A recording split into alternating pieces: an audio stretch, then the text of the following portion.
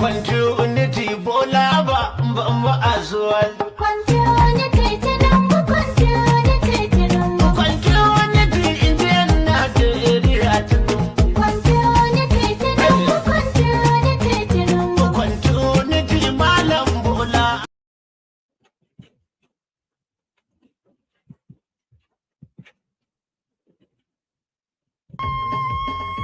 Continuity Tinubu, continuity. I'm a balloon. Tinubu, continuity. We say continuity Tinubu, continuity Tinubu. We love you Tinubu, we love you Tinubu. We thank you Tinubu, we thank you Tinubu. Awani Tinubu, awani Tinubu. Hey, it is waju Tinubu, it is waju Tinubu. Continuity bola ba mbama azwaju. Continuity in the Nigeria Tinubu. Continuity malam bola.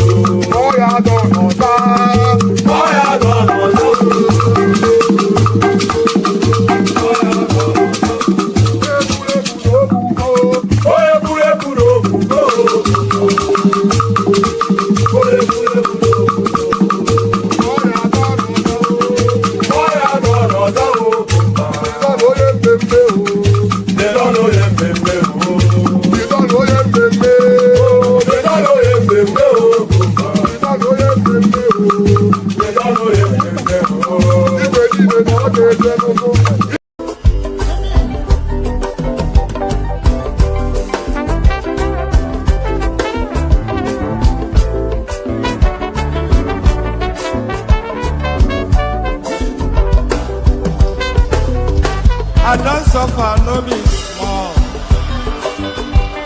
But say I get sense. Poverty no good at all. Now it make I join this business. For one night, no be it's so second. Everybody will pay up. If anybody follow Nuhu, my brother, chopper. National airport, National stadium, President, my sister, brother, Tinubu, I be the master. Oh, man, I go chop your dollar. I go take your money, disappear. For one time in love it.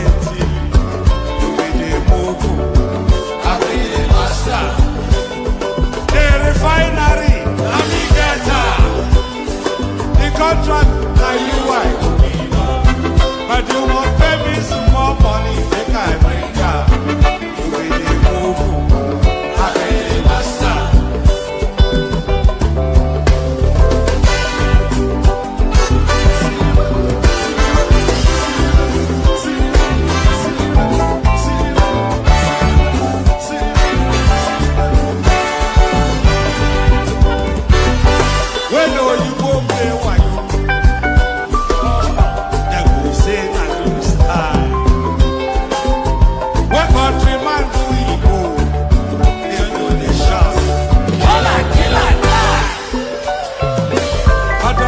over the TV. I say, I don't see them fire. That's why when they run enter my temple, I go show them fire. National airport, National stadium, president, my sister, brother, you be the I be the master. The refinery, the contract, now you wife. But you must pay me some more money than I bring up. I be the master. I be the master. Oh.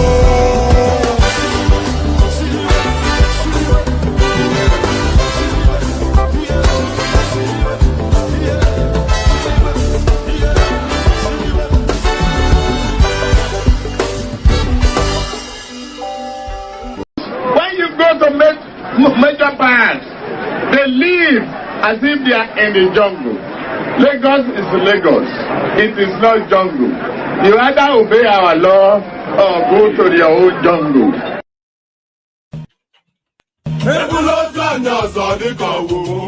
Okay now.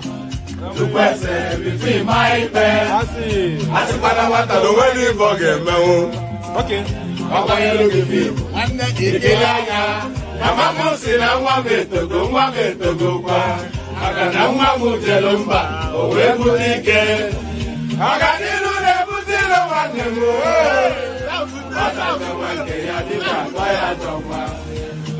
Well, here's the video of Bola Ahmed Tinubu muttering those unintelligible words which have since gone viral. Let's take a look. You see the innovation. If we lend ourselves to innovation, we can create wonders. Yeah, it's a successful again, a town hall, different from Blue, Bulaba.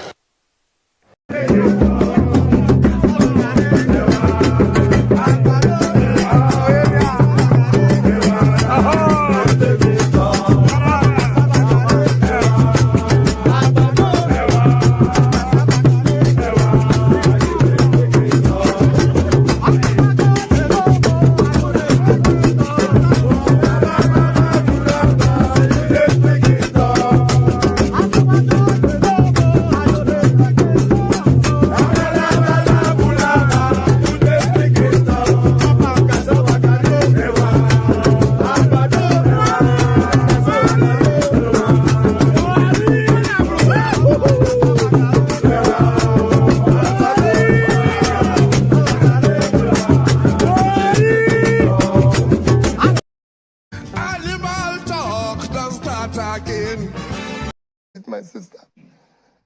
They said it failed. That's the IREV. The IREV is separate from the beavers. The beavers accredits people and then it's supposed to take a picture and upload it to the IREV. The IREV did not work on that day. Yes, me and you know the difference between all this. For the average Nigerian, that is all included. And I want to speak to the average Nigerian. What they've sold us, whether it's IRF, whether it's the IRA, what they told us is the beavers. Animal talk, don't start again. These are things that will change. Let me show you a WhatsApp. Let me read out a WhatsApp for you.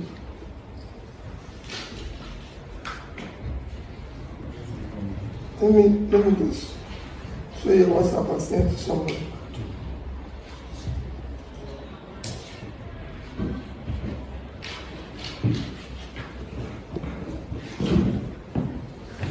Is there anybody here who can read very well?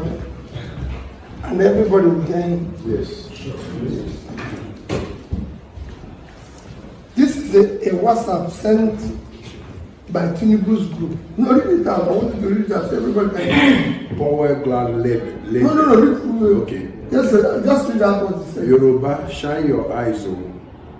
If you vote for Tinubu, is automatically voting for seaport in south and southeast, then Igbos will stop coming to Lagos State to invest. Rather, they would go to Delta and River State. They may even stop building houses in Lagos. It will affect a lot of Yorubas. Yoruba Renu.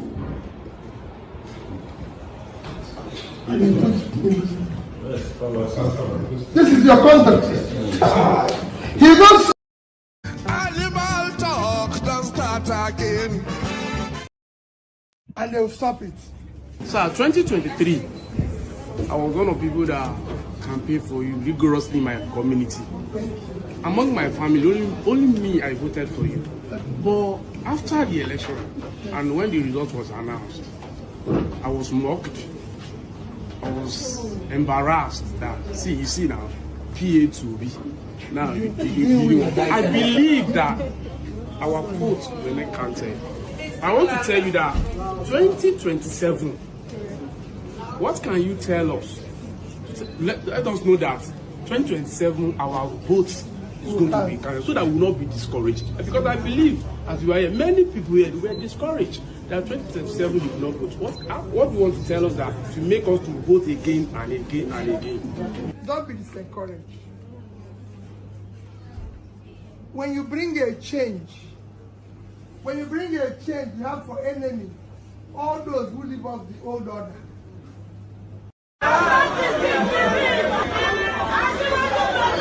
Oh yeah, arrangement for orin àyájọ́ ni. Wọ́n dìde, wọ́n pínlẹ̀ ogun. Oyin tí mo rí ká bá mi wá yẹn dà. Ká ní kó bá mi wá.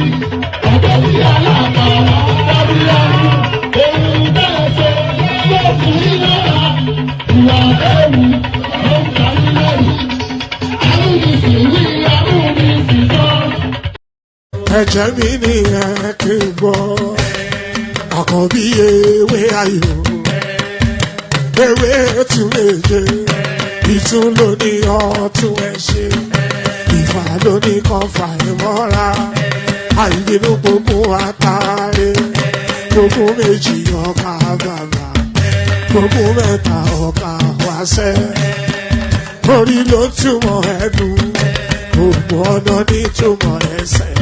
Akọni ìmọ̀ tú ìmọ̀ ọjọ́, ìmọ̀ èmi ni wọn kì í dálẹ̀. Bọ́ba lọ mẹ́lẹ́mọ́, wá fi jóye ẹlẹ́mọ́. Akọni wọ́n bá lọ gbé fèrè, wá fi jóye ẹlòkò. Bọ́wọ́ wọn bá tẹ̀ mí, wá fi jóye aláre. Àwọn mẹ́tẹ̀ẹ̀ta parapọ̀, wọ́n wá jọ ń pẹ́ mọ́. Ẹ̀ẹ́mọ́ olóko jẹ, wọ́n pa Akíntọ́lá, Akíntọ́lá ọmọ Ògún. Wọ́n pàdé ìyọ̀dà, ọmọ àtàlàbọ̀bà. Àkọ́bí wọ́n pàdé ṣàtàdàdẹ, ọmọ ọba Ìjẹ̀bú Mèrè. Aṣíwájú odò gbólùkẹrẹ, ajagun lólòdì ọ̀run. Tó bá ṣe pé tìyẹ, tó bá ṣe pé tìyẹ, lọ́ bá ń darí jọ wí. Àgbèrò ni kò ń gbọ́wọ́, ọ̀gọ́ ti ṣìgìdì máa gbé, àgétì ló máa ń gbé. Àyàn ti ìlàyàn ewúrẹ́, Ọlọ́run dákun má padà lẹ́yìn ẹ̀, kó má gbàgbé ọ̀rọ̀ tẹ́. Aṣíwájú Ọlọ́run dákun má padà lẹ́yìn ẹ̀. Àkọ́bí Ọlọ́run dákun má padà lẹ́yìn ẹ̀. Ọkọ̀ olúrẹ̀mí. Oh, where am I?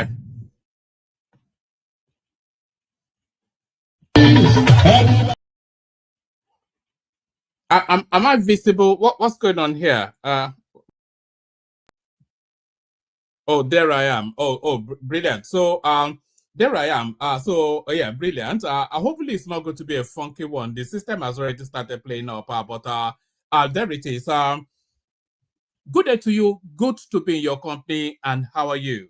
We started off with that. Good day to you. Good to be in your company. And how are you? So how are you? We started off as we always started off with a greeting. I hope you've had a gloriously wonderful day, cascading into yet another session. An evening with one man went to Mo. So an evening with one man, I don't know quite what time of,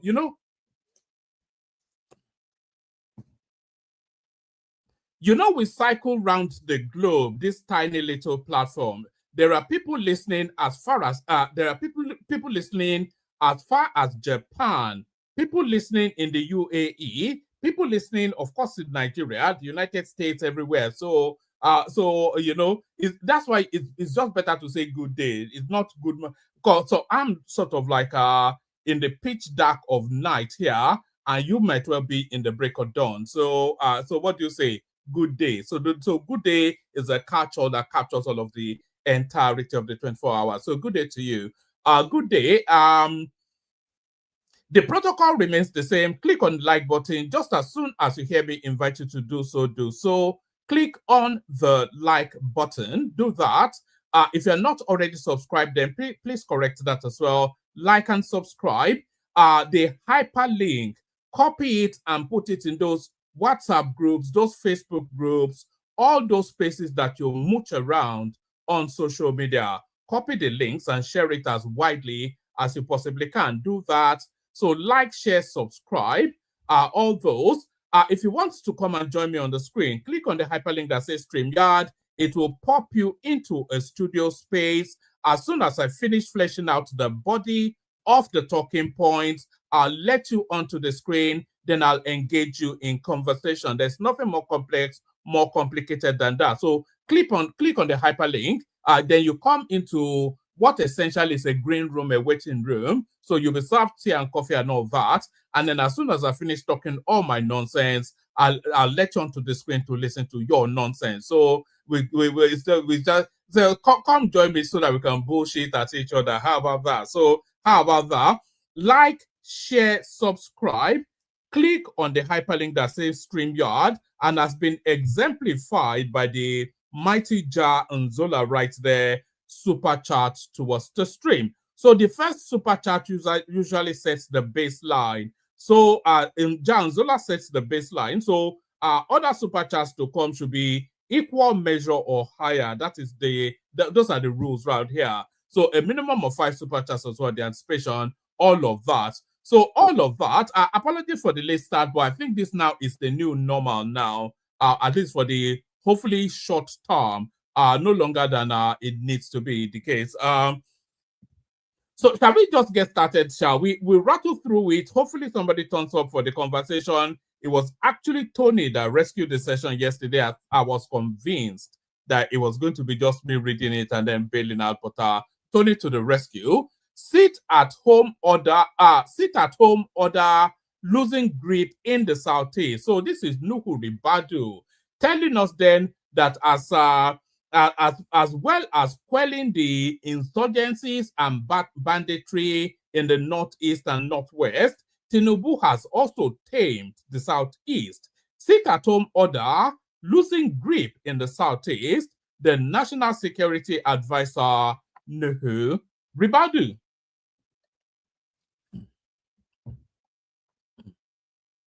Pardon me, anytime you hear me pause, I'm having a gulp of water because, of course, all this reading and shouting, you know, it dehydrates you somewhat. All right, the National Security Advisor, NSA, Nuhu Ribadu, says the sit-at-home order enforced in the Southeast by the indigenous people of Biafra, IPOB, is fast losing its grip. So it's been a while, actually, since we've circled round narratives of sit at home. So there is some veracity to that. It looks as though then Tinubu has been able to tame. So as people listening from Hong Kong as well, that's just the spread, you know. It's a global. Zita always often says it's a global platform, and it really is. We're not hitting the numbers that we should be hitting, but we're certainly reaching the spread that we should. But there it is. So yeah, what said Ratel? Sit at home order losing grip in the Southeast. This is Nuhu Ribadu. The National Security Advisor, NSA, Nuhu Ribadu, says the sit-at-home order enforced in the Southeast by the indigenous people of Biafra, IPOB, is fast losing its grip.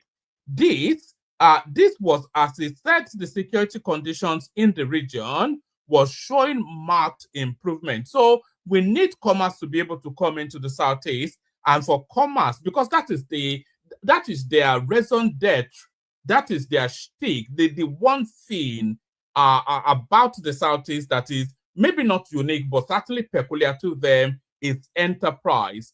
And sit at home is anatomic to enterprise. So as soon as we can see the back of that sit at home, the better, especially for our brothers and sisters in the Southeast.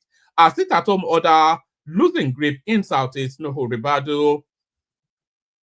The National Security Advisor, NSA, Nuhu Ribadu, says the sit-at-home order enforced in the Southeast by the indigenous people of Biafra, IPOB, is fast losing its grip.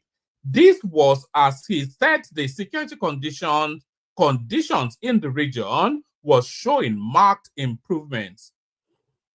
Speaking at the All Progressive Congress APC National Summit in Abuja on Thursday, where the federal government presented its 2-year scorecard, the NSA gave an account of progress made under President Bola Tinubu's administration across key security flashpoints in the country. According to him, key figures of IPOB and its armed wing, the Eastern Security Network ESN, have been either captured or neutralized, significantly weakening the separatist campaign. The sit-at-home orders are becoming more and more ineffective, he declared, adding that attacks on security personnel in the region have significantly reduced.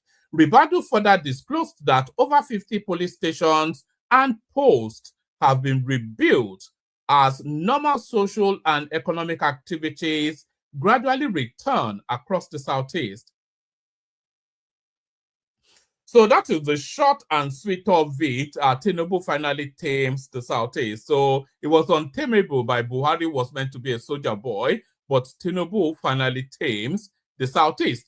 Tinubu finally tames the Southeast. We go on from that to this. Actually, this was what Ekene was trying to tell us yesterday, and we were weighing so heavily, by we, maybe even I, was weighing so heavily against him because I had not caught it in the news cycle. But what he was saying, Ekene, was that the so-called revamped hold on, I'm trying to multitask. They say men can never multitask, but let me see if I can multitask. They say that so now the headline on your screen then is a verification somewhat of what Ekene was telling us yesterday, that these are much vaunted revamped refineries, NNPC and Port Harcourt and Warri rather, the much vaunted refurbished NNPC refineries in Warri and Port Harcourt, that after all of the hoopla and brouhaha, they've all broken down. So this is what Ekene was saying yesterday, and I certainly was weighing down upon him, but it looks as though he may well be. It looks as though he may well be right. NNPC announces Port Harcourt refinery shut down for maintenance. So I mean, this is not really beyond the realms of reason, by the way. But why are they having to maintain it? Something that they spent the better part of $2 billion to refurbish, and they've just now announced that it was operational now. Barely 4 months ago, they told us that they've spent $2 billion to refurbish this thing and it's operational now. And immediately, barely 4 months later, it's being shut down for maintenance. NNPC announces Port Harcourt refinery shut down for maintenance. The National Petroleum Company Limited, NNPCL, NNPC Limited, has announced that the Port Harcourt Refinery Company, PHRC, will undergo a scheduled maintenance shutdown from May the 24th, 2025. In a statement on Saturday by the Chief Corporate Communications Officer, Femi Shoneye, NNPC Limited explained that the shutdown is part of a broader maintenance and sustainability assessment initiative aimed at enhancing the facility's efficiency and long-term performance. The Nigerian National Petroleum Company Limited wishes to inform the general public that the Port Harcourt Refining Company, PHRC, will undergo a planned maintenance shutdown, the statement reads. This is scheduled maintenance and sustainability assessment. This scheduled maintenance and sustainability assessment will commence on May the 24th, 2025. NNPC Limited further assured that it is collaborating with relevant stakeholders to ensure a smooth and transparent process. We are working closely with all relevant stakeholders, including the Nigerian Midstream and Downstream Petroleum Regulatory Authority, to ensure the maintenance and assessment activities are carried out efficiently and transparently, reaffirming its decision to the nation's energy, reaffirming its dedication to the nation's energy needs. The company added, NNPC Limited remains steadfast in its commitment to delivering sustainable energy security. The corporation anyway, that tells us all we need to know. We don't need to over-label that. Well, they call it maintenance. We'll give them 2 weeks, and if it's not up and running, then we start to call foul. So we give it 2 weeks. If it's not up and running, we start to call. I hope people can still hear me, by the way. Yeah, we start to call foul. Let me know in the comment section if you can still hear me. Otherwise, can you hear me still? Aro Gidigba, hop on. It's been a while since you came on. All right, brilliant. Thank you, Derek. So we go on from that to this. So this one now is a real.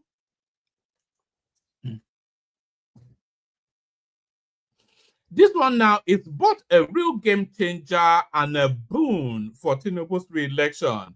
2027, I will contest on Labour Party's platform. This is the man from Oka, Peter Obi. So all of this coalition talk comes to a jolting halt with this headline now. because of course, any coalition that does not include Peter Obi, they might as well just call it a tea party. There's nothing coming out of that. So 2027, I will contest on Labour Party's platform. This is the squeaky voiced man from Anambra State. They call him Peter Obi. The presidential candidate of the Labour Party in the 2023 elections, Peter Obi, has assured his supporters that he will contest the 2027 presidential election on the party's platform. So that puts to an end then or any talks of coalition. But if it's unless the coalition, of course, is the convergence of parties. So if it's contesting under Labour, then it's contesting as a presidential candidate. And we know that Atiku's only interest is to be a presidential candidate. Otherwise, he'll just go back to his retirement home in Abu Dhabi. So this now brings to an end any concept of any form of coalition. Who is going to coalesce if Peter Obi is not there? Who is Atiku going to line up with? Is it Kwakwanso? So this brings to an end any talk of coalitions. 2027, I will contest on Labour Party's platform. This is the funny voiced man from who I'm one to talk, can't I really? But the funny voiced man from Anambra State, Peter Obi. So he's the one in play now. The presidential candidate of the Labour Party in the 2023 elections, Peter Obi, has assured his supporters that he will contest the 2027 presidential election on the party's platform. Obi made this known whilst addressing some of his supporters in a viral video circulating on social media on Saturday. Asked which party he intends to contest the 2027 elections, Obi said, "I will still continue to run in the Labour Party. I am a member of the Labour Party." The former Anambra State governor also blamed the crisis in the political parties on the Nigerian government. So I think this is an excerpt from from that interaction that he had with his followership. We've been playing little snippets of it. We've been playing snippet videos of it all the way through from yesterday till today. So this is an excerpt from that particular interaction. So that's what that's telling us. I wonder how firm a stance this is, or is he going to withdraw it by tomorrow now to tell us that it was misquoted or misinterpreted or misunderstood? But as it stands now, it's telling us then that he'll be running on the platform of the Labour Party, which then brings to a jolting halt all these talks of coalition. So brings to a jolting halt all talks of coalition. Let's go on from that today. So I think at home order fading in the southeast, says Ribadu. I think we've just now already touched on that. So now this is Senator Ndume reversing. Let me send the link again. Actually, there's no one in the studio. If you want the conversation, hop on. If you don't, then you don't. Are these things actually showing on the screen? I'm not quite sure. It's not showing on my screen. All right. So this is this now next one is Senator Ndume reversing positions. Tinubu's latest appointment of Northerners has addressed imbalance. This is Ali Ndume. Borno South Senator Ali Ndume on Saturday said President Bola Tinubu's recent appointment of Northerners into key government agencies has addressed his concerns about imbalance in appointments. Oh, let me shrink that. I don't want people seeing my all right, so let's just shrink that. All right. Tinubu's latest appointment of Northerners has addressed the imbalances in Ndume. Borno South Senator Ali Ndume on Saturday said President Bola Tinubu's recent appointment of Northerners into key federal government agencies has addressed his concerns about imbalance in appointments. He said, President Tinubu is someone who surrenders to constructive criticisms. I have known him to be a fair-minded, cosmopolitan person. I could recall that our leaders in the North, including my humble self, who felt jolted over recent appointments into key federal positions, raised our voices, screaming against the perceived imbalance. The hallmark of a good leader and statesman is to quickly adjust himself when he takes a decision or makes a policy pronouncement that a large section of the people finds unpopular and uncomfortable. President Bola Ahmed Tinubu has demonstrated several times that he is a responsive leader. So that is Alain Dume then trying to make his way back into the dollar fold. So that's Alain Dume make his way. So all the headlines to today, they are somewhat weighed against Atiku. Ensure presidency is zoned to the south, group to Atiku's coalition. So this coalition now that Atiku is putting together in order to present himself as a presidential candidate again, not everybody is buying it. A group, the South North Progressive Forum, has called on the political coalition led by former Vice President Atiku Abubakar and former Governor of Kaduna State, Malam Nasir El-Rufai, to ensure that the presidential ticket is zoned to the south. The convener of the group, Onyekwalisi Ikechukwu Ikechukwu, made the call whilst addressing a press conference on Saturday in Abuja with the theme, "The South deserves another tenure of 4 years." The group, which claimed to be non-partisan, said it has members across all political parties in the country. He said historically, the nation has witnessed a disparity in power dynamics, with the North holding power for 24 years and the South for 18 years since the parliamentary democracy of 1957 to the constitutional democracy of 1999. Ikechukwu noted that it was time to address this imbalance and ensure that every region has a fair opportunity to lead our great nation. He stressed that the federal character principle, which seeks equitable representation in federal appointments and public resources allocation, did not capture elective positions in its equality framework. The convener added, hence, we propose an explicit constitutional framework for power oscillation between the South and the North. Do we want that embedded in the Constitution? It seems somewhat backwards, actually, to still, should we embed it in the Constitution, this power rotation, so it settles matters once and for all.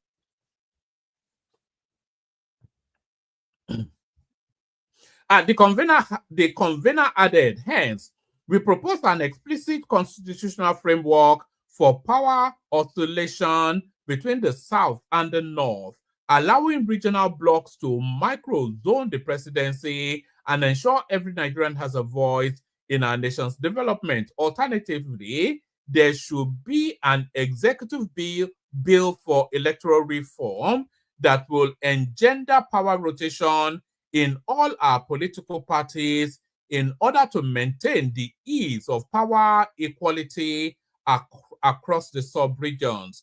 We call on all patriots and stakeholders and organizations. We call on all patriots, stakeholders, and organizations, political parties, especially the purported coalition platform, to join us in seeding their presidential candidates to the South for the 2027 election, ensuring another tenure of 4 years. So that's the thing. Then that's the one obstacle that Atiku will find very difficult to surmount. APC chieftain rejects Tinubu's automatic ticket, declares ambition. So I knew there will always be one renegade. So the rogue agent now comes in. A chieftain and presidential aspirant under the All Progressive Congress APC in 2019, Chief Charles Udeo Garanya so call him Chief Charles from now on, has rejected the idea of an automatic ticket for the 2027 presidential candidate. He made this declaration following the endorsement of President Bola Tinubu by the party leadership and the APC governors, including the National Assembly lawmakers at the All Progressive Congress APC National Summit in Abuja. According to him, there is no preferential treatment or any room for automatic tickets for the 2027 presidential for any of the presidential aspirants. In a statement personally signed by him, Ude Ogaranya stated that consensus is far from it, saying that he would contest for the Nigerian presidency on the platform of the APC in 2027. According to him, while I deeply and respectfully appreciate my fellow All Progressive Congress APC members on their Abuja summit, may I also respectfully inform that this democracy birthed by Thomas Jefferson in his declaration. Which democracy was birthed by Thomas Jefferson? What's it even talking about? This democracy birthed by Thomas Jefferson in his Declaration of the United States Independence, 1776, entrenched by Abraham Lincoln. What is it? Okay, so it's just one of those characters that just going on just some gibberish, gibberish tour. Gibberish excursion. All right, so one more and then we see if anybody turns up. So one more, we see if anybody turns up. Anti-Tinubu coalition suffers setback as Obi vows to run in 2027. So yes, Obi will run, and but run as what is the thing? The presidential candidate of the Labour Party in the 2023 elections, Peter Obi, may have foreclosed his participation in the coalition that would challenge President Bola Ahmed Tinubu and the All Progressive Congress APC by declaring to his supporters that he will contest the 2027 general election on the Labour Party platform. He said this while speaking to a group of young supporters in a video circulating on the party's WhatsApp platform on Saturday, as recorded by something or the other TV on Saturday.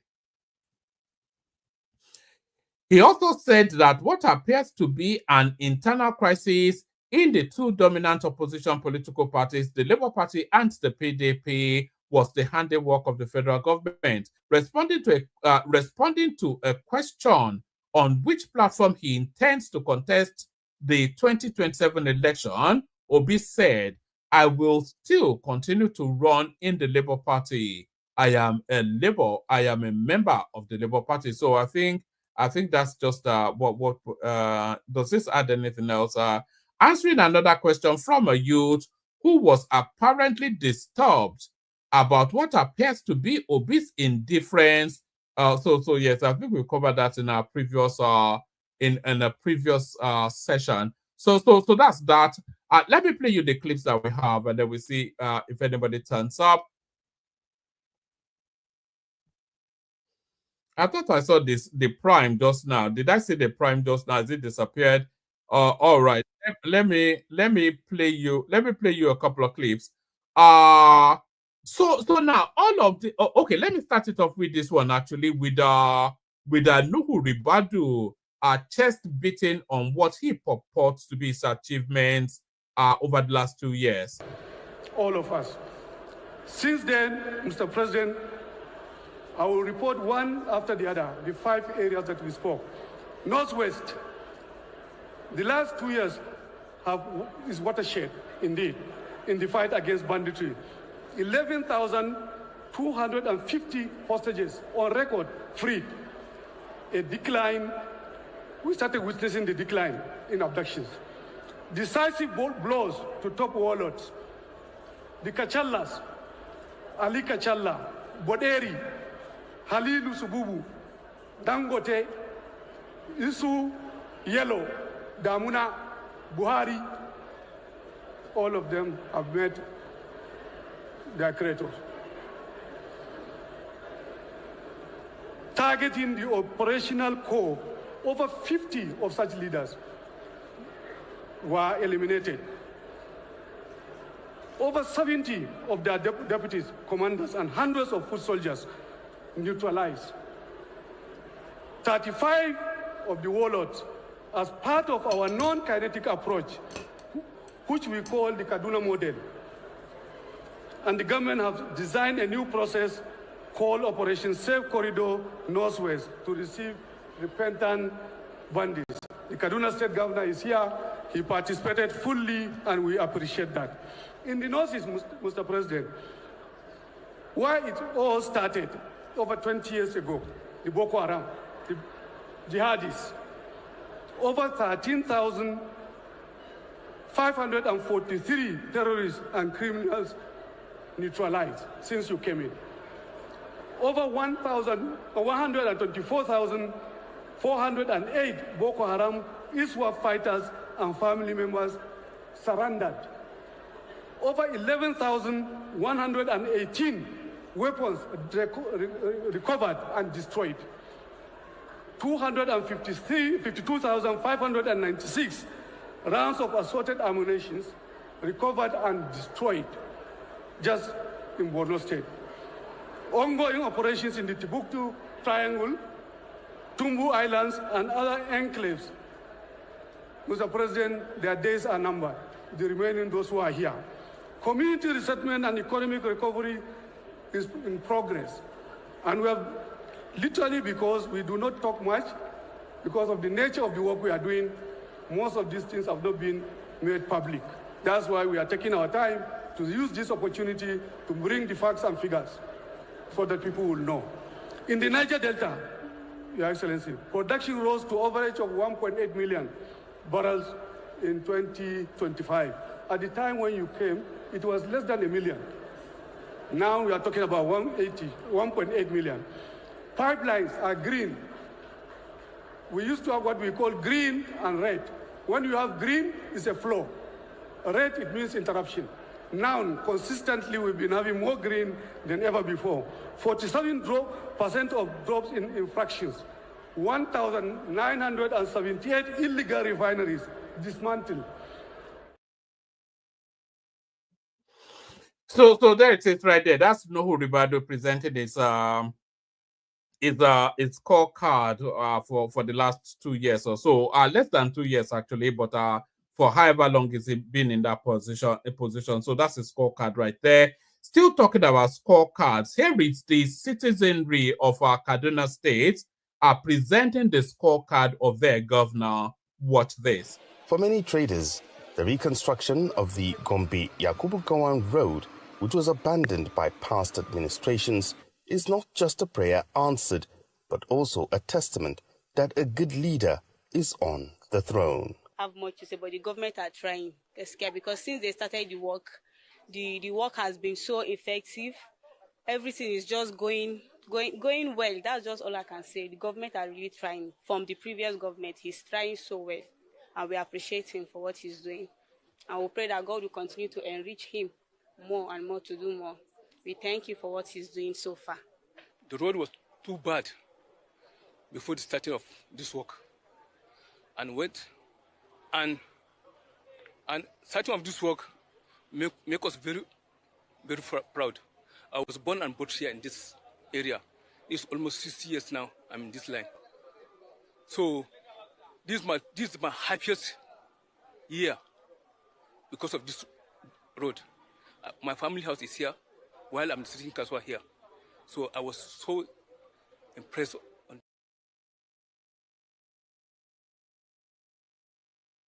So that is what the governor of Kaduna State is doing with state funds. So you can hear the citizenry, they're all impressed. So now this next one, this is what the governor of Ogun State is not doing with state funds. Watch this. So this is the yin to that yang. So right now I'm in Ogun State, and coming from Lagos, this is Agbadu Ijoko Road. This road, normally, is supposed to link directly to Ijokoro and it's not supposed to take time. But because it is not done, it's abandoned, it's in a state of total neglect. Look at it now. This is road. This is what people are doing right now. They have to maneuver into close, into streets. They have to pay boys to be able to pass those streets. There are so many places where Ogun and Lagos are neighbors. This is one of them. For instance, Ogun and Lagos share boundary from Abule Egba towards Tollgate Songo. Also shares at Shagamu. Also shares at Ishaga towards Toyin, Beja to Akute. Now this is Agbado to Ijoko. One of the numerous connect points between Lagos and Ogun where you can easily transition. Lagos has always fixed their own end of these boundaries. But when you enter Ogun, you will know. Like for instance, this is Ogun. Baálé ọpẹ́ ìlú Àgbàdo railway station. A ti pé Ogun state sí títí kó tó di pé Ogun ẹ̀ wá bàjẹ́ ráúráú báyìí. Wọ́n wó lé mi torí ẹ̀. So wọ́n wó ìyàrá bíi mẹ́fà dànù ńbẹ̀. Wọ́n wó torí ọ̀nà náà ní títí ọlọ́dà ní tẹ́lẹ̀. Ọ̀nà fẹ́ ṣe ìrókò kan wà ń bí tó jẹ́ pé òun ni àwọn baba ńlá wa tí wọ́n ń bọ. Torí ẹ̀ ni wọ́n ti kọ́kọ́ bá wa sọ pé ọ̀fẹ́ wú ọkọ̀ wa dẹ̀ ní àfi ká ṣe tutù. Wọ́n ní ká lọ́mọ tá a máa fi ṣe tutù. Nígbà yẹn, wọ́n fún wa ní. Right, so that is what Dapo Abiodun, the governor of Ogun State, is bequeathing his people. You know, if throwing Agbada all over the place is an Olympic sport, that guy will win a gold medal.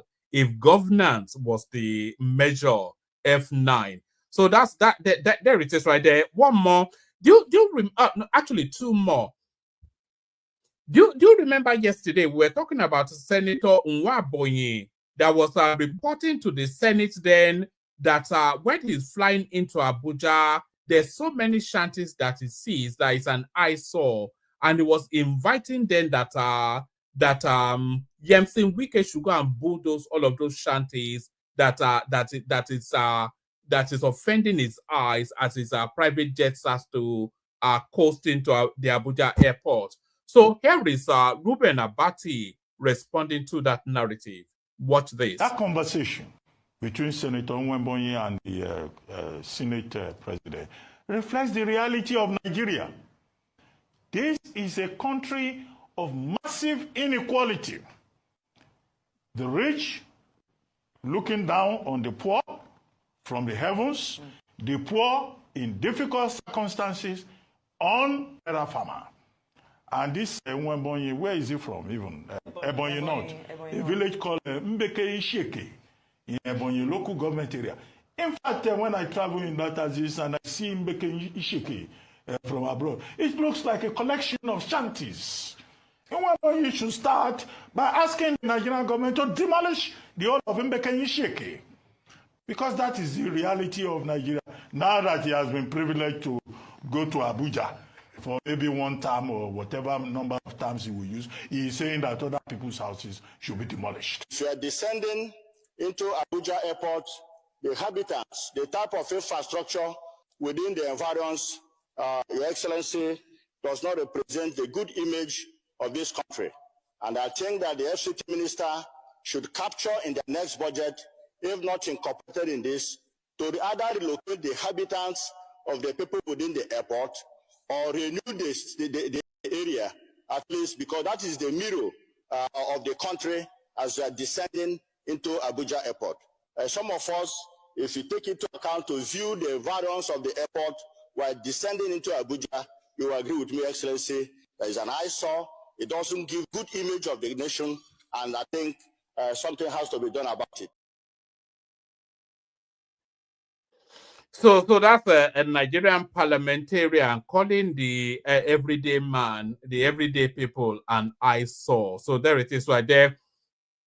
So now this narrative of Tinubu turning Nigeria into a one-party state, you know, we've been in this cycle before. Once upon a time, 31 out of the 36 states that federate the federation that's called Nigeria were all PDP states. Nobody talked about turning Nigeria into a one-party state then. Watch this. Back in 2007, it is said that you actually said that that election would be a do or die election. No.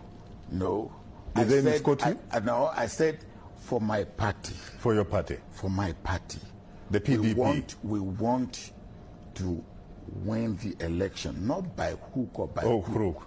But of course, you know that you know the complaints about that election. Yeah. Now, far from being fair. No, that election was fair. You think so? Oh yes, oh yes. Look, there is no election we have had in Nigeria that has not been disputed.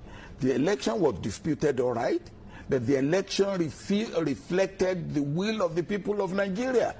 And my party had 28 governors. If you had to do it again. You think that 28 out of 36 governors, where you have one of the contestants had probably 5 governors, one hadn't got any governor at all, and these governors will campaign and work for their own party, and you think that my party will lose? You know, it has been actually said that it is true that Nigeria, at least on paper, is a multi-party system. Yes. But in reality, it is a one-party state. PDP controls almost everything. So what is wrong with that? What is wrong with that? If the people of Nigeria decide to vote for PDP, should PDP go to them and say, please in go a vote free for us? and fair election? Yes. That is also verified by the international observers. Yes. But not the last election in 2007. No, don't talk about these international observers. In the last 18 months, I have observed the election in South Africa and in Togo. Yes. And if you have gone by what the so-called international observers are saying, both elections will have been declared not acceptable. And this morning I have only commented on.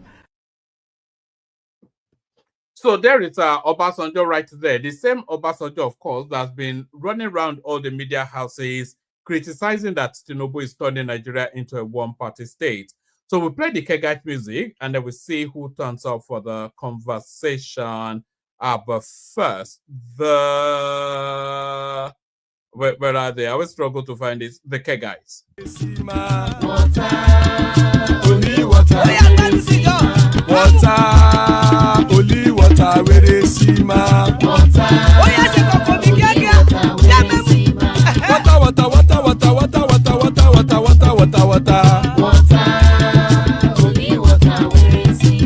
Hapa o naido.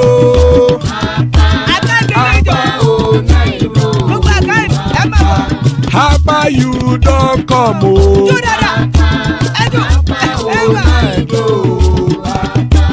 Hapa o naido.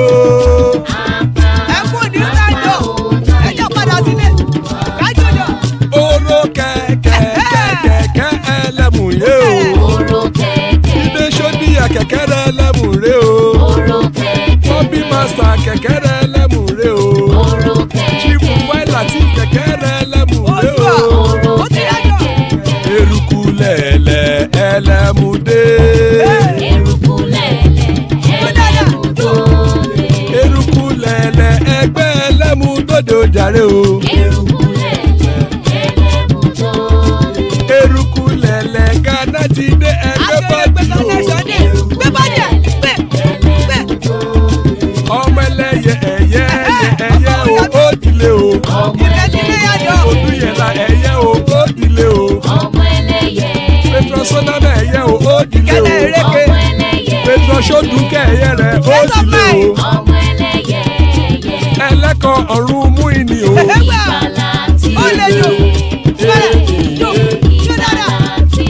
Àkùkọ ọ̀run mẹ́kọ.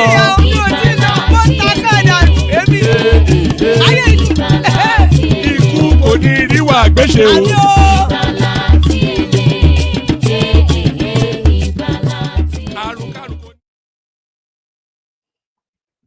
And it is right there. Coco the Rewa Agweche may that have nothing to do with us. Do you know that this StreamYard that I'm using is one of the worst streaming apps out there? It's always glitchy, always just so cumbersome to use. But never cumbersome. Here is Aro Kidigba right there. Good to have you, Aro. Folly joins us. Always a delight when Folly is here. the progressive who should be in bed, but is spending time with us instead. So good to have you, gentlemen. More room on the screen. Anybody that wants to hop on. Anybody that wants to hop on. Let's kick it off. Start it off with our Folly, just to defer to the fact that I say Nigeria. Folly, Baoni. Am I still here? Can anyone hear me? You're still here, one man. Yes, one man. Yes. All right, but I'm not sure that Folly is ready for us.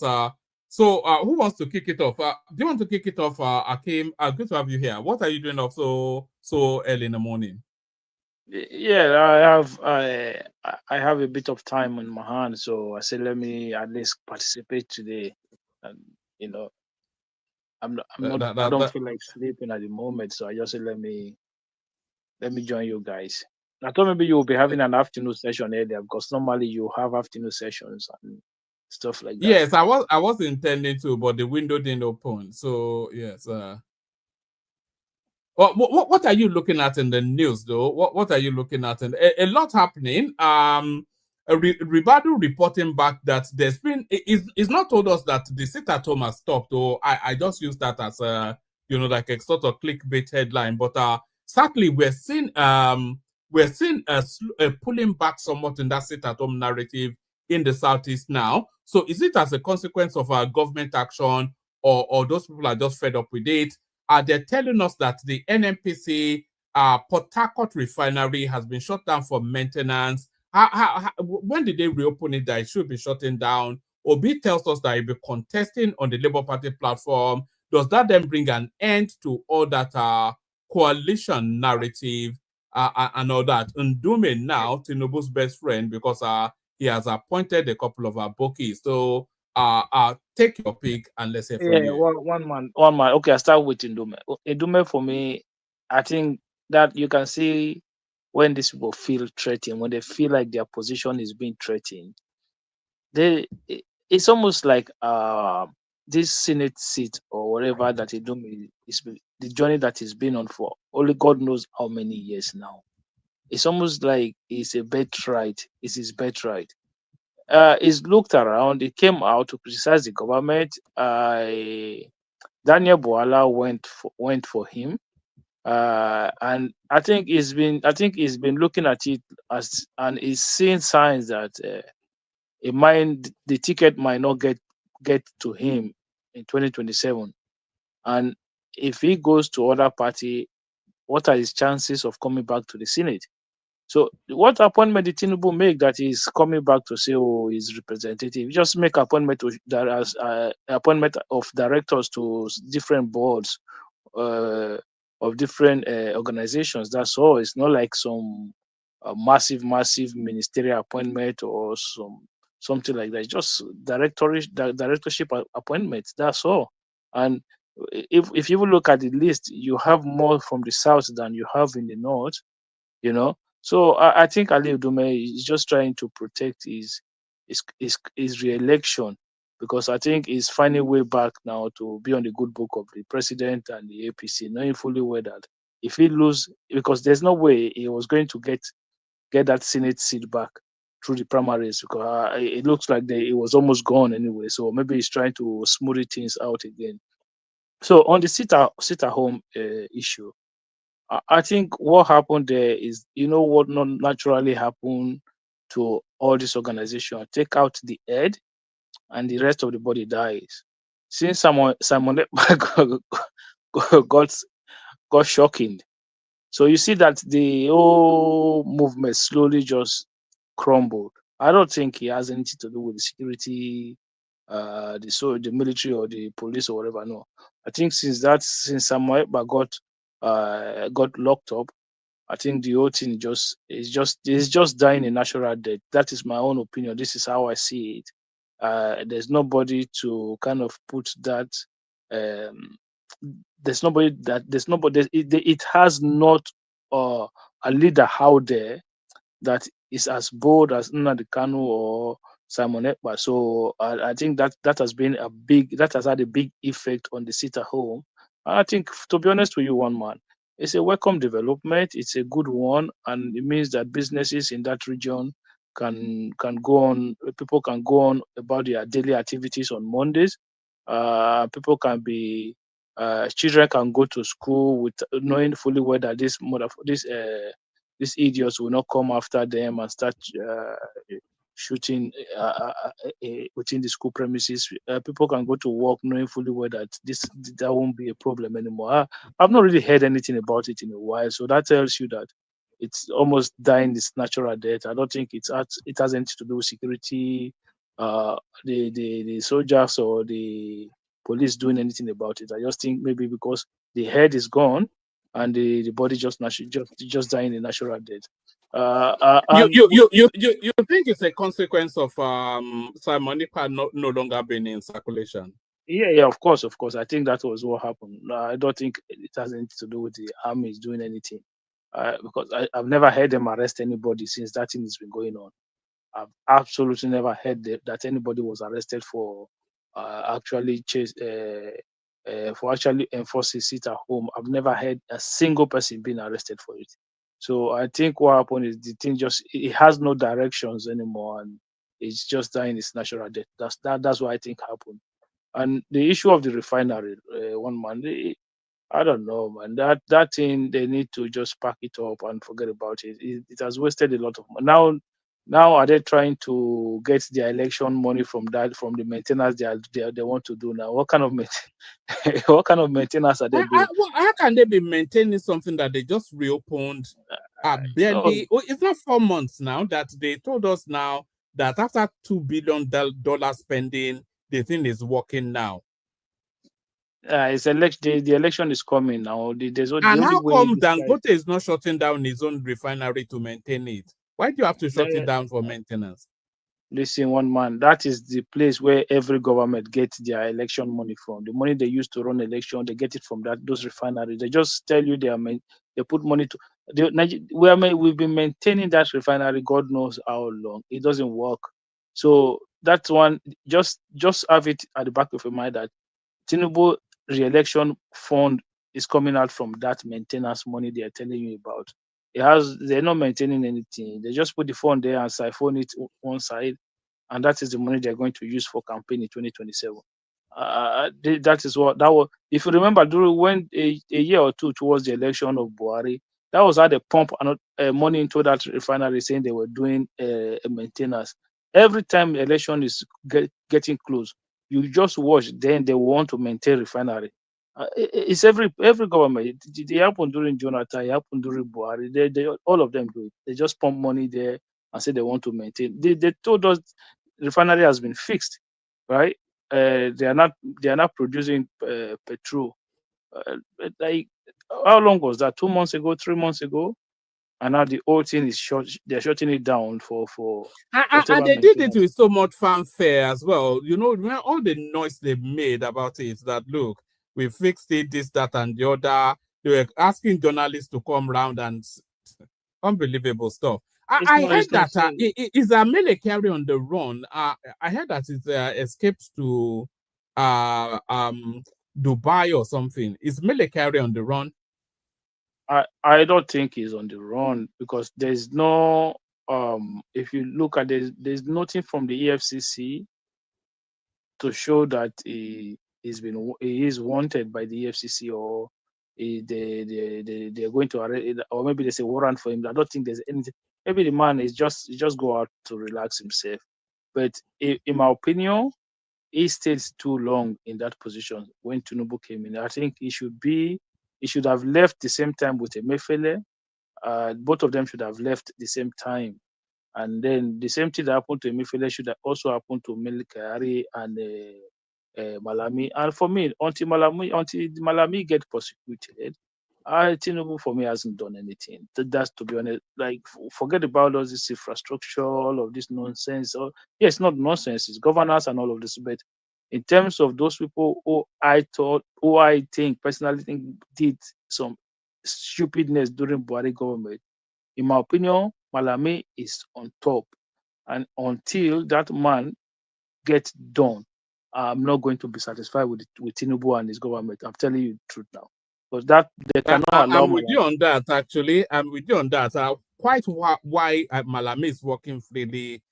He's not even run out of the country either, even threatening the government, forming coalition and all that nonsense. Forming coalition and all that. This guy was by. Did you see when he tried to run for governor? You see what he did? Yes, and he bought about 250 luxury SUVs for all the stakeholders in that state. Yes. What was his job as Attorney General of the Federation? That was his job. Like that guy, I think that I don't know what they are doing, but for me, until that guy gets caged, these guys they are not serious, man. He's one of those people in that Buhari government. Him, Emefiele, and Mele Kyari, three of them, they were just running cycles. They were running cycles around Nigerians.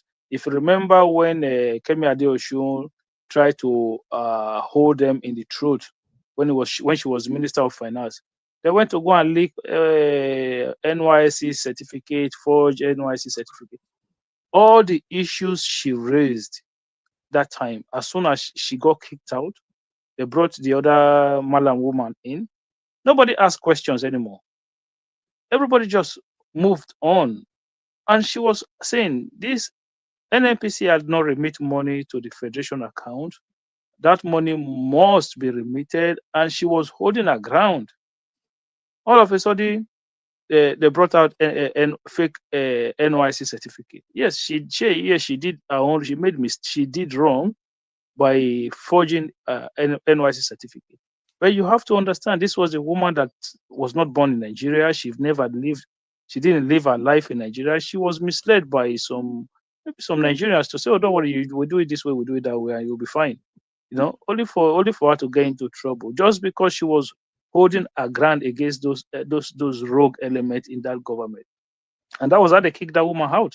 And she was the only good thing in that Buhari government when it comes to the economic side of it. They kicked her out, and then they start doing ways and means.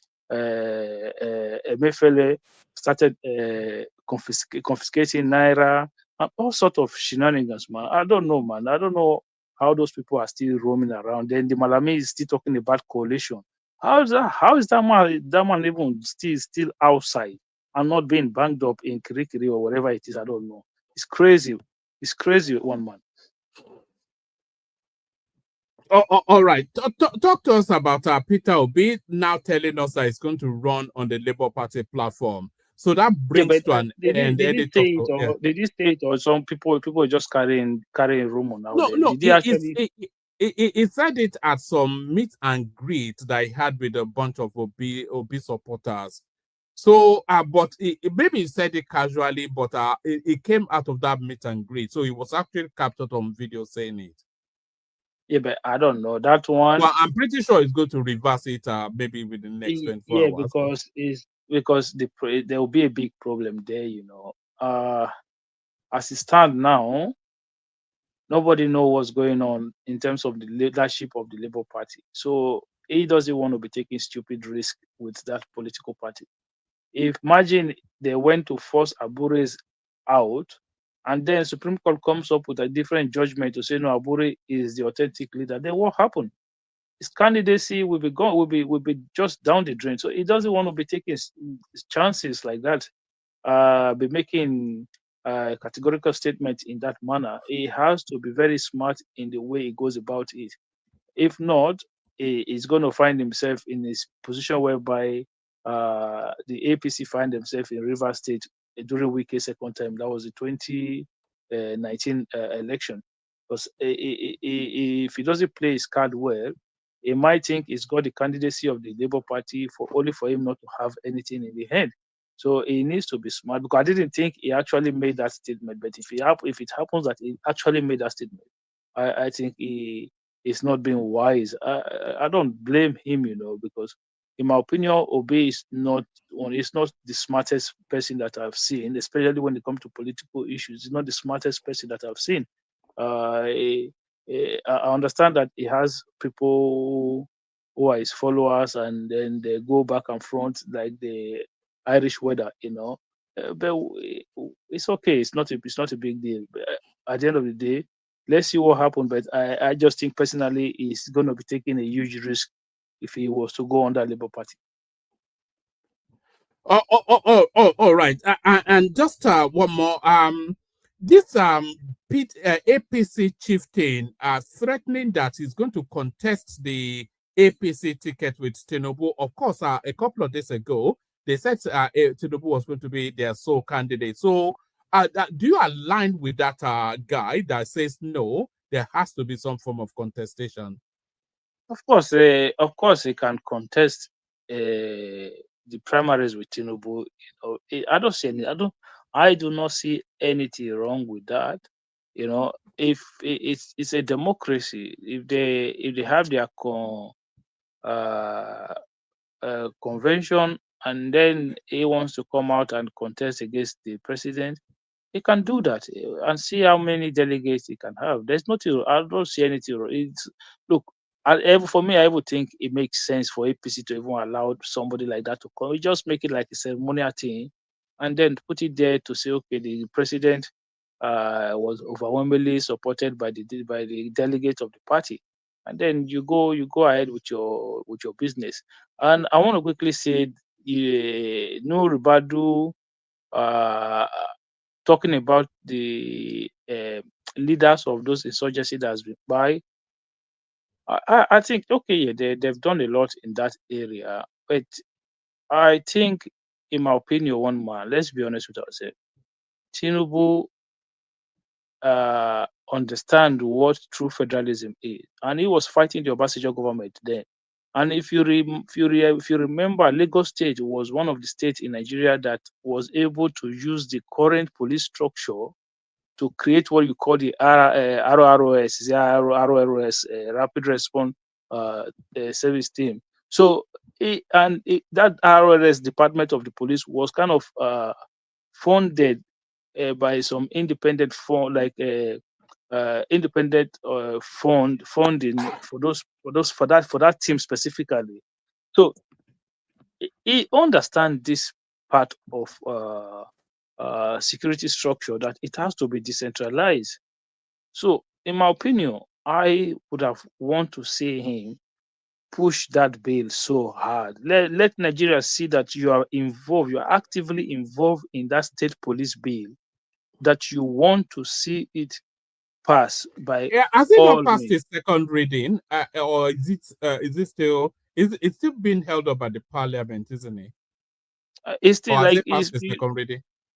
I don't know what stage it's at now. Before when they did all those reform and all those amendment that they did, it was part of that amendment, but the states knocked it back. A lot of the states did not support it. You remember we talked about it on this platform.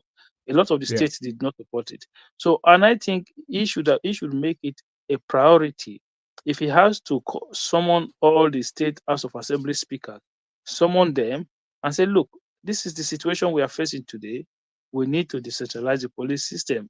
I want you to support this bill at state level so that we can have this thing done. He has to be seen to be pushing this thing radically, because look at the work he did with the local government autonomy. Okay, that was a good one.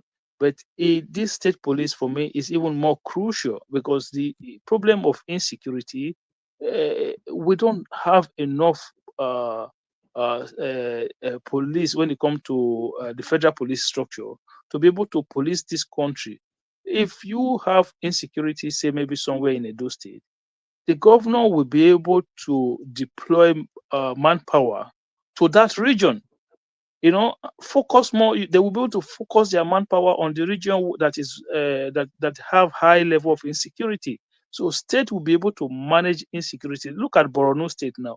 At least somebody like Zulum, he will say, okay, I have 20,000 police officers. The area where I have a high number of insecurity, I'm going to put more men there, because in other areas we are okay. So the state will be able to attack this thing better than what federal government will do. So why are we still teetering around all of this? People complaining about, oh, governor will use it against their opponent. They will use it to look. At the beginning, all of this will happen, but over time, the system will mature. Nigerians will continue to support it. And if you look at a lot of the time where you have police brutality, it is as a result of police that they are transferring from one region from one region to another region. They just go there, they don't understand the telemetry, and they just start to brutalize people there. So if you go to if you go to like places like Edo now, those police that are local, that are Beninese, they hardly participate in this brutality of a thing. It is those ones that come from outside that will stop people, search your card, check your phone. They just want to, take everything from you by all means.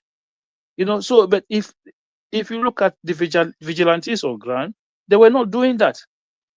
So this is why police have to be local. The president needs to push that one aggressively, in my opinion. So and when they were talking about because I saw some of the some of the argument you guys had here yesterday, and I could not participate because I was watching it over again this morning, and it was really it was very funny with Remy and Rational Mind. I hope I hope we don't have that tonight. Thank you very much. Hey, look at that. I thought maybe they were in love or something, the way they were going at each other. Eh? He was.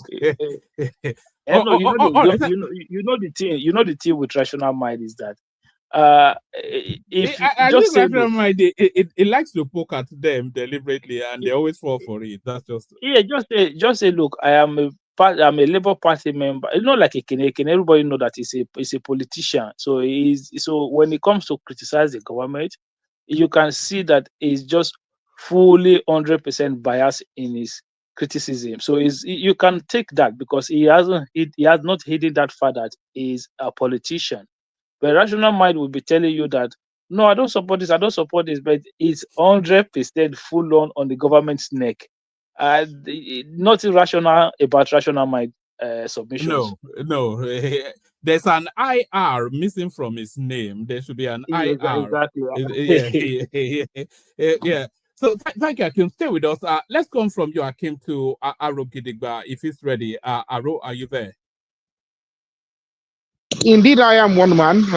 Good morning to you in particular, and good day to everyone.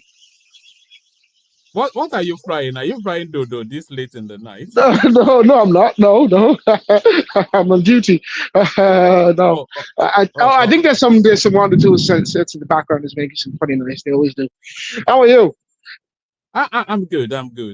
Still trying to put the world to rights, and all that. Yeah. It's a thankless job, What can you do? Yes.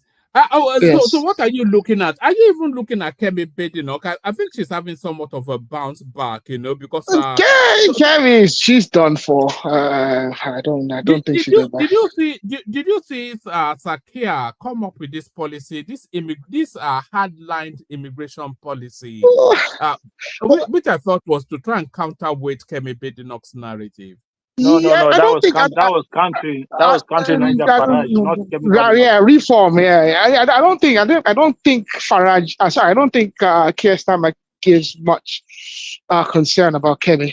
I think he's much more concerned. I think everyone in the UK, in conventional parties in the UK, that being the Lib Dems, the Tories, and the Labour, I think they'd be more concerned about reform.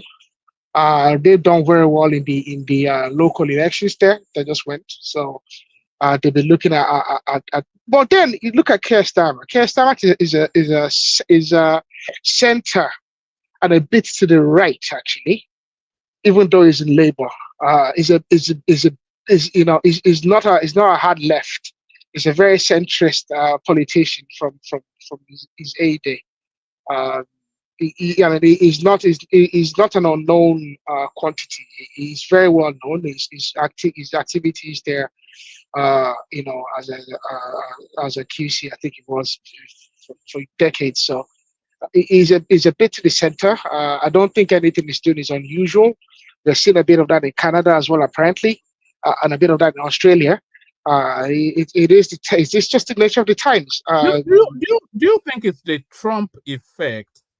Because the ones always seem to latch in the direction of American politics. Do you think they're latching? Not really. The one is latching quite. to the right because of Donald Trump?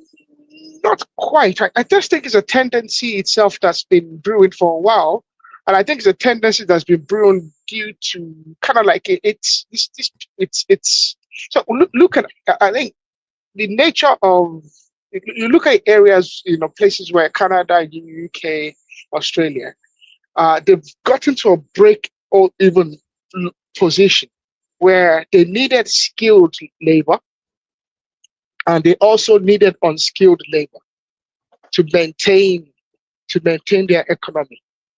Okay, and as a consequence of that, they've also had situations such as housing issues, healthcare, other things. Okay, some of the hard right have actually inflated the realities of those things and then used it as and then you put that into consideration as the fact that the indigenous populations are not quite as wealthy as the previous generation.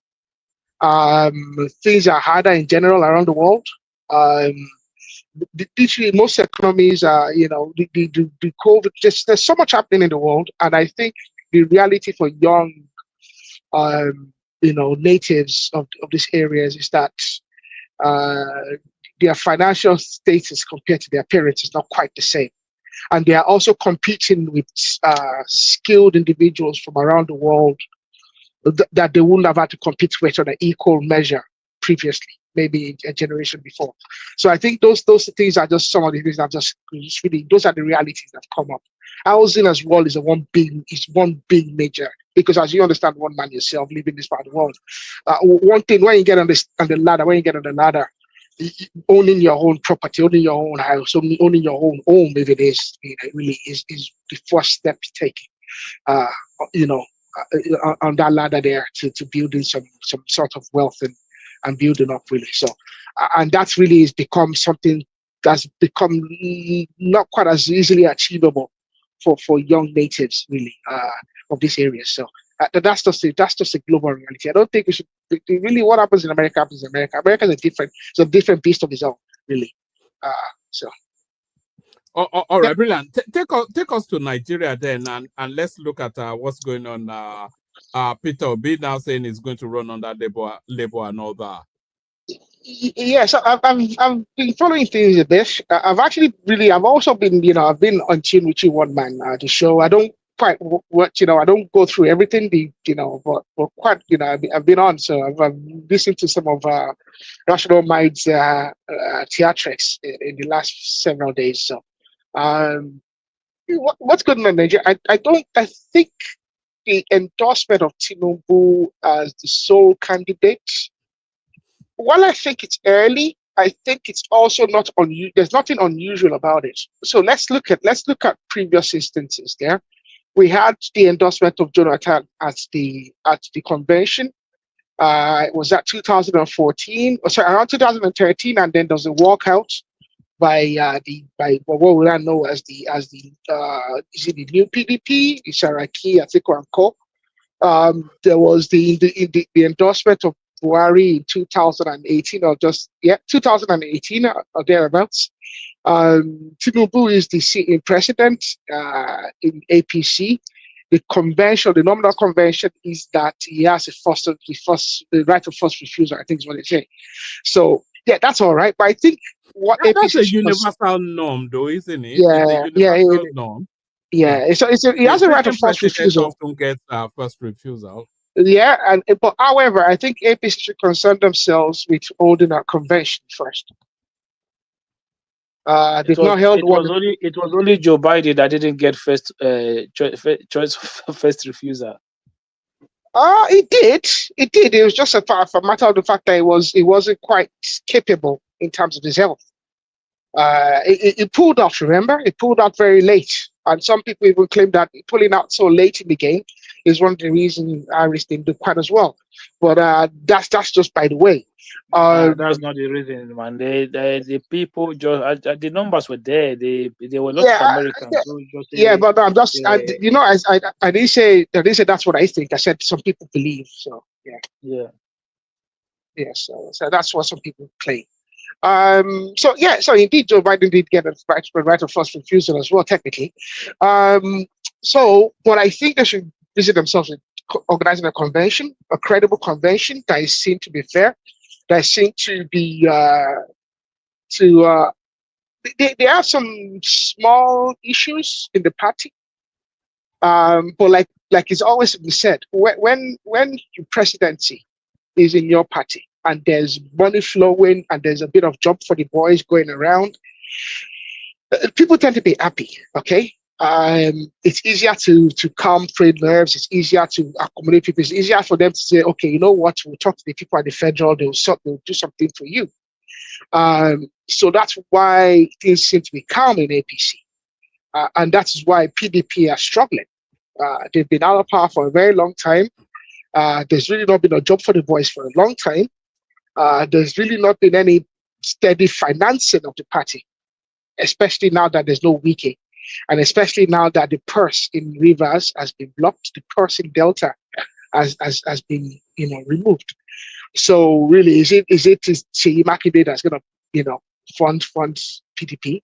Bayelsa, well, Bayelsa could, but but at the same time, Dewey doesn't seem to be. I thought he was going to get into a battle with Wike a while ago, but I don't think he puts his money where his mouth is. So that's that. So it's the PDP are struggling because they're not in power and they don't have money, they don't have jobs to go around for the boys, they don't have that. So that's why no one should blame APC for. I mean, it's the nature of politics. Okay, is that politics is a contestation for principle. Okay, this is what we believe. We've collected ourselves together in this particular political party. Although people say Nigerian political parties are not defined by any particular principles, but the main thing is they've collected themselves together. Okay, they're going to try and dominate. That is politics. It's dominance. And anyone complaining about dominance, okay, and anyone complaining about sleight of hand is a fool. And that person has no business in politics. So what Obi was doing the other day in response to that man's question, okay, was rather stupid. You mean blaming Tinubu for him not being able to handle Labour yes, Party? It was rather stupid. It was rather. I had some words for it earlier, but those words just elude me right now. But it's rather. It's like gymnastics, mental gymnastics. Because at the end of the day, you are failing as an individual. You saw Abure, you supported Abure, okay, when Abure had a number of cases against him that had some credibility. You supported him. You supported him in moving the elections. The party. I think it wasn't the party convention from Benin. You moved it to your own state. You supported that right through. Okay, right on to when the treasurer came out with damning allegations, you were supporting him. Okay, so and also you are witness to the assault of some of the of Labour Party members that were aligned to the Arabambi caucus. They were assaulted in Benin, severely assaulted in Benin, for which this other fellow that was there, their candidate in the Benin election was fingered as having been involved in that. And the individuals accusing you of tribalizing the party. And you have not failed to resolve some of these matters to the extent that Arabambi, who was violently and terribly opposed to Abure, has been able to form an agreement and an understanding with Abure. How terrible, how stupid can you be? And they are claiming that these individuals are funded by APC and the government. These are individuals that have been in the party 20 years before you ever thought or dreamt that you come and join them.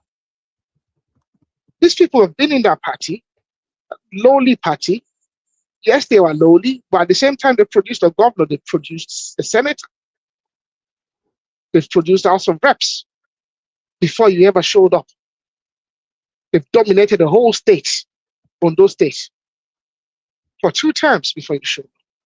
So it's rather unfortunate that Peter Obi will do that, but then I don't expect that from him. I don't expect any less from him.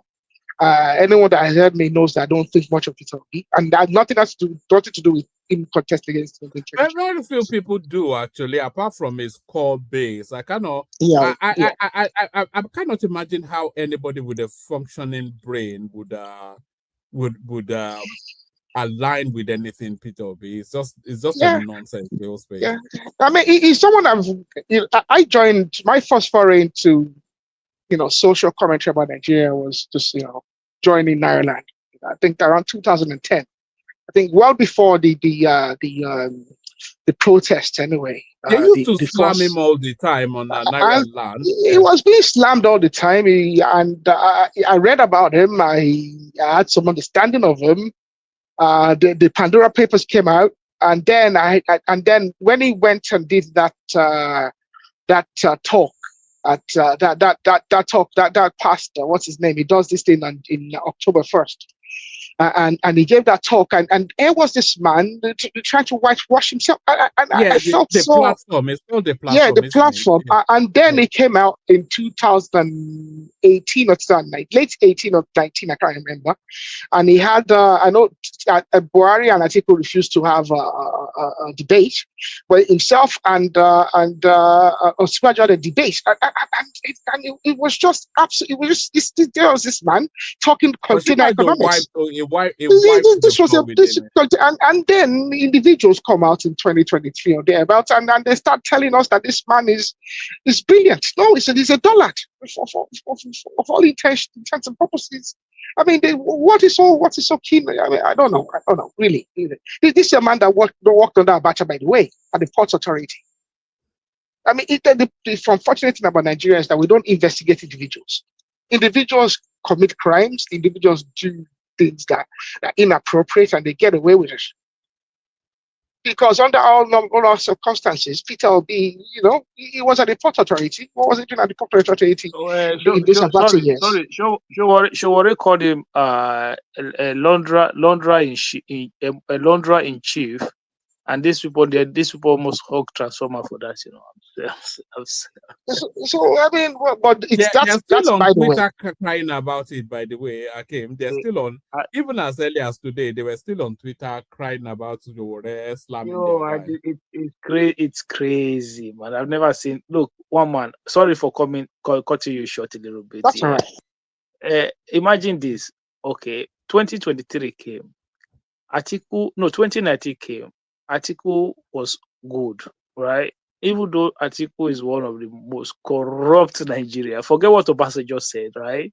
Just look at the Zimalabu Oye, Ali Button, the scandal, all the government assets that he was put in charge to sell that he sold to his fellow cronies. That man is one of the most corrupt Nigerians, right? Oh no, they find a way to excuse voting for that ticket because Obi was under the ticket. So when Obi separated from that ticket, then Atiku became corrupt again. So before he was not corrupt when Obi was with him. When Obi separated from him, he became corrupt. Now, when they start talking of merger, you cannot believe that these guys already start saying, no, just to get rid of Tinubu, it doesn't matter, whatever they come, whatever, whether it's Atiku or top of the ticket, it's just to get rid of. I say, oh my God, where is the shame from this? Where is the shame? People have no shame, man. It is terrible, but I mean, to be frank, he has a right to contest, and best of luck to him. I do hope he contests, and there's nothing wrong if Obi wins the presidency. Okay? I hope not, because I don't really think he has anything to offer the country. Yes, you see, that's the issue right there, isn't it? Look at the boldness of imagination that we're seeing now. The super highways, the tax reforms, and all of these things, all of those things. If Obi becomes president, if he's competent at all, which I doubt, Obi has never managed the level of diversity. He managed Anambra State, which is a mono-religious space, and you're asking him to come and be managing even at that, he failed in Anambra. I think he was accused of having tried to implement some kind of identity card which is not a bad thing in itself, but it was discriminatory in itself. Essentially, it tried to do kind of like a non-indigenous identity kind of thing, which contravenes the federal laws and the civic rights of Nigerians. So even at that, and even look at Labour Party. So he's been accused of actually being at the root of the issues at Labour Party, and that those issues are actually tribal in nature. So is ethnic jingoist, to be frank. And the nature of his run the Labour Party show that he'll do poorly as a Nigerian president. But even at that, he's a Nigerian. If the Nigerian people so wish to elect him, they can, and they will, against all this rancorous talk about political party dominating, and one party state. No, if the Nigerian people truly wish to have Peter Obi as their president, they will elect him. I have no doubt about that. So that's where I stay on that matter. So yeah. What else is there? I thought I saw a Kenna coming just now. Just all manners of. I think we're just we're feeding on scraps today. The NMPC. I thought. Yes, one man. That's laughable. Yeah. Let me contribute to that real quick. As you know yourself, I'm an engineer by qualification. I'm an engineer in tech by preoccupation. Now, so it's laughable to close down a facility of that nature. Now, I've never really worked in petrochemicals. I can't tell you that I have a particular understanding of the daily operations of a refinery. However, from an engineering perspective, I think I have some gumption of that, and I think I work in a facility that will be sizable, comparable to 400 acres. I don't know if there's many. I don't know the size of the refinery, but I don't know if it's up to 400 acres. But I work on a facility that's 400 acres large. We do handle quite a number of chemicals. I understand preventative maintenance. It's rather hard that you shut down a refinery to do a preventative maintenance or turnaround maintenance of any sort. It's rather laughable, is it not? It's ridiculous now. It's ridiculous. They've just they are not maintaining anything. They're just taking the money. They just taking the money. It's rather ridiculous, and I think this. I know Nigerians, we complain around a lot. We are not silent, okay? Unlike some of the other Africans around there, would jubilate because they have some. I think they should just hand those refineries over to. I think we should stop. They should start taking us for a ride, Nigerians. It's absolutely ridiculous. If you are going to scrap it, or just sell the metal, sell it as a scrap. Look, if we sell it as a scrap, we are not losing money. We are making money because the money we've put into that nonsense called refinery, it's a lot of money. So just if we don't, we can never recoup what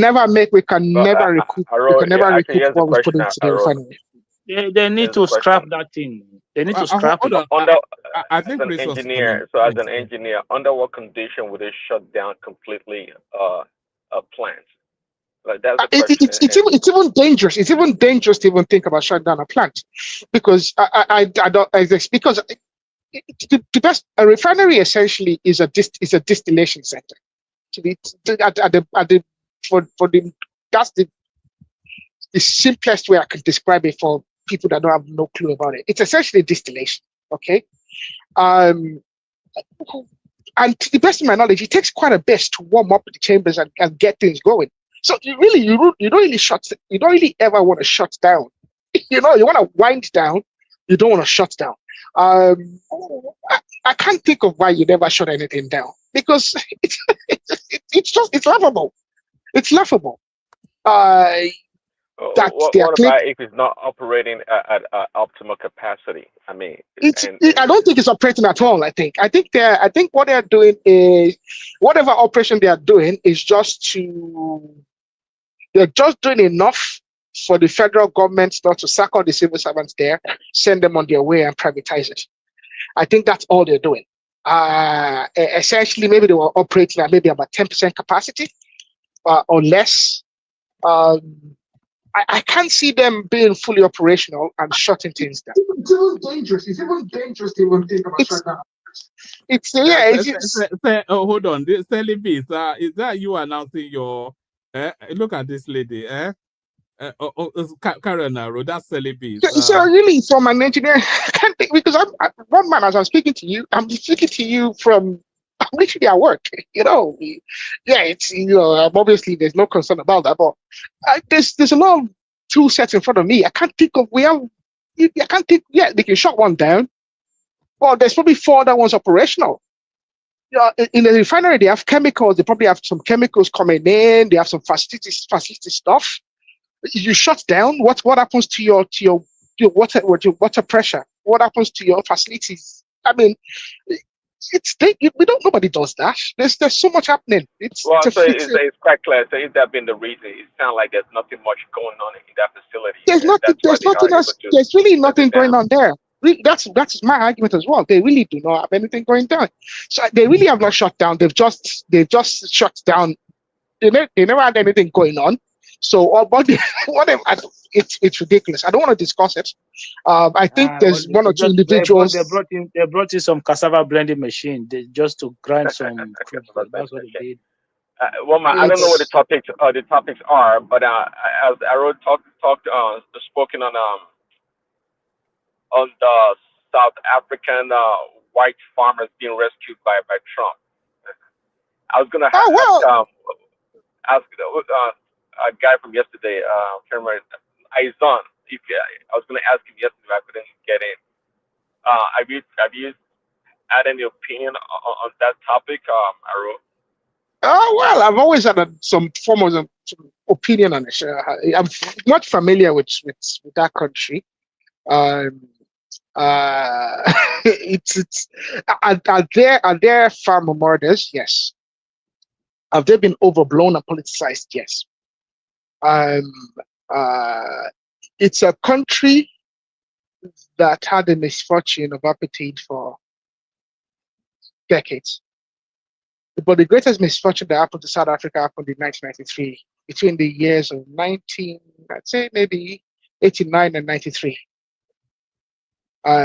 Where, because of the transition to the end of apartheid, what they did is they struck a negotiation that reinforced injustice and reinforced injustices of apartheid. You mean people that stole property had to keep the property that they stole from people? What kind of the Truth and Reconciliation Commission was a failure in itself. One of the first people I idolized as a young person was Nelson Mandela, but it's something I've since refrained from. Nelson Mandela was a great man in his personality, but a failure as a leader. And his greatest failure was agreeing to that Truth and Reconciliation Commission. Because what it did is it allowed the SAPs, the police officers, the special commandos, the special assassination units, they allowed the apartheid government, they allowed individuals that participated in the structure of apartheid to keep their loot and to get away with their crime in exchange because essentially what had happened is the likes of Mandela and his co-travelers had been imprisoned, not just as political prisoners, but they'd had convictions. In order for them to re-enter society and be able to partake in the politics, they needed to be washed away and washed clean from what in reality was political imprisonment. And to do that, because remember, when Mandela himself was imprisoned for terrorism, he was imprisoned for being involved in the bombing in which individuals actually died. So to be washed clean, they needed to essentially come into some kind of a deal with their former tormentors, and in doing that, they did. That was the point at which the corrections should have been made, because the reality of it is this, there were victims in those years. 1993 is not a long time ago. Some individuals are still looking for vengeance. I've heard of stories where farmers killed farmhands, buried them on the farm. There's individuals that are witnesses to that. Some of those individuals want their vengeance. That vengeance might just have come in 2020, but they wanted their vengeance. People don't just commit, and we're talking about a country where there's still a lot of inequality in terms of inequality in terms of it's a very sad story in that country. They've not gotten things right, and it's even worse because you have the likes of Zuma, you have the likes of Malema inflaming the passion of the people and that. So there's a lot going on. Sorry, brother. You know, I'm just going to quickly come in here. Sorry for that. See, in a way, to be honest with you, I like what Trump did to Ramaphosa. Oh, right? I do as well. Absolutely. Yeah, because he's got this. ANC have gone complicit. ANC have gotten very complicit. These people, these South Africans, the black ones, right?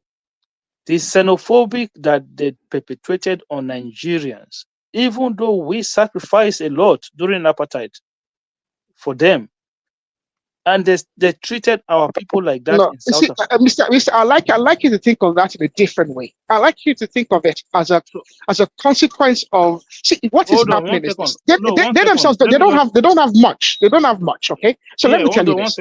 Yeah, let me just quickly put this through. Then a lady was contesting for Miss Universe just because she carried a Nigerian name. These people they did everything possible on the surface of earth to make sure they kicked her out of that, not just out of the competition, to the point whereby they start to accuse that young lady of stolen identity. Somebody who was born in South Africa, who was supposed to be a South African citizen. She came back. She came to Nigeria to represent Nigeria, and she came second in Miss Universe. So the when it comes to when they see anything in Nigeria, the way their body go up. Look, the people who have problem with them, the people who are in charge of their properties. Just imagine one man, you as old as you are now, with your age, you trace your ancestry roots and find out that your father's land in your life is being in control by one white man just because of colonization. You're not going to be happy with that. You're not going to be happy with that. United States is different, because United States is a white-dominated country, so it's okay that most of the land belongs to white people. But it's South Africa, man. It's South Africa in the continent of black people. How do you have a nation where 80% of the land belongs to a tiny minority who are not originally from that place? The land belongs to the person that cultivates the land. That's where I take it. Please, Daddy, can I say this? Yeah. I think what makes the South African matter very emotive is because you have to understand that what we are discussing happened within the lifetime of, 1993 is not a very long time ago.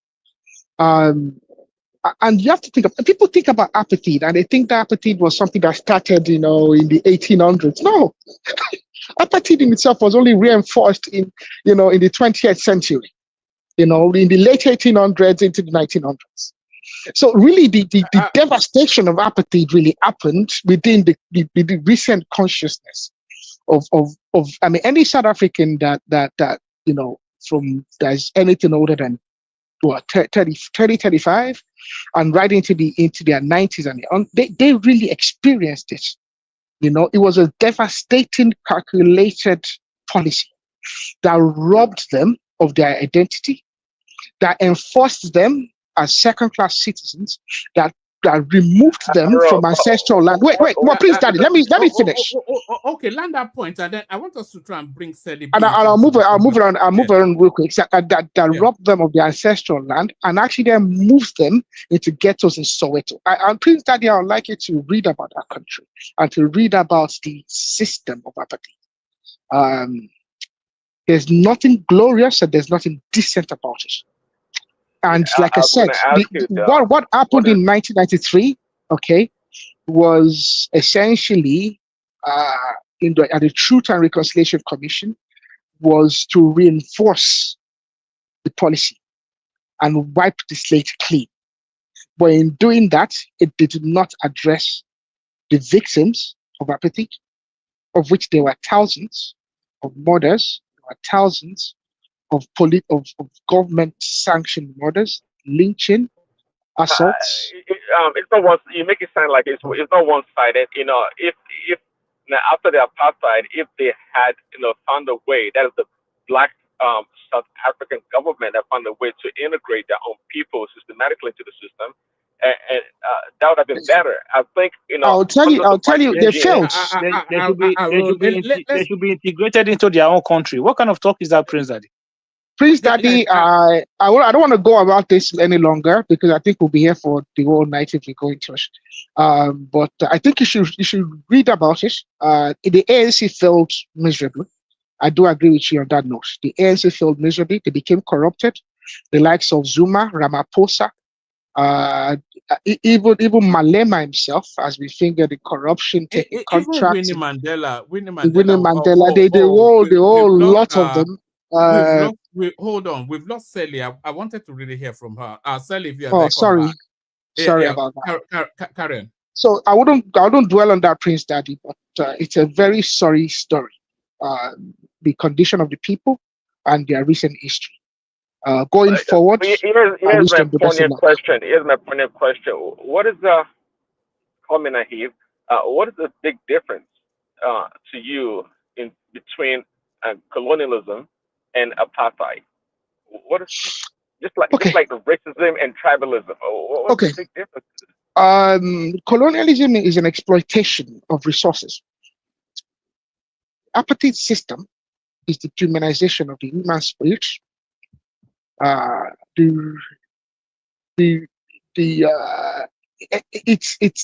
It's a big difference.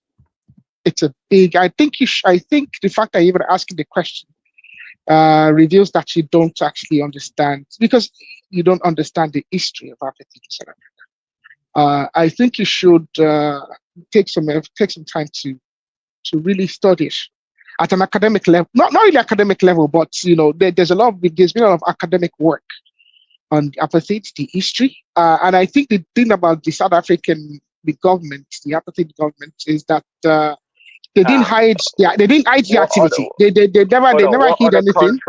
What other country would you compare to? What other country would you compare to South Africa? I would say the nearest comparison in recent living history, or even in any historical that I can think of, would be, unfortunately, Israel in their management of the West Bank and Gaza. Would you call the Congo or the actions of the Belgians under King Leopold an apartheid state or under colonialism? I'll call it extreme colonialism. So does extreme colonialism equals apartheid? Barbarism. Okay. Please, Daddy. So, do you understand what the principles of the apartheid government was? Do you even understand? Because I don't understand. I don't think you actually understand, or you've done any reading or any research into. Well, I'm not a scholar. I'm not a scholar of apartheid system. I'm not a scholar either, but I've read about it. I have some very good understanding about what happened, how it started, some of the arguments and some of the positions. So let me move on. Like I said, we'll be here for quite a while. Before you move, before you one man, please, before you move. I think I wanted to hear from Sally now. You remember Sally? oh my She's from no, yes, your Selling sister. my sister now. Yes, Sally, now. tomorrow. It don't reach nearly 2 years. Let's Sally follow us talk now. Eh? Selling my sister. No, I will see it for her anytime. But I just want to correct something. Prince Daddy, apartheid is an extreme form of colonization that is segregation based on race, right? Colonization is the settlement of a foreign population where it is designed to control and exploit the indigenous. Okay, just to give you a very clear delineation between the two.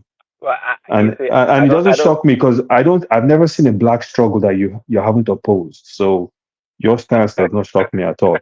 But I'll speak to Celebi. Hold on. Are you accusing Prince Daddy of being a coconut? I didn't call him one man. I don't call him coconut, but he somehow hold on. Is that Izon? Okay, that's Izon, right? He somehow finds a reason hold on, is that Izon? to champion white supremacy every chance he gets. Yeah. Hold on, Izon. Prince, what did Babati call you the last time? Afro-Saxon. Afro-Saxon. It's an Afro-Saxon. It's an Afro-Saxon. I was looking for Izon yesterday to comment actually on Trump's immigration policy towards the South African farmer, the white South African farmers. I want to hear your opinion on that. How much time do you have? One man, I came up with that discussion. Maybe after Sally B. I want to hear your opinion. Okay, after Sally B, I'm here. So it took him 20,000 white people, and they said they are white farmers. So there were 20,000 white farmers. Come on, man, stop that nonsense, man. There were their baby's leg being cut off in Gaza. Yeah, he hasn't taken one of those kids in. Listen, it's the president. He can do whatever he wants, but listen, posterity is going to judge a lot of people. I have a sense of somewhat ambivalence about what's going on in Gaza. Not that as much as what is going on in Gaza is going on 10 times worse in the Sudan. So why are we not reaching about that? Why are we not reaching about that? Sally, why are we not reaching about Sudan? Why are you reaching about Gaza? Sally. Oh, is that me? The silky tones of Sally B's. Okay. Our fight don't finish. Our fight plenty. It never finish. Okay. And you don't even extend more than even the one where we stop. And wow. What is it? What is actually going on in that country called Nigeria? It's just too much for me. I want to enter military now. I want to follow enter military. Which one? ESN? Samonipa military or which one? No. Tuare they follow. Everything is good in Nigeria. That guy na joke. You they buy into that Tuare something. Na scam now. Na lie. Na the people. You see, this is how they deceive Africa. They see a young man who is even innocent, very innocent boy. That guy said, maybe I feel even born and safe. But like, now small boy now. Which time they born that boy? 1980 something. He's only 35. Imagine. The boy is a small boy. And look at how he's taking his time. See, these things that we need in Africa, they are not rocket science. And this is what we have to realize. It's not a matter of, look, all these Agbada politicians, their time is ending. And it's going to end. Because I don't even care if it's my own brother or my own Rivers person. As I know, they look the whole of Nigeria and they actually had the audacity to go and, turn Rivers State to a military state. It's a disgrace because Rivers State is one of the most enlightened. Don't mind all this Wike. Wike is not a Rivers man. Please, he's not a Rivers man because the way Rivers people behave, I mean, our attitude and everything, we are the most Western. Even put it that way. Not that is a compliment because I'm African. And I'm happy to be African. Because you wear bowler hats, Abby. Is it because you wear bowler hats? It's same Rivers of a Bobby. Are you saying you people are very Western? I am saying Rivers was the most western part of Nigeria to start with, apart from Lagos. But mind you, Lagos was not even much of an English zone at the initial, just before What the was the first so-called capital not in River State? The Excuse me now, like, can I just land that point? Yeah, go on. Lagos was a Portuguese zone to start with, and it was like an escravo where they returned slaves, and so it wasn't quite like Rivers. Rivers was original, but had interactions and loads of businesses in the so-called Niger Delta, the Royal Niger Company. The Royal Niger Company. That was that was how Nigeria started. And a lot of people do not even know. One man, I've told you this many times. I did this thesis for my MBA when they wanted me to do British companies. And I said, no, I've done enough. And all of them that I did were correct. All of them, I got, the right grades for those. So now I'm going to do my own area, Niger Delta, and they argued with me, but eventually they had to give me a supervisor, find me a supervisor. I had to wait to get a supervisor that will allow me to write about Niger Delta. So I'm Nigerian 100%.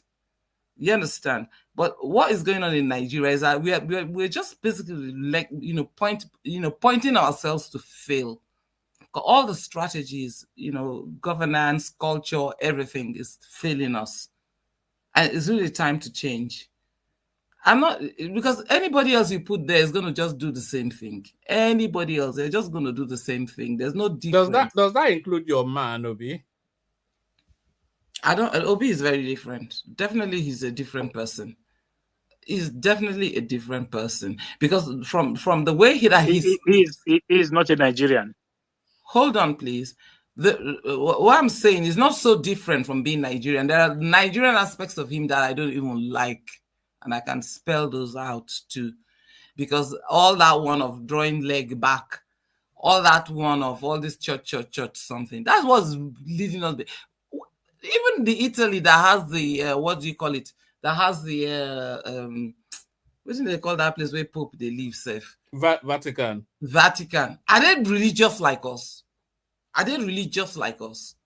We're taking religion too far. Religion is not something that you use to, harm other people. Religion is just something that is just going to guide you as to how you're going to, actually meet up and sustain humanity. That's what we're there to do. We're there to be, as disciples, we're there to. That's what we're supposed to do. Well, people try to change it, or that are speaking in tongues and whatever. No, it's the good that you're doing, even if it's your little community or your little family. I was going to ask you, Sally, did the first Nigerian capital not was it not in your region? The first capital of Nigeria was it was somewhere in River State. Of course, it's the oil rivers when it started. It was the oil rivers, all of that zone, and then it became the something. What is it called? Protectorate. The Southern Protectorate or something like that. But it was originally the oil rivers. So at that time, the British were doing their industrialization, and they were actually getting the palm oil was the major product. It was not even this oil that we're talking about, crude oil. It was palm oil. And so they were trading along that, coast, which, again, I'll come back again. That at that time, the name was not Bonny.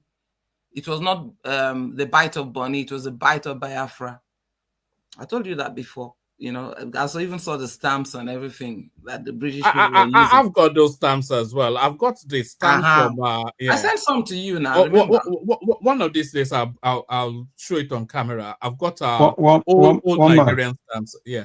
Woman, when you get a chance, you can look up Nigerians, we're not supposed to be here. We know that we're balkanized, so we have separate cultures and all whatnot, and we're doing all sorts of different things, But having been put together, in the way that it is, it's for us to actually resolve and say it's like a family now.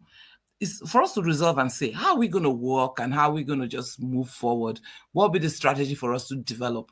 unfortunately, Nigeria has lost this culture. That's the collective culture that we had from the inception.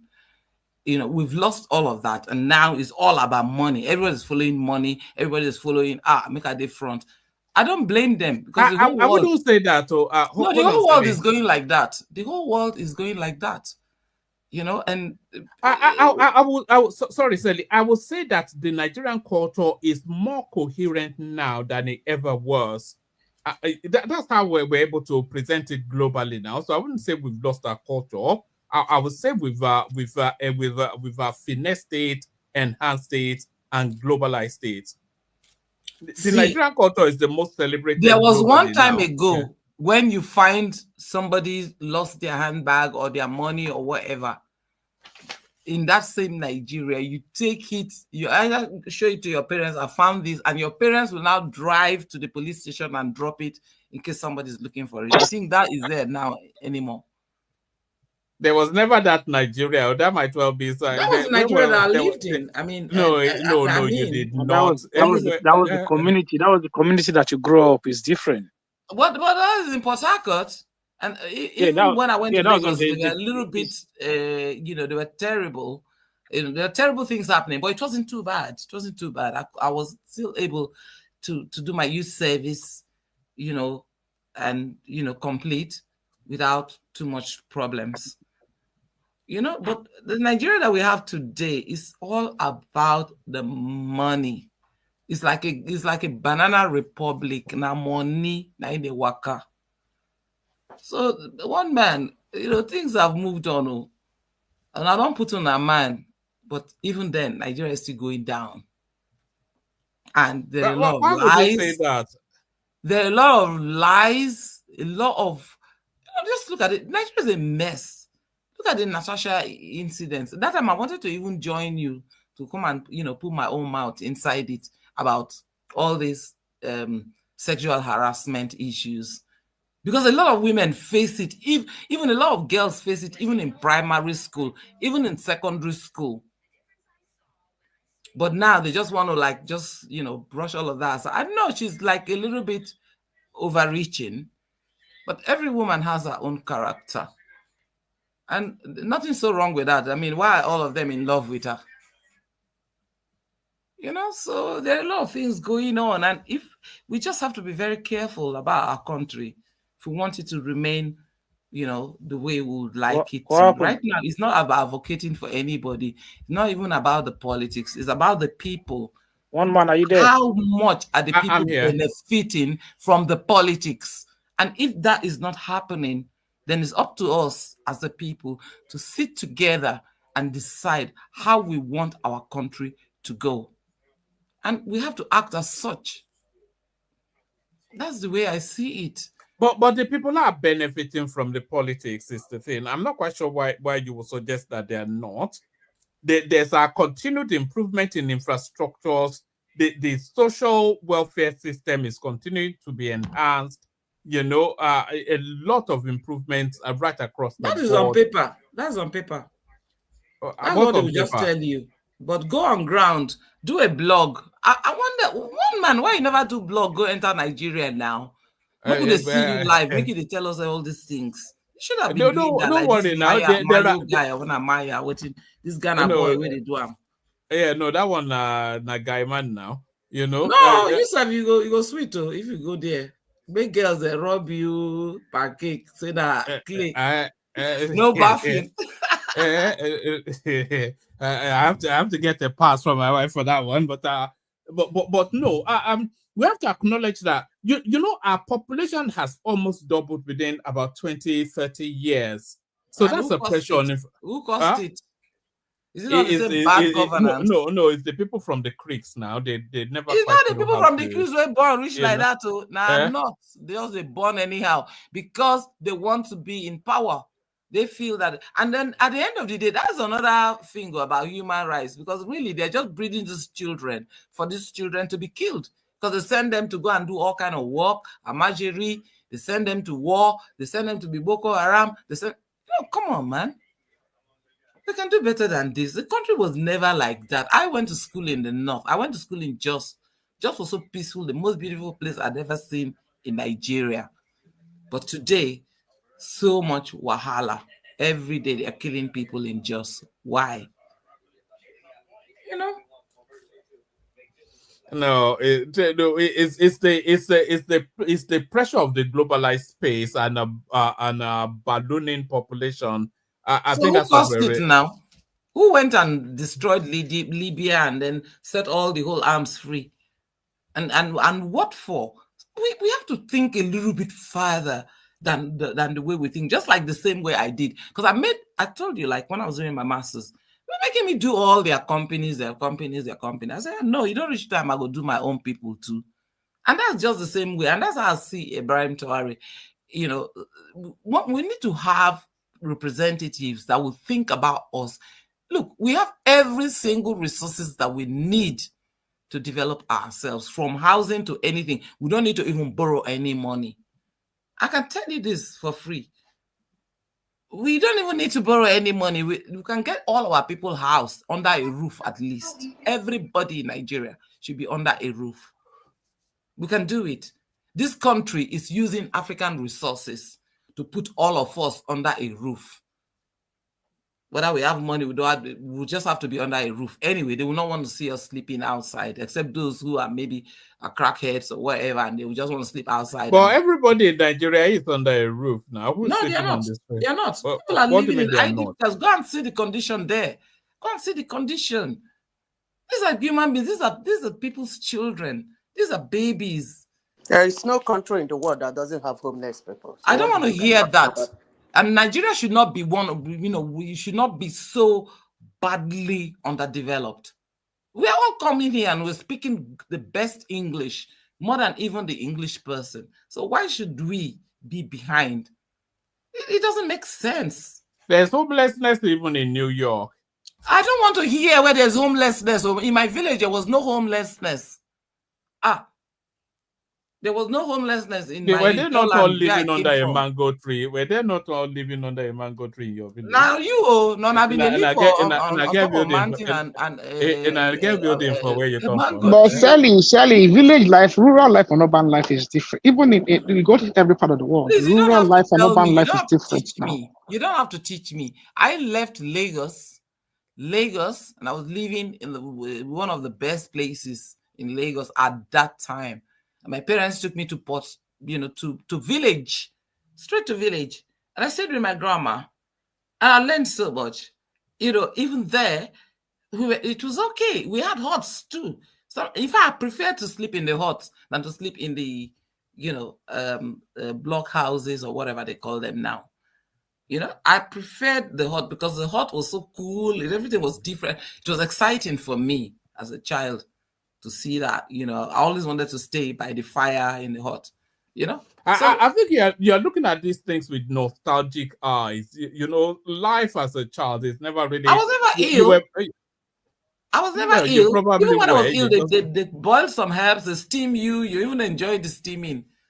So what I'm trying to say is that we've always had the civilization, but the thing is that.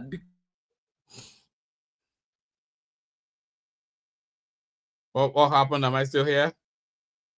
Including the military, being down as a people.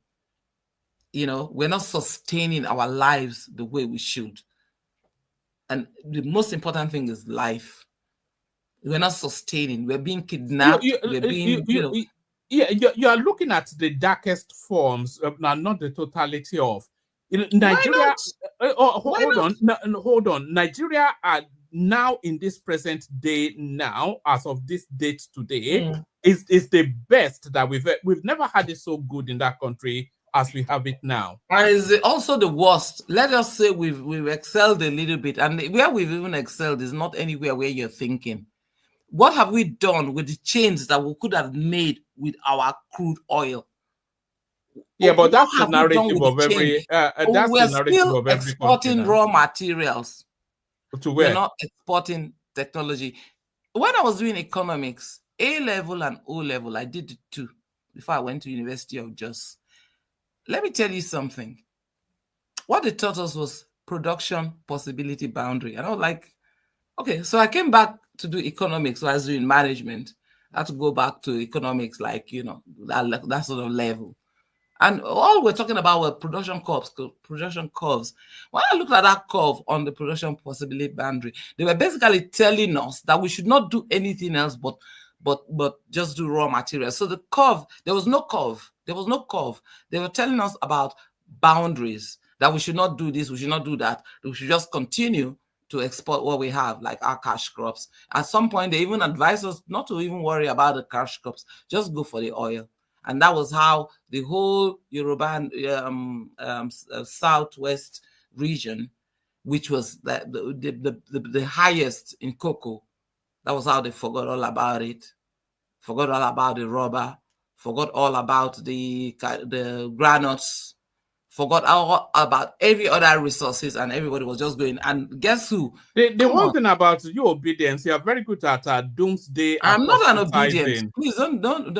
I'm not saying I don't have anything against obedience, but I'm not an obedience. You were once upon a time. Have you left it? I supported Peter Obi. Doesn't mean that I'm obedient. I mean, any caucus called obedience.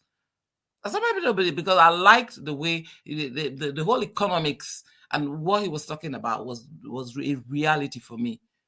And I could prove what he's saying. I could resonate with what. Yeah, but what he was saying then is being actioned now. Why was it? Why is it being actioned now? What? How do you mean? But did you not say it? Why is it being actioned now? No, just hold on, Sally. Just hold on. You really have time. No. Everything that Obi was saying is what's being done now. So yeah, if you're talking about human capital development, we all know the educational system that's been set up now. We're seeing infrastructural development.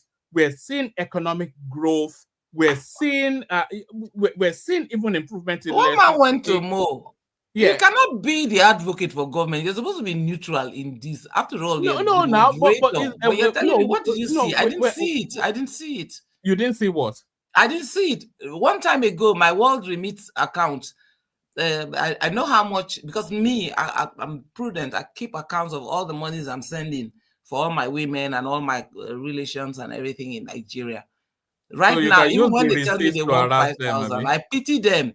I still send them about the same money, and it's so much more in number.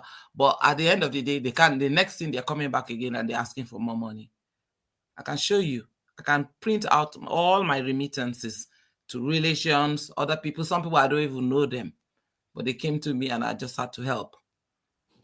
You know, it can't be like this now. Come on, it was never like, we were never reduced to the state of beggars in that country. Everybody had dignity. Even when I went to Jos, in that environment, everything was beautiful. And I got to Lagos, my first job at NTA, everything was beautiful. And it went on like that, at least even with the coups and everything, but it went on like that for some time.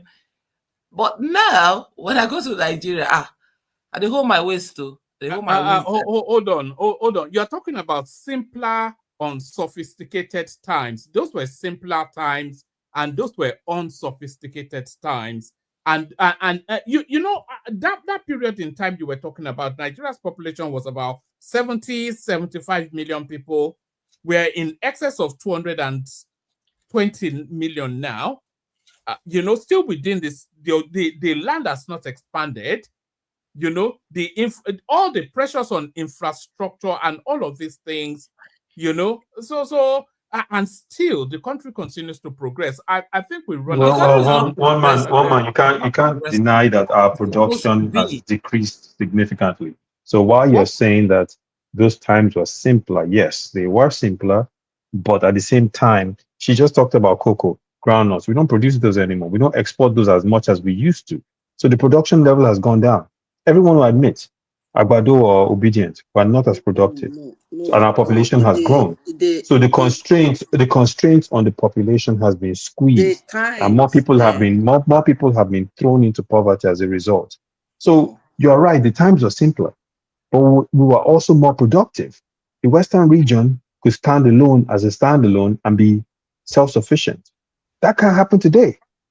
So there's no disputing that fact. The times that time were not simpler. The only difference is that the times then were not demanding. The times we are now is highly demanding. That's just the difference. It wasn't simpler then. That's actually not the right phrase or right word to use for the times of the 70s and 60s. It wasn't simpler. 80s, even Because the 90s. level of Hold on, Zeta. Hold on. Hold on. Before I lose my thought. No, Karen Zeta. Hold on, Sally. Yeah, Karen Zeta. In as much as there were about fewer number of Nigerians then, transportation wasn't that easy. It wasn't simple. It wasn't easy then. But the problem then, or will I say the edge they have then, it wasn't a demanding period. Now we are in the world of a lot of things just have to go on for most people to survive. So that's just the difference. And every time I used to tell people that in life, everything happens in time. There is time for everything. When that time comes, those things happen. And when it happens, it suits that time. And if you don't find yourself being part of that time to suit that time, it's as if you are lacking behind. And that's exactly what is happening to Nigeria today. That's all. The times in the 60s and 70s, God of mercy, it wasn't simpler. It wasn't. No, what would you say was it simpler? The demands then, it was an unsophisticated period in time, and the demands were fairly basic, and the population was significantly less. You know, it wasn't simpler. I don't even know why somebody should say it's simpler. When in a village, let me not use the word village. In an area you call local government today, there is only probably one primary school and one high school. And children have to trek from one distance to the other to go to school, under the rain and under the sun, under the dust. It wasn't easy. But that was the time those humans were fitting. So they didn't have a choice. You're saying that it's simpler now than it was then, or you're saying that I wouldn't use the word simple. Now. I want to understand your direction. The word simple should not even come in both then and now. Okay, use whichever other word that you want to use. The word that will be better off is demand. Life then wasn't too demanding, but life today is highly demanding. That's just it. Not simple. Both now and then wasn't simple. Broaden that a bit. Expand on that. Wait, one man. If it's not demanding, then it was simpler then. No. It's semantics. What you're saying is semantics. If it's more. That's why I use the word a time. But was there any form of insecurity then? No. Of course.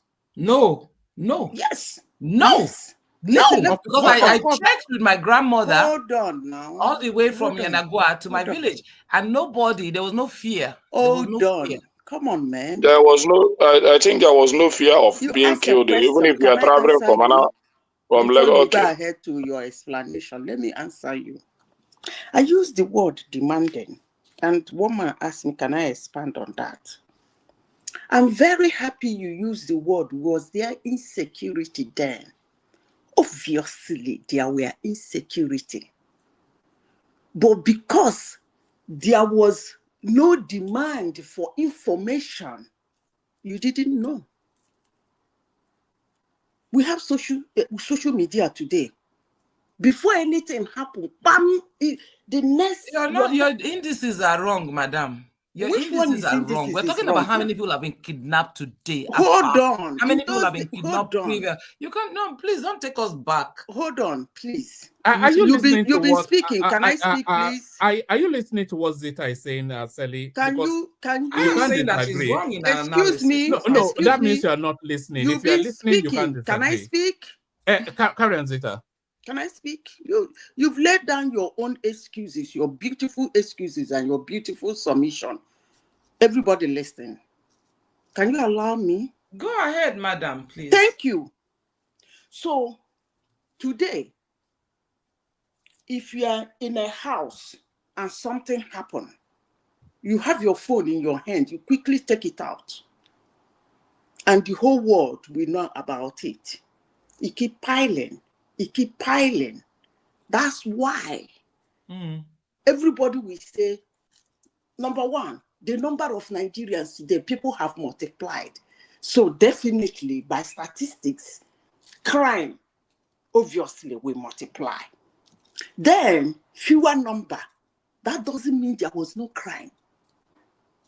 I have experiences as a child. I remember in Umuahia then, a man murdered his brother's son in the farm.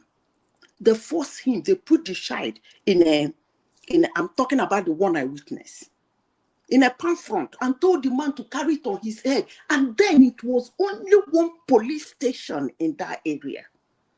So everybody stood on the street. It was, look at them going. Everybody come, hey, is that what he's carrying? But today, you don't need to even come out. Before you say, bam, it's on your phone. It's scary. It's demanding. Sometimes it might be frustrating. But the word simple should not come in between any time in life. None of those times were simple. If I was even saying... quick question, please. Quick question, one man. Missing my point, Madam Zita, how many people in IDPs did we have back then? Exactly. Okay. You can talk about IDP. No, please, can you highlight, please? Because right now we have millions. Let's go to the points rather than going beating around the bush. If you understood what I said, you wouldn't have asked that question. No, the argument is not whether crime existed then. Listen, the argument is the level at which this has gone awry. That is the argument. So I'm asking you, since you are saying that it is more demand, I'm just asking you a simple question. Can you highlight how many people were in IDPs then? You asked a question. Can I answer? Okay, answer. You can't answer and by the way, and be going round and round and round and round and round and round it. You just asked a question. By the way, I was close to a lot of refugees, even as a child in Port Harcourt. And I know the kind of kindness and how my parents, especially my mom, how she brought everyone together and how my father helped so many people to get into work. That can't happen now. That can't happen. Hold on. Let me finish. You asked a question. Whether there is IDP camp. One thing you will understand is Nigeria has never fought a war after Nigerian Biafran War. And I am sure you did not have the statistics and the incidences and situations that happened then. After the Nigerian Biafran War, there have been a massacre in the north on several locations. And I am sure you do not have the displacement. The story of where they were camped, they were able to be evacuated. I think you're going for the hold on. I'm going for the Please, for the can I main finish? principles of the point. Because there is one thing I don't like. When you ask a question, somebody is trying to explain it to you. You put in another question and you put in another question. That means you actually did not ask a question for an answer. Well, you're deviating from the point. You asked me a question, how many IDP camp? And listen to me carefully. First of all, I gave you something that is bigger than IDP camp, which is war. You didn't hear that. How many people are being displaced in war? Of course, more than what you call IDP camp. So why are you asking, did you have IDP camp in those days? And I told you, we did have IDP camp. Hold on. They didn't call it IDP camp. It did not exist. But it did not live for long. The government did not organize something together for you to go and take photographs and people like P2B and people like politicians to go and visit. Does not mean ID camp never existed in Nigeria before. So are you happy about the environment now? Hold on, He's Sally. deviating in the question. This is Zita, ridiculous. I don't Zita, make such argument. Zita, hold on 1 second. Let me see if I can condense it. So that's why I was asking if people are actually listening to what you're saying, because it's very difficult to disagree with you if people were listening to what you're saying. What Zita is saying is that I disagree with her. I listen to what she's saying. Please don't undermine our integrity of understanding. Maybe listening to disagree rather than listening. No, she went out of the point. That's a fact. No, she did not. She's out of the point. She was going One round. man, please. Can I say one thing? I beg. I was just trying to say something.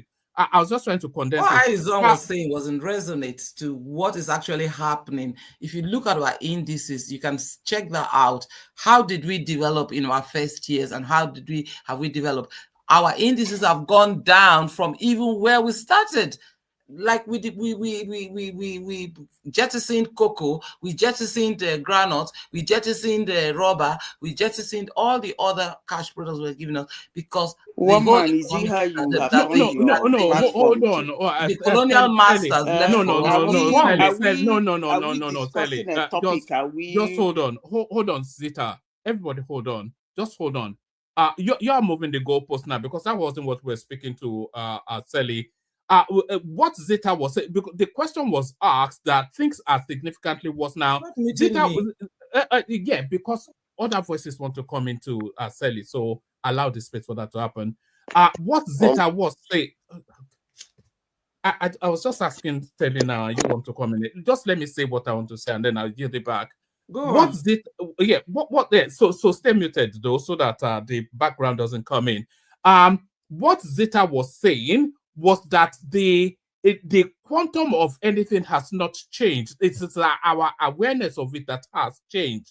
And she's citing the example then that all of these things were still the villages were being attacked as far back as whenever. They tell us that the goings on in the Middle Belt is centuries old. It's just that we're getting more awareness of it now. And Izon was asking if there were IDP camps back in those days. That's not to say there were not displaced people. It's that just they were not contained in the way they are being contained now. So all of these things is the awareness that is more that amplifies it, rather than an increased frequency in how it is happening. So that is broadly what Zita was saying. But one man, wait, One man, please,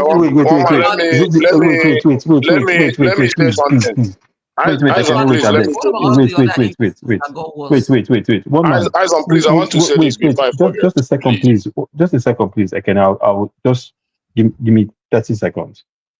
One man, we cannot talk devoid of facts. Someone cannot say that, oh, it happened then, but I don't have the numbers. I don't know how much it happened, but just because we didn't have the internet doesn't mean it didn't happen. I'm sorry. There's no other way to put it, but that is BS. Because at the end of the day, numbers were calculated for how many people lost their lives during the Civil War. Numbers were calculated for how much the Igbos were given after the Civil War. Numbers were calculated for numerous other things. So for you to come here and say that you're saying that the situation then is the same as the situation now, but by the way, we don't have statistics to justify that. That is, I don't want to use certain words to describe what that is. But we have situation now where we know, according to UNICEF, according to international organizations, we know millions are in IDPs today. So how you can't make an argument like that justifiably? Wait, one man, wait. No, you can't say you can't say that. Let me say this. But go ahead, go ahead, please. Let me say this, please. Okay, go on. Let me say this. The point I want to say is that if you want to compare what happened, maybe when we say there is insecurity, I want to compare it with war. Then it's not a good comparison, because there is an adage that said that war doesn't eat a crippled man. Because before even a war will come, I think there are some of information. So you can't compare war with what is happening. Yeah, you are sleeping in your house, some kind of terrorists will come and scatter the whole place, kill a lot of villagers and all that unexpectedly. you can't compare that with war. With war.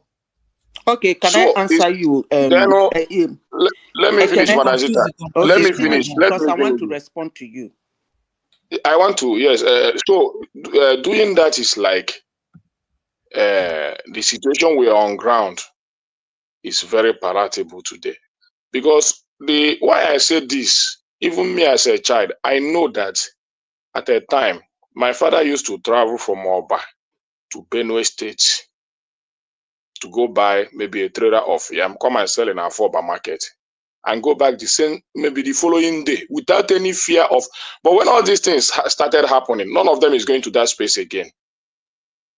So it has reduced our food production. It has increased hunger, which we never experienced before. To go to the north to go and buy a trader of beans or yam is an easy stuff. Then you can easily travel with a lorry from Anambra State to Sokoto to wherever you want to go to. You stay in the road for 2 days, 3 days without any fear of being kidnapped. So you cannot compare the situation today. Today, nobody will do that.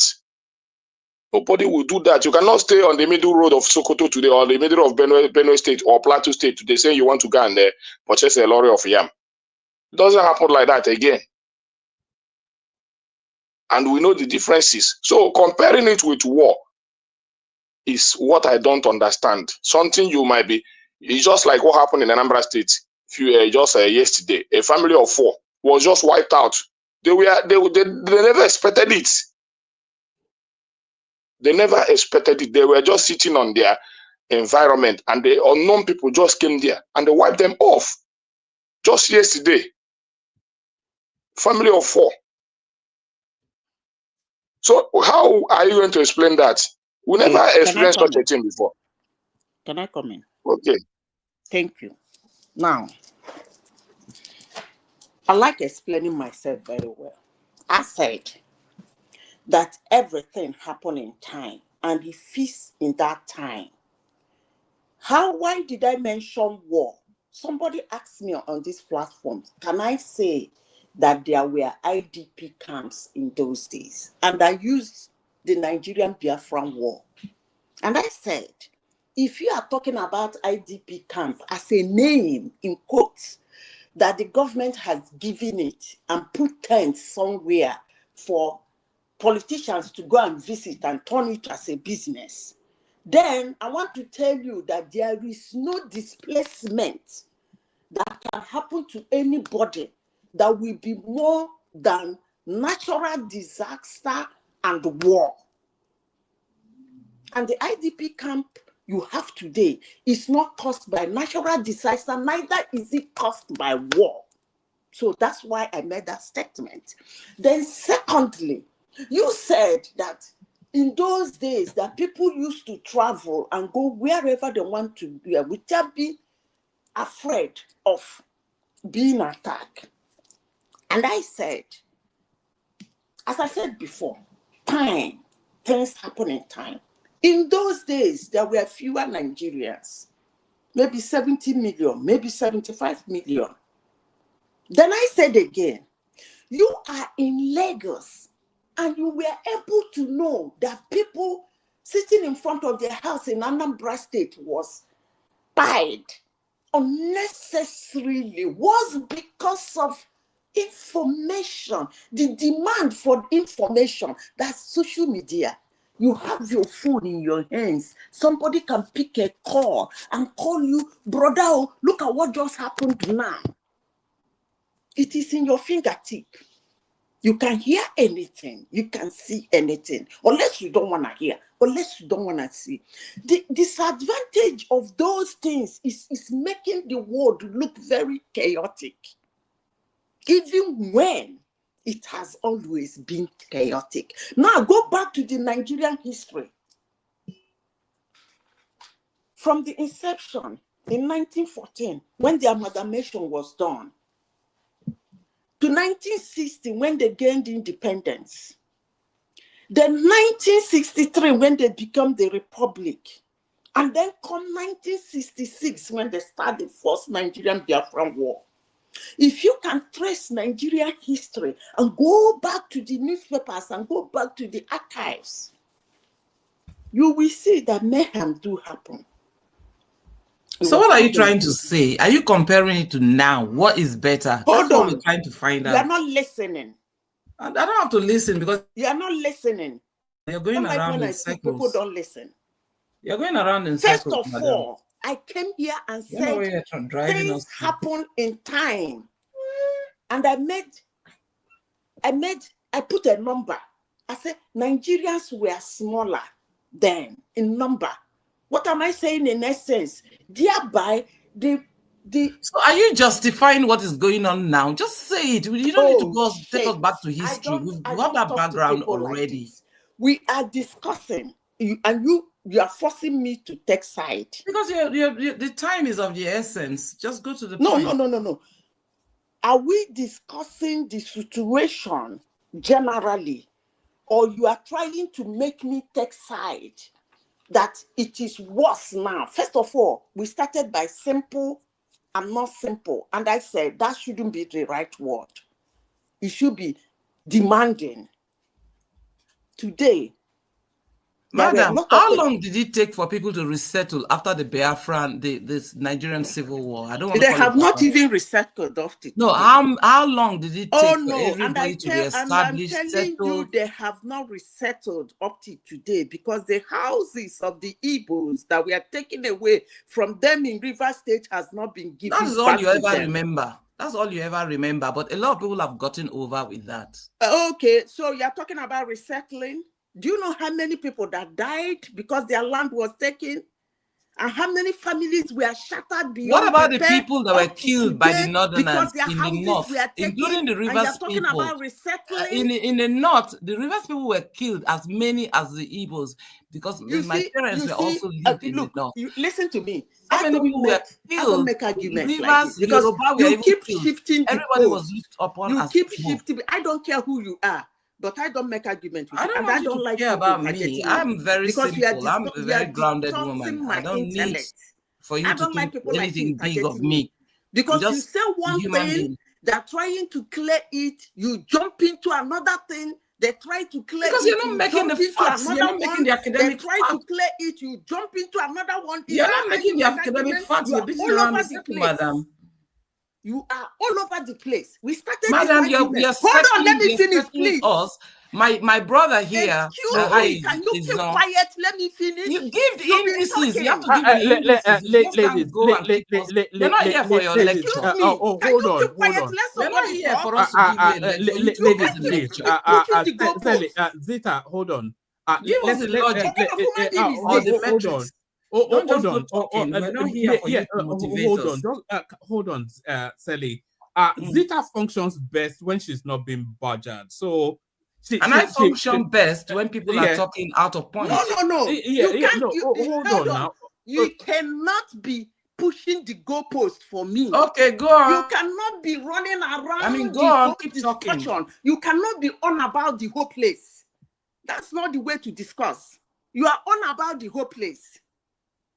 That's not the best way to discuss. You say something, I try to clear it, you jump to another thing, I try to clear it, you jump into another one. Now you are, how long did it take them to recover? And I told you, some of them never recovered. Please, I have a lot. And it's a war that is more than 50 years You're old. going on about. Some people have never, you are jumping into another from one thing to the another. What the heck is wrong with you? Madam, I've been listening to you a long time, even when I didn't join the show. Most of the time, you're out of point. You're totally out of point. Stop interjecting me. I don't do argument like this. It's actually annoying and irritating. You ask a question. I'm sorry, because I'm telling you the truth. And then you will not be happy because already you sound to me like somebody who's been paid to talk. What kind of human being is this? We started. No, Shelly, that's a bit low. Shelly, that's a bit low. That's what I know to say that she's paid to talk. I think you should retract that really, because I know you're mature. I think you can retract that honorably. What kind of nonsense is Aro, please, I don't think you should insert yourself into this. If one man is the moderator, right? One man needs to take control, You've been and if you want talking to speak, since then let I her woke speak, up. You've been the right? one talking. There've been attacks on both sides. So let's not try to make it seem What like do you one mean by person is attack out. on both sides? Please, can you explain? Seriously speaking, I don't care how she Hold attacked on. Can me you because explain I'm here as a what you mean by there citizen being to attack say on my both own sides? mind.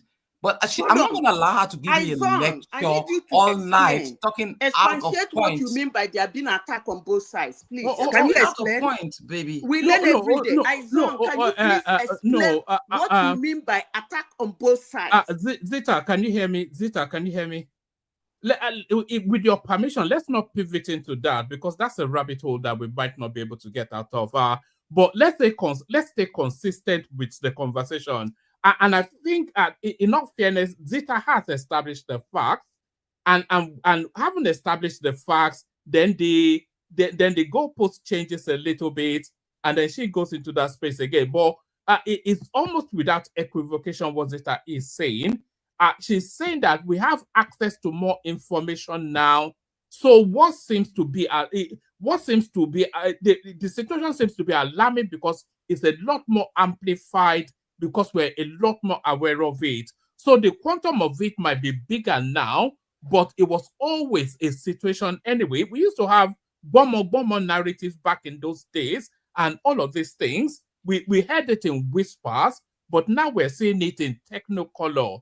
And that is what she's saying. So it amplifies. We see gruesome images, people being slaughtered. They were being slaughtered back in those days, but we did not access it. But the information we're able to access now amplifies it, but it's always been the situation.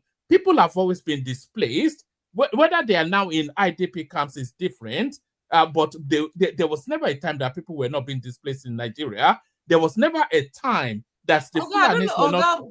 One man, I don't know why you always like to moderate for, speak on her behalf. You had the whole angle where we were going to. We know all of these. Now, we're talking about the extent of our development. Is it commensurate with how we started? What are the indices? And this is what my brother, Madam, please, let me just make one point. You are bringing another different I'm not insulting you. Let me just make my point, please. You'll be making points. No, but you were taking us back in. You're trying to lecture me. You can't lecture me about really what we've already started and stated the background. And the background was already there really from the beginning. So you were trying to take us back. I told you, I know about all these refugees and things like that, all the things that happened. You went into Port Harcourt about, your properties that were taken. That's all been said. I have suffered that. When I went to Jos, and that was the first time I had to go to school with a lot of my counterparts and my sisters, my Igbo sisters and Igbo brothers. And then they wanted to take that, they wanted to get to me because of that particular issue. It was not my fault. It was nothing to do with me. It was the way that the military operated and decided to seize those properties and all the things, all the shenanigans that went on during the Civil War and after the Civil War, of which I, as a person, is not happy with. I, as a person, I'm not happy with any of that, taking people's properties and whatever. I wasn't happy. I lived in one of those so-called abandoned properties myself. And I feel the guilt that these houses, but then as a child, I didn't know anything. But when I got to know, I questioned it. And I said, no, that was not right. Do you understand? So, but the Rivers people were feeling, oh, well, they were dominated by the Igbos and blah, blah, blah, blah. And so it was just too much for them. Well, I said, well, the Igbos, why I like them is that, and why I have a lot of Igbo friends, is that when we're doing business, they move fast. If you don't move fast, they move faster than you. And you will now be thinking that, oh, they scammed you or whatever. But the truth is, we Rivers people, we have a slow leg. We always look at everything with way circumstances. But Igbo, they get excited when it's business, money, they go for it. Sorry, and I have anything wrong with that. Just said there. Because I like to be like that too. Sorry, repeat what you just said there. Did you suggest that the people from River State, which includes Aizon's place, are you suggesting they're a bit slow-witted? Of course, we're very I hear, slow. We don't like you jumping see, into it's all things. you don't hear that now. It's all slow. We don't like jumping like that. Everything we just jump. It's even people like Wicked. They're an embarrassment for us. They're embarrassment for us because that's not the way we behave. That's not our attitude. That's not our courage. Not the way that we get to do things. And so, you just think about it. We weren't meaning to like hurt anyone, but at the end of the day, we like to look at the spirit, the frequency before we move. But the Igbo, when my Igbo friends, once you say business, money, they're moving. And if you start doing that, your short leg, they've already gone and then you're not blaming them. Oh, they went ahead or they dominated you. Yeah, they will dominate you if you don't move. And that's why I tell my people, we're too slow. Look at Sim Fubara. They cannot, which other person they can remove like that? And just put a state of emergency in their state. It's unheard of. In a democratic government. But Sally, you work for NTA now. You work for NTA, so I'm sure you know that Obasanjo, and it did a few things of that nature as well. Well, Obasanjo is like, it's like a father now. Whatever he did, I think he's repented his sins. Really? So Tinubu will be washed of his sins as well in the future, I guess. No. They were not the same background. This guy was a soldier, a disciplined guy. He did his job. He served his nation. You cannot compare him with somebody who just use a baga enter. Did Obasanjo impeach a number of governors? The Gige fiasco, did that not have Obasanjo's he tried, but Anini still maneuvered him. No. Him. I'm not winner. The Ngige fiasco, the kidnapping of a sitting governor. But you know, was that not with the consent of Olusegun Obasanjo? The two elections that brought Obasanjo in, they were significantly worse than the election that brought Tinubu in. So if you're talking about Baga, of course now. Obasanjo was picked from prison and made president. There was never an election. Stop being a tribal bigot, man. Is Obasanjo not a Yoruba man? Not being a tribal bigot. I have nothing against Yoruba. I was born in Yoruba. Yeah, so how is it a tribal? I'm comparing Obasanjo with Tinubu, so how is that tribal bigot? Why all this Tinubu thing? I mean, you're supposed to be like neutral. Sally, answer the question. How is he a tribal bigot in comparing Obasanjo? Pardon? You called him a tribal bigot. He is a tribal bigot. He knows. For analysis of him, but he is, for analysis of Obasanjo. I mean, basically. Oh, no. Okay, yeah, that's fantastic, Sally. I don't think I should dignify that statement of yours. I have no problem with Yorubazu. It's most unfortunate that you're in a public forum. You open your wait, Sally, please. You let me land, okay? I think it's most unfortunate for you as a mature individual who claims to have lived across Nigeria and experienced Nigeria to open your mouth and say that most Yoruba people are tribal bigots. That's most unfortunate. That's reckless. That's most unfortunate. That's most unfortunate and very reckless of you. No, I'm not reckless. I'm telling you the fact, and you might not like it. I know you're wearing fella there, but you're not behaving like fella. Oh, that's not foolish of you to even say that. Foolish, but you're wearing fella status and you're coming to talk about this. Sally, you can't quarrel today. Now everybody. I come to quarrel. Sally, the silky tones of Sally B. Are you here with you talk now? So I go enter this show now. Now fight to carry. I know my tones are not so silky today. Yeah, but they were silky once upon a time. Our country is in distress. And we're all distressed. Me, especially as a woman and as a mother and a grandma, I'm very distressed. I want my grandchildren to come back to Nigeria, live the way that I walk the streets of Amadi Flats in Port Harcourt, and I had no fear. Even in the night, I go for my prep and I come back, I was safe. It's not like that today. And that's my worry. So I don't want us to beat around it. I want us to go for action. Whether we want to call up on our president, Tinubu, to do better, then let's do so. Don't come here and give me no propaganda because I'm not a baby. I grew in that One country. man, what's the topic you people have today, please? Yes, yes. So yeah. I think Prince Daddy hasn't actually spoken, so we had to All right. ask Prince Daddy to give way so that we could hear from Sally. So that's the inimitable Sally Beats, by the way. So Sally Beats is one of the big champions of the platform from back in the day. So yes, so we're the beginners. remember when you came here? Remember when you came here with your cousin or something and you started to blow grammar and we had to get the dictionary? So where is she, that girl? What's her name? Do you remember when you came here? I think you were. I think you were on your third bottle of wine when you came in that day. That time I was a student, so I was like, very prudent. Right now, I've finished everything, and I've realized I can have my freedom, and no one should stop it. And every other person, every other citizen, every other human, every other child, every other adult, man, woman should have their freedom. And that's me. You were pretty late today. No, we saw the bottles all strewn all over your. Stuff, man. Look, the wine that this guy Africa gave me, you took it. You never sent it to me. You mean what's it called? What's his name again? I see him in some other programs these days. Why is he not here? He was here. He just left. He left before you came in. The one that's living in Japan. He gave us Japanese drinks. You never sent my own. You never sent your address now. In fact, I didn't even consume it until a couple of months ago.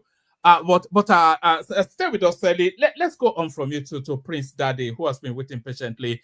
Prince, floor is yours. We were talking about the refineries that's been shut down again. Obi telling us that he's going to run as a Labour candidate. What happens to the coalition then?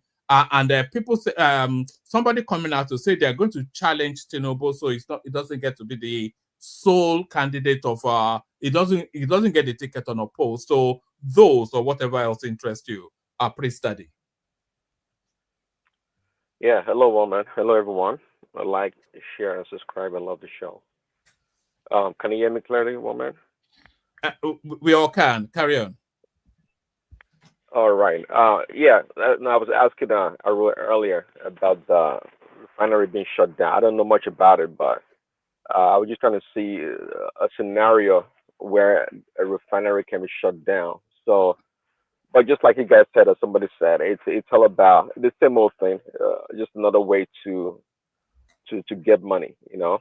And when I say every sector in that country is corrupt, don't blame the army if the army is not putting in all the efforts, you know, to fight Boko Haram. They're not stupid. So, you know, everybody, you know, eating their cake. So, you know, it's the same old story goes around. So, no big deal. Peter B. What do you say about Peter B? Yeah, you know, at Kenya and Co. You know, I've not heard again. Man, Joel of Nashville. You know, I think you know they are more than happy to accept Peter B as a second fiddle to Atiku. You know, all they care about is Jagaban out of the door. You know, they don't care. They, they just don't like Tinubu, no matter what. You know, even though they've all condemned Atiku in the past as Atiku thief, this and that, but you know, as long as any combination of a northerner, even they would take air fight today, if it's possible, just to get rid of Tinubu. So that's the game. We all know that. And Tinubu again, one of his good qualities is patience. The man is patient, and the man is very calculating. He's like 2-3 steps ahead of these guys. He's a master politician, so not a big deal. But rational mind, even though it never makes much sense most of the time, but he said something that I already have thought about, and perhaps others, in the sense that all these governors and all these politicians deflecting to APC. And a couple of weeks ago, I used the word mutiny in the APC party. they may have a nefarious, you know, plan somewhat, to all come into the party, overwhelm the party, getting close to election, and they begin to make, quarrels and try to destabilize the party from the inside. They can do that, but I'm not sure how they are going to be successful. In every organization, there's always a circle of trust, and I know Tinubu well. I would think he knows better who to allow to get closer to his plans. Um, Even though they may have a mutiny in the same party, but it should be outside the realm of power. That even that mutiny would not be so catastrophic to Tinubu come election time. So it's something to be watchful of. Actually, we don't know. I think there's something to it. This guys, I mean, all these guys. Yeah. Again, just like Remy and Code have said, no, the governors are getting a lot of money. Double, quadruple money that they never had before. Maybe that's what they're looking at, their own pocket and what they're getting, and they think maybe they're aligned with Tinubu come the next election, they get more money. They be highly favored. I'll just put it that way. So it's all the politicians. They're not doing anything new. That's what they've always done. They continue to pursue that greediness to the highest degree. But I tell you, at the end of the day, maybe I'm more comfortable saying that. Look, these guys, they don't have time to plan. Nobody wants to spend money. Okay, I don't think they have time to plan. They're really thinking about themselves. They don't care about taking out Tinubu. Uh, I know Tinubu, the economy may not be the best right now, but nonetheless, I think he's doing the right things, putting in the right structure, the right plans that will yield better results or fruits in the future. I think that's what he's doing, and I know the common people can't see that right now, and I don't blame them. I do not blame them at all. You can't tell a mother that can't feed a child Praise that Daddy. Tinubu. Praise Daddy. Praise Daddy. My guy, cool down. Listen, I've given a lot of respect to people that always say that Tinubu is putting the right structure to get the economy back. I've given a lot of respect to them. And I think henceforth, I'll start to tackle them, no matter who you feel you are.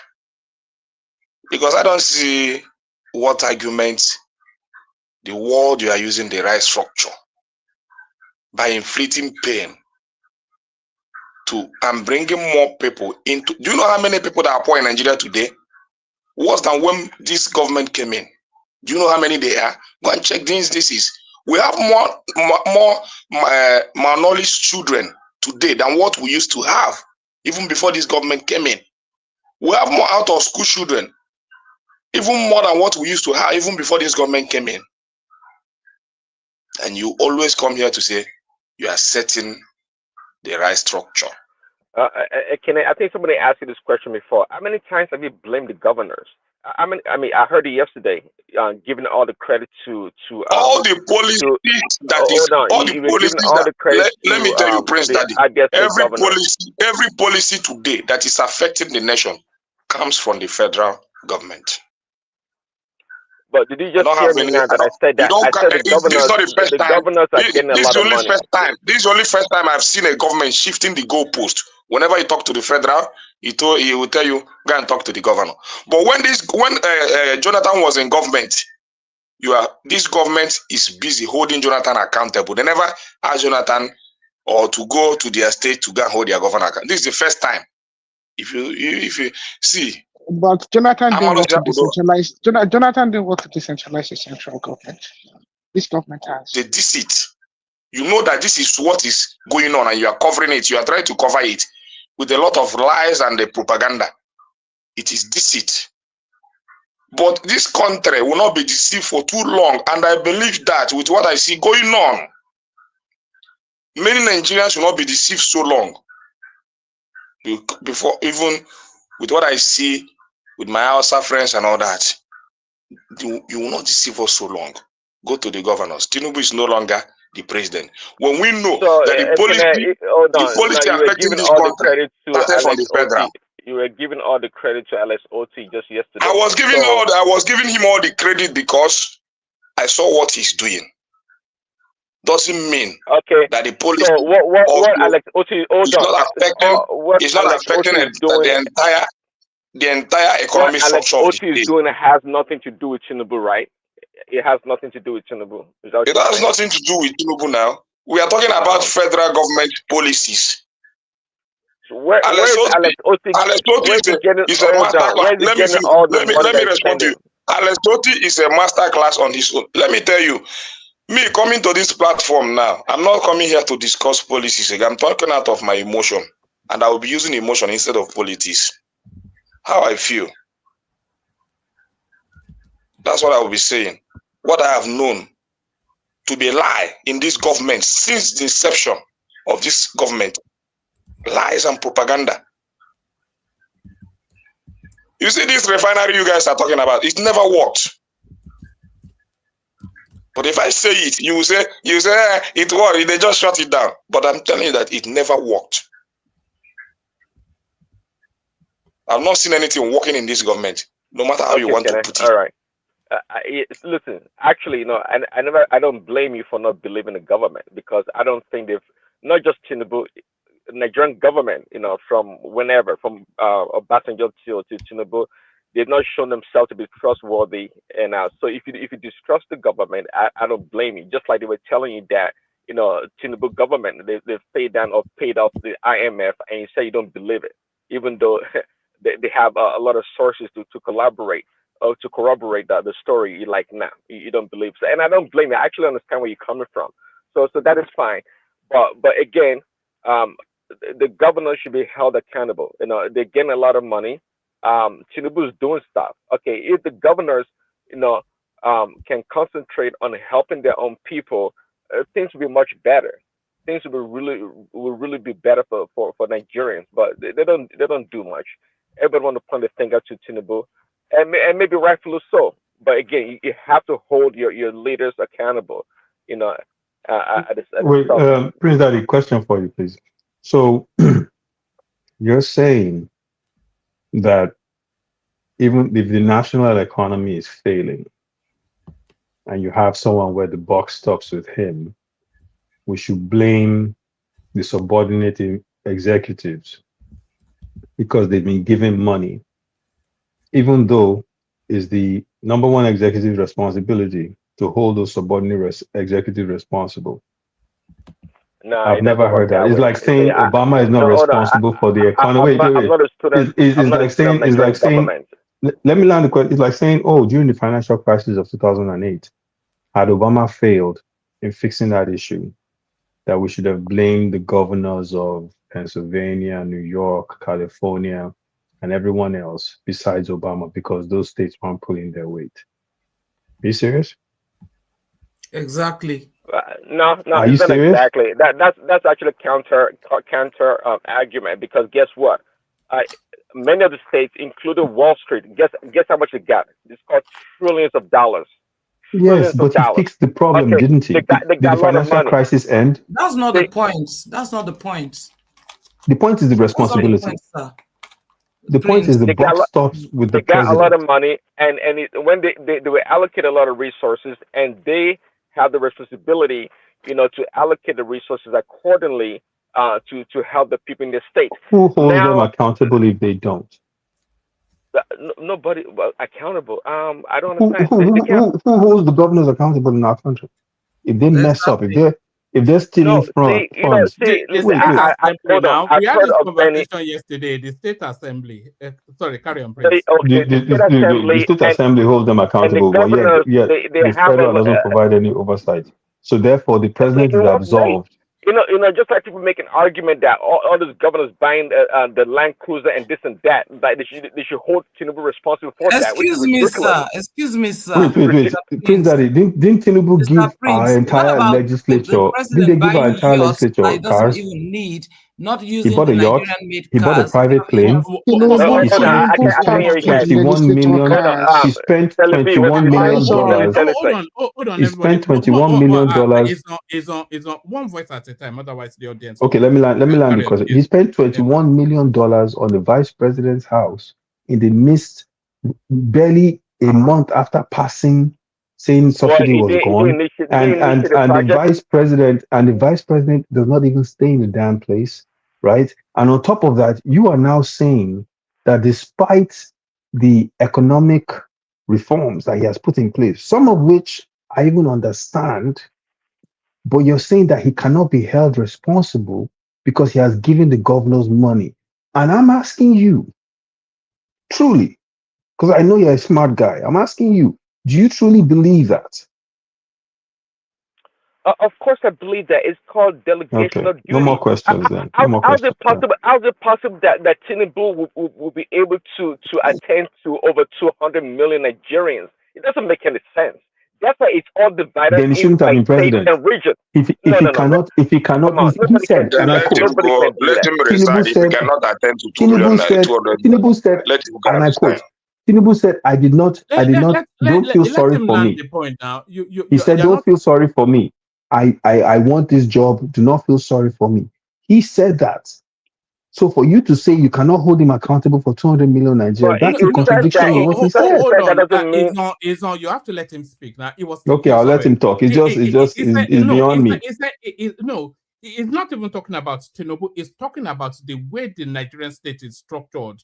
In that federating state, precisely because one person cannot be held. Otherwise, why do we have states? Then why do we have a president, one man? We might as well do away with the presidency. You don't even want to listen to a counter No, argument. I know where you're going, but I'm saying, like, why? What's the point of a president? Go there now. Don't preempt what. Okay, go ahead. I'm just saying, go ahead. Yeah. No. What I am saying is, if we wanted one person in charge of 200 million people, then we would not have federating states. It is precisely because the management structure to be able to manage the population subdivides into the federating states, and the federating states are equally equipped with all of the powers of the central space to administer their own portal. So that's how the system works. So my question to you. And democratically, and it's not even Tinubu. No Nigerian president is meant to be accountable for singularly for the entire country. Okay. So when the economy was failing during Buhari, it's meant to account in collaboration with all of the federating states, not as yes. Well, I understand the system, one man. But what I'm saying to you is, if the national economy is failing, who is responsible? No. It's not. You look at the policy. If Tinubu passes No. It's a simple. The buck has to stop somewhere. If the national economy is failing, okay. Where I work, wait. Woman, where I work, I manage 3 departments. Okay. Now, people in those departments sometimes don't do what they're supposed to do. But my higher ups, I have meetings with. If those 3 departments are failing, they don't talk to those people. They talk to me. I am accountable. Do you understand what I'm saying? And that's how every system works. The president has chosen to embrace this job. The national economy is failing. We cannot hold the governors responsible because the buck stops. The national economy is failing. The buck stops with him. By what metric? It's failing because most Nigerians, we ask them, well, is their lives better today or was it better 4 years ago? You get the answer you need. And that's all you need. Forget all the other stuff. Their lives are worse off today than they were 4 years ago. That's a fact. And that's all we need. We don't need anything else. Well, we can do all the Uber. We can say, and I give him credit for paying off the IMF debt. You can give credit, but it's not translating to the lives of the people. And as long as it's not translating to those people's lives, their lives are not better. It is not. But their lives are better. No, it's not. How their lives better? Please explain that to me. We've gone through this whole myriad before. No. I want you to educate me, please. I'm ignorant. Right. Please educate me. How are their lives better?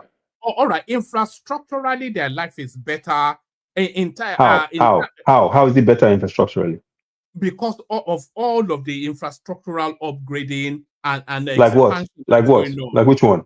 Like which one? I can get. Look, Let's start with infrastructure. Let's name the ones that have been finished, please. I'm all ears. What do you mean the ones that there's an abundance of ones that have been finished? Like what? We've gone Give through me an this list example. before. No, please. I want you. I want you. You can't say something and not give me an example. You just carry on. It's not about carrying on. You made a statement. I'm asking you to validate that statement. So give me an example, for me please. to be able to validate it, then I have to have the room to speak. I'm giving you the room. Yeah, but you're Please. battering me. Okay, sorry. No all offense. right, Please go ahead. Let's get back to Prince Daddy. Prince Daddy, floor is Oh, yours. okay. Carry on. Okay, No, go ahead. we circled this conversation too I'm many asking times. you to validate it now. If I make a statement like that, I will give you examples. All right. Let's Prince Daddy just carry on. Prince Daddy, back to But you. you didn't Prince allow me Daddy. to interject. I was Okay, asking Tell it, go ahead. Prince Yeah, Daddy. go ahead. Go ahead. So, Prince Daddy, I mean, the way you're sounding, right? Like my brother said also, of course, you're my brother as well. So I'm not discriminating. He's not your brother, he's a Yoruba man. Remember that. Yes, I was born in Yoruba land, so Well, center was dropped somewhere there. I don't yeah, know. remember, Prince Daddy is a bloody tribal bigot as well. While he has it. But I think you're well, who is saying I'm a tribal bigot? Is that you? No, I didn't say you're a tribal bigot. I'm telling you that Prince Daddy is a tribal bigot, according to yourself. I'm not Just a remember tribal that. bigot. No. I didn't say you are. You didn't claim to be, but you claimed that Prince Daddy and his Yoruba compatriot are. So I'm just reminding you, just by the way. Yeah, I don't mind. But all I'll say is that I have to have a voice. It doesn't matter who we are. We're all Nigerians at the end of the day. That's the passport we're all carrying. So what he was saying, like my brother said, Aizon, is that he's not giving no indices. He's just saying, oh, he did that, he did this, he did that. But then when we look at the indices, we see that there's more poverty than we ever had in Nigeria that is going on. And then we look at all these policies that they come and tell us about. Most of it is just a talk shop. It's just a talk shop because they're not giving us, we're not seeing any results. For instance, when it comes to the palliatives we're actually given out to people who were, okay, let's talk about the palliatives for like poverty, and then also the palliatives, the grants that were meant to, what's it called again? Loans that were meant to give to students, right? We can't even see anybody who's collected those loans. And most of those loans have been siphoned outside the country, which is a disgrace. A lot of people did not get anything. There were issues about those loans and all the things that actually happened and went on, in the circumstances. Then there was also, till today, we've not heard about the monies that the first minister for, what's it called? Minister for poverty or something like that, human resources, right? The human, can't remember what the exact title she is, but the one her name is Betty. Betta. You remember the woman, the young lady, a doctor and everything from Akwa Ibom? Till today, we've not heard how all those monies that were disbursed to private wallets and how they retrieve those monies and if those monies have at all been sent back to the people that deserve those monies. So there's a lot of things. Is that your question? You can have all the best policies. Are you asking him a question or you are? Yeah, I'm trying to ask him. Yeah, I'm asking him. You can have all the best policies, right, in media and on paper. But how far is your execution of those policies and how efficient are they? You can't run a country like you're running your backyard, even your household. You run it with efficiency.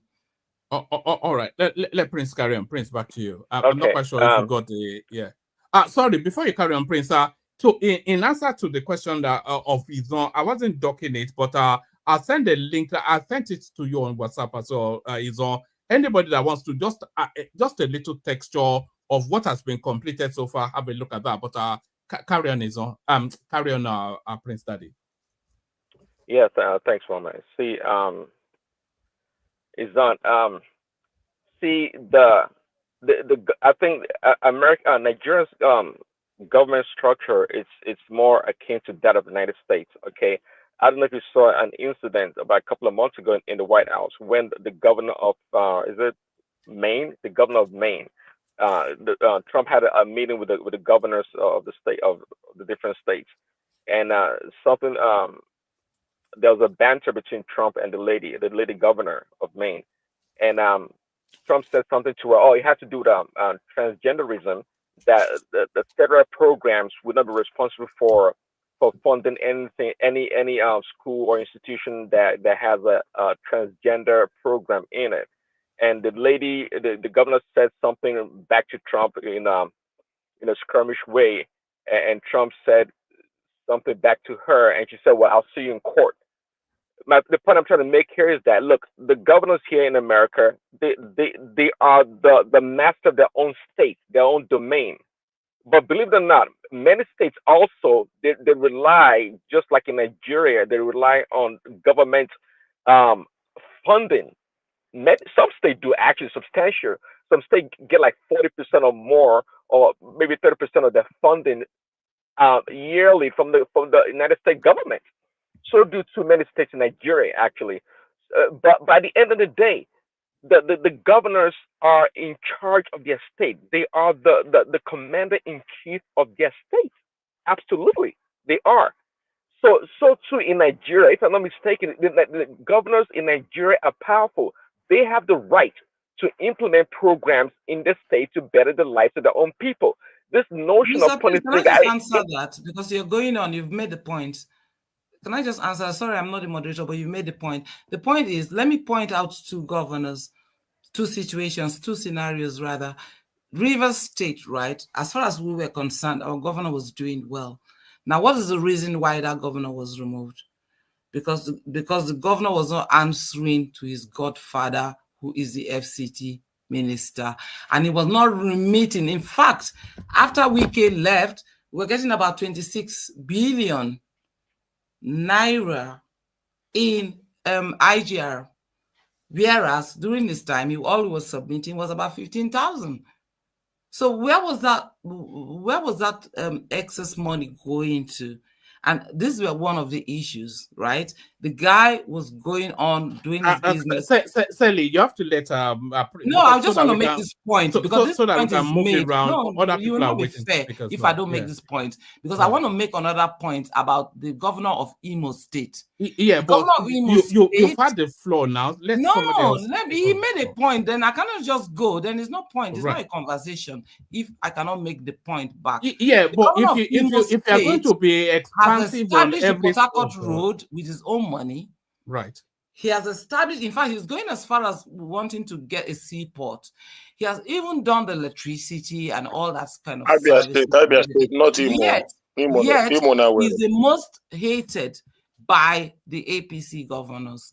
Now, the governors who won the work, they don't like it. Even Natasha, I could see how many projects she did as a member of the Senate. Sorry, Prince, have you yielded? Have you yielded? They don't want to see what kind of I've not yielded, but I got a couple more minutes. Is one thing I've to not say that yielded. you have a project. Let me say my You have all okay. these good projects. It's Celebi, I only think on I get your paper. point. It's only on paper. The human resource development in Nigeria is going nowhere. All So your right, thank you. indices are not adding up. No, You're just here all right, thank to have a propagation all about right, these thank you. people. No, Sally, let Prince carry on. Prince, back to you. Okay, I know. Let me spend my last couple of minutes. Okay. Well, I think we get out of the way. What else? So let me take my couple of minutes to kind of banter a little bit with Izon regarding the question I asked him earlier about the Trump. But the reason I'm asking the question actually was to make a point that a lot of people or some people what are you calling it? Tonight just said, Trump's action about trying to evacuate or help the South African farmers, white farmers. It's important to say white farmers. immigrate into United States, it was kind of racist. I couldn't see how racism came into play, quite frankly. But the reason I'm asking the question and bring it up is to say that, look, I have no problem with Trump being a white person helping if he sees trouble with white people around the world, and extending a hand of friendship or assistance. It doesn't matter. It doesn't matter because um, some someone brought it to his attention, and he felt the need to do something about it. We had a black president in the name of Barack Hussein Obama, right? Um, a lot of black people, maybe especially in Africa, I would say, had high hopes that this man was going to do something for them. But I don't during Barack Obama's tenure, I don't think he ever brought any serious um, issue about helping Africans. Of course, Dan, just like you mentioned the other day, Izon, when you threw your hands up, that, oh yeah, it destroyed the most prosperous nation in Africa, that is Libya, and killed Gaddafi, right? That's a black man that did it. But the only thing I can remember Barack Obama in connection with Africa is his attempt to strong harm or to spread transgenderism or LGBTQ in Africa. That's what your black leader Barack Obama did for us. That's all he was concerned about. He never talked about economically trying to link America's market and give African market the opportunity, or bring about some initiative in order to. He never did none of that. But people want to point finger. Today they call me names Afro-Saxon and all these things. But today Trump is doing something to help his own white people, and people have a problem about it. Izon, what do you have to say about it? Okay. Well, first of all, I bringing up Obama in relation to what Trump did, I don't see the relationship. I agree with Tunanja. I think it's what he did was racist because, President of the United States has access to tons of information. If one of his oligarch billionaire friends brought it up to him that, oh, look, white South Africans are getting killed. They're attacking white South Africans. There's a genocide happening in South Africa, white South Africans. All he has to do is just talk to his consulate or embassy people, and they'll break down the entire situation from so he gets the full picture of what's happening.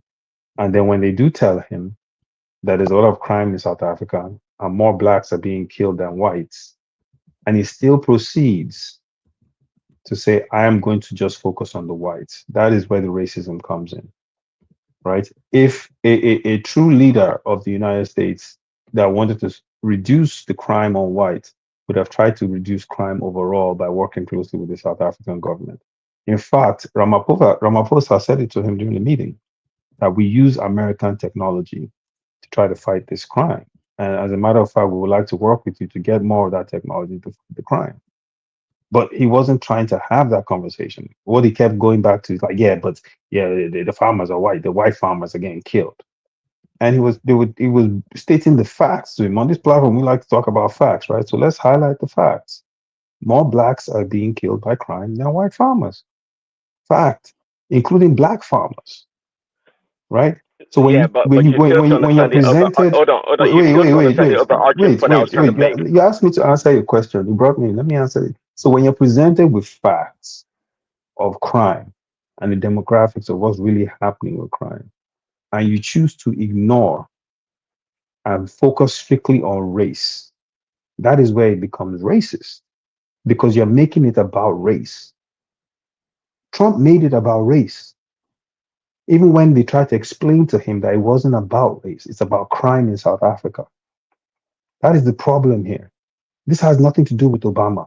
I'm not a fan of Obama. I've criticized him. Of course it does. Wait, the argument. I'm not a fan of Obama. I criticized him. And if you want to talk about Obama, we can talk about him. But this isn't about Obama. This is about Donald Trump and what he did in this situation. The point I'm trying to make is that you can't ask me a question and argue with me when I'm trying to answer the question. Take it along.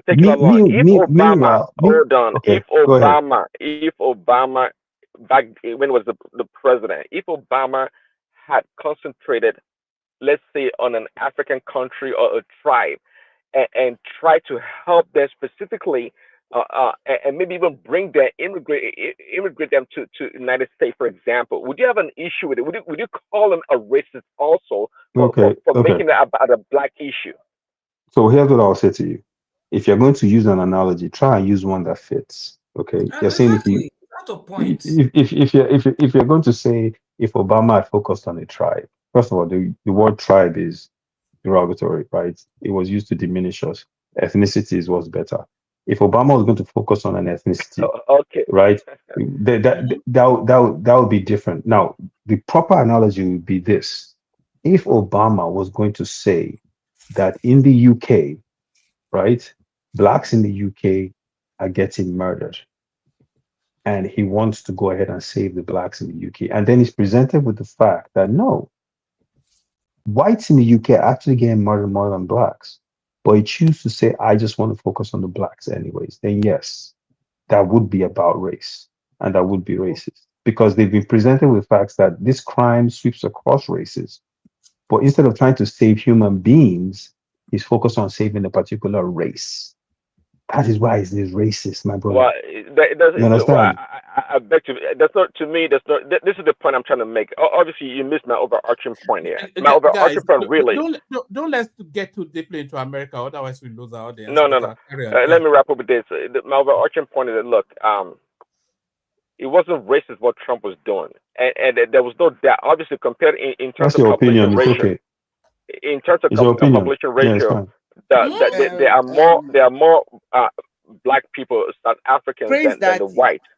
Praise And Daddy. You're not getting the look. You would have just said when Obama deported, go and look at the statistics, the number of blacks that he deported. Does that make him a black racist? Good point too. That's a good point too. Nonsense. I wonder what First of all, say. the people he deported, majority of them were of Hispanic origin. I have no idea I don't even know what that has to Well, do a with lot of anything. Asians were deported also. They, What about they, that? they There call was him, thousands and thousands of them. He's not Hispanic. yeah. Obama Most of the deported the people that highest most number of of blacks. the undocumented people in the Obama United States are deported not the white. highest number I don't of understand. blacks I don't in the understand what history of America. Go and check it. most of the undocumented people in America are not of European descent. I don't understand what the point is there and how that even relates. If you people are going to make an argument, at least try to Obama make one that deported fits. the highest number You of just blacks talk in on the history tangents. of I don't even America. understand. What does Does that have to that do with make anything? him a black racist? He deported the highest number of people, madam.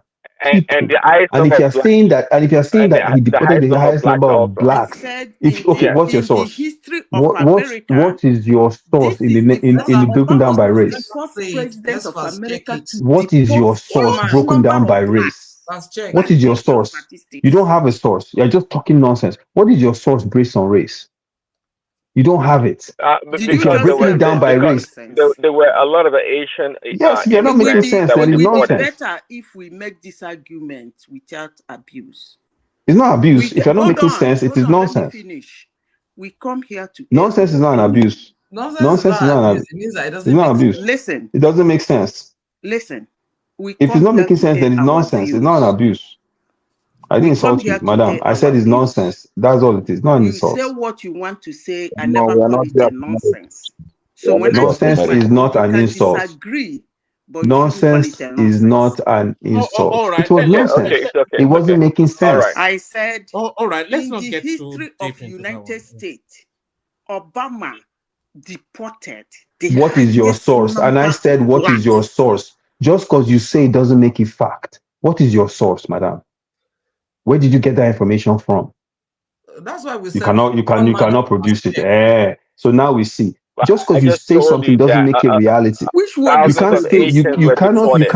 say, oh, he deported the highest number of blacks, therefore it is a fact. These people. Now Check Miss if I your tire for you. information. Now go and look for Miss it. if I No, tire for I you, just don't. open your mouth, talk, say he deported the highest number of blacks, but Thousands you of can't prove it. Asians were deported. Thousands of Asians were deported. Isn't that That is a sufficient different enough to make it? statement. I agree with you on that. Thousands of Asians were deported. Okay. Thousands of Hispanics were deported. So he's not Amongst clearly millions. racist towards one group. right? The issue of he was not the racist towards one issue of group. Repeat racism. myself again. You know, I love repeating myself. The issue Thousands of of racism Asians, is thousands of what Statistics of the Hispanics, holds the United black people States. blacks back. were deported. So you can't One say voice he was now. racist What's towards going one on? group. Are Prince we having Daddy, a conversation? We Prince have Daddy, three can I voices. interject you? One man, he stopped Let me being a say conversation this. when all of them started jumping in like that. Prince Daddy, you still have the floor, right? Yeah, go ahead if you Hello? have a question. Yeah, I'm almost done. Go ahead. You still have the floor. Can I interject you? Yes, please. Go ahead. Okay. In the history of the United States, apart from the time where after the slavery, they said, blacks, if you want to stay, you stay. If you want to go, you go. They didn't say that. Then, That's not true. That's not true. They never said that. I'm not interjecting. Where did they say that? You. Let me No, I'm finish. asking you. But you're saying falsehoods now. I'm not interjecting you. No, one man, but it's not true now. Where did they say that? Let me finish. I'm not interjecting you. It is not true now. You want me to keep quiet when she's spilling falsehoods? Well, if you don't know it, just let her speak. So No, it's not that I don't know. It's not true now. I've studied African American history. It's getting difficult to bear, you know. Just let her speak. It is not true. Whether it's true or not, just let her speak. Let her Okay, speak. go ahead and speak your falsehoods. Yeah, whatever it is, just let her speak. Okay, Prince Daddy, let me interject you. In the history of the United States, after the slavery, it was an agreement. For those who want to stay can stay, and those who want to leave can leave. And then that was how most blacks moved into the what do they call them? These Haitians and all those. That's not true. Where did you get that information from? Which wahala be this now? Blacks didn't move from America to Haiti. Blacks were taken from Africa to Haiti. What are you talking about? Haiti now, Biko. Let me Jesus finish Christ, my man. nonsense. I hear you say I'm talking nonsense. Why is Yes, it you your are. problem? You are talking nonsense, but it's okay. It's not. You are getting borderline now. You're usually a I gentleman. digress. Well, man, I'm gonna mute myself. Let us spill our Let me stuff. finish, please. Mute yourself or you get out of the screen. When I finish talking, you can come back because I'm speaking. But madam, nonsense. don't be giving us long history that you don't know. So when she has the floor now, let her speak now. Is this a South gang up? After the slavery, they were told if you wanna stay, you stay. You wanna go, you go. So some left and some stayed, and the ones that stayed today were the African Americans. Now, Prince Daddy, after that exodus of those people that left in the history of America, in as much as there have been deportations by every government, both blacks, Hispanic, whites, and everything. If you go to Obama's own and take his own statistics, I'm not saying the other president did not deport blacks. Maybe probably because he deported the highest number of immigrants in the history of the United States, and thereby he deported the highest number of blacks. I'm not saying he deported only blacks. Please, Prince, I hope you are getting me. In his own record, he deported the highest number of blacks, maybe because he deported the highest number of immigrants. And I ask you, Prince, does that make him a black racist? No, it doesn't make him a racist. Thank Just you. like it doesn't make Trump a racist neither. When it gets to my for me, that was a very poor analogy. I'm telling you, terrible.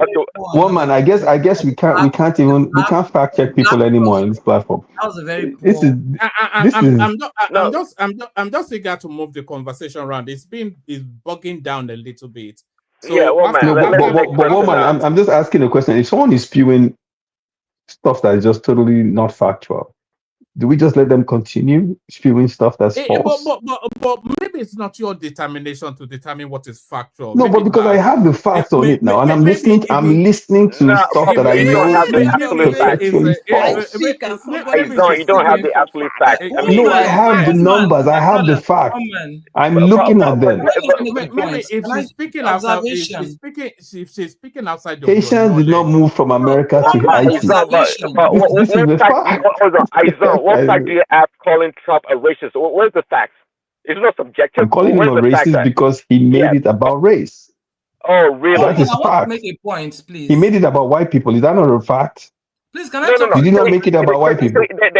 That's a Did he or did he not make it about white farmers in South Africa. Because if a police pulls you over He made and it asks about you to, race. He didn't make it about South Africans being murdered. He specifically said, because they were white farmers. so he made it about race. When South Africans were killing Did Nigerians, he you don't make think it it about was race? killing Did he Zimbabweans. mention race? Did he mention race in the description? The All problem right, that you have. hold on. Two more minutes. Bring it on, Prince, and then we move Yeah, on. It's getting man. buggy. Yeah. Yeah, the problem you have is because he invoked the word white to describe the farmers. He made it about And race. Once he mentioned white, it became about it's not race. about race. So don't speak as if you have absolute Once he said white, it became about information or race. knowledge. But It when you became are about race once he mentioned white. you're making a subjective argument No, that it's not a man is a subjective. race. Did he say, your president said it, not me. He said white So farmers. And even when they told him that blacks were getting killed more, he said white farmers. So what are you talking about? What are you talking about? But yeah, White farmers what are you talking about? He said they've white been targeted farmers. and killed. The white farmers But have been that's not targeted and true. killed. It's been It is true. disproven. It has been It's not disproven. disproven. They did an analysis. They proved it. They came out By with the way, information. The State Department has disproved it. just curious. Did you think African Americans, when they were emancipated from slavery, do you think some of them actually went back to Africa? Do you have that knowledge? Some of them did go back to Africa, actually. They went back How do you think Liberia was formed? Oh, How do you think great. Liberia was formed? Why do you dispute? Why do you dispute when Madam Zita said that some? She said they went to Haiti. Yeah, They what didn't is go to wrong with that? Haiti. That's not possible. They didn't go to Haiti. Can you disprove that? Yes, because the blacks that went to Haiti came from Africa. Well, Can we you know imagine that. somebody We know that that. is arguing with me We didn't know know that. that I'm some arguing with you because African you're wrong, slaves madam. went to Haiti? No. And You are he's wrong. arguing with me. You guys argue with First of all, the Haitians were francophone. The African, the slaves in America were anglophone. Second of all, second of all, the Haitians are descendants from Africa when they were taken over there. They call that island Hispaniola. Wait. That island with Dominican Republic. Let me give you the history because you guys no. That island with Dominican Republic was a whole island. All right. Everybody stop. Okay. Ekene, you're up next. It's too much for me. Ekene, you're up next. All right. Thanks, my man.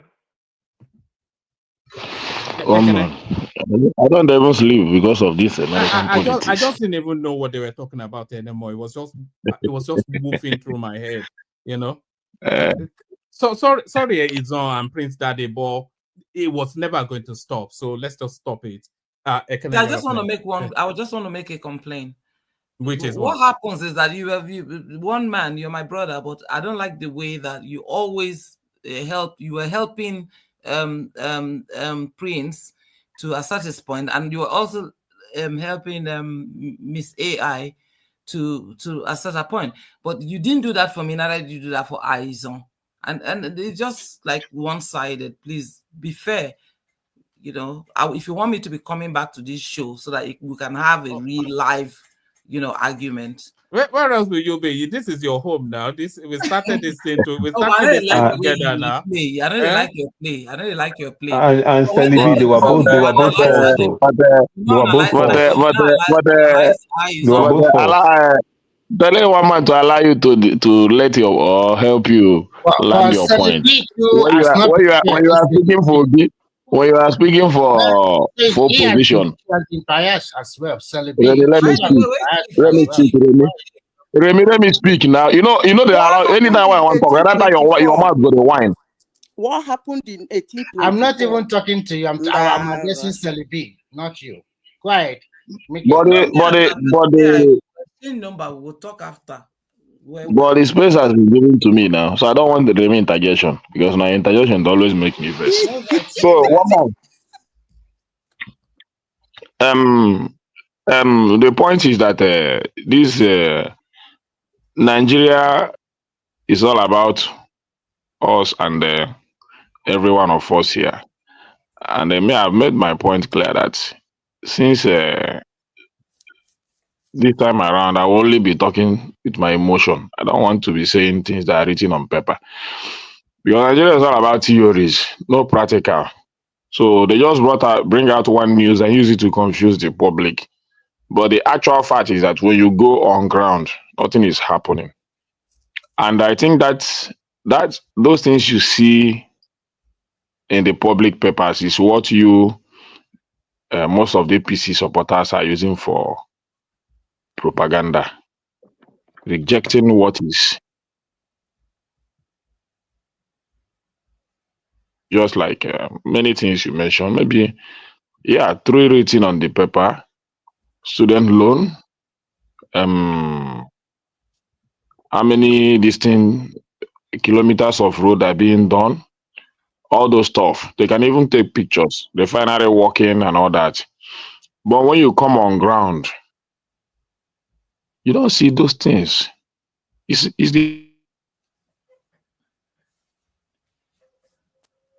to forget whatever I see on the space of the news every day or Vanguard, whatever. I speak with what I see. It's just like when we are discussing about Benin Ore Road few months ago. You guys, we are bringing in pictures. This. See, but then what is happening on ground is that there is no work going on Benin Ore Road.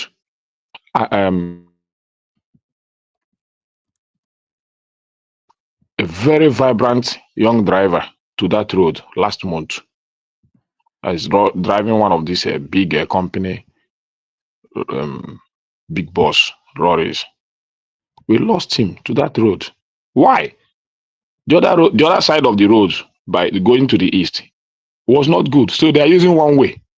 When they get there, they turn to the other side and use one way.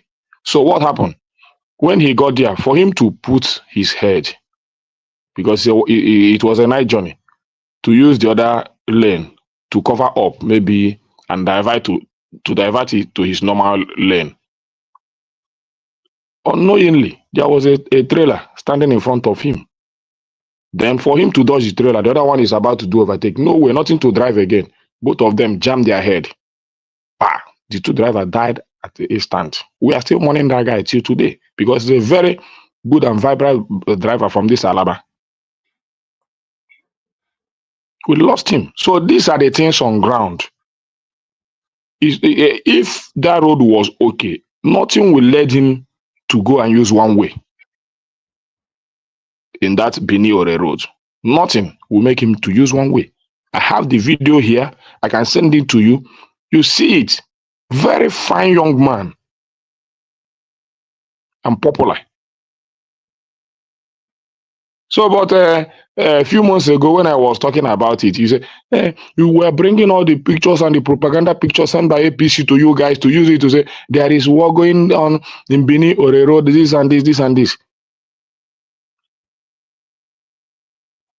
But if I come here and say, there is no war going on, you guys will say, Ekene is carrying out propaganda. What does it take federal government to put Benin Ore Road in order? What does it take them? Hold on one second there, Kenny. I'm going to send 2 links into the comment section, and then I'm going to send you the WhatsApp to these links as well. I've sent it already to Izon. So all of these narratives that Ekene is giving right here is debunked. Just watch any video from any of these links, and then it's debunked. But carry on. I'll send them to you as well. Carry on. Okay. What about the one about the indices that Madam AI was giving, and the other one that Prince also gave? You didn't give us a fast check. What indices? You mean the American numbers? Yeah. Well, the Americans can sort themselves out. No, but the way you fast check this one, you should fast check that as well. You can always fast check it yourself. It's in the internet. Check it. I will not do it myself. There's a moderator in the show. He has a job. Statistics of he has a job. I cannot believe your statistics. Nigerians they will say 99%, 100%, but they're just using that as. One was the Haiti. It's an anecdote, my dear. My dear, slavery ended in the year I think either 1863 or 1865, thereabout. Which but one? in 1820, We're talking about Obama. In 1828, I've just finished that Obama. In 1828, What did you finish? They Did you were give me asked anything to else? move. They were moving to Haiti. So you can check that one too. As That for one is Obama's fine. own, Give me the you figures. go. Let me, The I beg, statistics this is Obama there. thing, I don't know. I He beg, let me say what I want to say, please, because Can I before you just guys hold start on a this. second, please? You're not giving us figures. You're giving us 18 something. At that time, now Obama rule. Obama deported It's my turn. You guys forget me already. It's my turn. I want to say something, okay? Detailed removal, catch and throw away.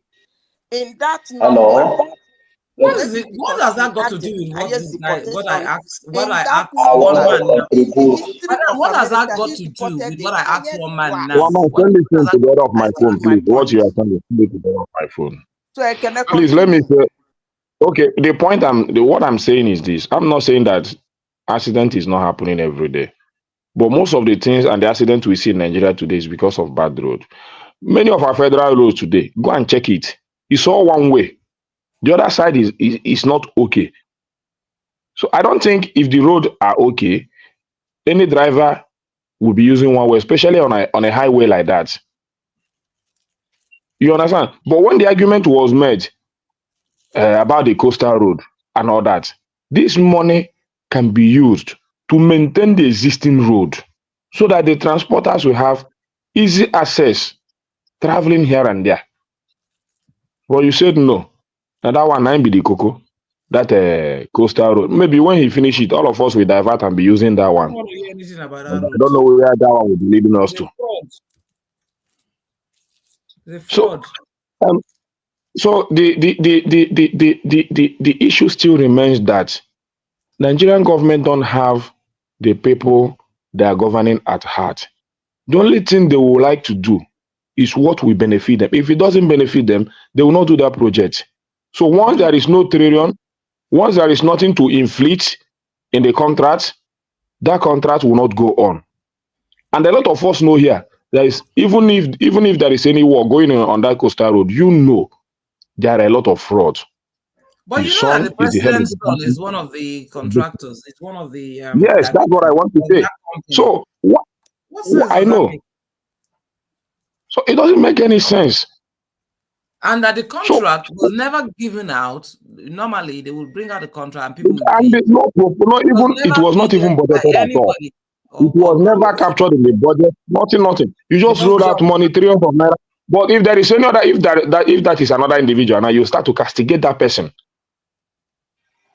You start to lay accusations. No other individual did that.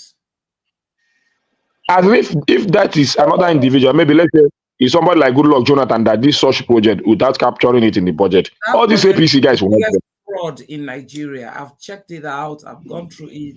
It's the biggest fraud. So, but let us. But you say Nigerians are getting better. But when we raise the issue, use this money, give us our existing road and put it in. Is there not what we hear every day from the Tinubu propaganda? If in Nigeria getting better, why one man still in London? Supposed to go back.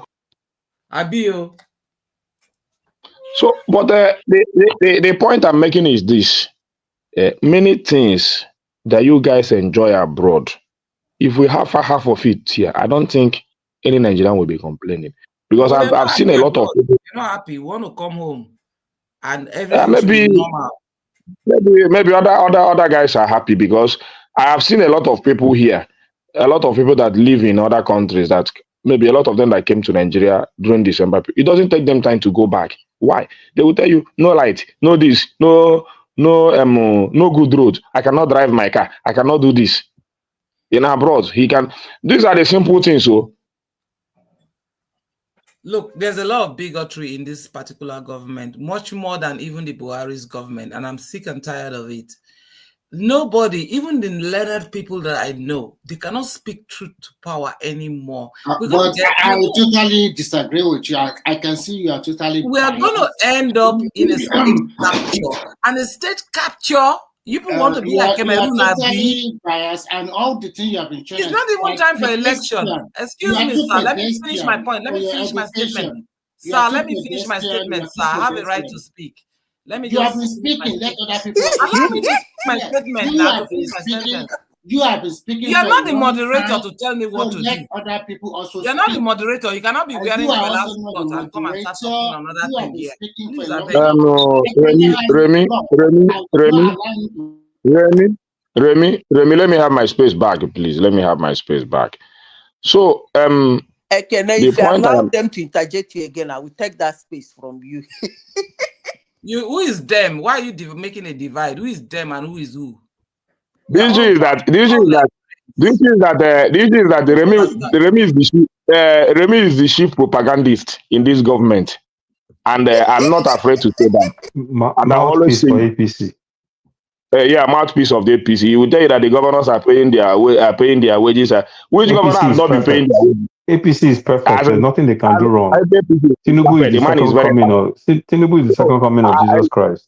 So he's going to save Nigeria. Why did you not go and proscribe them out and then give them a state of emergency like you did? And I am not a drug launderer that no one can find out which secondary school he went to. Now we have four voices. Now four voices. No, APC have more governors hold on. Than any other let me say one thing, Sally. The one thing that I want us all to bear in mind is that we're not just we have an audience listening to us. So if there's so many voices coming in, then they're not really hearing anything. But carry on, yeah. So the second you have not finished your the second Madam, finish your campaign. Be campaigning since now. When we stop, let the another person campaign now. You be all this your rhetoric every day. Come, all these bad news that you normally bring. So carry on, my brother. They enjoy your talk. I beg, continue. Continue, Ekene. They enjoy your talk. I don't. You like bad news. I'm enjoying Ekene's talk. Ekene is telling us what's happening on ground. So the point still remains that the government don't have the mind of the people. If they have the mind of the people, it's very easy to govern. Put the existing things in order. It doesn't take much. The trillions you budgeted for the coastal road can put most of our federal roads in order. But instead of doing that, they will go and video some things and be sending to one man. One man will be sending to us and say there is work going on in Benin on the road. But he never traveled to that road. I don't think one man has traveled to that road maybe since he was born. But I'm not. But somebody that is traveling to that road every day by day is telling you this is whatever happening in that road. You say no. Rather, you want to believe a picture. So, but every one of us, if you want to tell yourself the truth, you should know that most of the magazines, which by myself and what I believe, knows that most of the magazines in Nigeria today are being used for propaganda. Just like what they did with the refinery. It's very easy. They have the money, they have the power. They can organize them, take videos and all that. You understand? And push it out there. And they will tell you the refinery is working. I just spoke about it yesterday, and the news broke out today that the thing has stopped working. But I'm telling you that refinery never worked. I'm telling you, with what I believe with this government, the kind of propaganda they are propagating against the people of this country. That refinery never worked. But if you want to believe it and be using what you are hearing on the papers and all that, the theories you guys are using to deceive Nigeria, then you can go on. But for me, living in Nigeria, see, since I was born, I have never heard that any government policy has come to anybody that I know, especially in this government. Since I was born, talking about student loan, talking about palliative, I've never seen anybody that have received anything that is written on paper about this government. Cardoso will come out and tell you that, or Waledu will come and tell you that 50 million households have received palliative of 1 million or 500,000. What about when Tinubu drove? What about when Tinubu drove you home for Christmas? You claimed I did not enjoy it. I did not see it. You came to acknowledge that, or you? It was only on the news. It was only on the Oh news. God. I You came to never acknowledge entered it any. here. I did not acknowledge anything. I Oh just saw it. God. I just read it. I was enjoying your news then, how you were pushing it out there. Even you were saying that you were discussing it with your dad, and your dad was saying it was a clever move. I remember now. And he said it was a clever move. Does not mean that I entered it now. But I'm telling you, I've not used. You lie a little bit, though. Something you said. You No, don't know that I however you want remember to put it. everything. One man, however you want to put it. You yourself came My father here. said it because the man knows how to capture the mind of the people. He will just put it out there, and at the end of the day, you will not see anything. I'm telling you that I've never entered anything or no palliative about this government. We are just on our own. We are just on our own in Nigeria. The little things, even as a businessman, you have to enjoy in this country. Just access loan, do a little business, have a little profit. To your tent, O Israel. Government doesn't look into it at all. But these are the things, the macro business, that if you make things easy for them, you can have a number of employees, make it maybe 2 or 3 people working for you. You'll be paying them. You understand? When it is easy to, it's not the idea is there, the business to do is there, but to access the capital is very difficult in Nigeria. You have to do a lot of things to build capital in this country. It's not easy. Let me tell you, if you think that it is easy, it is not by speaking English or coming here to talk every day. Come down to Alaba, let's build capital.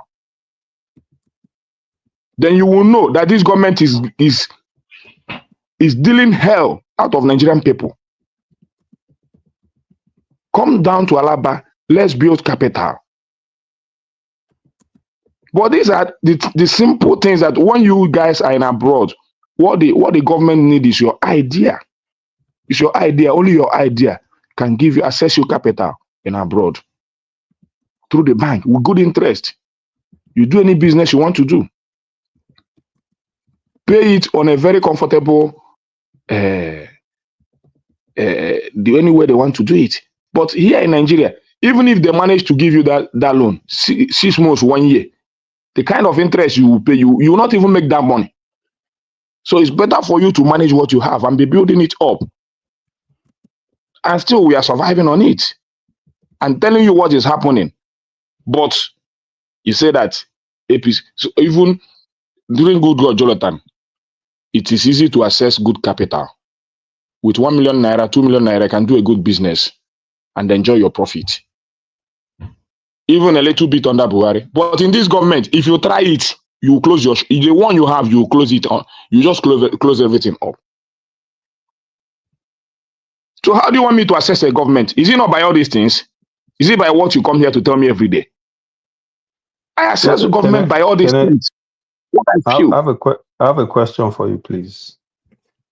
Yeah. So, will you say that 4 years ago, your business, the cost of food, your transportation costs, and everything else that you used to pay for was more affordable, and it was easier to do business 4 years ago than it is today? Very easy. Can I use that question to bring it home, and then we go on to Zita? So it's very easy to do business 4 years ago than under this government. You understand? So even since they did the subsidy is gone thing, so within the last 2 years, it hasn't gotten better at all. Everybody that wants to tell you the truth will know that doing business in Nigeria today is like going through hell. Because are you talking about the cost of living? It's very high. If no matter what I pay to have access to light, both in my shop and in my house, even if you guys that are abroad say if you give Nigeria electricity, can they pay for it? It's even more than what you are expecting. Are you on band A? Are you band A or which band? They get that one are just English. Forget about that thing. They'll just bring any bill they want to give to you. You understand? So, but even at that, you don't even see the electricity. You still have to burn gas in your shop. A lot of gas every week. You spend thousands of naira to buy gas to power your shop. The house rent in Nigeria now, the way I'm seeing it, more business will close, more shops will close, because at a point now, people will not be able to pay with the kind of the little we are earning in this country, the cost of living, what Nigerians are earning. Very soon now, nobody tell me, tell me which because I am very sure that the civil servants are cut off from the system automatically, except the ones that are stealing from the government. But the real civil servants that are earning genuinely, they are being cut off from the system. So tell me a genuine civil servant. 2 more minutes. Yeah. Okay, tell me a genuine civil servant that can afford a two bedroom flat, no matter how you want to convert it, but a naira of 1.2 million naira today in Nigeria. Tell me a genuine civil servant that can afford it.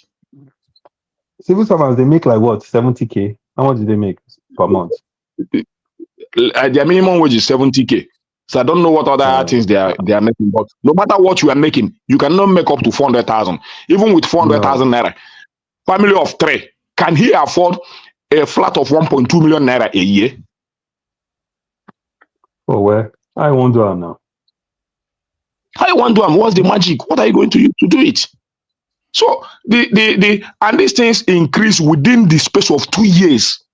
These houses I'm talking to you now, a 2-room and parlor under Goodluck Jonathan was 150,000. The highest you can get is 200,000 naira, and the civil servants are affording it very easily, doing good on their own.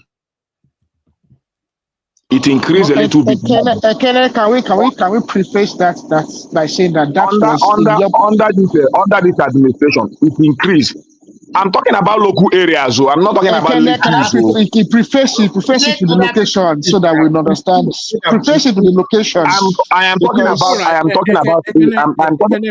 Bring it home though. We have to go to it. Okay, I'm talking about local areas like Ojo, like you do all these local areas. I'm talking about them. I'm not talking about Lagos. You're not talking about Nigeria. So let's be very. Even Lagos, go to Asaba today. Go to Anambra State. Many areas today in the country, all around. I don't disagree that things are hard. I don't disagree that things are hard. I appreciate what you're saying, but I just want us to be very careful that when we speak about Nigeria, that Nigeria is beyond. I'm not being careful. I have to speak about how things are, because the only fear is now. Yes, I understand. The only fear I'm having now is that if things go beyond this, maybe if this man wins 2027 and things go beyond this, how are we going to do it? Are we still going to survive? So what's your alternative? Who's going to win? My one day, Remy will now come now. Remy will come back and tell me to endure. And so you are conversing for Bia. Right. No, I'm not. I've not started conversing for anybody. I'm saying what is happening on ground. During 2027, once the campaign starts, you will know where I stand, and I will make it known. For now, I've not started campaigning. And the only thing I'm happy is that I've never supported APC for my life. Even when I know that Goodluck government was somehow insecurity manipulated, but I still believe that he's still better than what we are going to have under Buhari and the Tinubu. And that is what we are seeing today. I've never expected that Nigeria will buy Naira or we have dollar to 1,500. And when Aizon was telling you that things are even, that we are decreasing from what we used to be. Before, with the whole story I heard in the 70s, nobody travels abroad because the dollar was okay. The economy was fine. The amount of electricity. That's a lie. That's a lie, please. Let me finish. It can be a lie to you. But we have more electricity in the 70s than what we used to have today. Even with the band A and the band B, you don't even see light anywhere across this Ojo. I don't know about any place here, but in this Ojo, as I'm talking to you, no light anywhere. Everywhere is in darkness, in total darkness. Maybe you bring a child up. You bring a child that's living abroad for 20 years. You come and tell him to come and stay in Ojo. He will think he's living in health. What you cannot take, you are giving it to Nigerians. God bless you, Remy. Yeah, no, it's on. Let him land so we can go on. Yes, bring Mekane. Yeah. All right. I think. Have you landed, Ekene? Or am I still here? Yeah, I'm okay. I'm okay. I'm just waiting for Remy so that I will. All I right. don't know how he will. Why are you waiting for me? All right, When I'm making my own. Zita, you're up next. Zita is up next. Please, Zita, what's the topic? We were talking about we were talking about Obi saying he was going to run on the Labour Party ticket. We were talking about the NNPC telling us that they've shut down the Port Harcourt refinery for maintenance, even though they've just now told us it just been recently refurbished. Then we were talking about one of the chieftains of APC telling us that he's going to challenge Tinubu, that he cannot just let him go free without him contesting a primary. And they were also talking about Nuhu Ribadu telling us that he's starting to tame the excesses of the ESN in the Southeast, telling us that he's starting to tackle the sit-at-home space. So we're talking about those. Okay. Where do I start? Let me start with somebody who wants to run with Tinubu. It's his fundamental human right. Although most times when somebody is the president, to avoid spending money and wasting time, the party actually normally allow the person to go for a second term.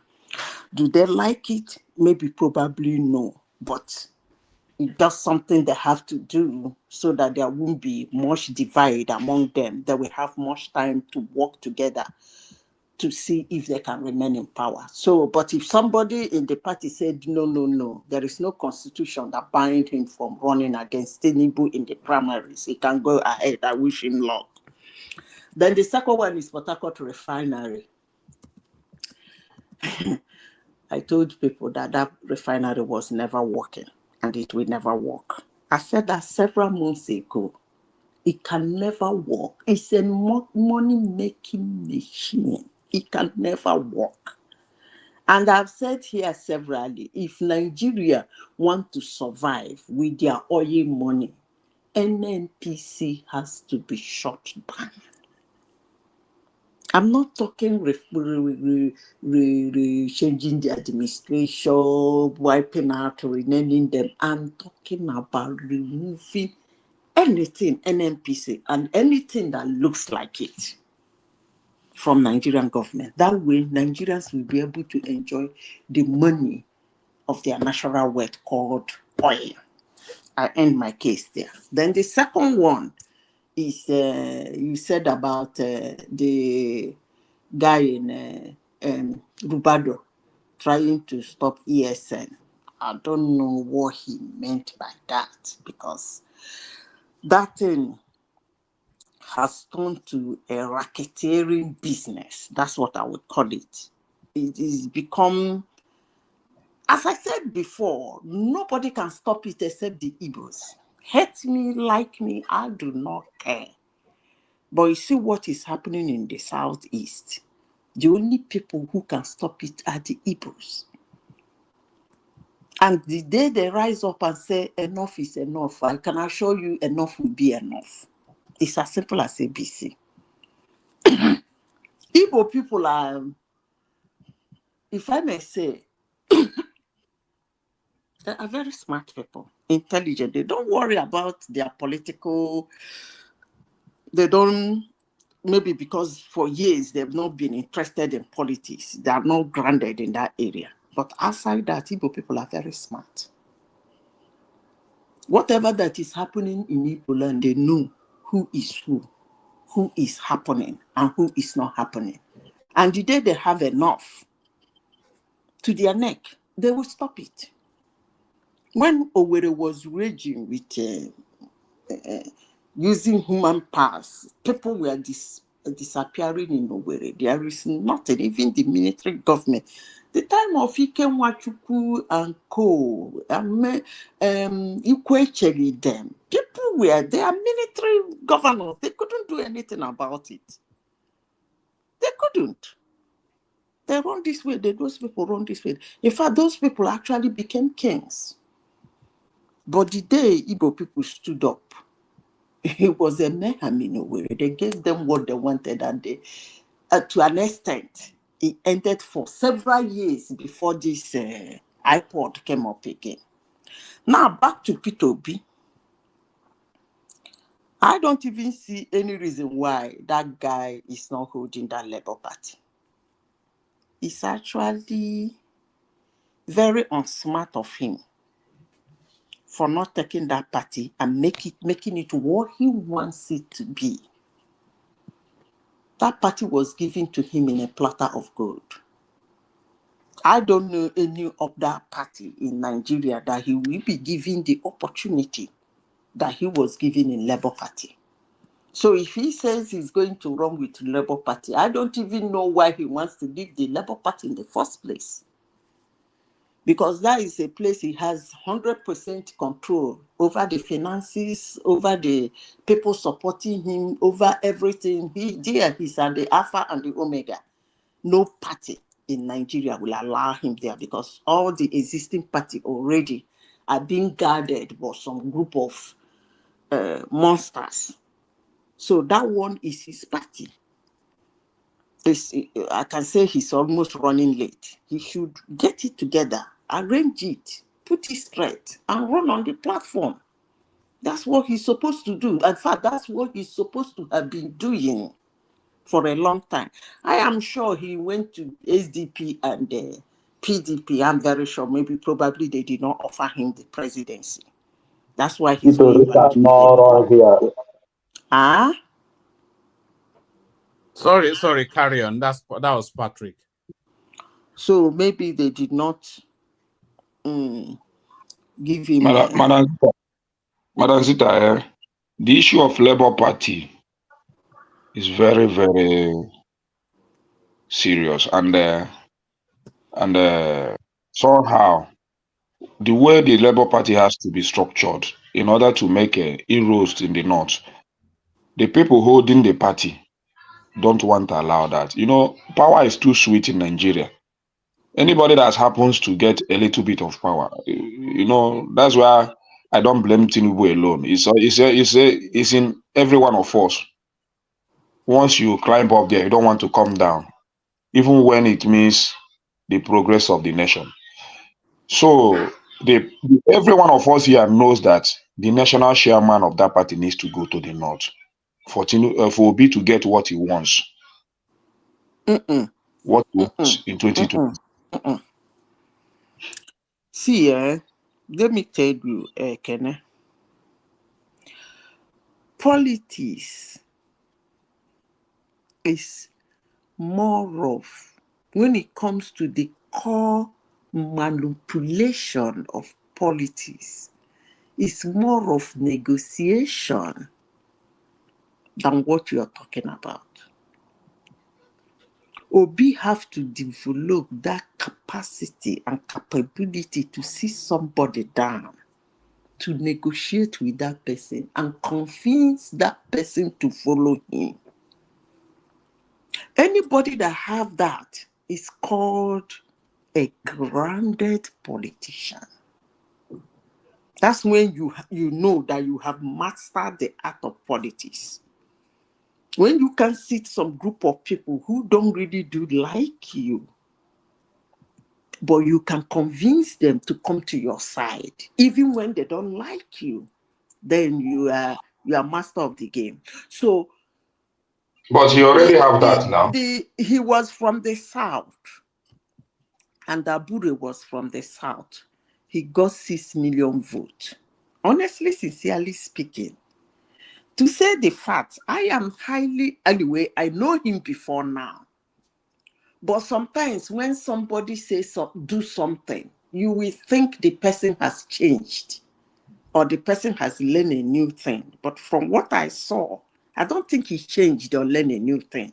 For him to get 2 million votes, 6 million votes, when the chairman is South, he is South, he would have leveraged on that immediately to start his negotiation. Not what he's doing. Sitting down people to talk to them. What do you think about me? This is what I have to offer. What do you want from what I have to offer? How can we work together even when I know you don't really like me as a person? Some people call it deal making, but I call it negotiation. When it comes to politics, I call it negotiation. If it's business, I can call it so he would have made in those inroads with his agents and people on ground in the north, in the 6th geopolitical zone. He would have started talking to those people that made him, even if it's for him to get one vote from some certain areas. But Madam Sita, I want to ask you, do you think in the last election, do you think that any prominent, apart from the few, maybe Obasanjo, but have you seen any prominent politician that Medobi got the 6 million vote he got in the last election? Yes. As in, of course. Okay, let me which person? Okay. Prominent. I mean, not all these my politicians. I just want to see. I just want to know. A lot of them in Igbo land, they were silent about his situation. Some of them campaigned for him. I have a lot of people even in Enugu, in Anambra State. Most of them said, in Igbo land, they said we should support him. And some of them, even when after the presidential election, they were still pushing for him to go and vote for what they call it, governor, so that he will have some people again to help him, even if he wants to come out again. Now, yes, a lot of people, prominent. What about, what's the Lawal? What's his name? The one in the north. A lot of prominent politicians came out and spoke on his behalf, not to talk of Peter Sai. And even he went to negotiation with Wikedem. Have you forgotten? On several occasions. And he wasn't able to convince them. He went to, in fact, he went to this gangster, what they call them, these monsters that call themselves PDP 5 or whatever. He was the first person that started negotiating with them before Tinubu stepped in. It was when Tinubu found out that he wasn't making a headway, and people started talking to Tinubu. Maybe these guys are waiting for you to come and tell them what you have for them. That was when Tinubu started going to Spain and everywhere to meet them. He was the one that started the negotiation. In fact, they wanted him to talk to him. But when he came, he couldn't make a headway. I don't think he actually mastered the act of negotiation. I don't think he have it. Because from what happened in Labour Party, let me tell you, from what happened in Labour Party, you see all those people that you are saying that didn't want it to go to Shaman, to go to the north, all those, what do you call that, Yoruba men? Those two Yoruba men that were making trouble. Arabambi. Such people just want to be important. If you're a smart politician, just make them important, make them very important. Work with them, give them one big position. Work, if it's money from time to time, it doesn't hurt. After this, Madam Sita, those men don't want to be displaced. That's their main concern. Because that is why I'm saying time. He would have made them important. We are saying the same thing. He just said that they didn't want to be displaced. That's why I said when you meet such people in your political career, they don't want to be displaced. Then you make them important. They become an important figure in the party. They might not be making the decision, but you make the decision and then get them to agree with you. You give them some money. After all, political money is yo. You give them some money and you see them singing your praises and following you about. But he was, look. Sorry, Zita, 1 second. I'm going to be taking it to the back in about 5 minutes. I was waiting to see if there's somebody can take it on, but nobody to take it on. So I'll be taking it to the back. Acknowledge the super tatas. That's Chioma right there. That's XYZ, and Ja in Zola was the first two super tatas. So thank you to those. So I'll send the link into the comment section. If anybody wants to continue to listen on, come in. We're going to take it to the back end in about 5 minutes. Where is Chioma now? Where is Chioma? I thought I saw Chioma saying that. Chioma left, so there's nobody. Yeah. Sorry, carry on, Zita. So, you see, Ekene, I don't think he has that capability.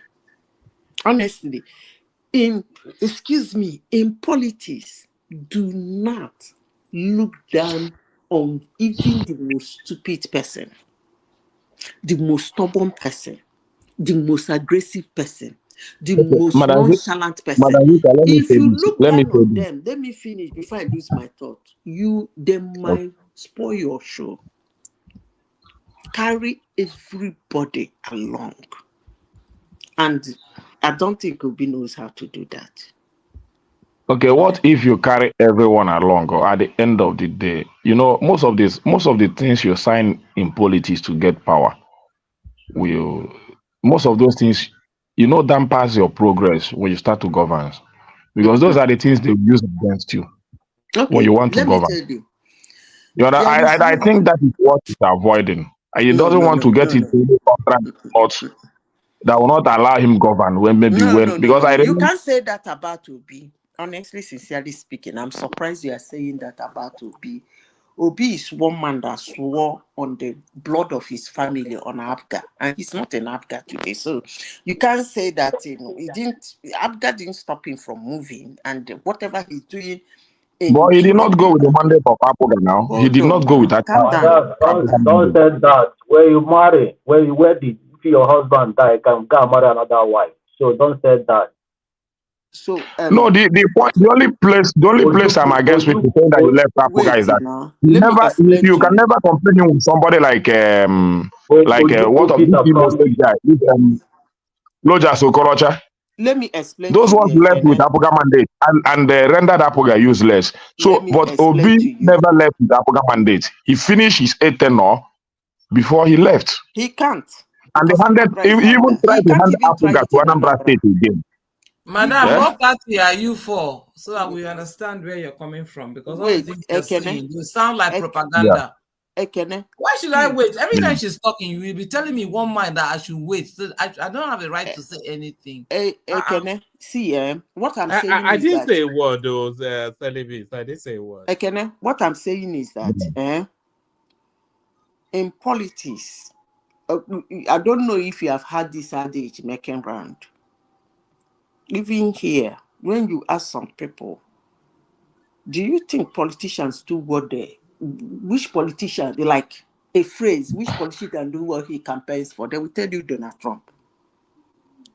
That's actually one of the politicians in the world that campaigned for something, is doing it. Like it, hate it, it doesn't matter. But the important thing is that that's what he campaigns for. What is happening in Nigeria? Let's talk about Nigeria. Every time so Trump, what I'm saying is that it doesn't necessarily mean that all you campaign for or all you discuss about with somebody or all you negotiated for, you will do all of them. There is not even enough time for you to do all of them. So that's people why should agree. People should not. But there is enough time to do. There is enough time to do. To make a very. I'm talking about. Wait, Ekene, I'm talking about negotiating with people to come to your side. And you are saying that what if you finish negotiating with them and you go in there, you are not giving them what you negotiated with them for? Definitely you are going to give some, but you are not going to give all. It's as simple as ABC. There is no absolutely way you are going to give all. Yes, but the people have a right to demand for everything that this thing, as far as the finances. So all those, as you said, Emeka, Ekene, as you said, those big wig politicians that support somebody, those are the people, and the people in your party you are doing those negotiations with, not the voters. So you are not going to give them everything. Manazita, I actually understand what you are saying. I actually understand what you are saying, but these are the mindset. These are the mindset of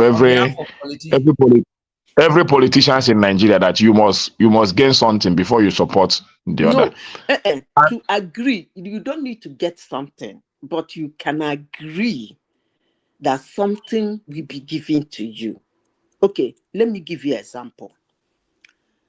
When those things, when when you come into power, and those promises you make, when you want to satisfy them, that is You can't why satisfy all of them. You can't.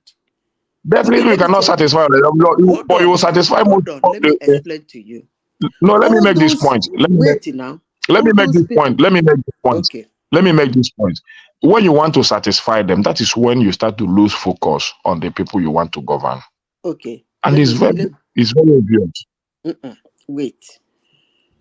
The people you govern is different from the negotiation you make.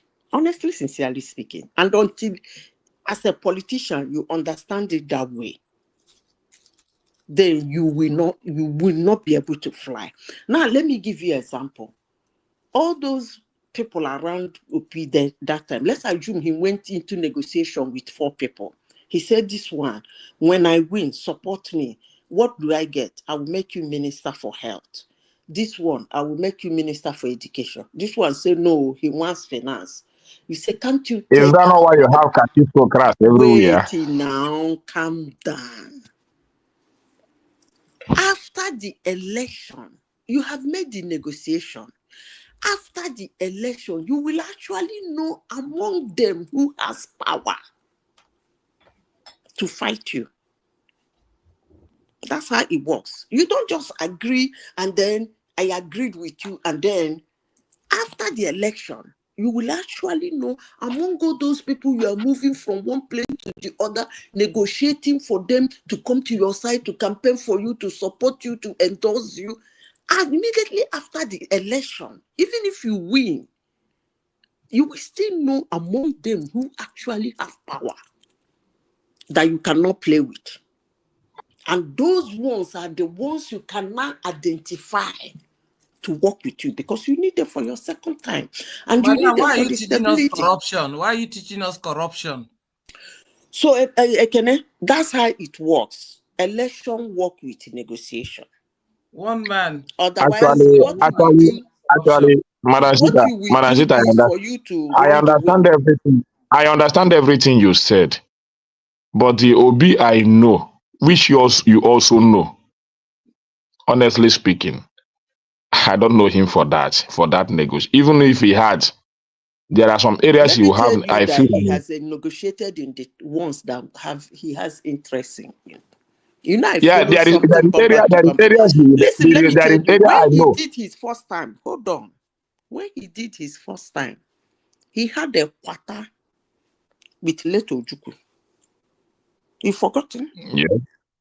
He went back, second time he went back to negotiate with him. He negotiated. In fact, the man refused to give him audience. He has to pass through 1-2 people who are very close to Ojukwu. And those people helped him to convince Ojukwu. Ojukwu came out and does it. Whether he did that thing he promised Ojukwu or not, it's no longer a business. He has won his election. So for you to tell me that he doesn't negotiate, hold on. For you to tell me that he doesn't negotiate, the only thing I will tell you is that even if, like that of Ojukwu, the man refused him audience, he has to get 2 people. I don't want to call their names on this platform. Of course, you know, Naikene is your state, and you said you know the guy that took him there. They were the people that enabled the negotiation. So even if he cannot negotiate on himself, he can put people around him who can follow him to do those negotiations. But let me tell you honestly, hate it, like it, don't like it, election. That's why some people don't like democracy. It's all about election. It's all about negotiation for the people, of the people, by the people. So you have to run around these 3 things. Let me say a few things, Madam Zita. Let me say a few things I know about him. I know the point you are trying to make, but hold on, Ekene. Sorry, Ekene. Before you say those 2 things, let me bail out. Choma is here now, so I can bail out. So thank you, everyone. See you tomorrow. Choma, over to you. Choma, I'm going to bring Patrick Uche in, but he has this tendency. So if you're showing those tendencies, you can just remove him. Thank you, everyone. So Politics So, is not Madam Zita, soup. You know, you easy to talk. Good morning, so everyone. Hello, Whose turn is it to speak? can you hear me? Can you hear me? Hello? we can hear you. Whose turn is it to Yeah, speak? I said, madam, you are talking since morning. You are talking. You are talking since morning. Allow me to. No, please, Mr. Patrick, let's Ekene finish, please. No, sorry, sorry, Choma. Hold on, Ekene. Choma, Zita has the floor. After Zita lands, I think Ekene is interjecting Zita. So once after Zita comes Remy, and then Dewale and Royo came in after them. So that's the order. Thank you, Choma. Okay, can I So, ask your question? Then I'm done. so the point the point I'm still making about Obi, I know you know how he came about to be a governor. The only person I think that supported him or endorsed him was Ojukwu. Yeah. And you know how his campaign went about. But there are a few things I think I know him cannot do. I know. Support you in Anambra. Do you need any other person to support? Are you there talk like this? Even though Ojukwu supported him in Anambra State, they still manipulated that election against him. You know that he was not declared winner of that election. It was Ngige that was declared winner. It was his tenacity and his this thing to go to the court that made him recover that mandate after 3 years. Even though Ojukwu supported him, so Ojukwu supporting him did not make him automatic governor of Anambra State. He still need to fight through the court process to get his mandate 2 times. If he didn't win, he cannot get that mandate even from the court. No. So we are saying the same thing in a different way. If they want him not to get that mandate, or if he didn't fight for it, he might not get it. You understand? And I've known him all the time to follow the court process, even after the this presidential election. He still follow the court process. So, and even this Labour Party issue, he's still following the court process, no matter how corrupt you feel the court system is. But he still follow the court process. Wicked, why did he go if he doesn't do negotiation? I can know they talk like this now. Let me say a few things he said after some of his negotiation. Most of his negotiation when he was visiting governors, he was begging them to allow him a fair praying ground. That was what he said. He said it in one of his interviews. He was not telling them, I'm going to do this. Let me quickly stop you there. Stop it. Obi had a... What's that?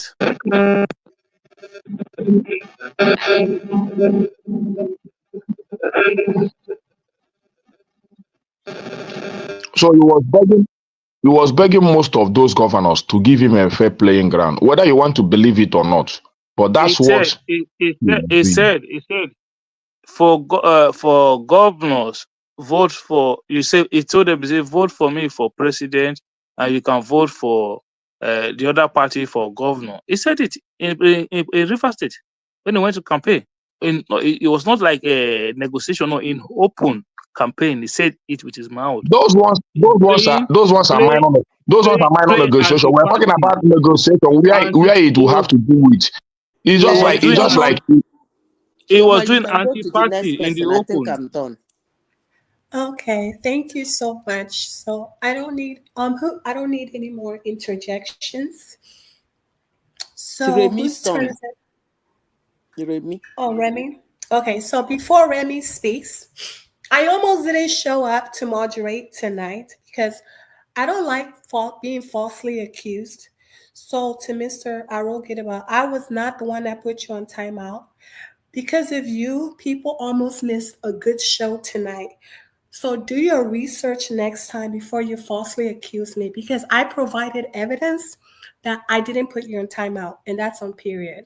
Thank you. Chairman, I left you a message and I did apologize for the accusation.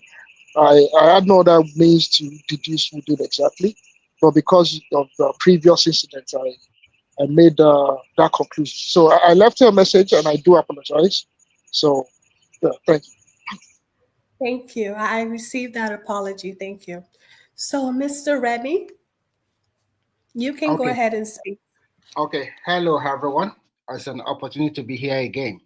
First, I have to appreciate Madam Zita's depth and maturity. We're in the morning here. I like what you have done today by putting more clarity and as against some people that pedestrian in thought, although they might claim they are academically sound, but they are not using it very well. Okay, so let's go to the topic of the day. When you talk about, I have question for the Madam Zita. I have question.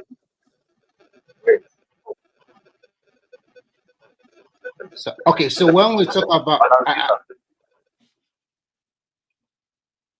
so when we talk about coalition, we were just talking about it yesterday, and my thought were very simple.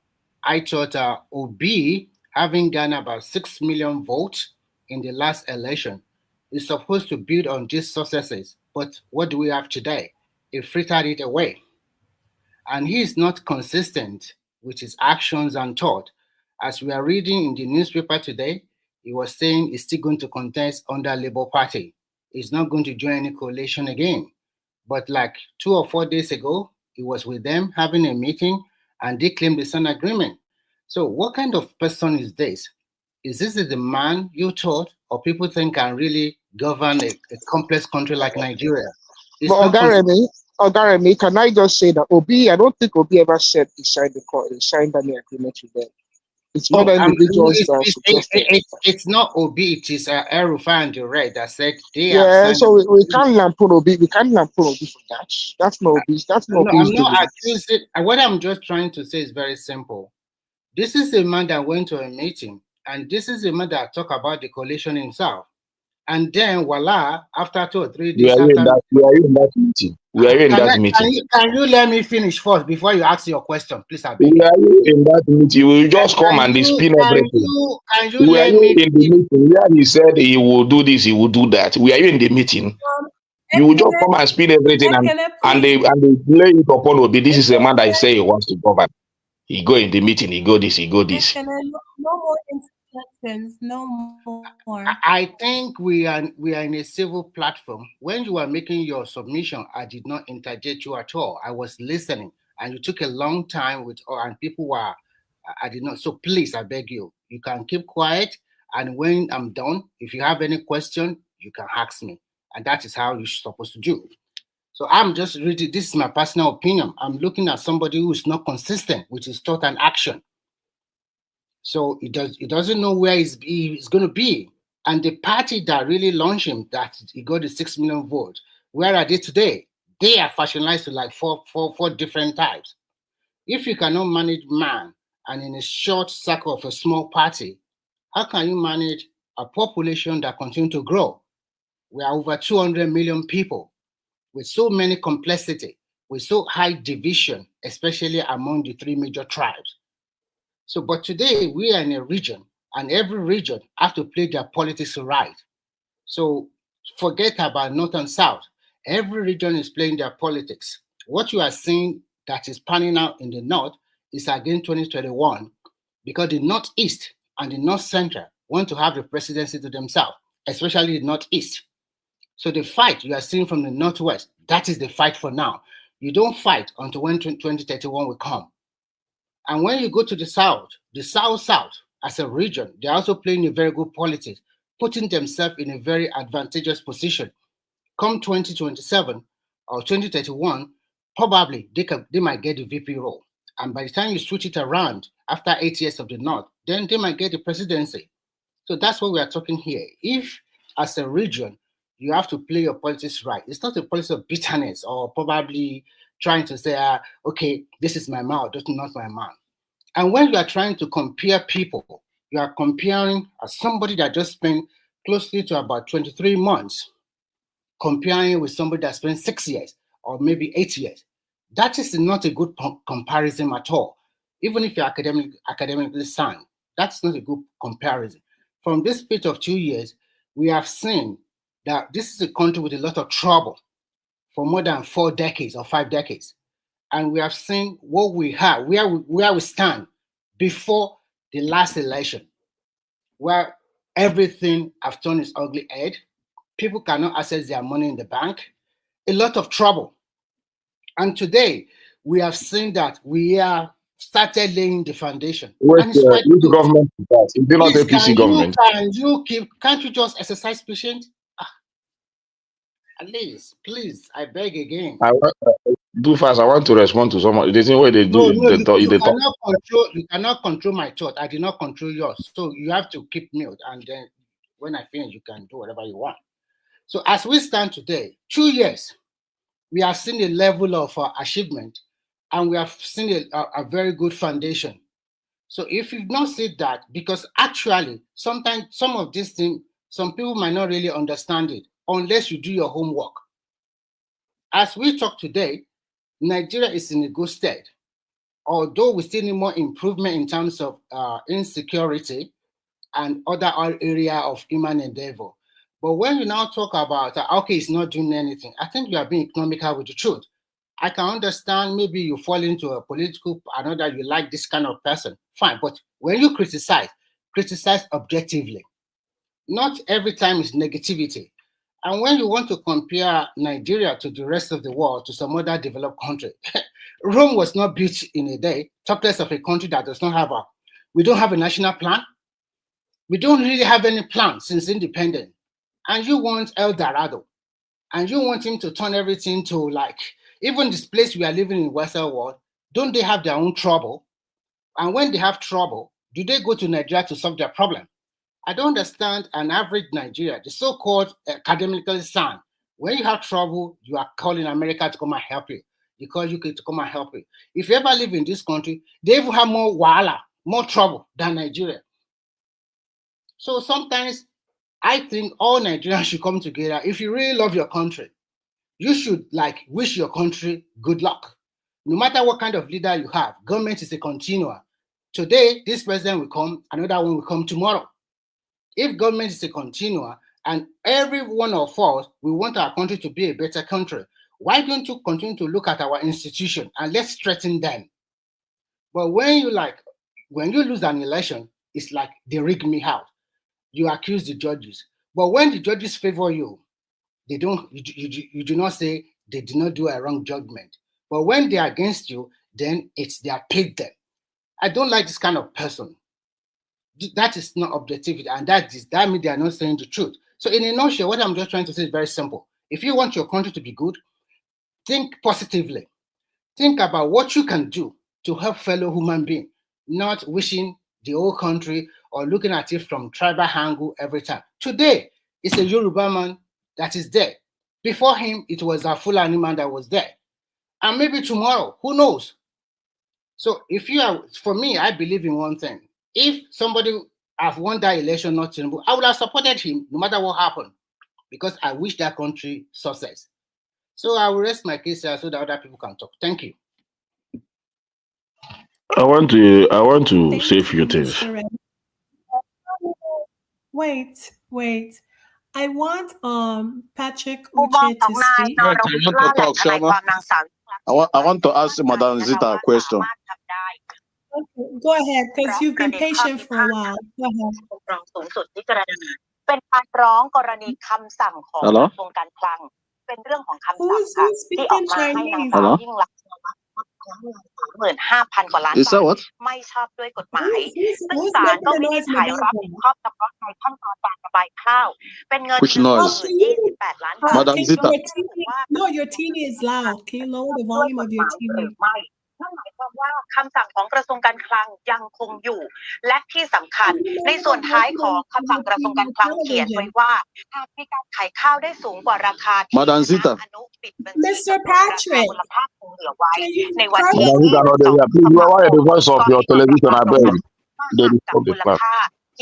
Madam Zita, the noise is not from me. Mr. Patrick, can you turn off your TV, please? Don't call me honorable. I'm not Mr. Patrick. Please give me respect. Give you 5 seconds, Mr. Give Patrick, me respect. I'm not so Mr. I'm honorable. Okay. Are you gonna mute your TV?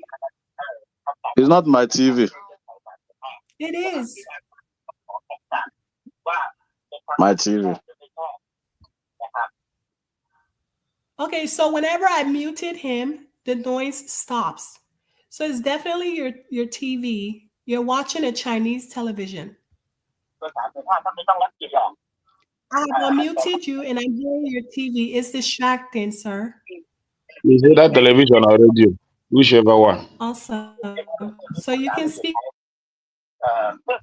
now.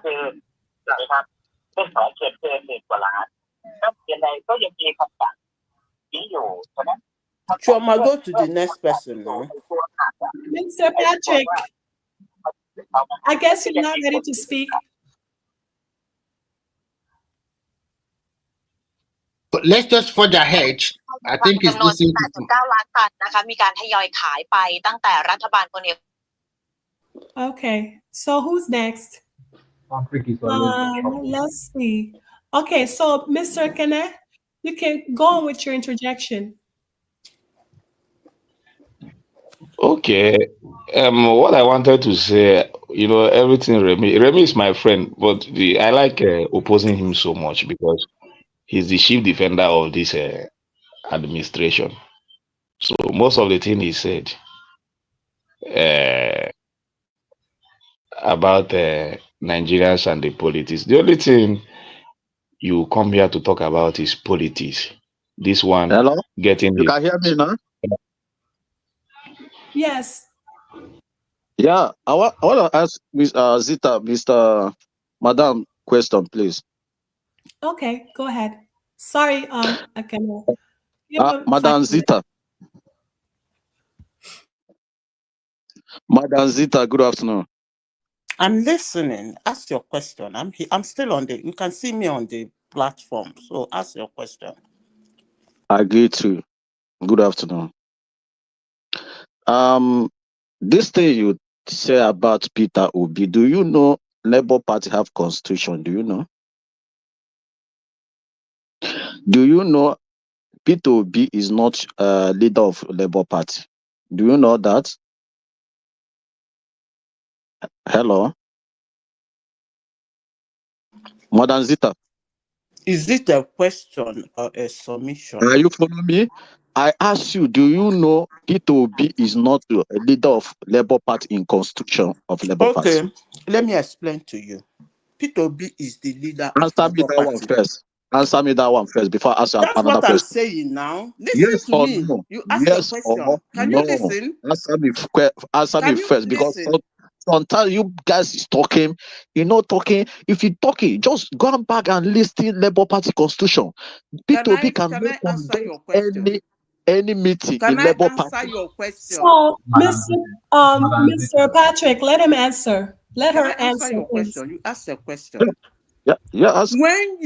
When you are made or you win as the primaries, you are nominated as the presidential candidate of a party. According to the constitution, you're automatically the leader of that party. No. That is problem of Labour Party have. Okay. Go back and read that constitution of Labour Party. He cannot. He's not a leader. Go and check. Don't talk anything. This one you're talking now is the constitution of PDP and APC. He's not. He cannot do anything. That is the problem. If it's Abule, that Abule cannot listen to him. Only Abule can conduct election in that Labour Party. That is problem. Labour Party have that constitution. Go and verify. Go and check that constitution. Sometimes you people is talking out of hurt somebody. Let me talk. Let me bring him down. Let me bring him down. Peter Obi cannot do anything. If it's Alex Soti, cannot. Only But Abure can Alex is conduct. more high rank. high-ranking Labour Party than P2B, according to the Yes, constitution.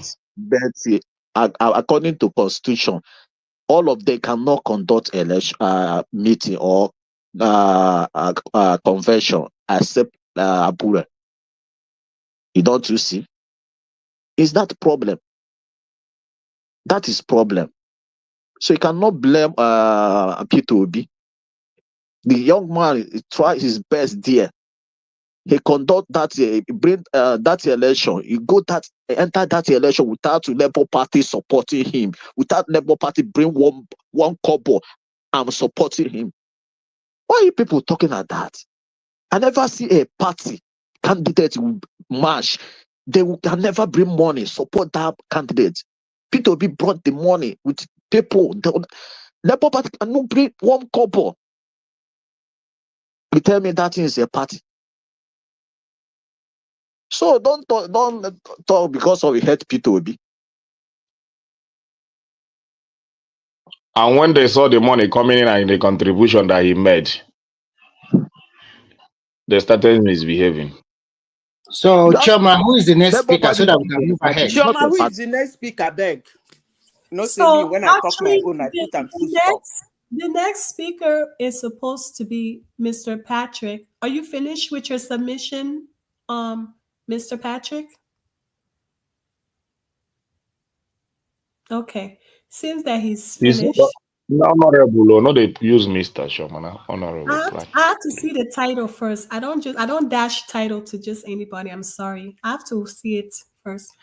The next person that will be speaking here tonight has Progressive spoke today. No, and Adewale too. And I think it's supposed to be Adewale and Oroyo. No, the Progressive. You can go ahead because he was here first. Mr. Progressive, are you there? Mr. Progressive? Okay. Now, Mr. Adewale, you can speak. I know you won't call me, that's why. You have to go to all those people first before you mention my name. Because I'm fair. Because I'm Man, fair. you are so mean and wicked. On this platform, you are the most common in this platform. I've been listening and watching and hoping that she would first say, "Oh, it's my name first," before she went to those roundabout people. I don't know if they're in China or in Japan. I was hearing Chan Chon Chin Chon. I was like, what the heck is going on?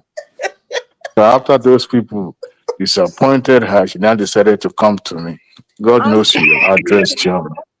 I'm choosing people who have higher chances of making it to heaven, Abby. Your own regime on one man show is, I don't even, it's even, in fact, worse than even Thomas himself. But we'll manage it. You make heaven, make our bench small, but we still love you anyway. So, good evening, everybody. I've heard, Madam Sita, you did a good job tonight. One thing is this: when you are making an argument with some of these obedient people, always have it at the back of your mind that you can't win some of this argument. One, they've already determined that whatever you say in defense, even if it is factual, it's not fact to them. So just have that at the back of the mind. Okay. I've learned that long time ago, and I've decided to save my sanity because Remy and Adewale, thank you. Obedience, they're my people. I was once an obedient too, but I was in darkness. Now I'm now in the light. So we're expecting the king to join us. Speaking of refinery, before you start this thing, Adewale, I want you to start with this. Are you happy or disappointed in the administration you give to Nigeria? I'm more than happy. I know you'll be happy. I'm more than happy, and that is a fact. I am more than happy. You see, Nigerians are the most. How do I put this now? You know, they're like a little baby or children that once you take their biscuit away, they will cry. But once you give them that biscuit back, you are their Lord and personal Savior. Look, except those who are uninformed, who say that Nigeria was heading to the El Dorado. We all knew Nigeria was at the point of tilting. Nigeria was not rich. We all said it during Buhari's administration when they were going to the ways and means, borrowing from it like no tomorrow, and there was so much money in the circulation, and they were covering up, recurring expenditures and all that, simply because the government ran out of innovative idea. But we have a government that took it upon itself to do what is painful but necessary. And yet, Nigerians are saying, crucify him, is incompetent, or the administration is incompetent. Yes, we'll look at it from that angle, because if you measure it based on where you live or your own status, possibility that you may even miss it. Please don't speak in parable. No. When you say Nigeria, no, let me put so that I will understand you more. Don't speak in parables. When you want to say that Nigerians are, you take away their sweet, or you say that he made the painful decision and all that. I want you to, as in, put it in a the very country practical where you answer. were living before, the country where you were Because if living you, before, your yeah, previous Nigeria, the Nigeria that you know under Jonathan or under what's his name, Buhari, was a Nigeria that was faking it to make it. They were okay, patching it, they were being benevolent. And we have a country where what is there under Jonathan that Nigerians are enjoying that they don't qualify as a the citizen of this country? intervention of government in every strata of life, be it in economy, be in anything. You all know our government, once government have a hand in something, it never works. When you have a government that was subsidizing and encouraging importation, one, you are killing your future. And that's what we'll be having in the past. These days, and that's why you are affected Okay, let me come there. indirectly, Let me actually. come. Hold on. Before, when you used to import, you know how much government, Government deliberately. Let me. I just want to ask you a question because you just made a point. I want to be following you bit by bit. When you said government that is subsidizing and encouraging importation of certain goods. Are you there? We can hear you. Okay, great. So I'm glad it's not, you can't hear me, so I'm glad. The point is this: when you have a government that was being benevolent enough to subsidize importation of certain goods that ordinarily should have been manufactured locally, then that is a sign that we are heading into a ditch. Now, in the past, we have a government that was more or less not just controlling, but directly involved in, when you have an exchange rate that was not real, that was not actually based on any fact and figure, but, attempt by the government to make sure that things looked real but not unreal. When you have a government that was subsidizing, exchange rate, of which the goods and services being imported are, not something that is actually affecting life or should have been able to affect production in Nigeria and also create job, then what we're having now is a government that is serious but decided to tackle economy from the point of, market standpoint. Now, I have a when question. you have, hold on. I have a question for you. What is your question? Don't go far because I will not. You know why you will continue to question my submission tonight is because you felt you haven't really said the impact of the economy, but in the larger picture, it's not about seeing the impact. I just want to ask you. I just want to ask you based on what you said about manufacturing that your government is working on. I just want to ask you, what are their policies to encourage manufacturing? Do you think that these government policies is even? You know that I just read it on the Vanguard. With what you said, more manufacturers, more companies have left Nigeria under this administration. There are millions of manufacturers that have left this country. Listen, Nobody, okay. Whenever I'm moderating, you should never let anyone interject without my permission.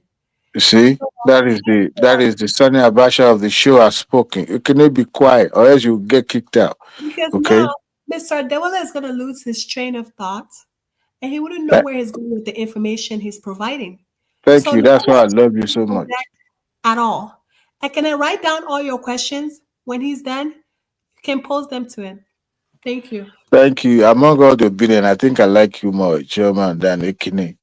See, so You do. speaking of impact of economy, when things that have been bad, in the past, you don't want to correct it within not even 2 times. It's going to correct this because what we have is God help him. By the time he leave the government, whoever is going to take over from him has to look at the economy and the entire Nigeria in the same prison that he actually left it. Because if not, things will go back to worse.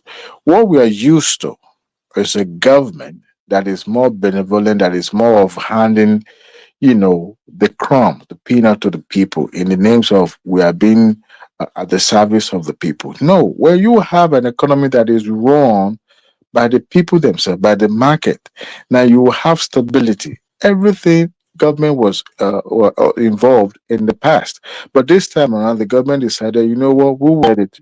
The market dictate, and I'm so glad we could see the evidence. Number one, in the agricultural produce, I mean, the price of rice, I learned that it's now 50,000. You guys remember when it was going at 90,000, 80 something thousand, even almost 100,000, when it first took over. So Can I ask though? Is that the price of produced rice in Nigeria, or is that because they imported grain? that whatever it is that affected to reduce it to that point, as far as I'm concerned, government has no hand in it. But So are we not just dribbling ourselves? Because if we're importing grains rather than improving our local productions. No, I mean it's a mixture of both. Okay, Adewale, can I come in there? it's a mixture of both. Can I come in there? Yeah, go ahead. You see, can I just ask the question? It's good he asked that question. I spoke on this day before yesterday in this guy's program. The policies Tinubu put on ground are excellent. As I said before, he might be having issues in the implementation. Look at this one he did. This thing he did, no government in Nigeria. I remember that, what's his name? Okay, I'll give you an example. He did Nigerian First Procurement Policy. I think that was his number one policy because this guy was asking what policy he put in on ground to encourage the manufacturing in Nigeria. Now, the implementation are those senators buying, what's his name? Innocent. You see?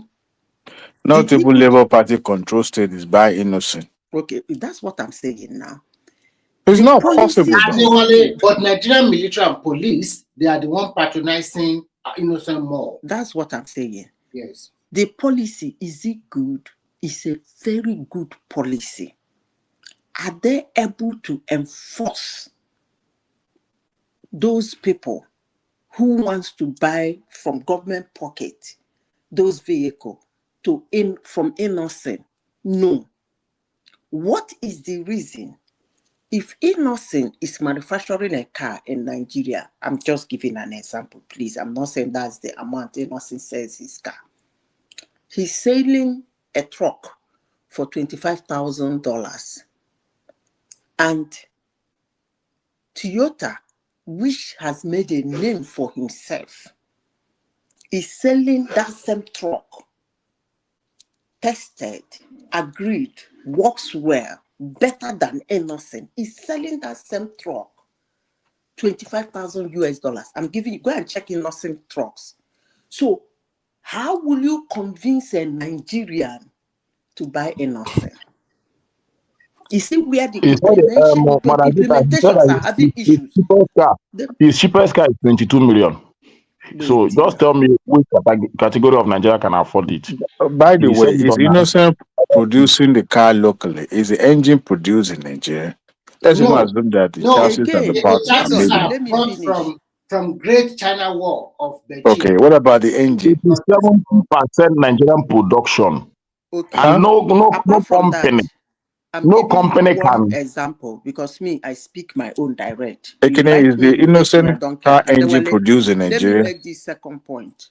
Ekene, It's a ask your 70% question. production. Yeah. What constitutes that Policies, 70%? I keep saying the policies are excellent, and I will double down on it. This man put in 200 billion for an MSME.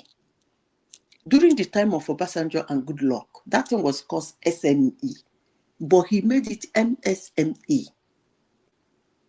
He's enabling those local manufacturers and small businesses. He's giving them loan that most times they don't pay. Actually, it was Buhari that started that thing. At what interest?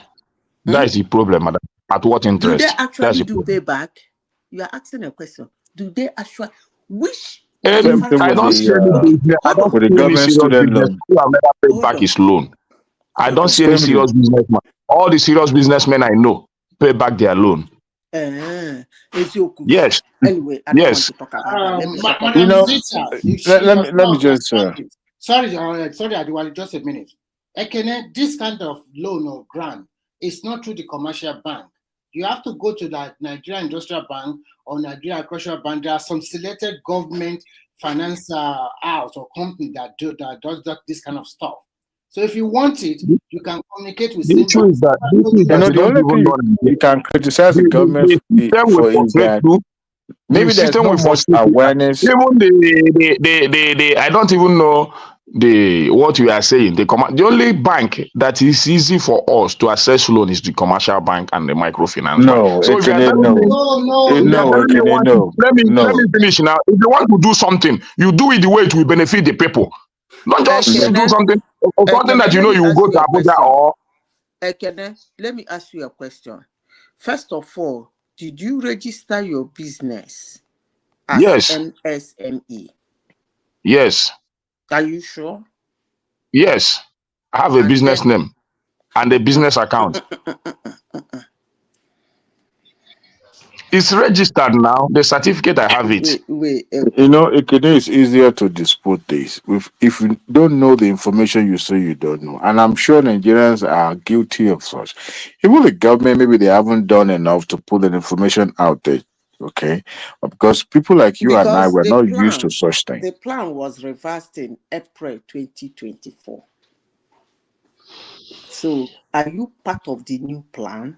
Because this thing you are saying that you cannot get loan. If you are under the SME, whatever they call it used to be SME, whatever they call it now, I don't know. But he reversed that plan April last year. We were listening to him when they were making that policy to reverse it so that it will benefit more people. And he put 200 billion into that thing. Are you part of the SME? Madalita, if you listen to me when I was speaking here, I said that most of Nigerian works or the achievement of government are in papers. So whenever I want to speak about Nigeria issue, I speak with what I experience every day and what I go through. It cannot be in papers. All of them are not No, in let me papers. finish. It might not be moving as fast as you Because, think. the reason why I'm saying that, is I'm not the only one doing business at Alaba. And I know this they were system. like, hey, back your Even if I don't get it, Ms. Madazita, even if I don't get it, I hope my neighbor or my next neighbor or from other line will get it. Do you understand what I mean? I don't but think when I don't see, Ekene, you are doing buying and selling. You are not doing manufacturing. These people, this money I'm talking about are those about boys that make leather shoes, leather handbags, all those small businesses that couple, those ones that make a little wheels and all those things. It was what's his name? Obasanjo that started that thing. they were being empowered. You come and present your business. The ones that are It's not. yes. It's not for you to go I and borrow I money. know Hold on, please. Now let me finish. even as we speak, It's not for you to go and borrow money from the bank and go and import goods from China. That is not why he put that money. Please. Let me Can we even educate when people that very is well? not why. Those I'm telling you on the businesses, area. see, before they give you that money at that lower interest rate, you must present your project. You must. That is I have a even where person who what is, I'm saying. hold on. I'm even saying this. I have somebody. Do you know why I'm saying this? I know of somebody who just started Gary Meal. He benefited from that money. He buys cassava on the people who have farmed cassava already. He has a mill. He makes Gary. He makes what is it called? Gary, and what is the other one he makes from cassava? He's not selling that. The moment he said this one, clear his loan, that he's going back to get for machine to start selling so that he can import them, like little sachet of Gary. So before he did that, he showed them what he did with his local I have machine. I have a lot of informations and videos that shows that even at Nnewi they produce shoe brake, battery terminals and all that. As a locally they do it at Nnewi, but they are still using old formats, and the production is low. Maybe a demand of 10,000 pieces, they will be able to produce maybe 2,000 or 1,000 because of lack of machinery. And these companies has go many places, even meet the government to even get a loan, to get the machines they need to be able to produce this stuff in a very large quantity. But as I'm talking to you up till today, they have not getting it. You understand? So what is stopping them from getting it? And they have government representative who have come to the company to look into what they are doing, and he gave them encouragement and all that. We are coming back. No, just a few weeks and few days, you hear from us, you get what you need, and get all your machineries. Go and make inquiry. Come to Nuhu. Let me take you there.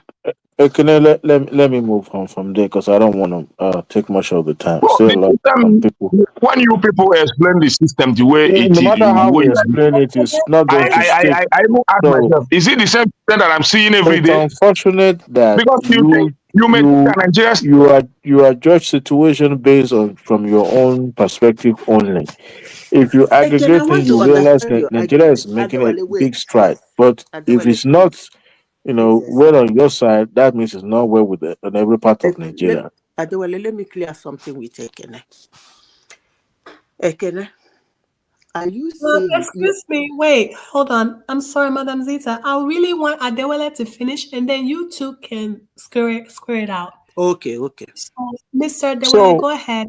Your submission. So people like Ekene is easier to condemn and say things are not working. As we're speaking right now, Ekene is a big man when it comes to financial status in Nigeria. He's a big man. You know how long he has been online with us? How many Nigerians can afford to stay online?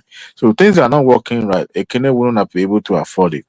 I'm not judging your pocket based on that, but it's a fact that you've been online with this show for a very long time. So Nigeria is not good. You are not making money. You complain every day, but yet, you are not doing badly.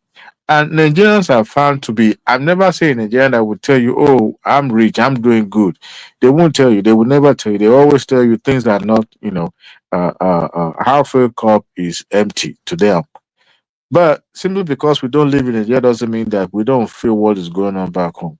But I think this administration will be well appreciated by the time he leave the government, and Nigerians see the impact that it made or the foundation that it actually built for his successor to continue with it, because Nigeria was actually broke and going for was almost collapsing to the point that Nigerians will have wake up one day and there would nothing that would be in their bank account. That was where we were heading to in the past. But uh, thank God for this administration. We will not see it now, but we will appreciate him when he left. So speaking of Obi, Obi saying that he's going to contest from Labour Party platform. And I wonder, which platform is he going to contest in the first place, if not Labour Party? Where is he going to go? They're talking about coalition that has not even taken uh, stronger root by now. They are still talking, they're still ironing their differences, and it's already too late because this is 2 years to this Tinubu's term, and yet they won't be able to conclude whether to form a political party or to form a coalition. And we'll have people like Obi, they needed him in that coalition if they really want to take a stronger route. But he said that he's going to contest from the Labour Party. And somebody said, well, he doesn't control Labour Party because, it's supposed to have people that manage the affair of the party. It's unfortunate. If you are contesting on any political platform, automatically you become one of the leaders of that party, if not the de facto head of that party. But because Obi is known to be what you can call an usurper, when the food is done, he like to bring spoon and join and eat and bellyful. If he had built a party from the scratch, or if he had remained with Abga, but also in coalition and alignment with other political parties, maybe by now he will have built more influence. I'm not talking about those people that follow him blindly, that they call that as political capital. I'm talking about those who matters when it comes to Nigerian politics. But he was jumping ship, was jumping from one party to another. Now, for him to say he's going to contest on the Labour Party, now that is not just a sinking ship; it's a completely decimated ship. So him remaining on that ship, thinking that the momentum he gathered the last time, will be able to realize uh, that honestly that would be like a dream. Now, if he goes and align with his former boss, which is Atiku, he's going back to his vomit, and he will be called out on that. And if we decided to pitch his stand with the El Rufai, I know some obedient wouldn't mind. It's about even holding their nose, hopeful that he'll be made the vice president. Now, what is the point if he's made a presidential candidate?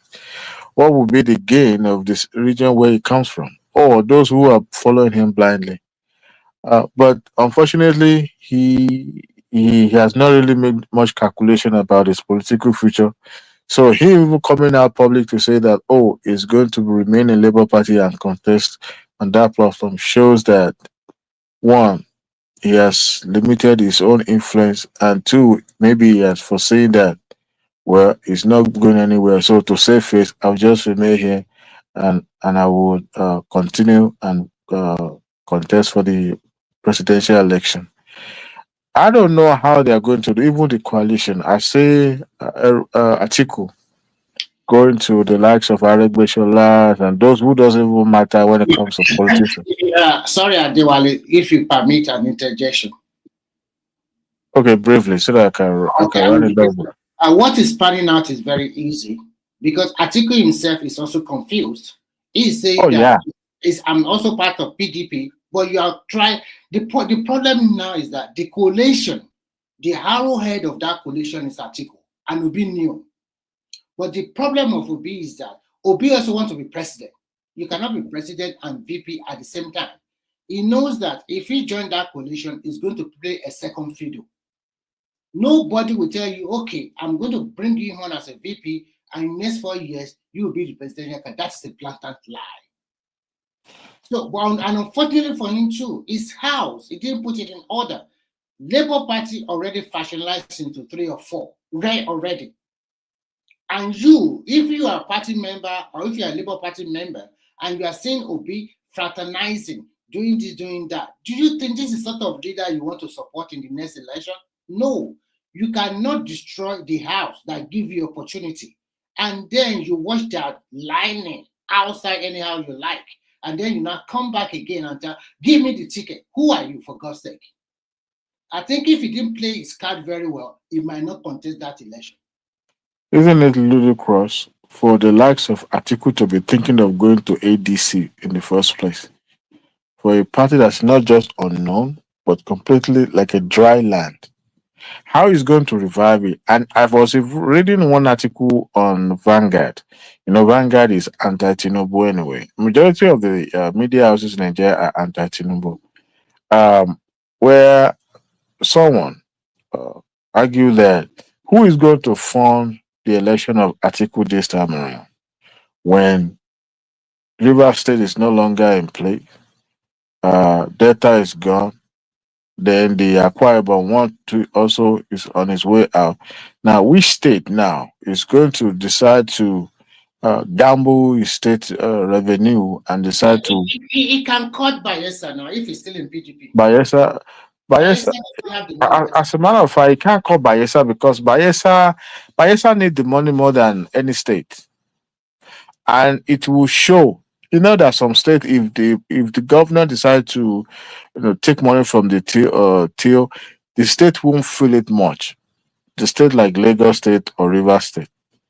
But for a state like Bayelsa State, they will feel it, and there will be no federal government to bail them out because they don't align with the central. So it's not worth gambling because when you know how much is coming into your cover at the end of the month, you wouldn't want to gamble it. How many big infrastructure program has Diri, done since he's been in government? So I just look at him, except maybe there's a uh, um, foreign support, and I wonder which government, any sovereign foreign government that will want to put. I mean, they don't even do that because it's not advisable and it's not profitable. Why should I putting my money on an election that can go any direction? So it to me it's just like let's just keep doing this. Maybe we'll gain track, but they know that there's no way out. They are not making any headline. And for those who argue that Nigeria is tilting towards one state party, I, I beg to differ because the definition of one party state. I mean, is it not the same country where we were when we had all the political parties in Nigeria endorsed one head of state? That's what you call a one party state. Or when the head of state decided to change the constitution by personally sponsoring the member of parliament to change constitution for that purpose alone. But in Nigeria, none of that happened. But people say, oh, some argue that they were being harassed. How many people can you harass? How many people can you send EFCs after? What is even the resources of EFCC that they will be threatening all these people jumping ship? They could see those people jumping ship, they could foresee that, the 2027 election will be all about coalition. Who can form coalition the best? And people don't want to be left behind. So they rather stick and choose and pick side now than to be left behind. You guys remember during the APC primary where some people had already made announcement, I mean during their speeches at the convention ground, the likes of what's his name, Dimitri Bankole, and so it was a Akpabio turn that he changed the narrative and he started, asking his followers to vote for Ashiwaju Tinubu. And then those who have spoken in the past now started coming back to say, well, their supporters should vote for Tinubu. But for then it was too late because then they realized, wait a minute, even the person that has more delegates is now yielding the floor. So who am I? And the same thing with those people saying we want to align with the center. Is how many people can you cajole or threaten? And for those who don't know, Nigeria, when it comes to political movement, there's no much ideology. It's about personal interest, and you want to align with where your bread is going to be buttered, and you can't blame Ola, them.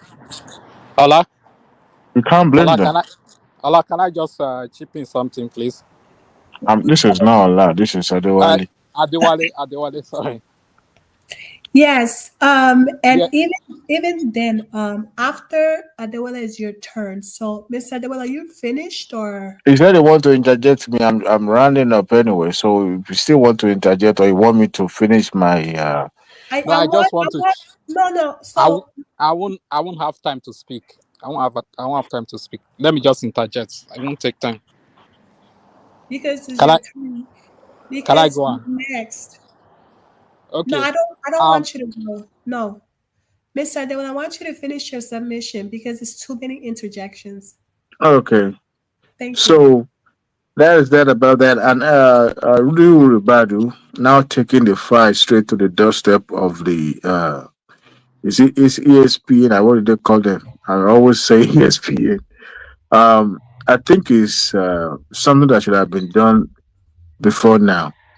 They let it linger for too long, and unfortunately, the elders of the region, this or the political elder, let me put it that way, because those who are the elders at the community level are more or less powerless. But those who when it comes to the politics in the southeast, should have stepped in and nipped it in the bud. Now we have life being lost. I heard that I read that one of the members was shot, or maybe by in the process. I don't know, and even some federal government troop member was also injured in the process. And I think it was they allowed it to linger for too long. You can't have a militia in a country that is, that is, they're supposed to be governed by the people. It shouldn't be, and all these Boko Harams and other likes like that. The government shouldn't have allowed it. But I guess everything has been turned to politics in Nigeria, whereby you want to wait for people to intervene and see if it's going to, stop it, but eventually get out of hand. But I'm glad that Ribadu is able to take the fight. People complain about what you call it, the checkpoint. I guess it was more or less okay. Let's control this. With maybe the presence of the federal troop will, stop those people from harassing innocent southeasterner, to conduct their business and all that. But this time around, it's fire for fire, and I commend them for that. Anybody coming out to say they are campaigning against government for doing that, I think can consider those people as enemy of the state, and if possible, take them out with them. But I think it's not too late, but I think it should have been done, earlier as before. So thank you. Any other person can come in. Okay, thank you very much,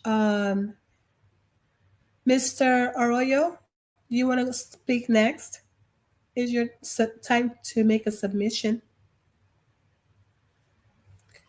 Okay, Madam Zita and Ekene.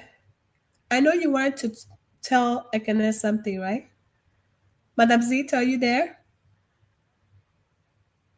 Ekene, are you there? Where did they, Okay. where did they all go? You sleep. Ekene, you are sleeping when you're supposed to be in market. No one listening again. We're all still here. So, okay, Madam Zita wanted to ask you a question, Kenneth. I wanted to ask Kenneth, when they say they're doing something for SMME, you mean everybody who is SMME must get it? Is that what you're saying? SMME is not a small scale business. That's what I'm So saying. You mean everybody will get it? It's supposed to be everybody now, because no, there is nowhere in the world that it happens like that. When the president was announcing during the first year of his administration that he's rolling out some billions for businessmen, he talked about manufacturers, which their money I think is even more higher. It's about, I don't know whether it's how many billions or trillions he said he's mapping out for the manufacturer. I'm talking about small scale business. That's what I'm trying to, so that when such a thing is being done, not everybody gets it. Maybe if I am lying. So he said he will map out. I don't know. I could remember the billions he talked about the manufacturers. Then about SMEs, that's small scale businesses. They will be getting about 10 billion or so, or 5 billion or 1. I don't know. So, which means during the time of the presidential broadcast, he has already mapped out what he want to give to the manufacturers, which I have not seen till today. Then he map out what he's giving to the small scale businesses, which I have not seen till today. Did you apply? So when you talk about when you talk about when you talk about small scale businesses, it consists of it consists of both local market women and small businesses, both the ones. So it doesn't matter where you source your goods, provided you are relevant services to the society. Ekene, please listen But very those well. for the manufacturers, he said Before, it categorically. no, listen, Emeka, Ekene, before now, Do you know that? Okay, do Madam you Sita, know, do you know hold that on most of the now, products you do you think know, are being hold on, imported? Maybe hold on. I I want know to they give you like clarification. story. Wait, let me finish. Number one, if government put out something for a particular set of people, it's not everybody that applied will get it. The disbursement is still being done with some criteria. If it is in the West, they will tell you some conditions may apply. That is the easiest way to say it. Yes, we are going to give you this thing, but some conditions may apply. So that means that if you apply for this thing, You if you put do it out not that the meet those, condition hold on you now, first let me put it out that the finish. condition must be If productivity. you, hold on, that government said he's going to give every small scale business certain amount on loan when you apply, doesn't mean that there is no criteria for you to meet that loan. That is number one. Number two, if what is it called? If sometimes the money might run out. But let me say this. Number two, when Obasanjo was president, that's why most people seem to like Okonjo-Iweala. That thing is being televised. I don't know if they're still doing it now. That money, that APC SME, na just to announce it their own. They was, know the television. hold on now. Haba. That time it was being televised. You will bring that thing you are manufacturing, bring it to them. For those manufacturing that thing, they might invite about 10 of them. They will come, make a presentation, show them what they have done, how far they have done it, how much they spend getting to that level. Among them, among the 10 of them, only 3 might get the money. In those days, they used to televise it. Not that all 10 of them will get the money. The panel of judges will look at them, know who is serious, who has something on the ground, who is will. Sometimes some of them come out very angry. I used to watch it in those days. It was a very interesting thing. So I don't know whether they do televise it now, but one thing I'm telling you is that it's not everybody that apply for that thing will get it, because some conditions may apply. Una well done. See una. I want to say something about businesses in Nigeria, the way you do most of the things. You know, most of the product today, you talk about, you don't, Adewale talk about importation. Do you know that the government is now giving the Chinese spaces in Nigeria to bring in their goods? And the most of the things you say, you think that are being imported is not being imported. The Chinese import them themselves. The wholesalers here go to their companies to buy it and sell in the market.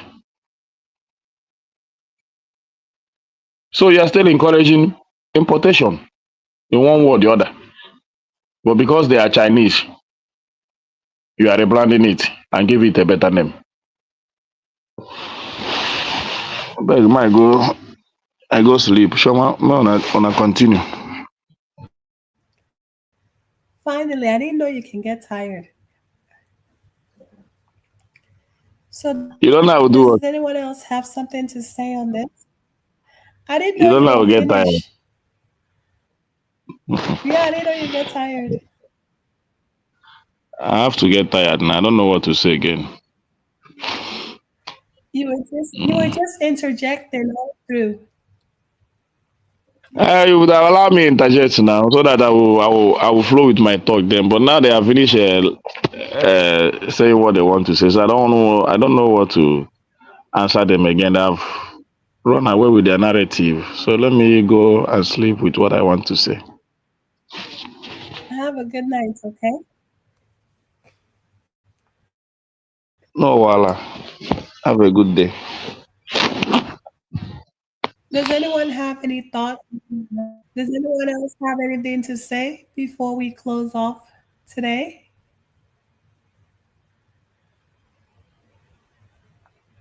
Does anyone have Is anything Prince else? Daddy still Prince Daddy on the show?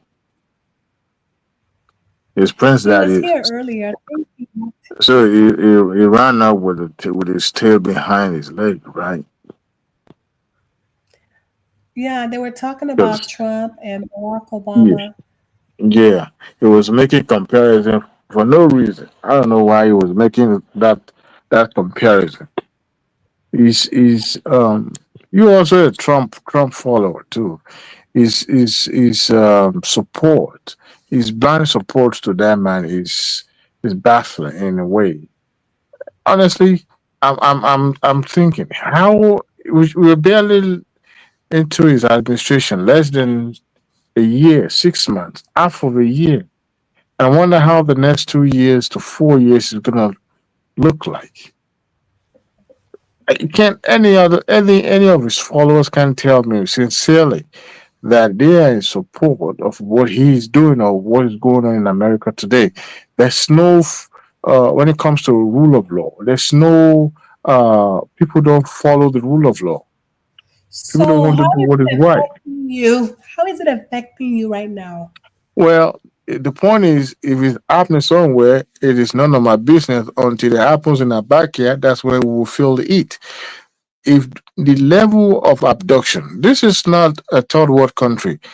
America has a way of following the law, and to abduct people that spoke out against your government as a dissent voice, and yet you abducted them in a Gestapo manner without following the due course. Even when the court of law make a pronouncement and you petition that and you decide to do what suits you. No, that is not America that I know.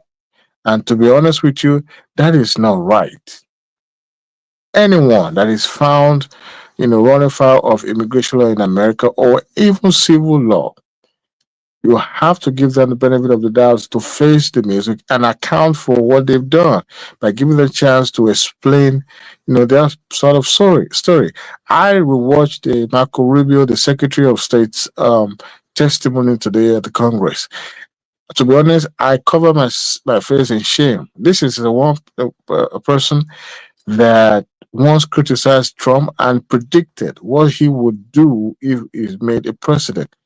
Now, Rubio is not just following blindly, is enabling Trump to continue to do that. You could see the arrogance in his speech, in his face. The way, of course, he was once a senator, so he believed that there's no trick that his former colleague will bring from the book that he would not be able to counter that. And every of his assertions were actually weightless. As a Secretary of State, he was more or less a de facto vice president, if you look at it in terms of his position in the cabinet. Now, he said he can cancel a visa simply because he can do that. That visa is a privilege, not is a right. Absolute is not a right. But when somebody is on American soil, that person, by the 11th Amendment of the Constitution, you have a right one, to be treated like human being with dignity. And every 50 state in America, including the Samoa and the other territory, has to treat you with dignity. You don't just get abducted simply because you spoke up against government policy. And he was asked about what law did they break simply because they speak up. You can protest. We seen American students protesting in the foreign land? Now, every of the institution of the higher institutions, a reputable one in America that have been doing exchange program will no longer do that because the way it was waging war against them. It's quite unfortunate. In this uh, century that we are, and you still have somebody who decided to close the door against international students. How do we learn if we are not open to other culture? How? It's unheard of. All the American allies. I don't know who is seen as an ally. Is it Russia's ally? There's nothing wrong in befriending Russia. We can't continue to be enemy forever. But the bottom line is that you don't treat your friend with disdain, and you expect that in the future they will come in your favor and support you. No, the damage that is causing is going to take America decades to correct. Because how is the Allies going to take the word of American, you know, for what they are in the first place? It's baffling, and it's heartbroken at this point. I don't expect any Nigerians who, whether you're a first generation or third generations, we can follow, but we can like somebody, but we don't have to follow blindly. You can't tell me when you have somebody, a foreigner, that is subjected to this kind of inhuman treatment, and yet you want to follow that, you want to support that. No, we're all immigrants. We're one way or the other. We found our way into this country called United States, and yet somebody that have benefited from this same system saying that no other person will come in, and Trinidad was arguing about the white Afrikaners coming to America and trying to justify the reason why Trump decided to open the gate for them to come in, where we have other part of the country of the world that actually deserve to be given asylum. Come on, man. And those who even came to the United States of America are the lazy bum among the Africans, because the hardworking one among them actually in South Africa, they can't leave. They won't leave. Anyway, it's just 4 years, but I just imagine how that 4 years is going to be. A tomato 4 years, and I wonder how it's going to end. Because possibility of some of these administration personnel will ended up going to prison one way or the other, except God give them a blanket pardon. Because I don't see, because some of them are breaking law like no tomorrow.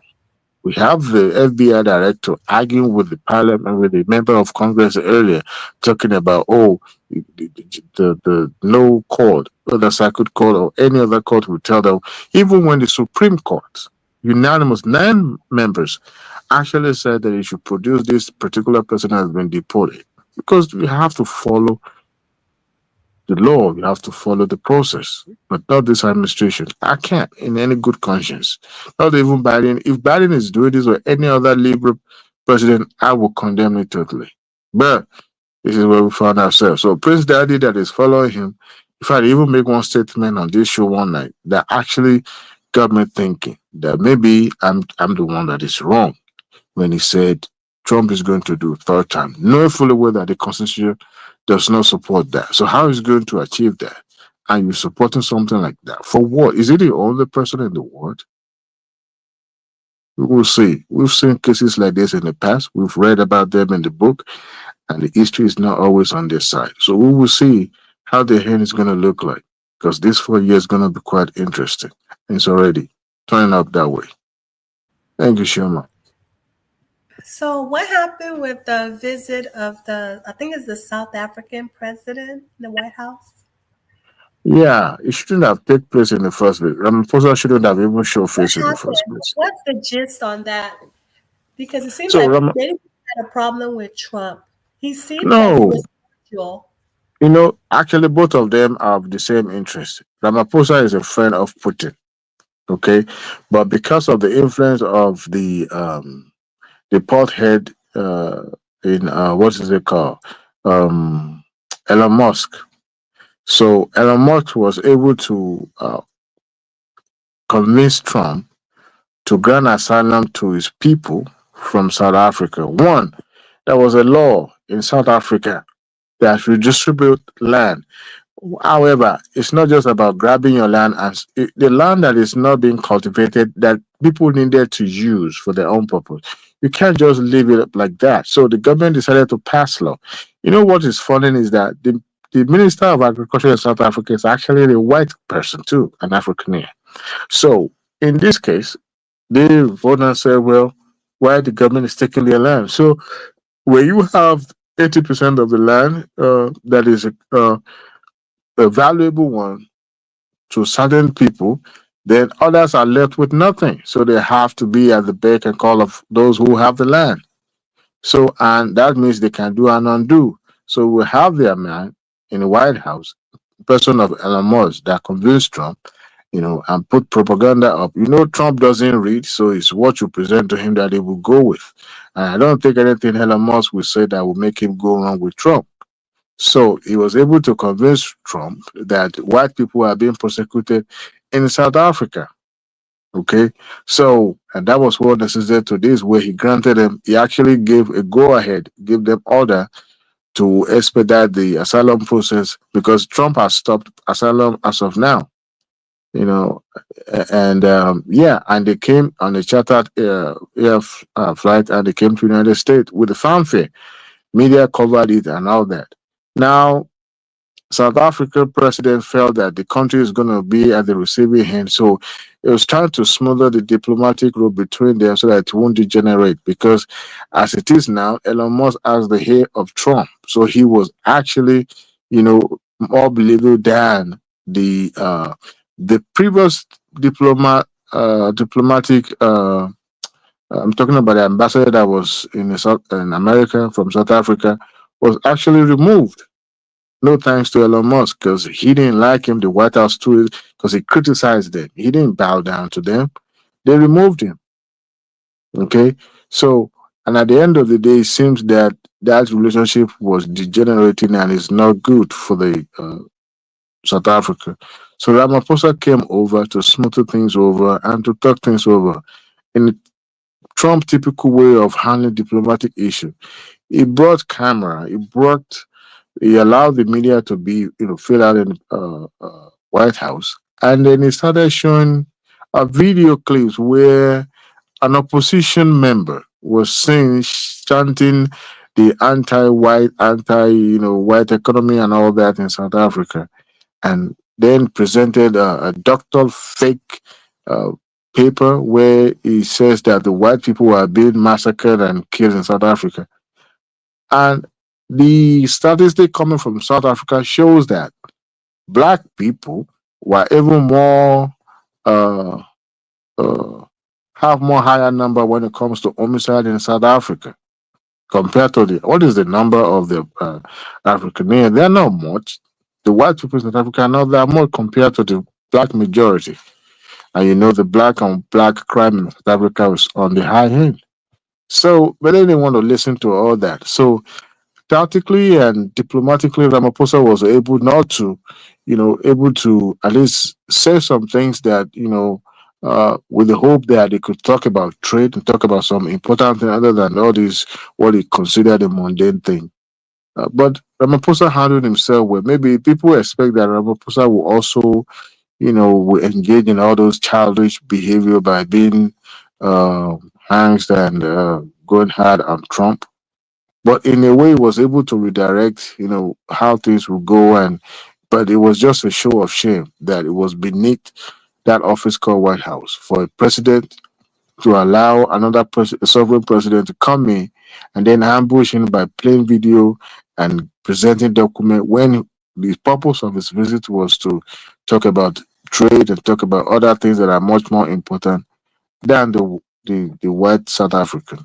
So that was what the basis of that meeting and all that. But to me, I believe Ramaphosa come on top, but he shouldn't have even visited in the first place. But I don't blame him. The two countries have, when it comes to political and economic ties, if left unsolved, it could have degenerated to the point where it might not be repairable for a very long time. No thanks to Elon Musk. That guy, the damages that it will cause before he finally leave Trump alone. I don't know if America will be able to pay that price back in years to come. It's just quite unfortunate. Wow, that was a very long analysis, but thank you. I get it No, I'm now. just trying to explain it in a way that I understood it because what that man did was just. Well, like I, for one, I don't have any problem with Trump. I think he's doing a great job so far. He is setting precedents. So, but I don't have to explain everything now, maybe later. I will go further, in If details. are you the first generation of Nigeria in America? Um, I can't answer that now. Okay, Maybe in good. the future I will Because answer if if if you were still in Nigeria and you were planning to come to this country, by now you would have not even Well, don't let me say it. But the point is, what allowed you and I to become who we are in America uh, probably wouldn't have happened if Trump was the one in charge when we and I became an American. That's just what I'll say. Because he doesn't want you and I here, regardless of your love for him and all that. He wouldn't want you and I to be here in the first place. Doesn't care about black, he care about white people and white people only. He believed that if nothing is done to allow the white people to remain the majority, the culture will change and everything will change. That was the reason why he became president in the first place. That a nigger became a president in America should be unheard of, in the white community. And that's the reason that pushed him to contest for this president. Not that he was interested. Now he's a grifter. What he's been doing now is to accumulate wealth. He's accumulated left and right. Family members are benefiting mass. The corruption is just so massive. Now he started with the crypto. Now who are the his patron when it comes to that? He went to the Qatar. He did a tour in Arab countries, Saudi Arabia, Qatar, and United Arab Emirates, so that they can patronize. You know how much Saudi Arabia gave, and it's just I don't know. It's stinking, man. It is. Mm-mm, no, but we will see how. Uh, History will judge him, but I can predict that nothing good is going to come out of when they write the history of this country of modern presidency. I don't think Trump will. Well, we'll see. We'll see. The same way you were encouraging the obedience to wish Tinubu good luck, I think you should follow that advice as well, you know? We You can't should wish. compare. We can't compare Trump and Tinubu altogether. No, we can't. Tinubu listen. Trump doesn't listen. No matter how we hate Tinubu or how no, not hate, despise him or his policy. Tinubu listen. Tinubu doesn't go after people that disagree with him. Okay, Tinubu has handled himself And maturely. Trump listens. That's No, why he the doesn't. majority of He the doesn't. US He's citizens. vindictive. He's vindictive, and that's why he rule with fear. People who doesn't do his will still go and kiss the ring and bend over backward for him. So You why can't. did majority who voted for Trump? Why did majority of Americans vote for this man? Those who voted for Trump won. They just couldn't stand the chance of having the number one first black female. Even when a white woman tried in America, he wasn't just hated. They just couldn't stand it that a woman. Now that was the reason why uh, Harris did not use a black woman when he was contesting. She decided to go with his mother. I mean, her mother's side, Asian. That's why she kept Aaron because majority of Americans, those who voted for Trump, just couldn't stand to see a woman, a black woman, actually being in charge of the affair of this country. The last time a Negro was in charge, it brought back the 60 era, which we are experiencing right now. You can imagine what would have happened if Harris becomes president. I don't know what would have happened. I can't imagine that. So that was the reason. And those who felt the impact of Trump governance now, those who are sent back from federal government jobs and all those persons, those who are no longer having job, they're now biting their finger because they said some of them are blaming themselves for voting for this man. But if you're not impacted directly by his governance, then maybe it is what it is. But those who actually felt his impact of his policy, not just on the immigration, even the farmers too now. They are, in fact, as a matter of fact, some people don't even have workers to work on their farm. They don't. And, well, we'll see. And then he decided to wage unnecessary tariff war with the other country. I mean, if you are going to do it, you do it with common sense. We decided you just wake up one day and say, you know what, I'm going to be fighting China. I'm going to be doing this. And then Amazon decided to put their prices just to indicate which reason why this price is going up, and he called it a political job that they shouldn't have done that because that's the impact of your policy. Tell me which American doesn't import from China. Tell me which American does not. You are threatening Apple that if they don't start producing, and those people can't afford to produce their phone, except they will making phone for the upper class, maybe the richer people, because America wouldn't be able to afford it. Maybe it would take them 10 years to even save up to buy the phone. So you are threatening Apple that they must build their factory here. I mean, you can't blame those people too. They will find a way to compromise one way or the other. Maybe to bring one plant here and stuff like that. But we will see. We will see.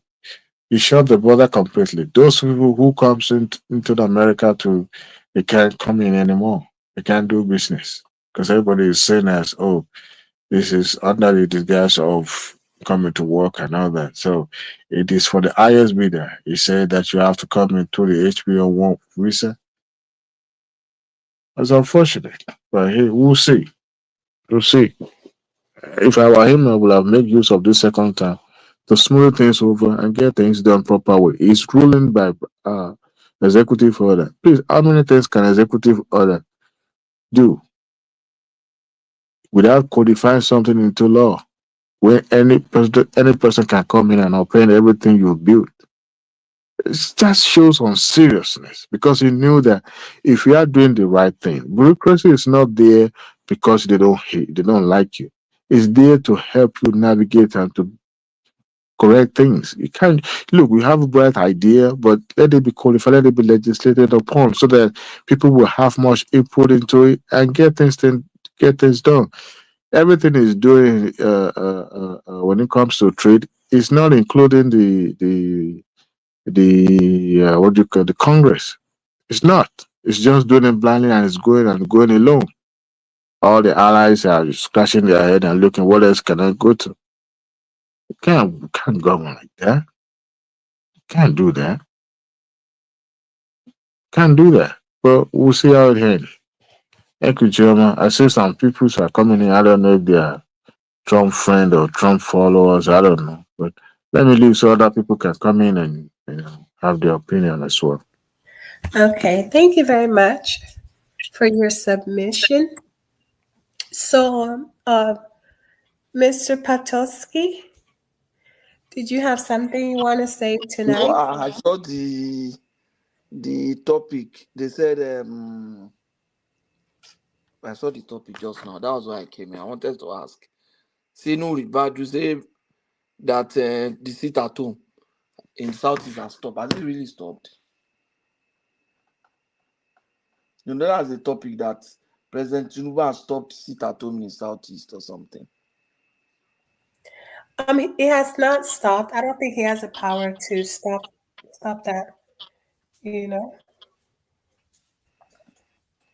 So it has not yeah, stopped. he hasn't stopped it. No, So why they? It has not.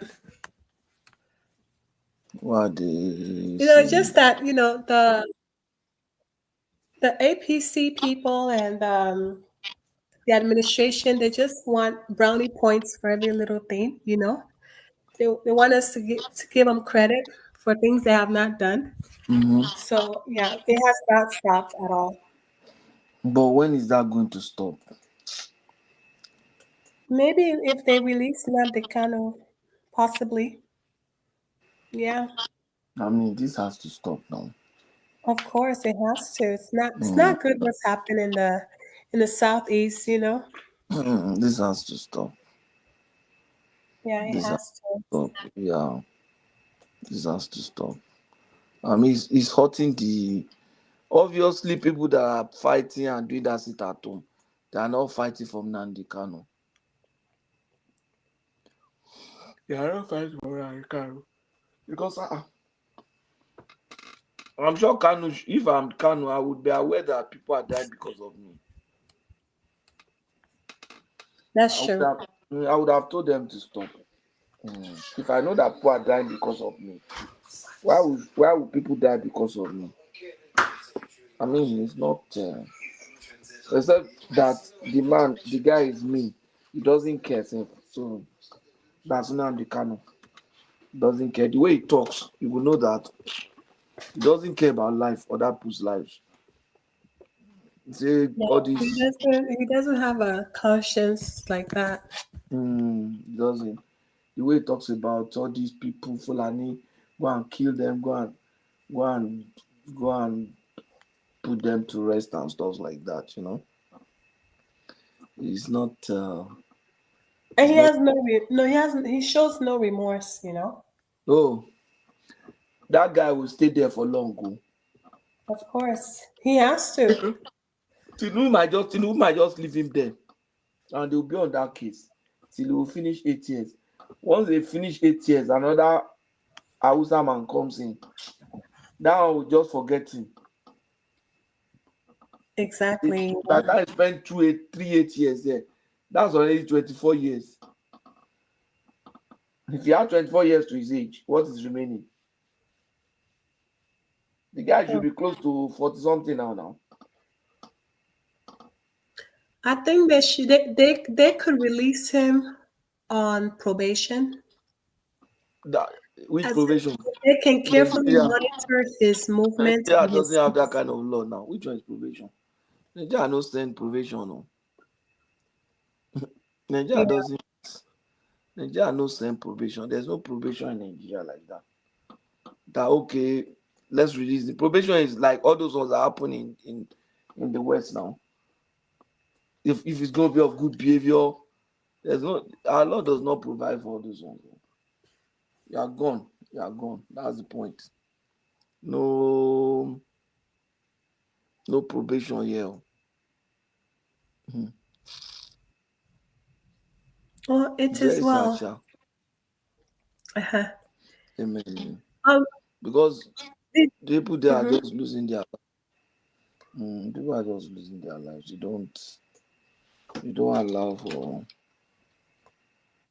that. Then Adewale, is Adewale still there?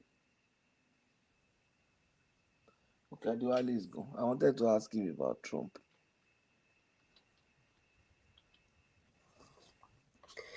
Yeah, he's still on the panel, but he put he's on mute.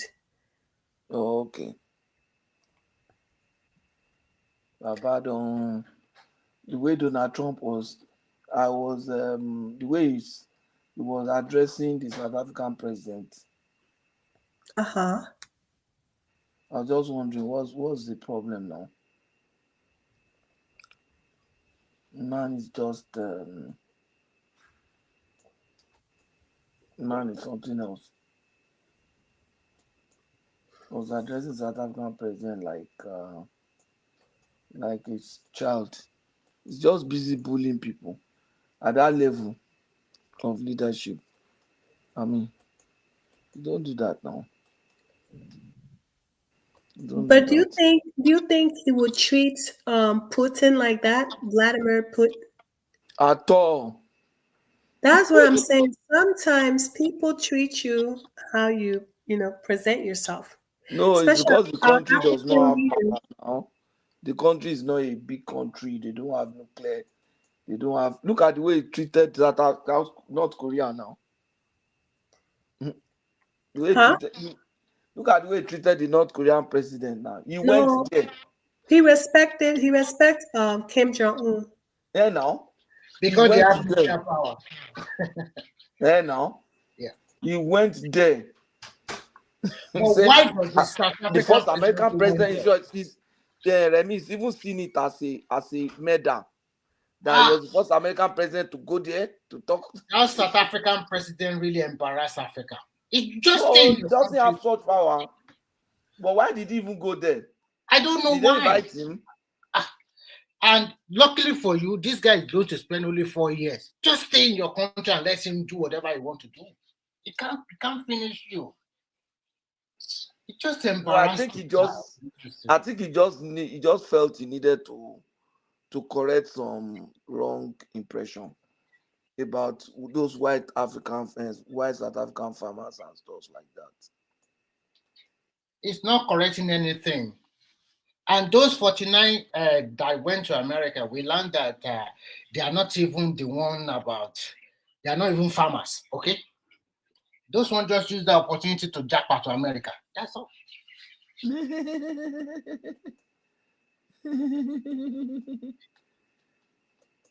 But we have a lot of them here. We have South Africans here. Yes, now there will be a lot of them in Australia, Canada, New Yeah, Zealand. Australia. They are in Australia. They are here. Because my church, I'd go to a Dutch church. People from my church originally is from Netherlands. It's just like having redeemed. So my Dutch is Dutch. So we have a number of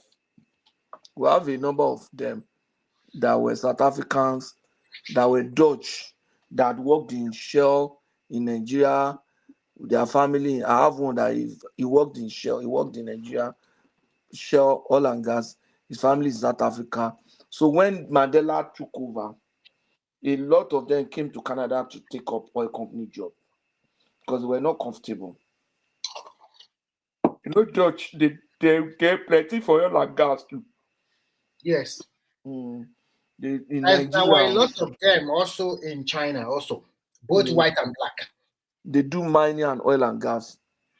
No, they're not doing mining. Most of them are into educational industry there. Because they classify them as native speaker. I wonder. Even the white South African, sometimes they use their color. The white, they have that advantage. Because there are many. They are speaking so war, but because they are white. Oh my God. You mean the Dutch? Yes. Over there in Asia. They don't speak English now. At all. Their English is terrible. But the ones in my church, they speak good English. Because most of them are exceptionally good. Most of them are Americans. It's just like Elon Musk too now. You know, Elon Musk came to Canada too. His mother came to Canada because of all those. When Mandela came in, they were all afraid. They thought that Mandela does not do the right thing, Jerry, at the end of the day. What was he supposed to do? But I don't know, but because I don't know the politics of that country very well. But because what can he do? Most of the economic power are in the hands of the white people. No, he was just trying to align everybody now, which to me is the right thing to do.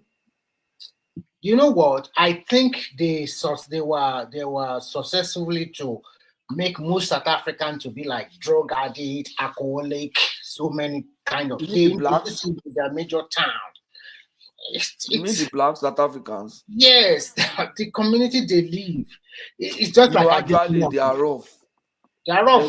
Yeah, they are very rough. Because I have opportunity to work with some of them, both white and black, and they told me that if I come to South Africa, if they take me to some township, I will know that they are really suffering. No, it's just like that now. I was in South Africa now twice, and I went to some of those places. I was in Joburg. I was in Cape Town briefly. I just drove there. Then I was in Southampton. My brother-in-law married a diplomat, a South African lady, diplomat. So the point is, the blacks there, they're also very rough. The way they live their lives and stuff like that. I mean, it's not the white that made them to do that now. Look at HIV/AIDS that time. The way the thing just went up among them because they were rough, their lifestyles, all those things. You are right. They were rough. They were extremely rough people. So all those kind of things, it does not engender prosperity. But the point is that things are changed. The people that are serious among them, they are making money now. And I saw a documentary of white people in South Africa. White people, homeless, a lot of homeless white people. The documentary was on, I think it should be on Netflix, still be on Netflix. They have homeless, they have like, all those like places that like park where the homeless people just put small camp bed and that's where they sleep. And they are South Africans. In short, when I was there, most of the beggars that I saw on the streets, a large number of them were white. A large number of them were white. But here in Finland, we don't have homeless people. Yeah, because we are small. Because government provides the home. Do you know what they usually do? Every night, the police will continue to pick people that are drunk. They will take them to their home or take them to a shelter place to sleep overnight. Those ones are drunk. Those ones, not that they don't have home. If you are homeless, they will provide a place for you to live. And you get these money. People are actually homeless. No, they are not really homeless yet, to be frank, because government provide for them. Once you just go and complain you don't have work, and they will give you some kind of benefit. Maybe not enough, just to get by. And they also give you subsidized apartment. Okay. Yeah, government tries to give subsidized apartment for low-income earners, but the point is that it can't go round. Because your population kept on increasing, and there's not enough resources like housing. Housing is becoming a major problem now in Canada. I hope you guys are not going to be the same like America, where in their major cities, so many homeless people there. A lot of homeless now here now. I mean, a lot of homeless people here now. So, what did they go do? A lot of homeless people. So I don't know. You can't just. My point is that you can't just bringing people in without making provision for them. It messes up your immigration program. But when you talk like that, they will say, "Oh, because you're already in." No, it's not because I'm in. Those people will come in and suffer. Yes, I'm in. Let them come. They are not going to take my job. You understand? Before, if an accountant comes in here from anywhere, before he'll be able to take my job, he will write CP, and that will take him 5 years. And who told you I still want this job after? 5 years. They did not recognize Nigeria CCA. No recognize. It's now that they are just recognizing it now. They just gave them exception that okay, you can write. There's a stage of the exam, CFE. They say you can write CFE. CFE is a 3-day exam. One exam, one paper. You write it. Why they make it so difficult like that? CFE, one paper, you write it for 3 days. So when you look at all those kind of things, you say, I think the point is that if you are well established in Nigeria, it's even better to come abroad. Yeah, you don't need to worry yourself, because when they talk, they said, you are enjoying abroad. Have you ever asked any people or people that are living in diaspora, how do they pay their bills? What tax? Everything. The money they take away from you is not a child's play. If you introduce this kind of system in Nigeria, Nigeria will cry. Nigeria will cry now. They will cry. In fact, that president will not last 1 month. That go year one in. But when you want to explain, people will not let you explain. There's no light. There's no. I say light. The easiest thing is light now. If you are ready to pay the same thing that I'm paying, if you are ready to pay the same thing I'm paying for light, it is the same company that is giving me light that I'll come and do it. The irony part of it is that even the Lekki Ibro area, they put them to band A. They are having 24-hour supply. But when they bring the bill, they don't want to pay. They say 40,000 is too much. But you can spend 1 million, 3 million, 300 million Rolls Royce. But to pay your bills of NEPA, where you have AC in your duplexes, everything, you don't want to pay the bills. They don't want. They don't want to pay the bills.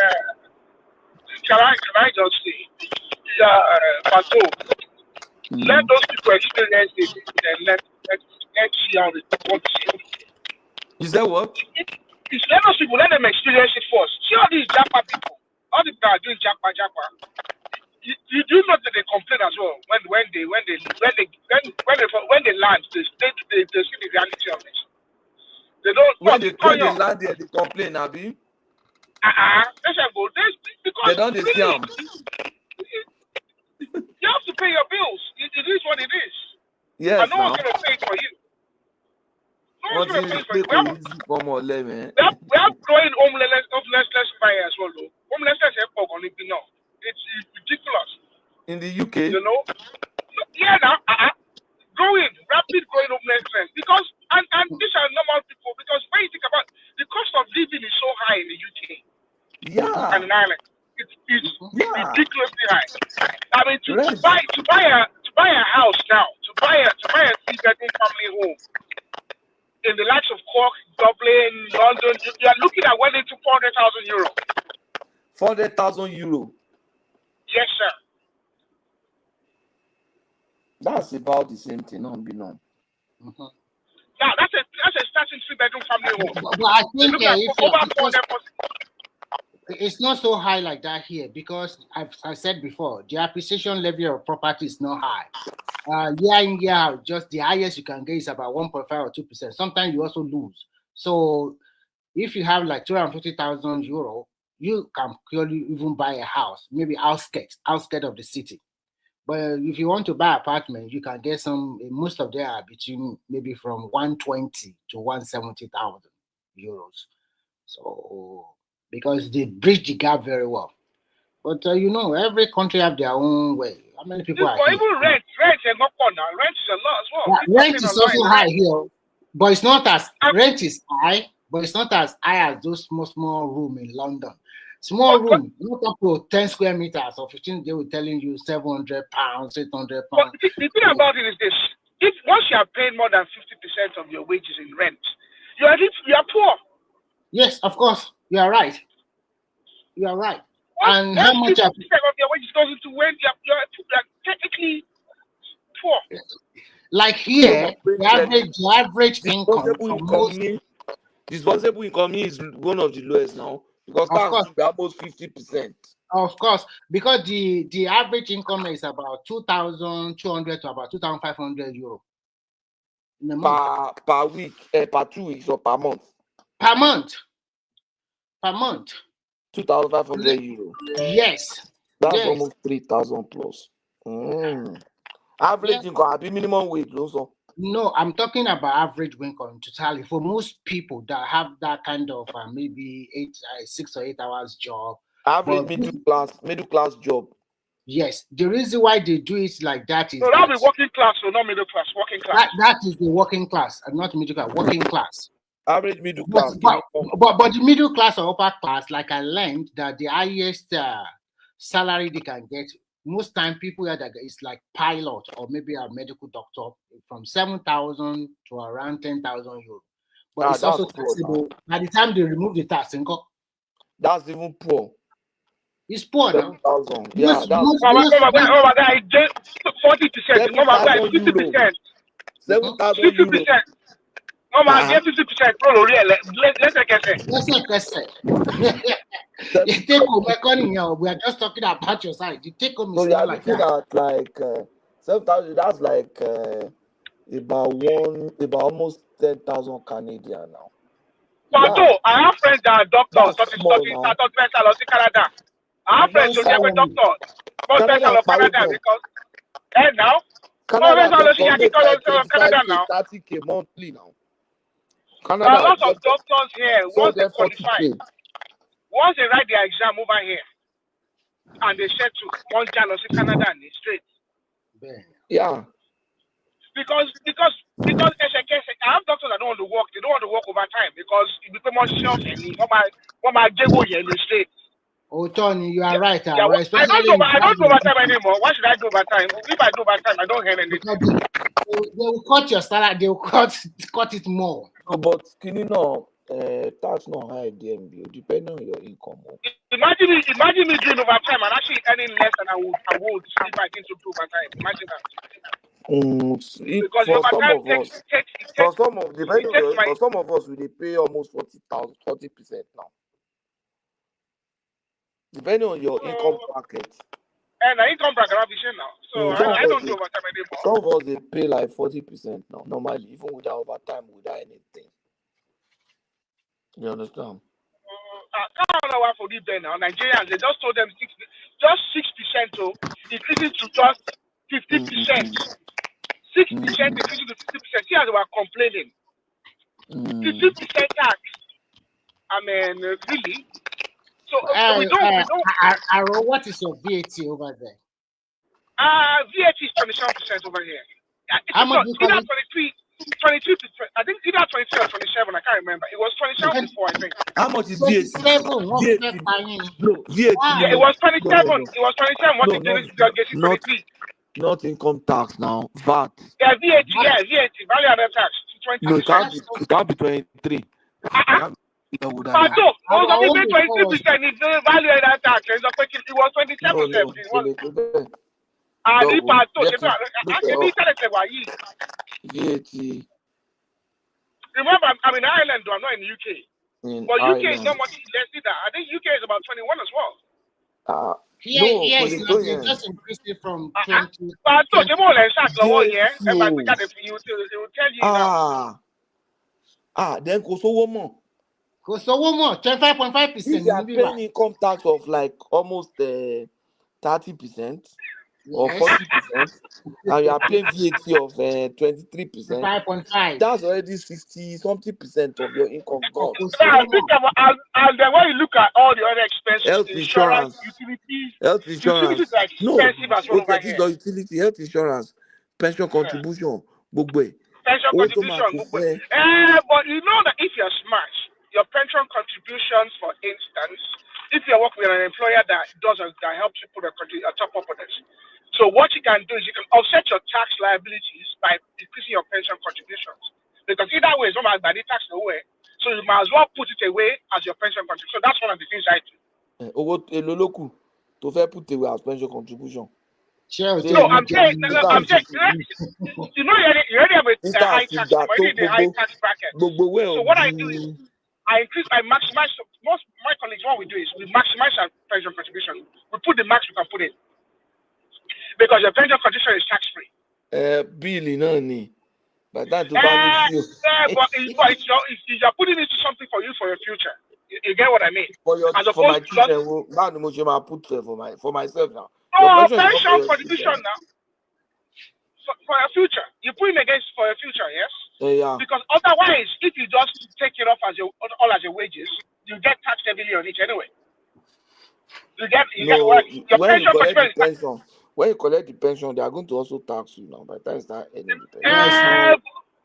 Yes, but for now anyway, what you're doing is tax your current wage. Your wage will be lower then. But Patoski, as an accountant, I want to ask you this question. You know that pension contribution, those companies, they are maybe government. They can also they can also benchmark and get interest on that one. Why, when they want to pay you back, why are they taxing it again? It's supposed to be no, I don't get you.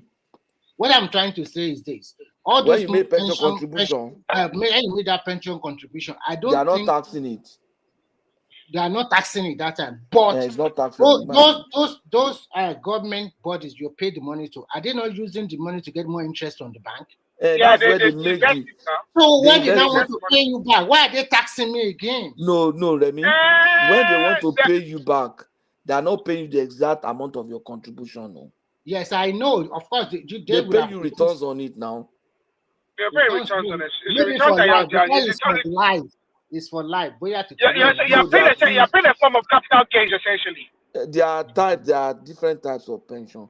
There's defined benefits and there's defined contribution.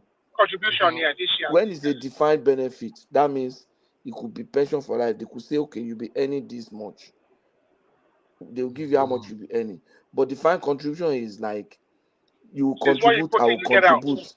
And when you get out, they might just pay you based on got to contribute. The first one is you know, here in Finland, I don't think they accept the second option. The first one is everybody just paying to that. It's whether you pay by yourself or your employer paid. If you are an entrepreneur, then you have to pay by yourself. No, in my own case, I pay part, government pay half of it. I pay half, government pay half. Yeah. Because you are working for someone. Pato, same thing as I do. I'm in DC as well, so I have DC, and so that's what I mean by I've just maximized it, because otherwise I'll just be putting. Apart from that, I have another window, a channel for contribution, a saving plan, retirement. So I'm going to start putting some money there now. With that one, retirement. You have a no. It's better to start early, because I didn't start working for government on time. I just felt, can you have started working for government on time? So my power out it daily. Can you up to the daily? To get there. So anyone that wants to jackpot, they are welcome. They are welcome to come and experience life. If things are tough, need much, it's better they come home. But if they are okay, If they are okay, there's nothing to do. or for some time. But you know one funny thing? There's a lot of For people them I to know just that get their actually like. passport. There's a lot of wealthy people that I know that do like they're not. I'll call it soft jackpot. So what they do is this: they are wealthy, they are okay in Nigeria. They don't want to relocate. They are not coming here to come and work or do anything. But they just want to be able to escape to this, Canada or Europe, and be able to stay for a year, stay for 6 months. Exactly, they just need the passport. They want to be able to travel. Yeah, they just do it for the passport. But And these the are people point is that some of us come. that relocate to BNC. In most cases, you can't even afford to travel. You can't afford to travel. To buy travel, you have bills on ground. How long do you travel? I travel 1 week or 2 weeks. Nigeria, what Masari Bo. You can't afford to go to Nigeria for 3 years. For 3 months. I know guys that are self-employed that do 1 month too, but to be frank, you're not more responsible to be frank. I see people that go for more than 1 month. Because you leave about ton, the remaining what you have left is leave without pay. Yeah.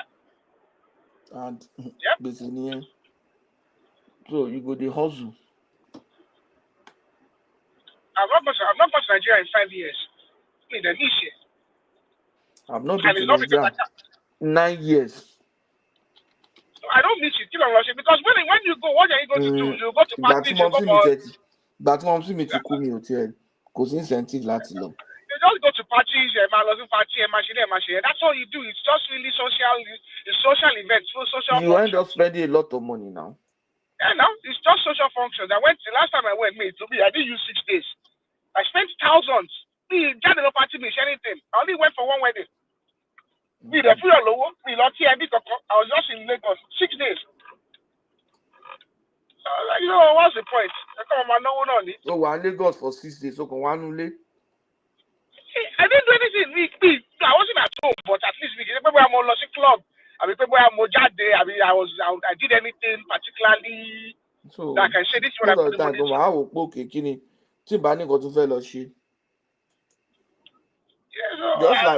just like when I was in Nigeria, I wasn't really coming to Europe or London. Me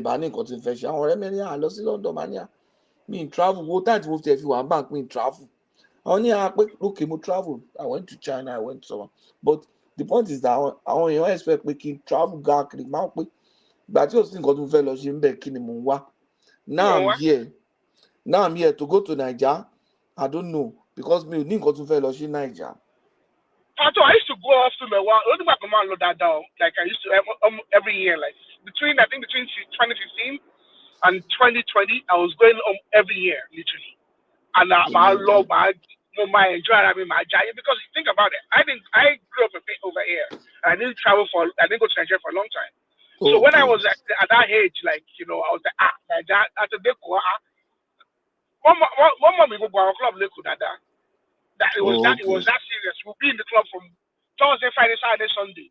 We were going out every single night buying bottles or showing down the bar, literally. Well, you grow out of that. You can't even go that now because clubbing in Lagos is very expensive now. I have two kids. And I'll now be going to Nigeria and the club. Even over here, I barely go out.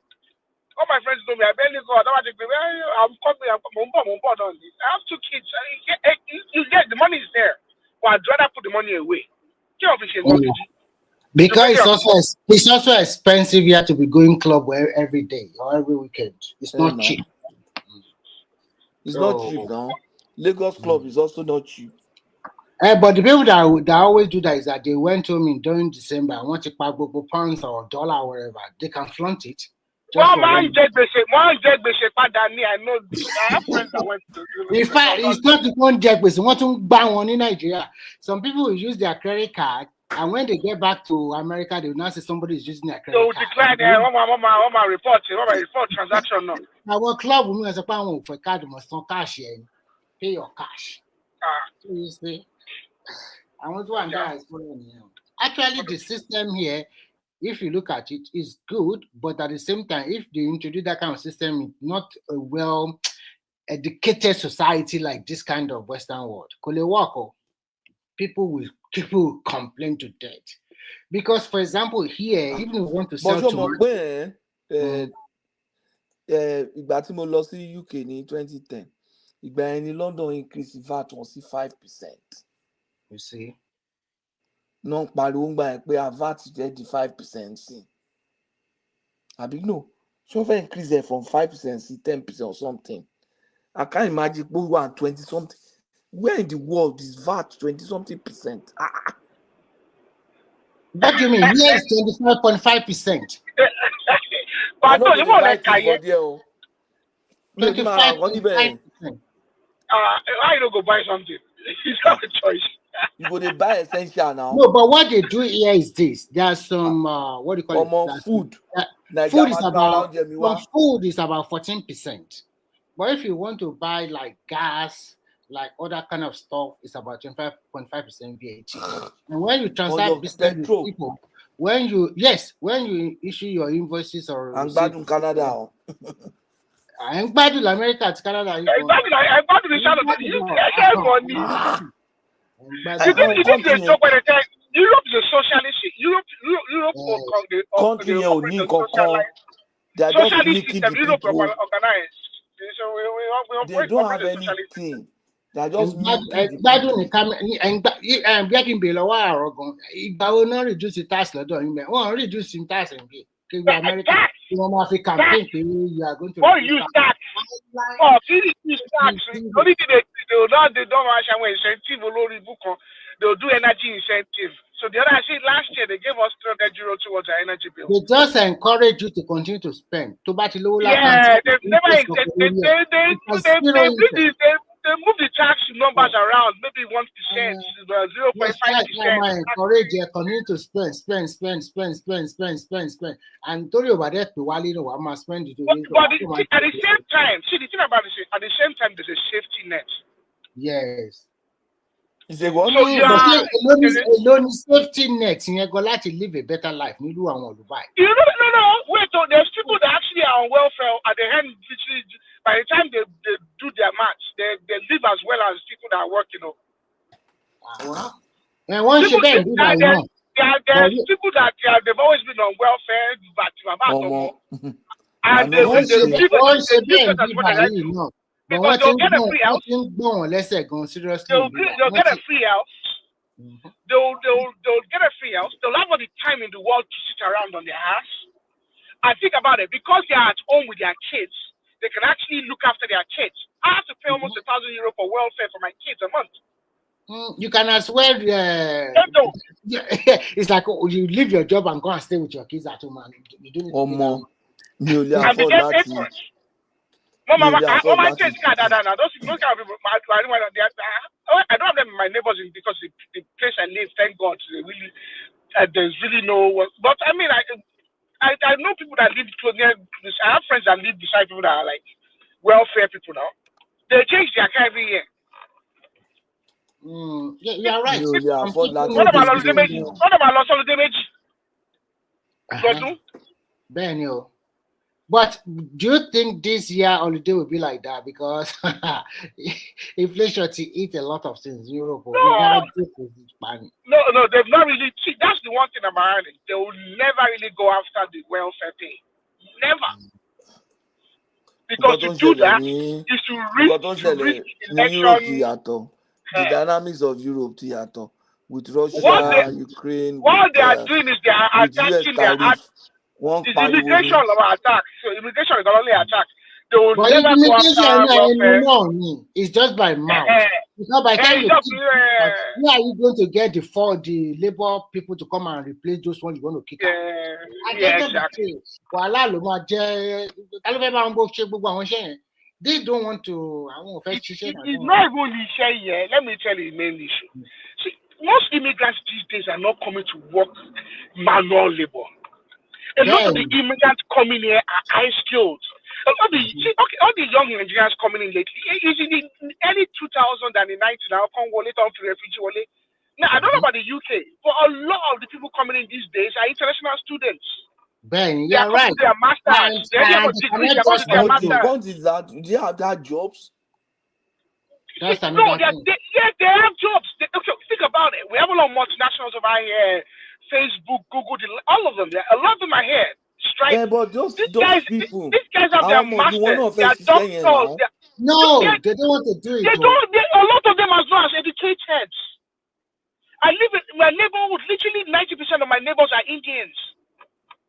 To buy a house in my neighborhood now, 4-bedroom house, you're looking at well into 600,000 euro. So I barely have indigenous neighbors. Àwọn Indian They're highly skilled, well employed. And the reason why it's offering for immigration is the fact is they can't compete. So another thing is this: those international that are coming in now, once they get their certification and they continue to also get more professional diploma along with it, they cannot stay in this middle-level job. They have to step up. And some of them, they can find their way and go to Canada, America. Why you stay in a system that does not give you that room to into the inner? So at the end of the day, and those ones, I see so many people with PhD here, and the job they are doing that is not the job they are supposed to be doing. So, but because of family and the rest, because they have family and the rest, they cannot just take decision and just move to Canada. There's no job in Canada again. No. I heard they're changing the standards for immigration. Yes, skilled because there's no job now. People àwọn tó wà nílé gan ríṣẹ́, àwọn tó ti lọ sí school bí 30 protect tó yẹ kán, you understand? They have school there tó yẹ kán ríṣẹ́ wọn tí ríṣẹ́.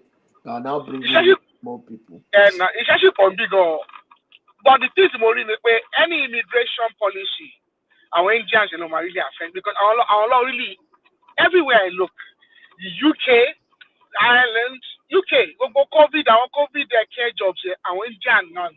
Our Lord, in fact, they were abusing the system. If you know, our Lord, what to get me. I want to know Baby by IT industry and computer and what what happens is when I call our what am I help only. So for instance, you can know about the dogger. For instance, only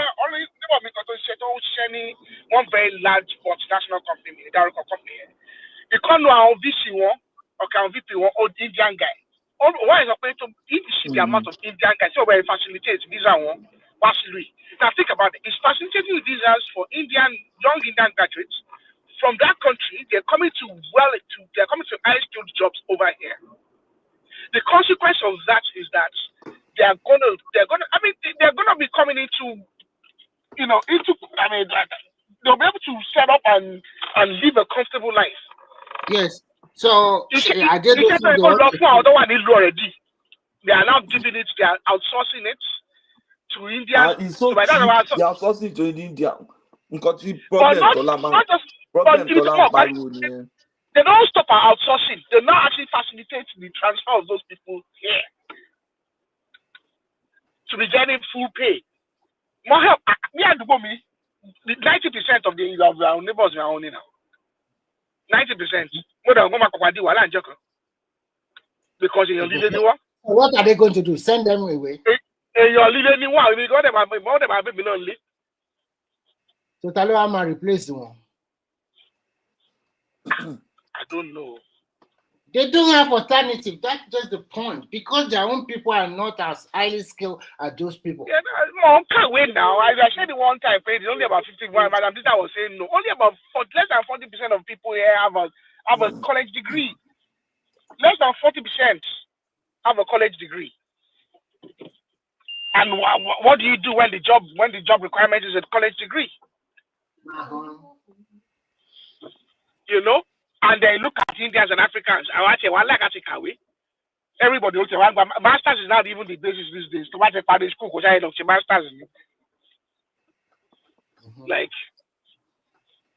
that's almost the standard. Do your BS and do your masters. That's the standard. And don't have a PhD. Then exactly. Because you work at a PhD in some courses, could you need opportunity to break into that? You want to just you have to be extraordinary to really have to really be extraordinary to really compete with them. Yeah. You know, the high sciences and the high tech, you know, PhD level is really where you become a peer, and really when you know that's when people start really recognizing you in the industry. Wow. So PhD, another 3 years. God. 4 years of sacrifice. I don't even know how people. Well, I think if you are young, you can do. I think PhD is for young people. I don't know how old if you are still under the age of 22 to 24, you can go for it now. So why? You can go for it now. Because think about it now. You'll be well employed now. That should be the target. To graduate first degree in 22, to she master's straight 23, 24 could allow PhD. So that by 27 to Paris could have more. But you know the problem. Most young people don't want to do that because most young people want to travel. Most young people, they do what? They want to travel. From where? They want to enjoy life. They want to enjoy life. They want to travel. They want to go out. They want to go and spend 1 year in Thailand.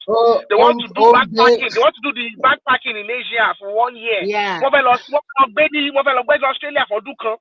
They want to go to Bali. They want to go to Bali. They want to go and want to do Indonesia. Call us Indonesia. Call stay backpacking. They will be upping from Indonesia, upping all the islands. Do that for 1 2 years. That's what they want to do. They want to travel. They want to come back. They want to come back home and be going to some weekend, some festival in some Belgium or Germany every weekend. That's what you want to do. The more they can't wait. And then what I would just say about those ones that if you are extremely beautiful and you have the shape, you have everything that can attract a lot of middle-aged and young men to your side with a lot of money, then you go for it. But if you don't have the face, you don't have nothing. Don't trouble yourself. Just go on that academic line or whatever. Because what I see is that when they package themselves very well, there are some young, whether Yahoo or no Yahoo that want to throw the money anyhow.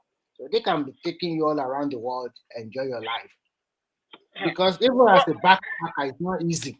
I don't think most of them really want to boy go hustle. I need our boys like that, you won't know. Our boys,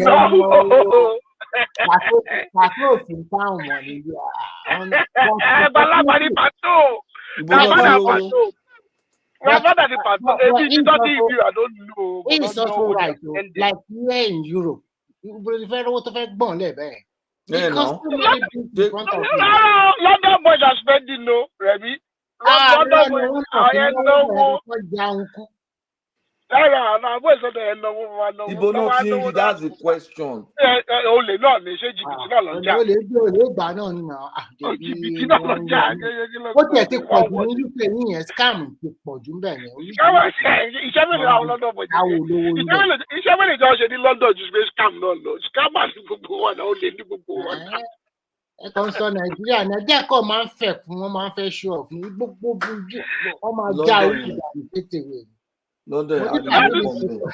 tó lọ ta sí stọọkì ìgbà tó yá wọn tún sọ pé stọọkì ẹ ti wọ 10,000 kó tún kówó sí ó tún fi another 5,000 euros wọn ló stọọkì ẹ ti wọ 20,000 ọjọ́ tó ń gbèrè fẹ́ withdraw ẹ̀ báyìí 0 ni wọ́n ti wọ́wọ́ ẹ̀ lọ́dà. Of course mo lè sọ ní ìpọ́n scale ẹ̀ ní rárá it's true it's kíní kankan. He lost about 10 grand. 10 grand, Jesus. I don't. Well, maybe it's because I've always been financially enlightened. I don't. No, I don't. I you never. people I are don't buy into all. so gullible. You They'll can't. tell You you. can't sell me. You can't sell me all those things. I've been Look doing. at I've look been at doing look FX at for years. look at Nigeria as a country where they say that a lot of people does not have money. And when CBS came, CBS is trying to tell them. CBS is the not same collecting thing. money from them. Oh. First, they have to change the Law. money to dollar. They change the money to dollar to trade. It's not you are trading directly with Naira, okay? So they are like, if you put $10,000.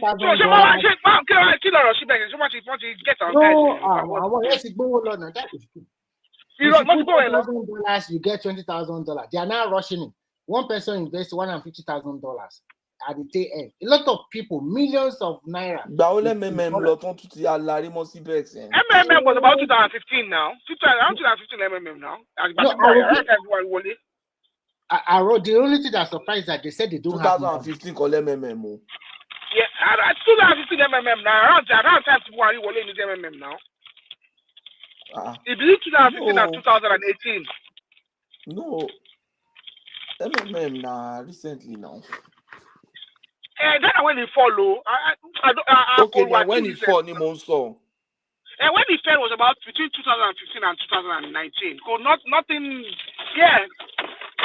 No, I can fall over 4 years. MMM was COVID. It was before COVID. MMM only 2020 something now. Before COVID, MMM no. Before COVID, no after COVID. Before COVID, ni patoski. But is the greediness of an average Nigerian that say, I don't have money, I don't have this. Where did they get all this money in dollar? So it's about 1 point something trillion naira. Mr. Remy, you know what happened is more for and it doesn't work like that. No, it's not about kekere. Some people put a lot of money. Some people are greedy. Some people the first greed no, because greed is more sorry, they have greed. And it is not possible. Some of them said he first put like $1,000. After about 2 days, his money now about 2,500. He go and borrow money more. He put additional 2,500 until the money continued to grow until he put like $10,000. And his money, they are showing him the money is about $20,000. He was happy that, okay, tomorrow I'm going to withdraw my money. That same day in the evening, everything, Lano. So everything. I wish for my wife this because my wife is very susceptible to these things. I always tell her, anybody that knows how to make money, that has a secret to make a lot of money, that's a system that can generate a lot of money. Okay? Will not come and meet you and tell you to invest in it. He will keep it for himself. He will go to the capital market and he will raise funds and he will use that. Nobody that knows how to make money, I know how to make money. I want to do you a favor. You to come and invest.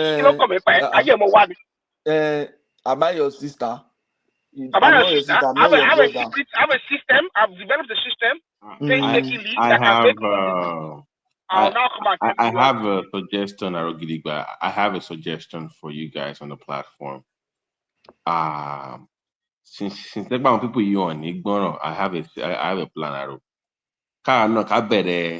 Our own version to feel they can invest in Kale Gbono. As you are losing life, Abby.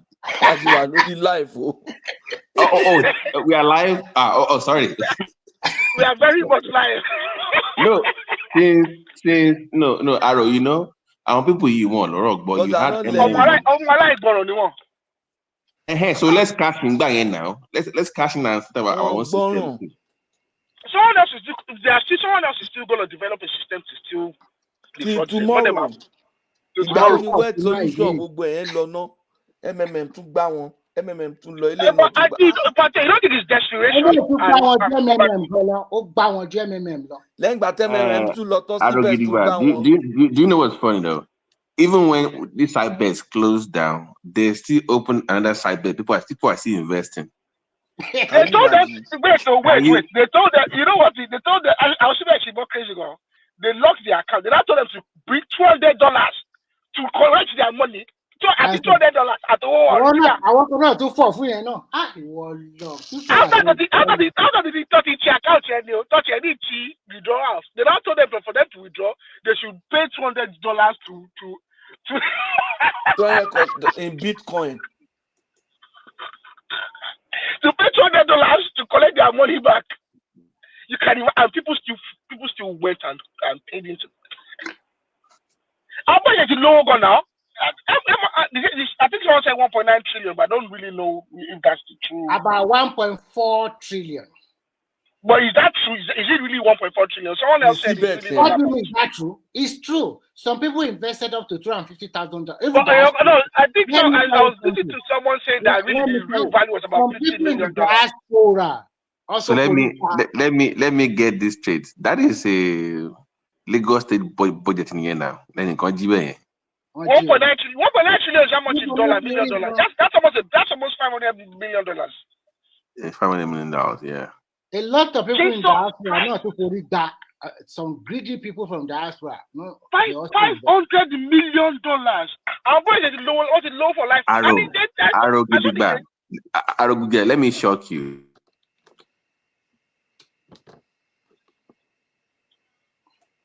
Here in the diaspora also investing in that back home. I could not believe what I was hearing. People here, professionals. My wife told my sister-in-law they lost about 10,000 to one of these pyramid schemes recently. $10,000. So why is somebody living in America investing in some scheme in Nigeria for what? Because the Nigeria to lose $10,000 in the pyramid scheme. Could the Nigeria real? No, I want to tell lose a by MMM. Lose a.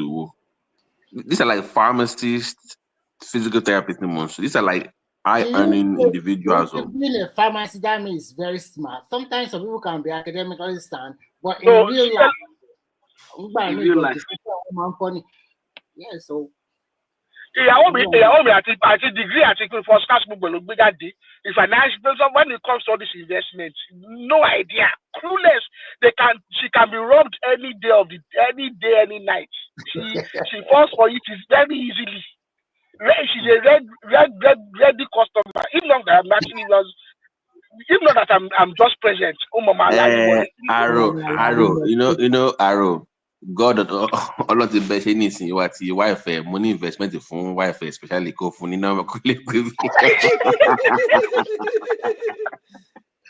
What to lose? What gain you see? Also, sister introduced crypto is just crypto crypto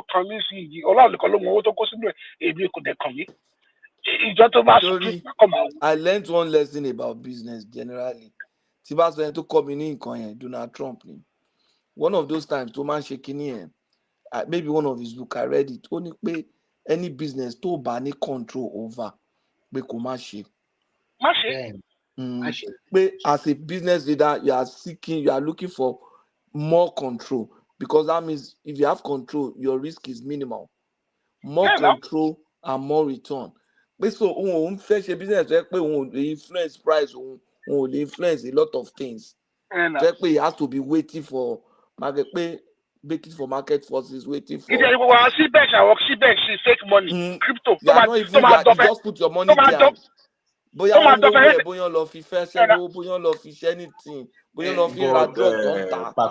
Can I ask a question?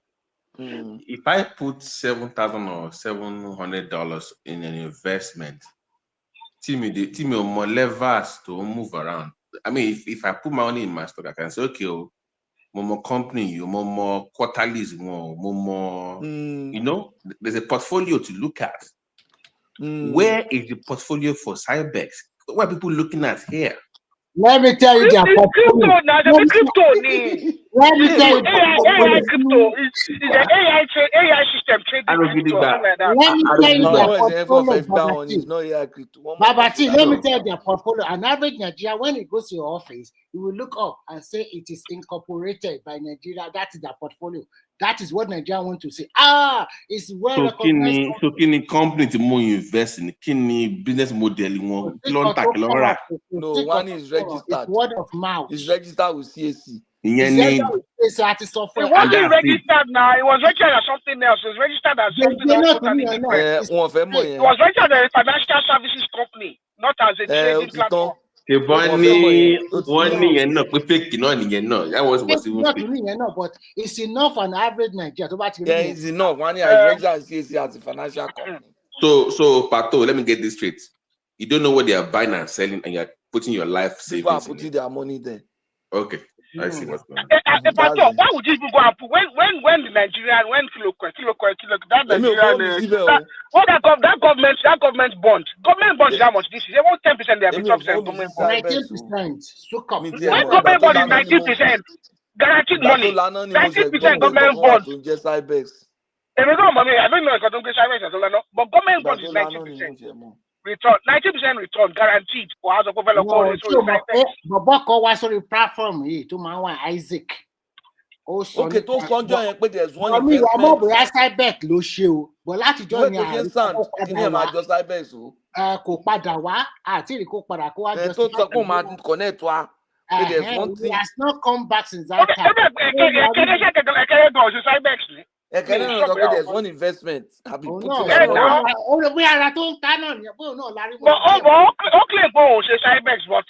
day he came here and was saying Cybex Pato was telling me I can remember you were telling him that he needs to be careful. Now I remember that morning. It was early morning. I was very early in the morning. Around this time. He joined around this time in that morning. Around this time, it was an early morning time.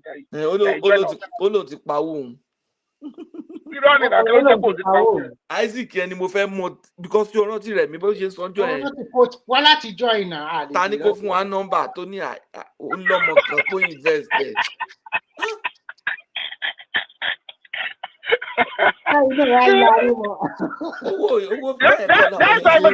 They make you go and bring your relatives and put your relatives into it as well.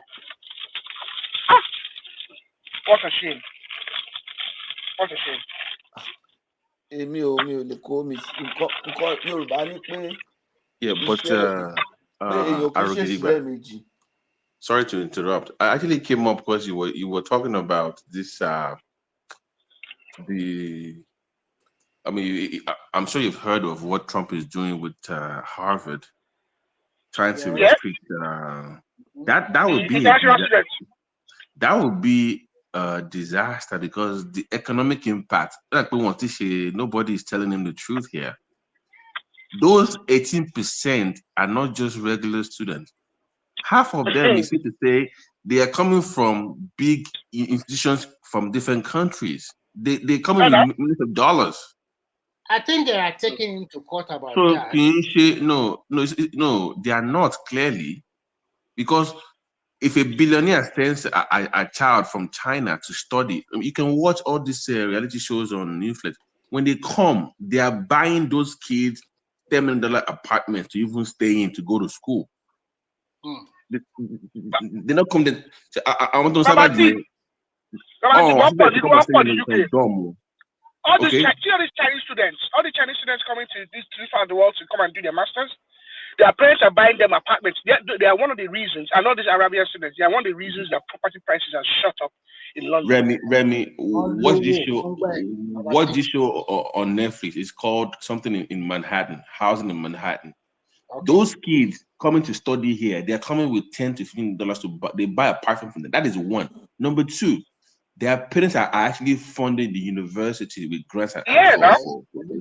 Number three, those kids, they have future plans for them to collaborate, integrate with the American system to either bring back what they've learned back to their own countries, or for their parents or their companies to invest in America. Yeah. The money they've earned over there. So I don't think they've done their proper analysis. I don't know why it's just fighting with Yeah. When he got rid of affirmation action, what did people? You were supporting him too when he got rid of affirmation action, right? No. That was a different argument. Now I'm not making that.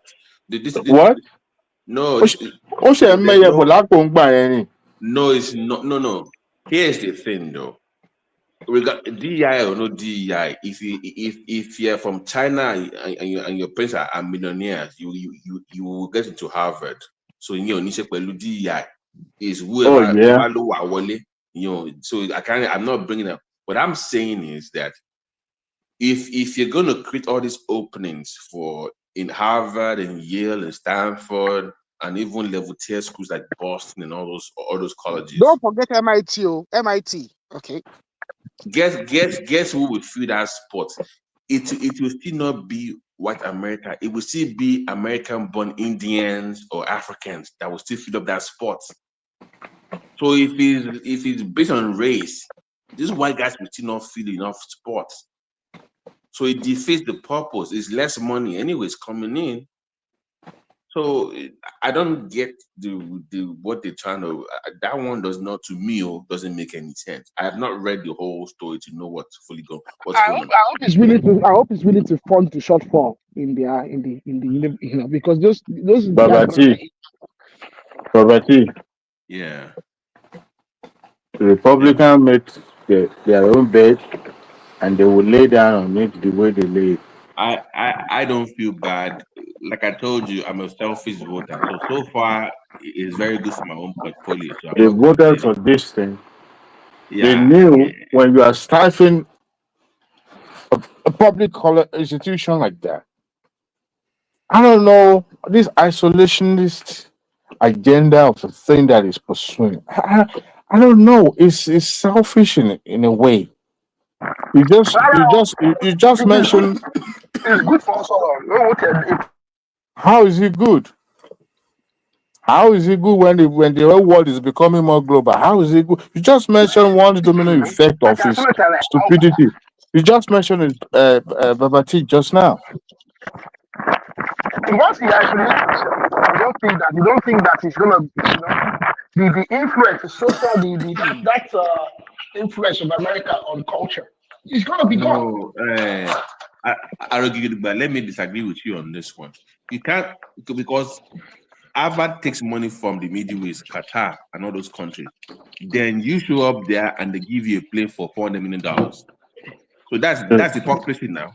But Babati, the 50% of it is still coming from the government. Actually, remember that you have research and all that. They're actually sponsoring and all that. So right. But he's cutting funding to that as well. Yeah, but research doesn't work that way now. Sorry, in science, in medicine or whatever, you might be the one that starts something. Doesn't mean you'll be the one to benefit from it in the long run. Of course. So don't say because they're Chinese or whatever. It doesn't work that way because you don't want them here. Oh my shot here.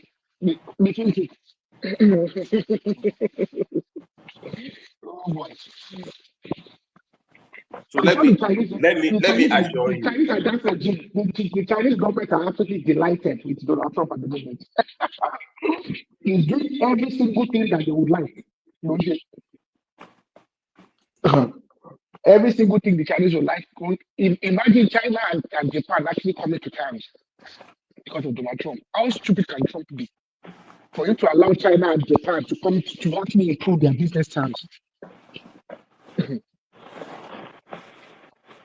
Did you show Supreme Court argument for birthright citizenship? Did you have time to listen to that argument or argument? For the birthright citizenship that Trump. Yeah, well, I heard it. That stuff was funny as for his. Is like, why are you even arguing this with me? What is the meaning of this? Like, no, it's fine. It doesn't make any sense. But they're trying to ascertain that even though it's in the constitution, there must be some.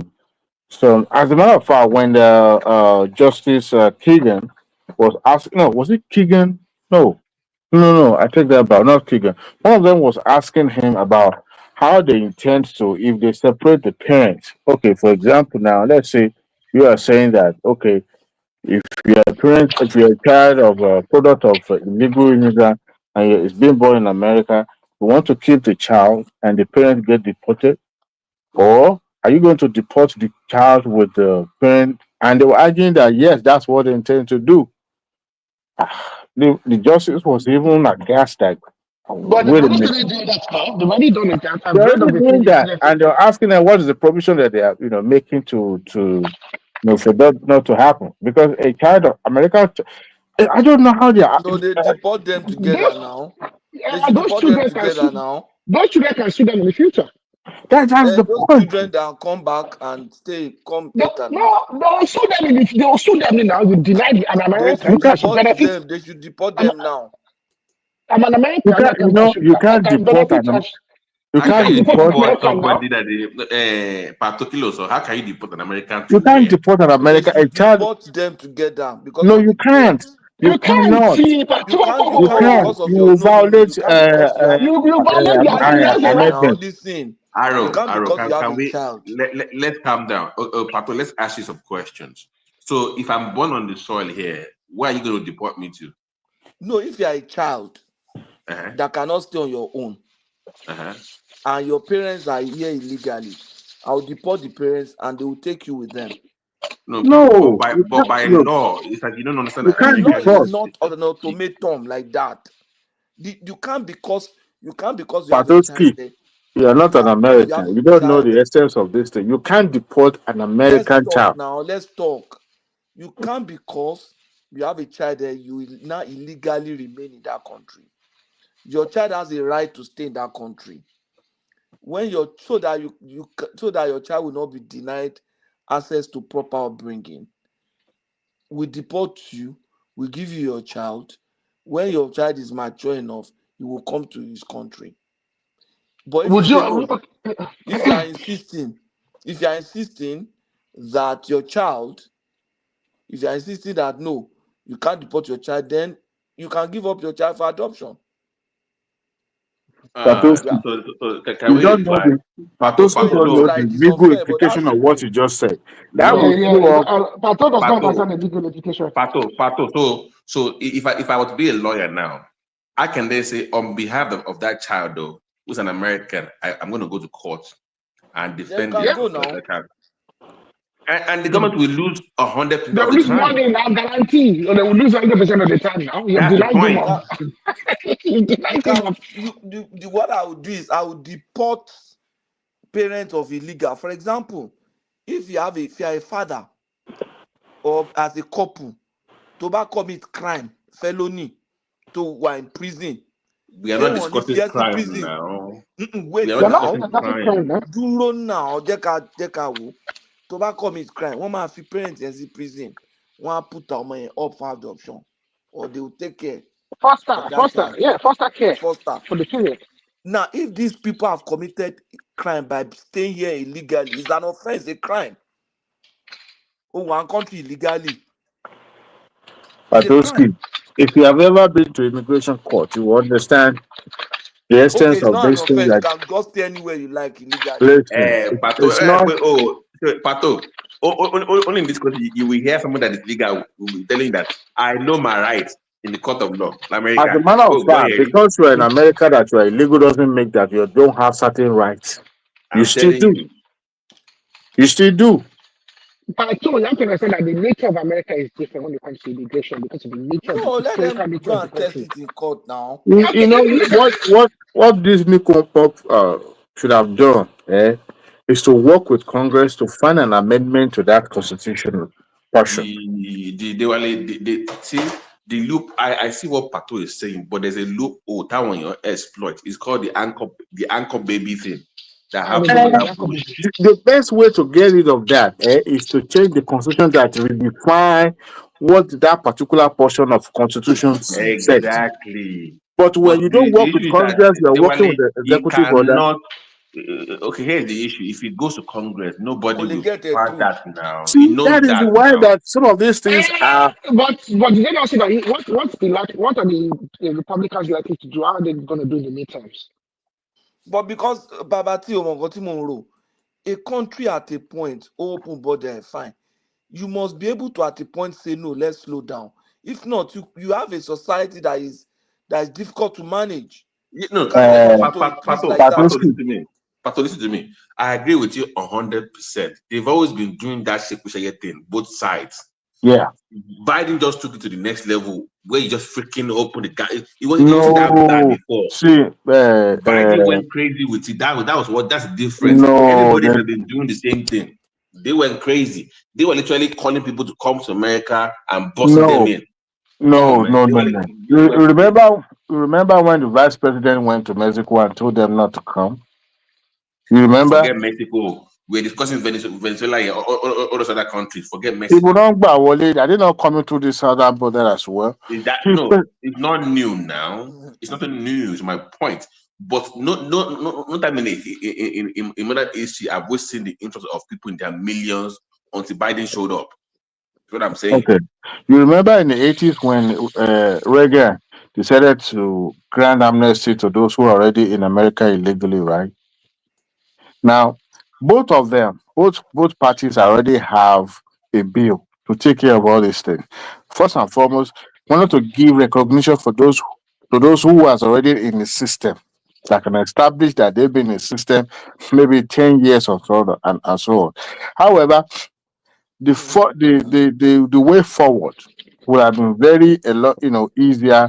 All this deport mother don't deport child wouldn't even matter anymore because America would have been able to come up with a concrete plan that will put a stop or minimize the influx of foreign immigrants to America.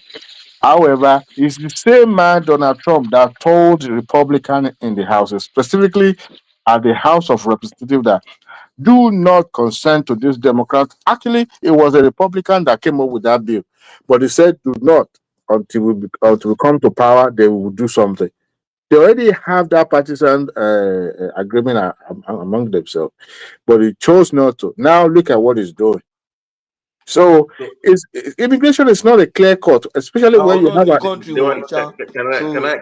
ask you guys a question? Pato, can I ask a question? That's what it Nigeria. is in America. Nigeria does not have birthright citizenship, right? Yeah. I know. Your at least your grandparents have to be Nigerian for you to be Nigerian. Your father, especially, particularly. Exactly. Yeah, And number two. they changed it. I think they changed it recently. No, they have not though. They have not changed it. No, I think either they've changed it, they have a law in place No, to. What they changed was the 15-year wait period. No, for the women, I think they changed it so No, that they are still working on it. We created a boss now, but they haven't changed it yet. Yeah, but Okay. what they changed, That if your mother is Nigerian, have you? Yeah, it has to be your father. Your father has What to they be changed, what they changed was the 15-year wait period for legal residents of Nigeria. So what I'm asking you guys is, how come we come to the West and we want them to do what we will not do in our own country? I don't want them to do it. I don't care about how they do how they run their company. But wait to Patoski. When my youngest daughter recently moved by NIM phone, and it was the mother's NIM and information that we use, not even mine. Did that make it illegal? But I mean, it wasn't my information; it was my wife's information. What does the name got to do with? Anybody can be No, any hold name. on now. First name ṣé Yorùbá ni? Yeah. Kí ni last name ẹ? Yoruba. Now ní Nigeria. So what has that got to do with it? They don't check. They don't check in Nigeria. That's what they're saying. They don't really check. If I'm not in Nigeria and they decide to adopt Nigerian name, okay. Pato, I saw a news report from CBN on Ireland a while back saying that they are now issuing like a non-INI thing that you can open a bank account in Nigeria now. Internationally, yeah. No, CBN are doing international NIN now. CBN they've opened a platform for people to register for NIN internationally. You don't have to go to Nigeria. We have it in Canada here now. You don't have to go to Nigeria to do NIN. Even big men as well. CBN are sorry, big men not other state. Big men It's not NIN. It's like it's LNI, L something like that. L something.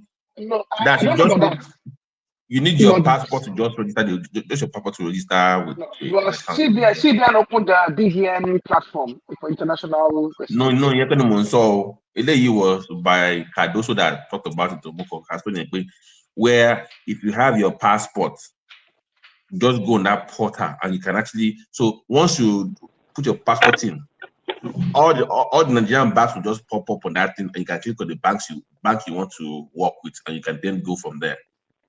It's logical now because at the end of the day, okay, what is BVN? The No. vast majority of it is biometric now. This one give you easy access to open your bank account in abroad Account easily. and now. Because Because at the end of the day, biometric not BVN. now. And if you have Nigerian passport, you already have biometric. Yeah, of course. But it's making So if more you have easier Nigerian for passport, you you have to. biometric. No. So but Because of the way Nigerians are touching bang on through USSD. Some are changing number in Nigeria. Some are Yeah, well. follow far. Let me get off where. Do you know why they are doing it now? What happened during December? 30 Where December. people came to Nigeria, spent money, and went back home and canceled their payment. So That's why. So now they like you can open in Nigerian. So the next December now when you are coming, just open Nigerian Nigeria. account. They will give you a card and come and spend the money here. You won't see the cost is abroad. That's why. People lost money now. But you can still spend your. I mean, I spent my cards in Nigeria. No, it's not. No. The issue was like that. Okay, now you spend your card in Nigeria. You now go back to your country. Now claim that those things Those were were fraudulent transactions. But MasterCard is MasterCard now. Visa card is Visa card. We know anywhere now. People have various cards now. So you're saying in loan, you have various forms now. So what I'm saying is, even if they do that, it doesn't stop me from spending my MasterCard. No, it's not you anymore. To protect the local businesses, don't lose a war. But I said to money. No, people lost money. People lost money. Businesses lost money. People lost money now. So and it was mainly Arrow. It was primarily the guy from the UK. You want screw away your Jew. Yeah, well, you can be only jìbìtì làwọn àwọn London àtàwọn kìlùkà tó kún ní àwọn tó gbé ní oní jìbìtì ní ìṣàlẹ̀ ìdájì wọn jìbìtì wọ́pọ̀ So they've won those guys now. Once you come to Nigeria, you open the account. Once you come, you will get your card in Nigeria. So man, when you get foreign bank, you want it to be local bank. You must spend for Nigerian local account. I've never spent foreign card in Nigeria. I was scared of fraud. No. I'm so scared of fraud because I don't trust Nigeria and all that. As a matter of fact, whenever I travel out of America, when you go to a restaurant and you give them your card and all that, no, I give them cash straight up. Yeah, I've done that card before in different places.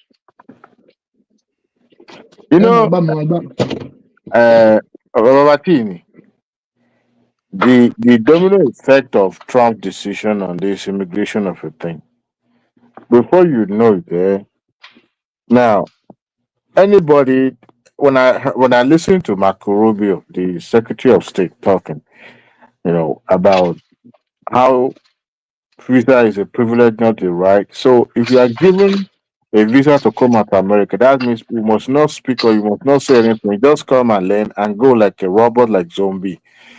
In my head, I was like, how does the country gain from the exchange program when you have other students coming from other colleges abroad? How does the country gain if they can't speak or they are scared of being arrested and sent back to their host country? How would the American gain? And it also has to do with don't forget what happened during the Palestine thing too. They were protesting. Yes. Within the campus. I am not against protesting, but I think they are taking that into consideration too with the way. So I want to target they're from those countries. Remember, they even took out this doctor that medical doctor when they brought to American, and it turns out it's because of something that she was posting online about supporting Palestine. Let me tell you one thing about it. You see, once they stifle freedom of speech, you see, one thing about it is this: they think they are doing there, they think they are having a great grand old time at the moment. Nǹkan tó ń ṣe yìí, nǹkan tó ẹrù tó gbé kan náà, àwọn orí wọn náà ló máa pàpà wá dànù, ló máa wá dànù. They see it finish because you can't stifle people from talking. Even I want that to stifle. Like orí wọn ló máa pàpà wá dànù. And that's one thing I'm certain about. All this they are doing, all this what they are doing, all these things they are doing, they are going to be the eventual victims of it. That's the one. That's the biggest problem when you do foolish things. People are getting stopped at airports for online posts in this country now. Oh, but don't you?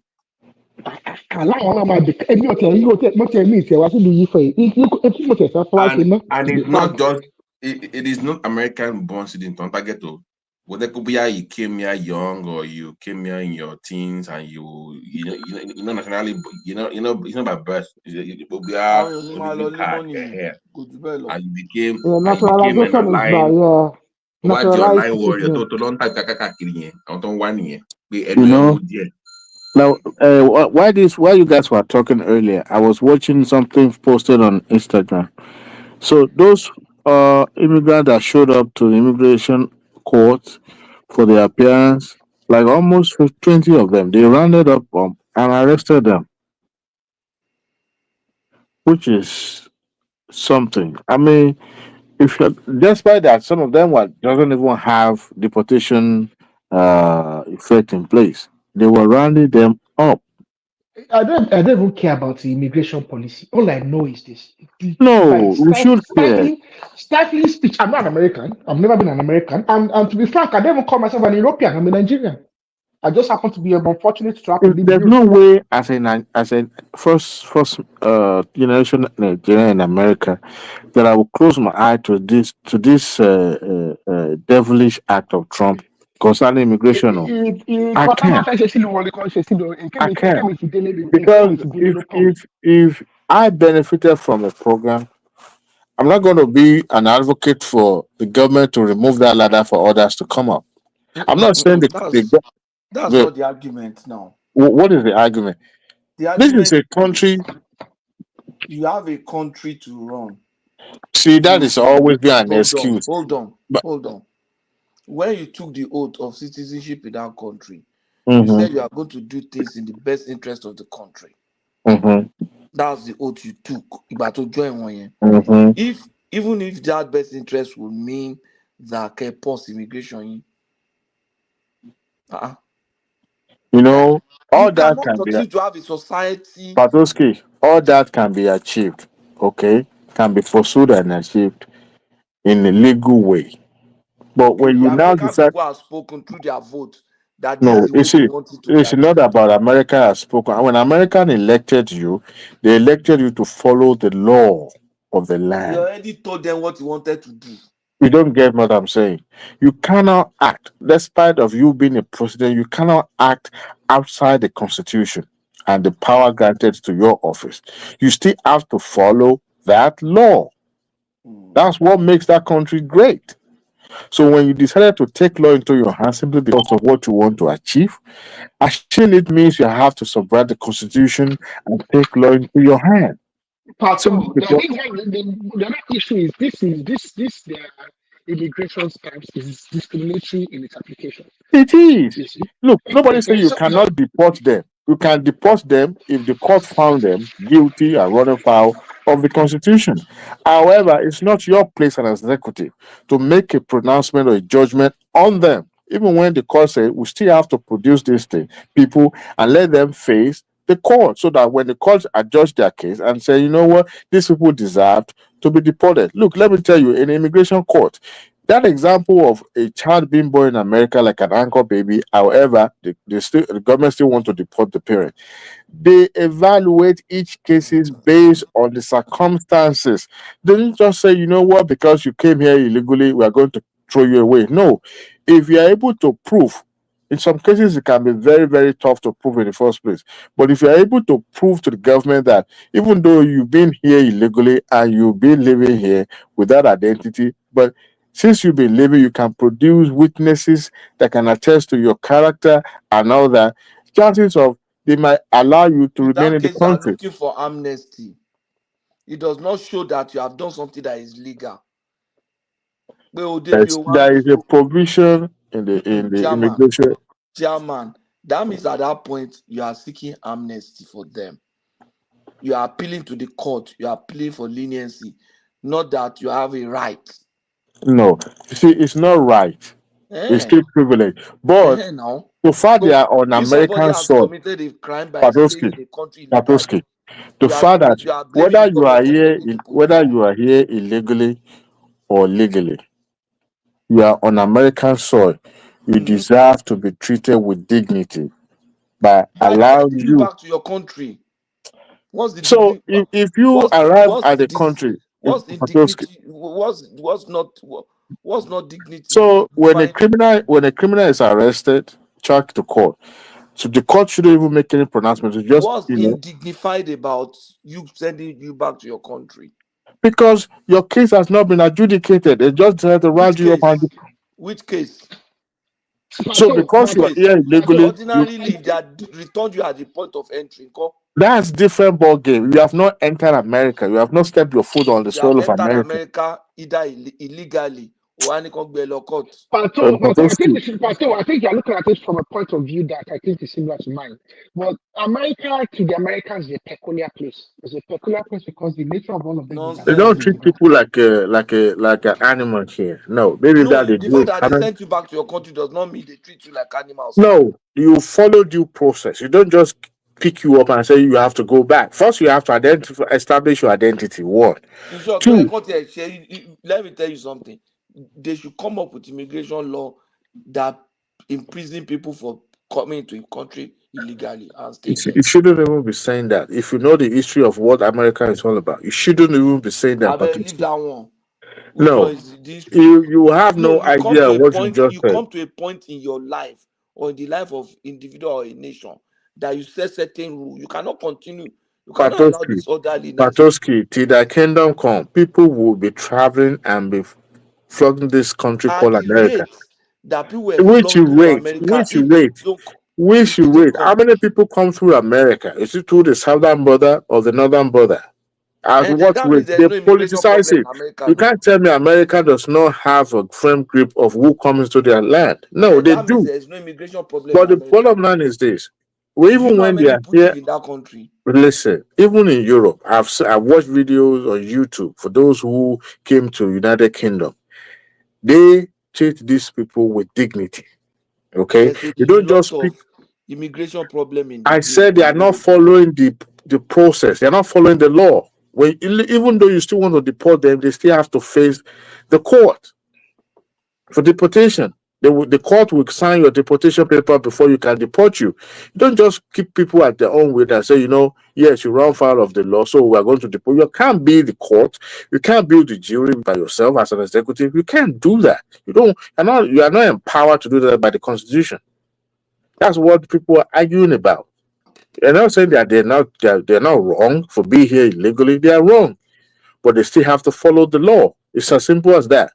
Even though you are here illegally, you have a right to hire a lawyer, an attorney to speak, an advocate on your behalf. That's the dignity or right that I was talking about. You don't just pick people up like animal or ant and say you want to throw them away. Do you remember that when the Italians were coming into this country, they were coming in droves. They were coming because they were facing persecution.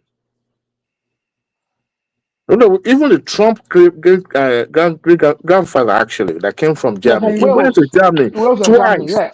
He was deported back to the United States of America. He was deported because they didn't allow him to go back in. So when he came here, he had no identity. Because the law at that time, guaranteed that eventually he became an American. What are we talking about? I cannot, in good conscience, as a first generation of Nigeria and America, say I'm going to support this policies of Trump. No, you have to treat people with dignity. What I'm If saying you is are that going to deport them, they still have to face. That is why collectively, Supreme Court unanimously voted that they must produce that person that they deported.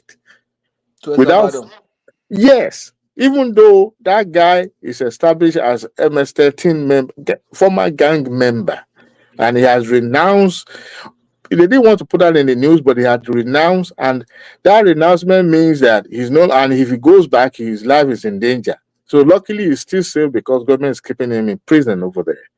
So in a situation like that, because they're able to establish, and when he came here, he wasn't even an active member. He was running away from the same thing that they're sending him back to. All right. So in a way, you don't just run people and say, you have to go back. You have to fit. That's why they say produce this, and you say, well, you're not going to follow the certain court, and that was the reason why the justices were very much surprised that you can imagine an administration saying they will not follow the court directive. It's not done. Where is the check and balances? A serious government, you know what they would do? This is a big fish to fry for real, but using executive order is not going to help Trump. Okay, all of his deportation, deportation, all of it is just shout. To deport your Obama now. So Adewale, have they produced that guy? They have not. No. It's talking about the Kuni, tell the producer. No, Koku. Now. They are giving the president, El Salvadorian president, money now to keep him, so that that guy is exactly not from. He's not from Salvador. Why is the Supreme Court of the land? Why is one? That one is the next dictator in Kiloko. That's Salvadorian president. That young guy. His father is from Lebanon. I will tell you this. The next liberal president, that guy is coming back to the United States of America. But when would that be? That will be in the next 4 years. No guarantee our Democrats are I will tell you this: he's coming back. The Democrats are coming back. Democrats. They will do it to spite Trump. I'll tell you. Do you think Democrats is coming in next 4 years? Even this second time, I can guarantee you, Democrats will win both Senate and the House of Reps. I don't know. I'm not sure about that. I can bet you, bro. I can bet you. Trump would step back a lot. I said I can bet you on that. If Trump first time, we'll call us. Qatar, I mean, Saudi Arabia, we'll call the first time. If we call on the second time, say, it's all about. That's the question we should be asking. What is American diplomatic ties got to do with Arab countries? Okay, so let me tell you what to do with this argument now. Let me tell you what it is. No, Jekadiwale down here. Sorry. What has that is trip to Arab? What has it got to do with this argument? It's about his pocket. No, I want you to answer that question. Conflict of interest. Immigration. We are talking of deportation. No, this time is to move on from immigration. Immigration No, I'm citing some of his infractions. What is doing wrong? Batoski. It's not a threat. No, it's not a threat. We're talking of immigration. We're talking of second term, but when you pada. Look at the way he went to Qatar. Who can't do any? But Trump is going to be your third term president. No, I say third or fourth term now. Your term. That will be civil war in America if that comes to be. He himself has debunked that he's just bluffing. He knows. Okay. He's your new king. What you like in the Pope, did you see? What is the Pope? You see, that's on a serious being. That's how you know until serious. It's not possible. What he's trying to do is this. I want to let him plan he would deliberately allow Democrats and lunatics, those people. Antifa. You see, Antifa itself they are not as what he described them. Okay, they are not. they were actually anti-fascist like his people. Anti-fascist, yeah, I know. Uh-huh. So, but he tried to make them look like, oh, they are the next terrorists and all that. But the point is this: he's going to deliberately allow things to degenerate, where there will be protests that will turn chaos, and then he will now use that to say he's declaring martial law, and So then what there if will you be what if you India and CIA? eh? India go buy. So what tó if you bá walk by tó bá try ẹ̀ India wọ́n máa and drag CIA? it out of the White House ni. But They what will, India and CIA is now? India no FBI, FBI nìyẹn wà. FBI, India ló wà. Okay. But why is ṣiṣẹ́ náà? Wọ́n máa ṣiṣẹ́ fún wa. So me and you Iṣẹ́ go my top. iṣẹ́ wo iṣẹ́ ló wo? máa fẹ́ ṣe? Go after go after all the kilo. It's going to say it's not the FBI cannot operate without the support of the local police now. How many people in the force in the FBI forces? well, the local police are very corrupt in America now. Now, local police depends on the city where you want to Depending on the operate. That state is and why he was city able now. to capture New York. If he's coming to a liberal city like where I am, ọlọ́pàá yẹn á sọ fún wọn pé kán lọ́jọ́ yẹn kán gbọ́jọ́ yẹn off. You can't force them. You can't force them to be on the job. You know how much they pay them for them to do overtime when the president is coming to a particular place outside Washington. Well, they force you on. You see, all these things they me. I know for a fact. Trump ṣáà lè wà lórí ìjọba títí dé ẹ̀yin lẹ ìgbà lùlù yìí ní ìtẹ̀ àmì ìtẹ̀ wá síbẹ̀ anytime soon. He admired dictatorship.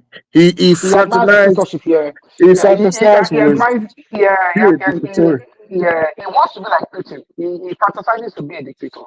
And Putin is smart. that one is for sure. He wants to be a dictator. He wants to Yeah, be a king, like a yeah, king. He wants to run the country like a king, like he's a king, yeah, like a king, where he has absolute authority, yeah, a fiefdom. yeah. Ẹ̀yin lẹ lùlù Ọgbẹ́ yìí o, kò sí kan tí mo fẹ́ sọ. ẹ̀yin tẹ́ ń gbé so lamẹ́ríkà àwọn wíwájú náà ni àwọn wèrè pọ̀ ń bẹ̀ gbogbo nǹkan tó tẹ̀ ń ṣẹlẹ̀ bẹ́ẹ̀ ń sì ń yà mí lẹ́nu. Gbogbo ọlọ́gbẹ̀mọ̀ kiri. I cannot live in that country. Tell me about the Monaco. kìtẹ́ ìṣòro bọ́ ni mo ti ń rò tó bá sọ pé great country like that wọ́n lè disrupt institution yín bẹ́ẹ̀ yẹn máa jí wọn. Of course, why not? But that's how empires fall. Empires rise and fall. You guys know that America in the 60s, America of the 60s were, you can call it primitive in a way, anti-immigration, anti-everything you can call it. As a matter of fact, in the 60s, women were not even allowed to vote. What we talk about even men. So within 1960s up to 2000, a woman trying to become president, possible. You know, that can happen in Europe because they're small. But in America, Adéwálé, the truth must be told too. Wèrè pọ̀ ń bẹ̀ yẹn gan. Gbogbo nǹkan táwọn Democrats náà ṣe àwọn kan náà ò dáa. All this transgender kìnnìkan. Àwọn ọmọ it's not good jàre. you know, when you have a country that is that is about rule of law. Look, the right of every American is important, and that's why. But why are you not sending those kind of rubbish to your children? It's unfair. No, ẹni tó bá fẹ́ràn nǹkan bẹ́ẹ̀ ni irú àwa tá a wá from more of conservative. Now you're conservative.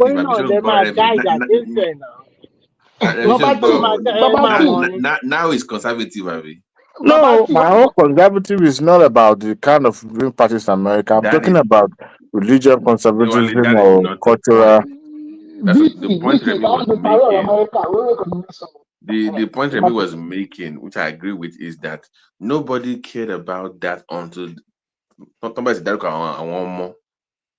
was when the issue when should have left the kids alone. Well, it was the Trump that signed into law of allowing kids to have hormonal. He did. Couldn't say protocol bill, something like that. It was the one that started it. But the point is, our lifestyle barrier is it's not my cup of tea. Everybody fellow will from my back, but You see, when they talking about freedom of individuals, and when this one is claiming right, the other person too will say, "I'm also entitled to get married to my car."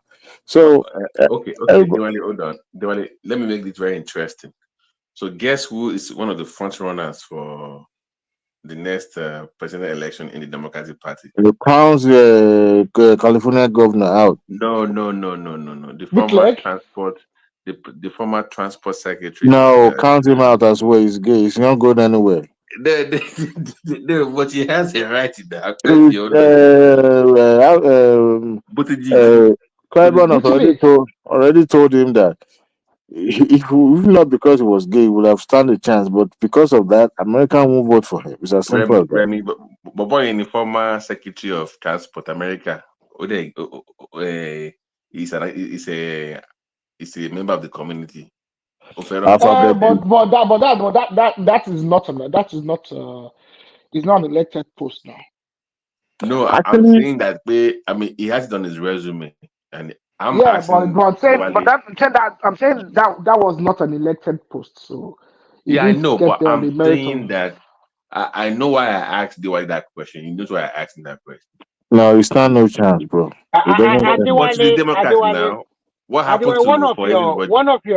sorry, Baba, one of your minister, I don't know. Ó máa ń gbọ̀n báyìí, ó ṣó ní Parkinson, mo ti gbàgbé orúkọ bọ̀bọ́ ẹ̀, Wọ́n mú all the jẹ́ tree. ọpọlọ ẹ̀ ní. Ọmọ Kí ló dé tó pé gbogbo àwọn weird You know, question ló ń throw sí ọmọ bọ̀bọ́ Ṣé ní everywhere? ìṣọmọ Kennedy nìyẹn? ọmọ The one Ọ̀rẹ́ Kennedy. ẹgbẹ́ ni, kí ló ọmọ ṣe àbúrò kí ló Kennedy ni. ṣe kí ló tí ìyẹn fi ń bàjẹ́ tó ti sọ èké? He said worm hit a part of his brain. So that was, Okay, I ṣé think ló ṣe ń sọ̀rọ̀ báyẹn? no, he has our medical doctor one maybe neuro whatever. Degenerative disease.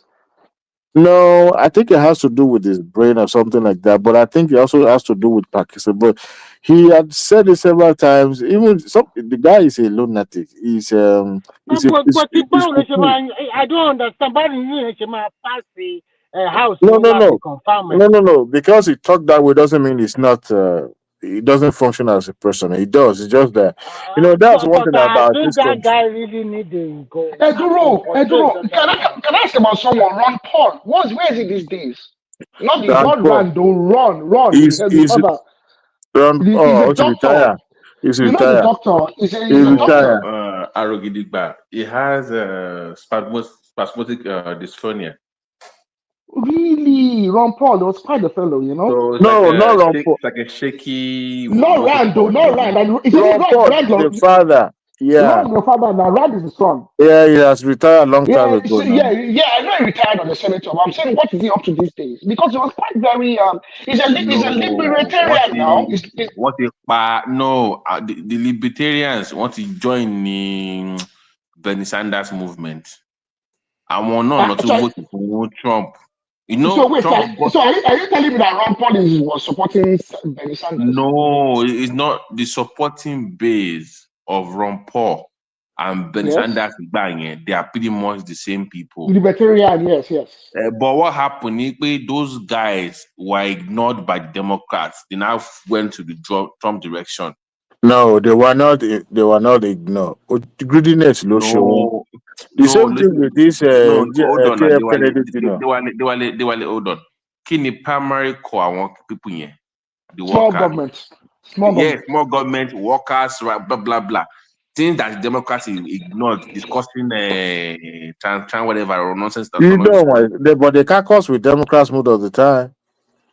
No, I'm discussing the elections now. Not policy. I'm just saying that you guys abandoned those guys. Hey, they should be part of you, but you ignored them. Even after you robbed, even though we know you guys robbed Benny in. They were center. They were center left. They were center left. The point is that in the House they caucus with the Democrats. Yeah, Democrat. They have ideology. Their party ideologies are way different, but they're more aligned with Democrats. Be honest with me. In 2016, Benny was leading Hillary before you guys pulled that super delegate nonsense. It was It was leading. superficial. No, you see, You that is guys, one thing about media hyping stuff. you Bernie Sanders has nowhere. It's a social. He embraced social. I that just say, is not the yeah. point. And I'm saying American system is oh no shit. Wait now. American system is But Ben is a multi-millionaire. I mean, you can claim you're very socialism, but the capitalist strong too. no. Don't because he has been in this Senate for that long because doesn't mean that he's a multi-millionaire. I'm not I am not. Benny, no. Benny Sanders has been proven to be a multi-millionaire. He's a very, very wealthy man. That is He's, not the point I'm making, he's Aaron. a That's the capitalist, point. is what I'm trying to I say. don't He's a care if capitalist. he's a. I don't care if he's a. That's not the point. I'm saying the people, Democrats, preferred him over Hillary. In that primary that I follow, That's your they assumption. preferred him until No. your super delegate. No, until your super delegate stood up with their power to get Hillary in. He was leading. You robbed the guy now. You see, that's one thing you guys don't know. Because it was getting traction doesn't mean that the party was behind it. One, No, he was Traction. He when you was going. have traction, leading.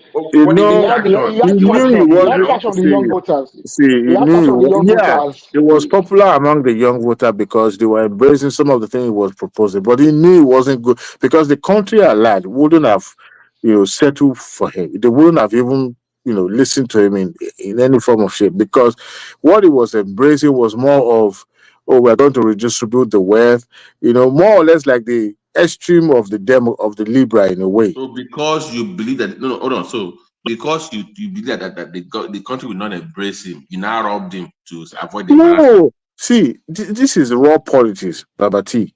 You could be gaining momentum at a point, but that may not transform to the bigger picture when you get to the bigger stage. And Okay, you let could me see what happened. before I go off, let me ask you, without the okay, let's remove the super delegate. Will Ilaya beat Bernie Sanders in that primaries? No super delegate. Super delegates serve a purpose. Oh my God, this guy, man. Look, it didn't just come up from blues. This is something that this is, like I said, this is raw politics. And Bernie Sanders knew he wasn't robbed. You see, Bernie Sanders cannot come to the media and said, I was robbed of that primary election. No. The same way Hillary Clinton lost to Obama gallantly. She can't prove that. She can't claim that, oh, I was robbed. No. Because whether super delegate or no super delegate, that was raw politics. Okay? That was raw politics. And he knew. He knew. So, as far as I'm concerned, Bernie Sanders has no. He knew even if he wins the ticket, his nomination will be shaky because I don't know if the party will have nominated him. He's an independent person anyway, so. So, Adewale, what about the beautiful bill? Who? Beautiful bill. The beautiful bills from your president. Bill for what? Beautiful bills. Yes, that they camp your rep. I don't know what happened. Oh, they said one beautiful bill that Donald Trump recently. I don't know whether he signed some bills into law or they No, passed some bills. it has to do with the tax bill law, something like that passed the second reading or so. I don't think Yes. that he hasn't passed any law. He hasn't passed any bill that is submitted of sponsored or co-author. He has not since 6 months. They said that he make a telephone call to them, threatening them that they must pass it or something like that. Is that true? I'm not sure of any bill that he has passed since he became president since 6 months ago. This thing happened just this week we are. And I doubt it. I doubt it. That be how significant it is. I don't think so. I don't think. Maybe it has to do with the spending. I don't think This is so. still there. That's why he came with vengeance this time. Because he can't have his way. He detests bureaucracy. What a shame. Somebody that is serious who want to code. Why did Obama embrace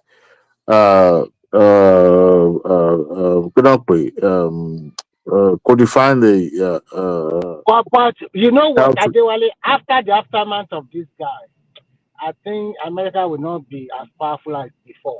because it clearly shows that you can do without. It's not clearly shows that other countries can do without you, one way or the other. The influence So of America. that will be the adverse effect of what you guys are doing now.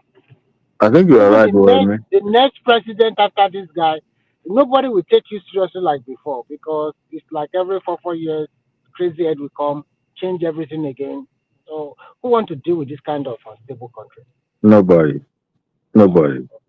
You are right, Remy. I think this is like a setback. So we have to rebuild the relationship that has been in a comatose or completely dead and make it look like America is back. You remember when Biden went to United Nations, it was given a rowdy welcome applause. And I'm like, come to think of it, when did America become this?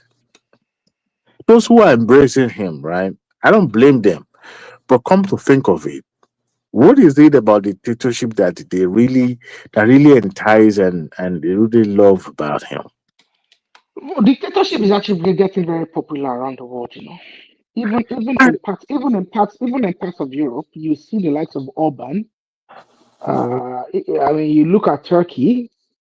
Dictatorship is actually getting more and more entrenched around the world, The as most opposed. senior military officer that's supposed to be probably like the joint chief of staff, he retired the man simply because he was a black man. Yeah, yeah, yeah. He And then retired. he put a guy that's only a 3-star that retired as a 2 or 3 star general. And And a the few tendency is to have a four-star general. But that's not dictatorship, man. That's not dictatorship. What do you That call no, we're all not these saying actions? Hold on. So we're not is calling this that dictatorship. hold on. So he's doing things that whatever law given power to do, and you call that dictatorship. So every other president has changed, retired, reshuffle, whatever. Retire or fire or replace minister or general. Were they dictators too? Or are you saying he's the first president to change general? I don't understand. No, no. The I Mike, think the merit of why he did this and the president. I think what I was made to understand is this: Whatever the reason is, that's his the choice. guy that Mike, replaced He's doing the guy that something. replaced. this I don't your understand this, what dictatorship is. this No, your wait. argument. I'm not saying that. Dictatorship is basically doing something again without law, like just No. That's what Mr. outside of General the said. law. Just Dictatorship. No, my definition Mike, of what he done with this with the general is this: the tendency is to have a 4-star general in that position. His argument was the it doesn't make it dictatorship. If it doesn't yeah, feel no, like this I, general I, has I, I, performed, didn't- I didn't call that dictatorship. I'm not calling that exactly. dictatorship. But I what I'm call saying it is this: dictatorship. I do call it his dictatorship. rationale was that that You go individual was and not check the qualified. definition of Okay, dictatorship. his rationale was that the individual wasn't qualified. Okay, and that was at the height of his DAI rhetoric. And what did he do? Even He put when an individual. He put an individual that was very unqualified. Okay, was a 2-star general when he retired. Was the individual that replaced him. And the tendency for that office is that it's always been what is the occupied by qualification of the someone. Secretary of Defense It's actually?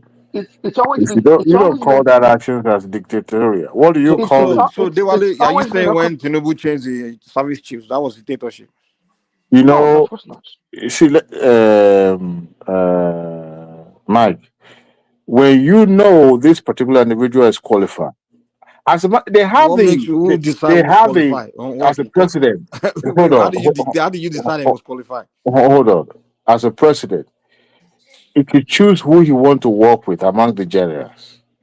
But the way the president has been set, when you have somebody who is already in that capacity, number one, Which capacity? that was what is it name? This woman as a commandant, a female commandant, I think Of the in Navy, Greenland yeah, or something. the naval Yeah, commander, yes. simply because that particular, not because she was even a woman. I read that she disagreed with.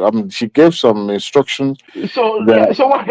So when when I did that, their vice Greenland, president, when the Let vice Diwali president finish. I'm trying to hear his point. when vice president visited or something like that, he gives a different version of the instruction to them, and they recall that woman. Now, to me, even though you have the power and the authority to remove and replace and will do whatever. But when you are doing that, knowing that the underlying factor, the reason why you are doing that is simply because you can't work with people that have not the same color with you. But Or did he tell the you that that's the tone, reason why he did it? listen, the tone and the manner of which you remove people at will simply because you can't work with them because number one, they are people of color, tells me that But you are a how did you come to dictator. that conclusion? First of all, I come into that conclusion because I haven't seen people that have color it's a that are. speculation. Then it's just he You himself. could call that Hold on, speculation, he but didn't that open has his been mouth the to say, feature of the administration. hold on now. He didn't open his mouth to say, I'm removing this person He because he's doesn't black. have to open his mouth Yeah, and he didn't say it say to it. the So public. you can't. If you look at the feature of his administration, how many people of color are actually working with him directly that are in this It secretary doesn't matter. at the He's level of looking for secretary? who's best. Okay, he's looking Who for is whoever is best? best qualified for You the want job. to That's tell what me he's going. about who is best for a position? He He doesn't surrounded believe himself in by the this best. DI family for this crap. You can't tell me See? that Trump will see a black man. That's Hold on now. we just attest to his dictatorial tendency when we talked about removing affirmation actions. DI was there on the purpose, but he is saying that He's not interested in any of that. He just wants to yeah. wants whoever is best for a Have you job looked and at the give it. picture of his I cabinet? believe in that myself. Have you looked at the picture of his cabinet and see how many the percentage of people that fill that cabinet? Are you saying when okay the thing about you is okay when Tinubu is picking whoever he feels is best for a job, when people are accusing him of he's only picking the You Goshan. can call the Tinubu dictator. I don't care, but No, as long as the but what I'm undertone saying is some people of the believe they don't action. believe in all these. I gotta look at what your color is or what before some Oh, people. So hold on, calm down. Let me learn. Some people just believe in guy. I'm here to get things done. I'm just looking for whoever I feel is gonna, can do it to what my standard I want. Some people just think like that. That's the way he thinks. That's the way I believe in. I think. when If you I become president of Nigeria, hold on now. Let Mike, me have you just never hold on now. disobedient? If I become president of Nigeria, honestly, I won't even be thinking about what anybody, the way I'm going to structure my whatever. I'm just going to be looking for whoever can get things done the way I want it. And think that's what I be focused on. I let people talk, accuse me or whatever. At the end of the day, I just want to get things done. I want the to leave the office context knowing that I accomplished my mission. So that's what I think. the context of these two different administration operate are not the same. If you compare Trump and Tinubu's action, we are not in the same cultural environment. We are not in the same What? uh, social environment in a In way what that you sense? can compare. In what Because sense? in Nigeria, it's a multicultural, whereby reference are being made to the ethnic, tribal, and all that. In America, it's either you are black or you are white. There's no What do you tribal. mean? It's not you're black and white. However, Hold when on, you hold on. have No. America is not just you're black and white. We have many other cultures and my races. brother, when you have an Are you saying America administration, is only black and white?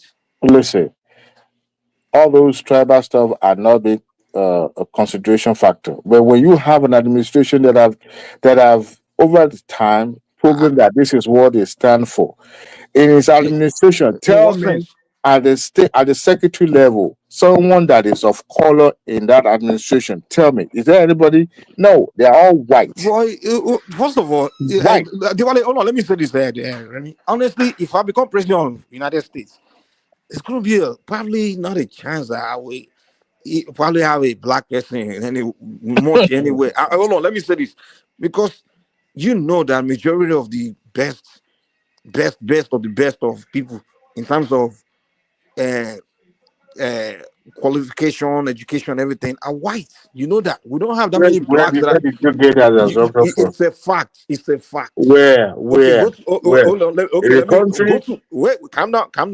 Okay. Go to every Ivy League school. Go to every scientific Right. science.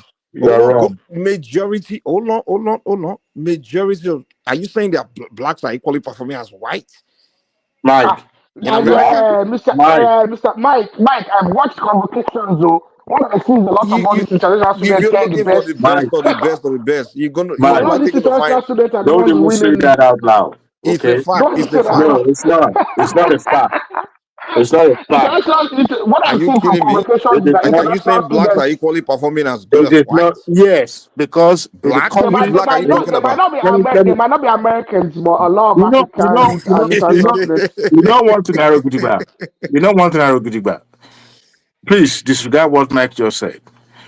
We've seen in the country that church was The deliberately best in decided. everything is all. You can't tell me a black that's best in Listen, anything listen. except In this sports. country, we've had a Anything secretary of intellectual, defense, anything you can't tell me. The best scientists are Mike, white. The best, Mike, the Mike. best You'll in be, anything are white, you'll be and maybe whitewashed. Asians. Mike, Yeah, you have a better chance arguing for Asian Americans than you'll be black. whitewashed.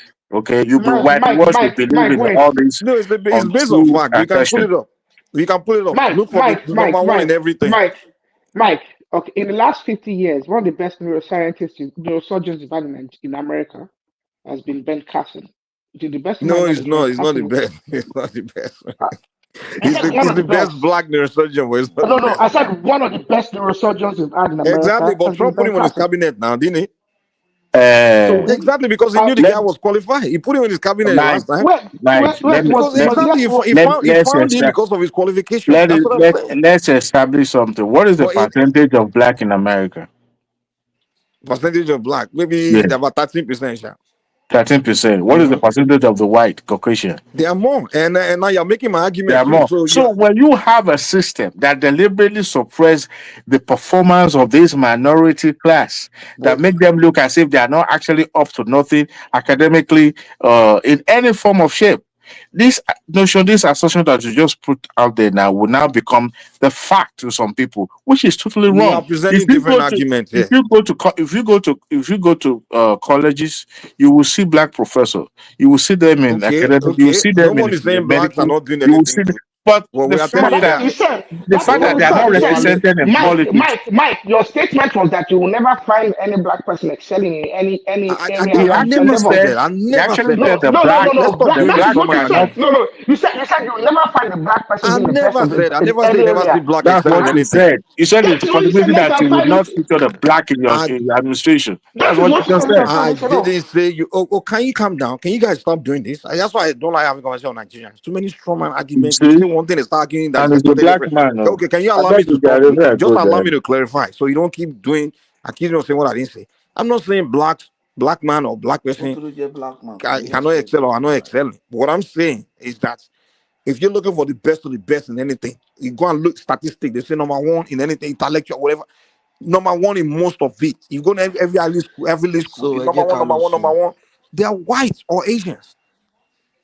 And then if you're going to see blacks, most likely you're going to see foreign blacks that it's maybe up there with them. So that's what I'm saying. So the chance of you, if you're going to base your appointment on merits on things in the United States, most likely the best you're going to find are white. Even you, they want if you start a company like that, people bring application, everybody bring application. Probably the That's best, not. the candidate you're going to find, they're going to be likely going to be white. That's not true. So it doesn't mean blacks are not doing well. It doesn't mean blacks are not excelling as well. But I'm saying you will find blacks that are straight A, everything excelling, but you always find whites that are doing better. So it's the fact. That's not true. What You do are you mean it's speaking in not true? absolutes. You are speaking in absolutes now for something that has not been No, just go and scientifically look it up. Just name or anything. statistically Anything proven. science, intellectual, anything. Go to any Ivy League school, anything. Look at the number one, number one, number one, number one. It's gonna be white. Yeah, Mike, I think you once said that you worked in engineering before, okay? I worked in sciences and engineering, and I know for a fact that it is dominated by Indians and Asians these days. So I Yeah. don't know what you mean by No, you'll by find white it. because But yeah, very soon. Asians, Indians and Asians are not white. So I don't know what you mean by white. No. People are catching other races people are getting in. We're just catching up and And, everything. and But still, I can tell, hold on, hold I on. can tell. Calm down now. Calm down. Yeah, go But on. the Indian Asians, yeah, their population is very low. Yeah, they're catching up. In fact, they are They are probably the not best catching up. students. They are not catching up. In fact, They're the best.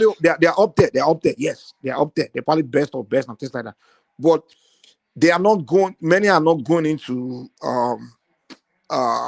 politics and for example, you mentioned the military. For example, you're not going to see how many Asian officers, generals, and things like that. Mike, can Who you scale it you back? going to find there are going to be, A and second also ago, they are not really going into administration. Hold on. What you will notice about Asians, the Indians, and maybe because they are just new kind of breed of Americans, is that they don't go deep into governments.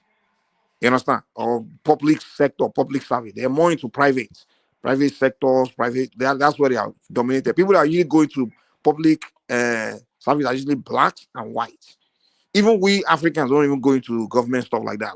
Because we are all new group of Americans, you understand? But people that are more into focus on the public service and government, they are blacks and whites. And the whites, they're slight years ahead of the black Americans, light years.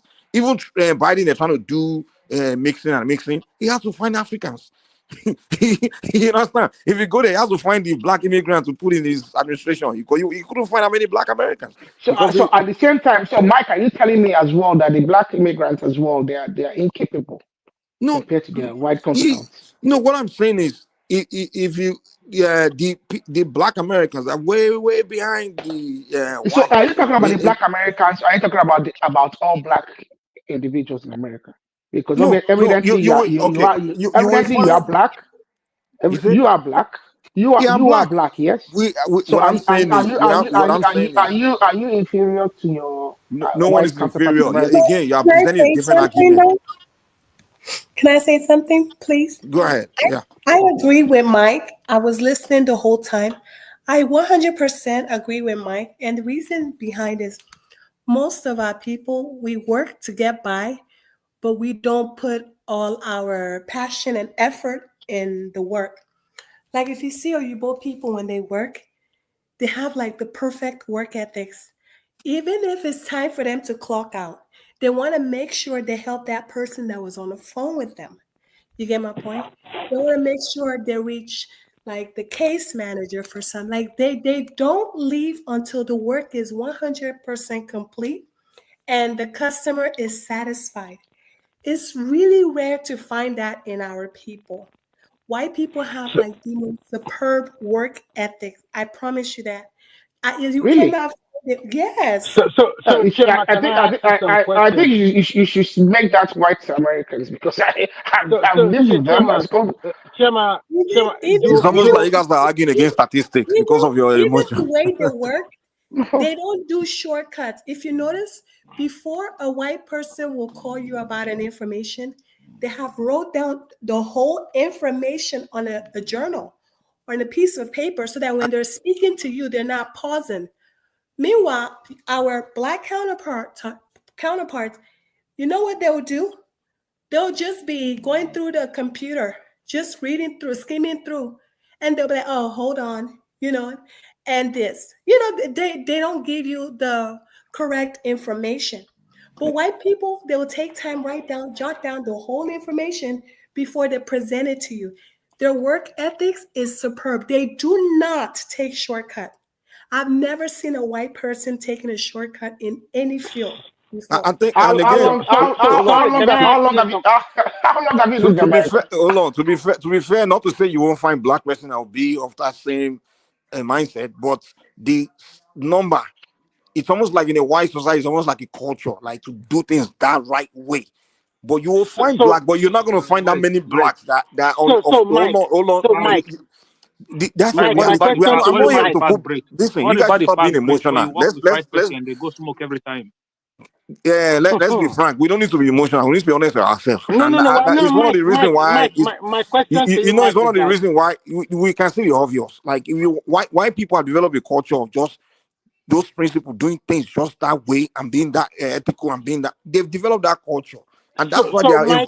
Calm down. That's why their environment is always on point. But we need to develop the same culture, the same mindset of let's do things straight forward. Let's have conversation and be straight, honest somebody rather than trying to be come out with all those kind of things. So they've developed it, and we have to accept it. We need somebody else say one of our biggest ones. We don't want to learn from other civilization. We hang around them. Let's just accept it. Mike, I just want to ask you. They do things so does that correctly. mean that out of every 10 people, black or white, that means an average graduate black is much more lower compared to white? Like, for example, out of every 10 graduates, you have like white 7 or maybe and then black 2 or 3, because I want to see whether they have equal opportunity to grow. If they do not have that equal opportunity, then you can't blame the black this time around. What define equal opportunity to grow? Define it. So what I'm trying to say is that if you have 10 graduates from a university and you have 7 which are white, and then the remaining 3 is black. That means the propensity of the black to get that job is not as good as any white person in America. But that has nothing to do with equal opportunity to grow. It has. It plays To a major grow what? role. In what sense? Yeah, Grow. I mean, I don't get it. what I'm trying to tell you is that if you are recruiting and then 10 people apply for the job, out of these 10 people, there are seven of them are white and the remaining 3 are black, and you are filling a position of maybe But 2 or 3 if the or 4 blacks are the best, they will pick you now. No, this is not about the best, because the reason why I'm asking this kind of question is that if truly most of the blacks are not going to school to study, and most of the white people are going to school or going to this Ivy League school, they have more opportunity more than the black. Okay, so if the white are choosing I to want go to and you know. black are choosing not to go, what's that doing opportunity? My question is that in America, do you have what we call like a ceiling? They call it like a ceiling. It's very easy for white to grow, and it's very, very difficult for a black man to grow along the along the various positions until it becomes a leader. That's the deal. That's what America is, But man. I wish you good luck trying to prove that to Mike. Mike will never subscribe to that notion that the black are not being given a such opportunity. Explain about which opportunities are you talking about? Let me just give you an example. There's a You're ceiling not where clear, but a black person can ascend to in this society, and you are blinded to that. You don't think that blinded to what? You see, that's the problem. there's a You see, limit. Choma, you say again, having conversation with a black person is always difficult. They're trying to very manipulative. They won't be straightforward about what they are telling you. So that way, when you respond, they will say, "No, that's not what I said. It's something else." It's not emotion. It's the reality. Straightforward question. It's not. You guys have been whitewashed in a way. Telling me that one number of people means more opportunity. No, it's not. Opportunity is there for hold on. You can't tell me that a white person have more opportunity than me because there are more white people. They do. Okay, No. Listen. The opportunity is there for everybody to go grab. That is an illusion. You know what? Illusion. Why am I doing better than many white friends I have? Because in your little corner that you found yourself, you think, here we go. I'm not trying to minimize your success, but in the little corner that you found yourself, okay, you think the world starts and ends there, okay? You celebrating your own success, thinking that this is what America. Instead, American dreams is something that you have to dream with your eyes wide open. It's an illusion. You think what it means is an illusion. I'm living the reality. Okay, I'm living reality. You're telling me my reality is an illusion. What are you talking about? To you, you may say, "Oh, I've reached the pinnacle of where I'm supposed to reach." My achievement is an illusion, right? It's not reality. If you assume that where you are is a ceiling where you can reach or you can see ascend beyond that, then good luck. But I'm telling you, in the general picture, it's not the reality. That's just what it is. So, Ms. You're not even clear what you're saying. You want to play the race card. Since you want to pull the race card, why is it majority black people in NFL? NBA, exactly. Why are they making the millions that they could have forced their white counterparts to make? But rather, I hope you can debate this one. I hope you can give us a good answer to this one. In sports generally, the physical manpower to play football. In sports generally, there are some sports that the black are better than white, and there are some sports that the white are better than black. Okay, so they're picking based on your qualification, right? No. I know you want to just oppose that to what you are saying. No, the black athletes when it comes to basketball are more better, and you have to be exceptionally good for you to be accepted to be able to play in the NFL team. However, when you come to swimming, how many black have you seen that are representing that country? Let's say in the last 10 years. Because black people can't swim. Because black cannot swim as good as white. That's why. Look at you. That's why. The reason you can't use sport to generalize everything. They are not telling blacks. You are not picking. You cannot. Don't tell me that the reason they are not picking. Let me give you another example. You guys remember? Give a bunch of examples. That was a movie. Diwali, don't try to move. I know what you're trying to do. Trying to manipulate. We're almost trying to get you. Trying to run. Hold on. Wait. Let me just say this. Diwali, here's the fact. Don't try. You Why can't come here and won't you tell let us that the Patoski, reason. Mike? You Why can't come why here and won't you tell let us that the Patoski, reason. The Mike? reason. Let Patoski talk. But If you say I should he already let allowed me to Patoski go. talk. When you're losing argument, that's when you're trying to. Adewale, No, I'm not losing argument. You There's can't no tell. way you guys example can you are You convince just trying me. using. to convince us that the reason No, blacks Wait, are not being let's picked I'm for not swimming trying is to because they let's are convince. I'm black. speaking the reality. I'm not trying to convince Because let's they are give you anybody. black, an that's why you didn't pick them, example. select them to swim. That's what you're Can I telling say us. something? And then you Now, say, go ahead, Podolski. Yeah. yeah, the question is there are areas where they don't give people opportunities. Look at Thank ballet, you. for example. Look at what? Ballet, for Ballet. example, ballet dance. Yeah. No, you are laughing. No, it's not just, it's not before because it's not a big sport. I saw a documentary of a black lady, and I think it's a black American lady that contested in the Olympics because she was black. They were not just giving her a chance. Because They you were not couldn't just dance ballet or what? yeah, because it's seen as a white thing at a point. Who decides the white thing? Yeah, you see, if you don't create You know there was a opportunity time the for only people play. Hold on, do you know there was a time majority of people play basketball were whites? Do you know that? if you don't create opportunity for other people to come in, for blacks to come in. So why do someone have to create opportunity for you? What are you talking about? No, look, there are when you have when you want to when you are trying to create an Whose stomach is Podolsky, you're singing? also wrong because in ballet, there's other factors we have to consider, like weight. And, Black women, we have a lot of thighs. We have thick thighs, so that also counts. No, it's not And even that. Black people don't go into ballet. That's the thing.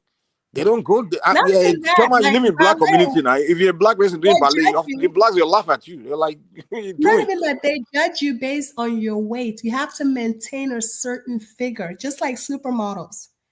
So No, you don't know all the information, Mr. Patosky. exactly. And another thing is, Uh, let me cite one example for you guys. Maybe this will help you. There was a time there was a movie centered around the character of a NASA employee, one of the yeah, I mathematicians remember there. now. That woman, That woman, yeah. not just her, there were a lot of people of color that actually started working with NASA when it was established. And they were the brain behind some of those projects, but they were never given the credit.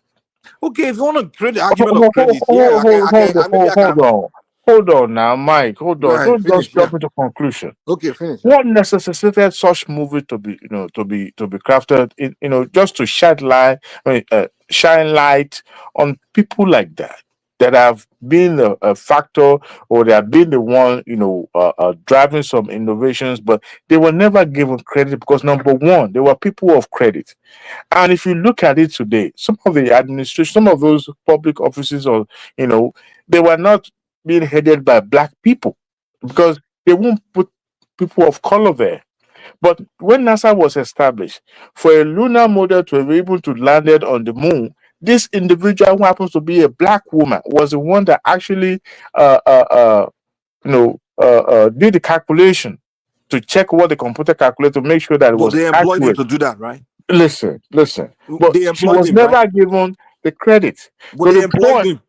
listen, she was employed, Okay, but as at the because she time was she was good enough. employed, as, as at She the was. time she was employed, Okay. as at the time she was employed, she Mm-hmm. could not even use the same bathroom the white people use it. So But let's she was just still assume employed. that everything. Okay, I give up. The argument here is that the white will employ you once they know that you are good enough, but they may not give you credit for your job and all that So stuff. No what one is what arguing that. Oh, does no, no. those Can we allow each other to talk those before we white start cutting each other counterparts, off? do they have two heads to head the administration and the They division? argue, no one is arguing that there's no racism, bias, or tribalism. That's what we're Every human arguing being. about. No, You are no, saying no, that no, the black no. people are not good Can you enough, they are calm not down? innovative enough. Can you calm down? Maybe that's what you are arguing, but that's not what I'm arguing.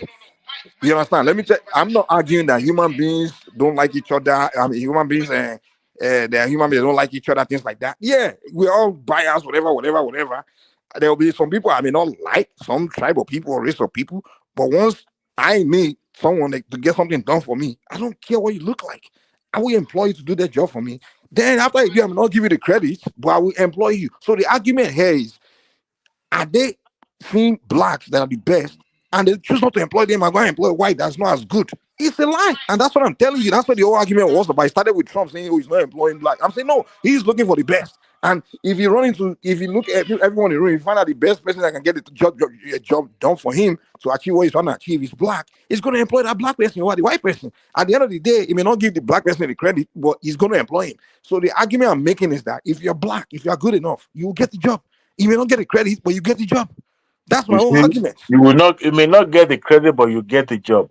What kind of assertion is that? What are No, you it's trying to reality. prove? If you It are doesn't mean good I to do support the it. job, you're also good to be the head and the controller We of like the whole everything. white people guilty of bad behavior. No, As it's if black, oh the no, same calm down. mentality that Here's you the thing. have. The same mentality Nigerians, when they see They white people, they say, "Oh, they will do a better job. They are better than us." We shouldn't. No one is saying they are. Here's the thing. We are saying currently they are outperforming us statistically in terms of numbers. No, They because are. we're not given the chance. No, We're not given the in this opportunity to planet, shine. so it's white man that will give you opportunity. So who gave the white man opportunity to become what he become? He became. You have no idea. Wait. See this mentality we have as Africans. You We have believe no it's idea. Oyinbo that has to come and hold our hands to make us great. Maybe you have no idea when Who it made comes the to Oyinbo? generational wealth and stuff. Dewale, who made the white man great and who made the Chinese man great? Is another race of people come to make them great? We are the only people that sit around crying about somebody didn't come and give us chance to be great. You know what Martin Luther said when he was Oh, interviewed in the so no 60s? You know wonder. what he I see why said? you reason why you're reasoning. Those are the people you are No, following. All these activists. if you decide to jettison the history, then we are failed to You do. guys should start following all these Euro black and Euros. These people that didn't achieve anything. All they did You was know, just talk. the funniest thing So is you that are following Martin Luther King. some of the privileges that the people of colors are enjoying today are the what Martin Luther King stood for when he was alive. Do forget that Okay? thing, man. That's No, not but true. it's not about forgetting anything. It's unfortunate that that's what you believe in or your mindset.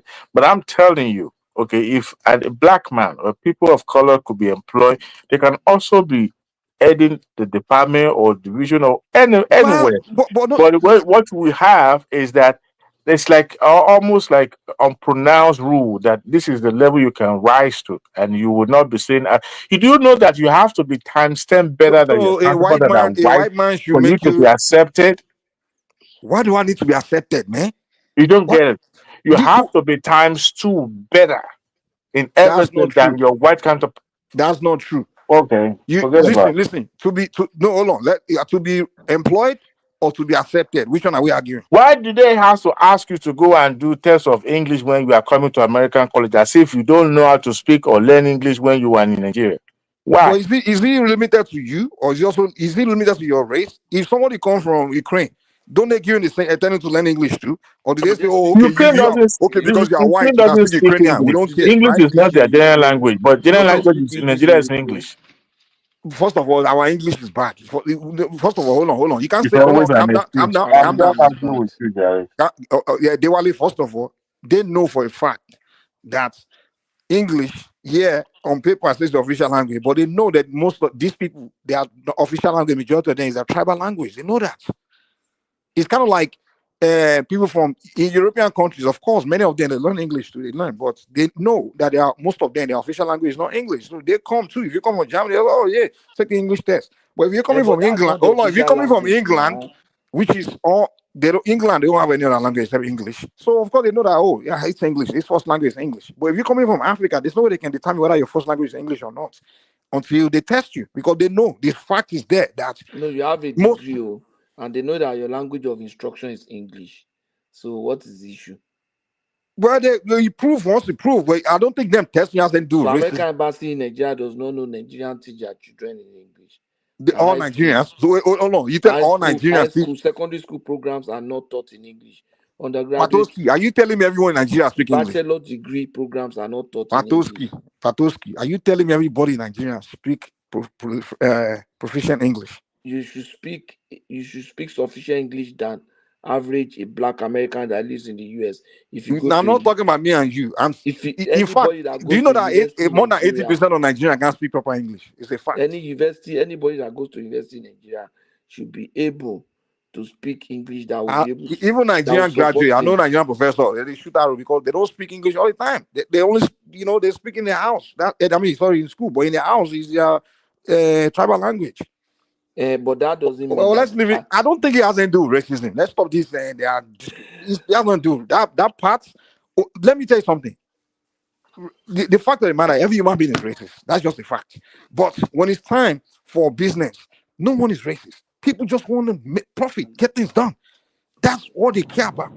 The most racist white man.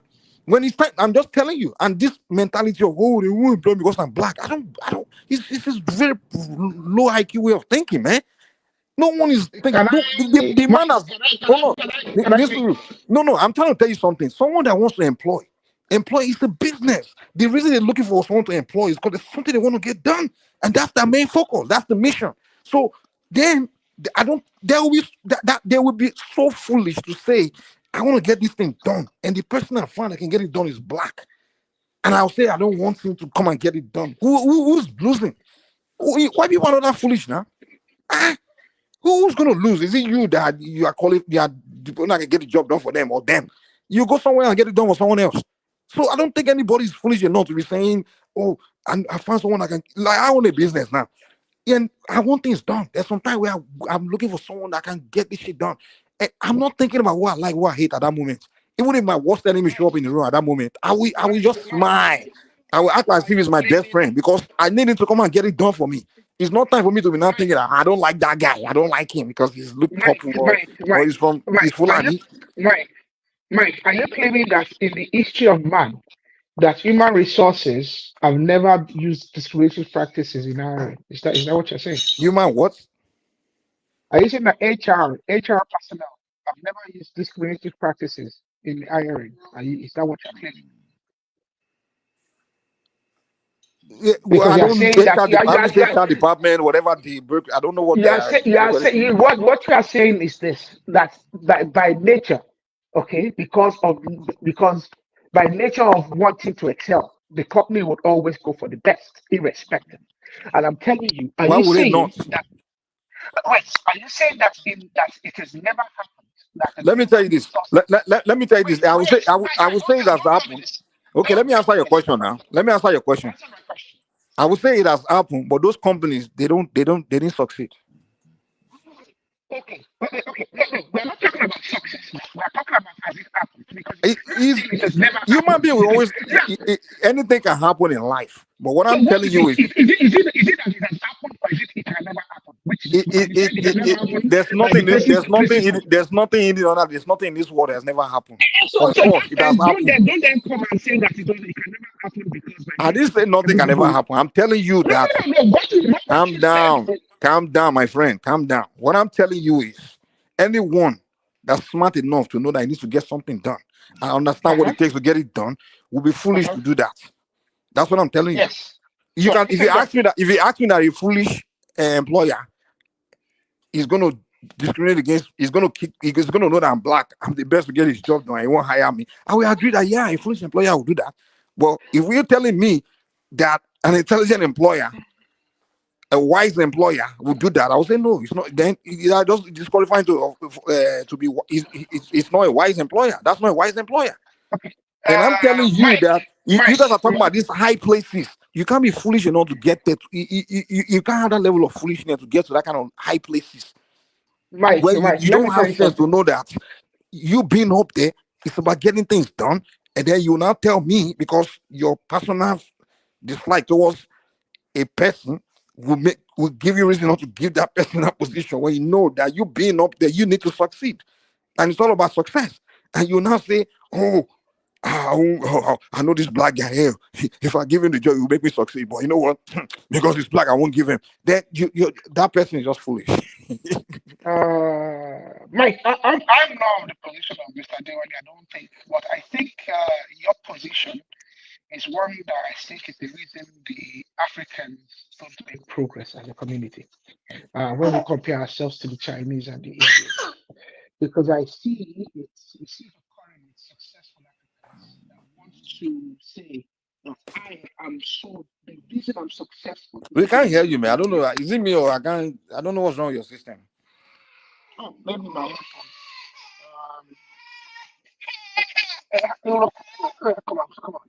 So, I think a lot of people stop teaching their children that they are black No, something is in their wait, way. wait, They wait, need to stop wait, it, man. wait. It's cutting them Let short. me finish my statement. Let me finish my statement.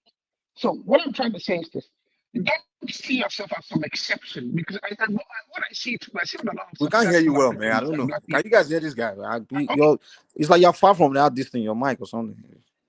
okay. Why is this happening? Okay, let me come back to you. No, you are here now. I'm here now. Okay, sorry. So, Mike, what I'm trying to say is this: I see it with successful Africans and black people. Okay, they like to paint this scenario that I'm an exception. You know, especially when you deal with other communities. I'm an exception, so treat me as an exception. I'm special. The reason I'm successful is because I'm special, and I'm an exception to the rule. And Which rule? Which rule? Which rule? This rule that you talk about yourself. Well, what is Because the when you rule? start, That's the thing. I don't know which rule. Can you define this rule you're talking about? Because I never talk about any you rule. came to, no, I listen, never Mike, talk when about you any came, rule. I don't know. no, You're not making or you're telling Mike, me about a rule now. I never mentioned any rule. this is still on the live show, so we can look back at this. When you came to this conversation, what you said is this: that by the norm is that the white individual is better than the black individual. And I you didn't said say why by what? I can't hear you well, man. essentially what you said was that the white individual, okay, in the professional field is always going to be better than his black I counterpart. didn't say And in that. fact, I didn't say that. you will not find an adequately suitable black individual for the I position. didn't say that. That is exactly what you said. And you Okay, let me clarify what I that said. if you were the president, that everybody in your cabinet would be white because I say it's likely going to be white. likely or I don't essentially you Let me clarify what I said again. So let me clarify what I said again. Let me clarify it. I'm telling you that statistically they are more white. They have excelled than black, number wise in the world. Because they're also more white. Of course they are.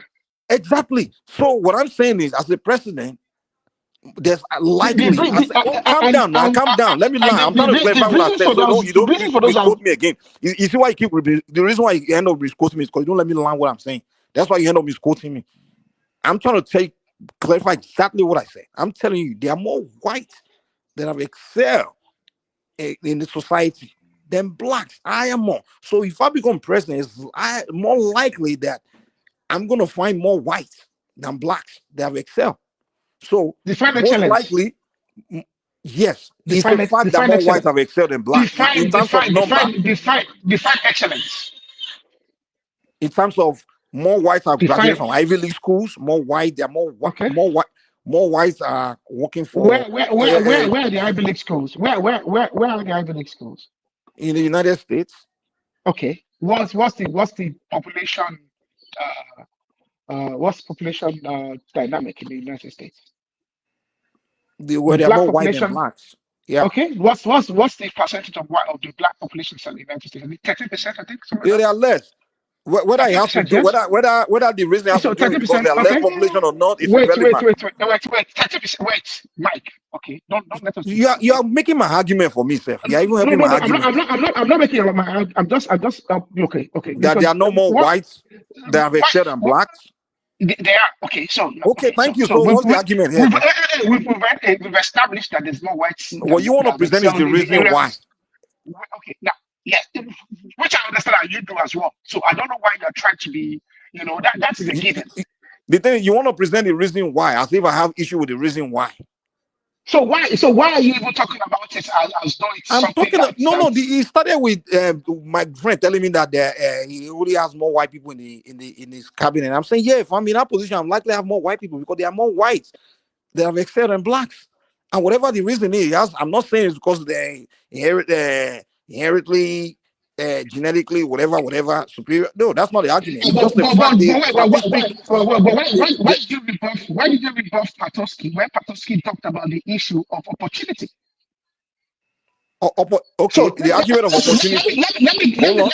Opportunity is there for everybody, my friend. Mike, let me give you a scenario, okay? Graduate program for young scientists, okay? Let's say I can't hear you, man. You need to change your device, man. I'm struggling to even hear you well. I'm using my earphones I don't know why. Yeah, maybe you need to check out the earphone or something. This opportunity is there. Go and create opportunity for yourself. This idea that someone has to give you opportunity. And we are the only race of people that go begging someone to give us opportunity. Why can't we create it for ourselves?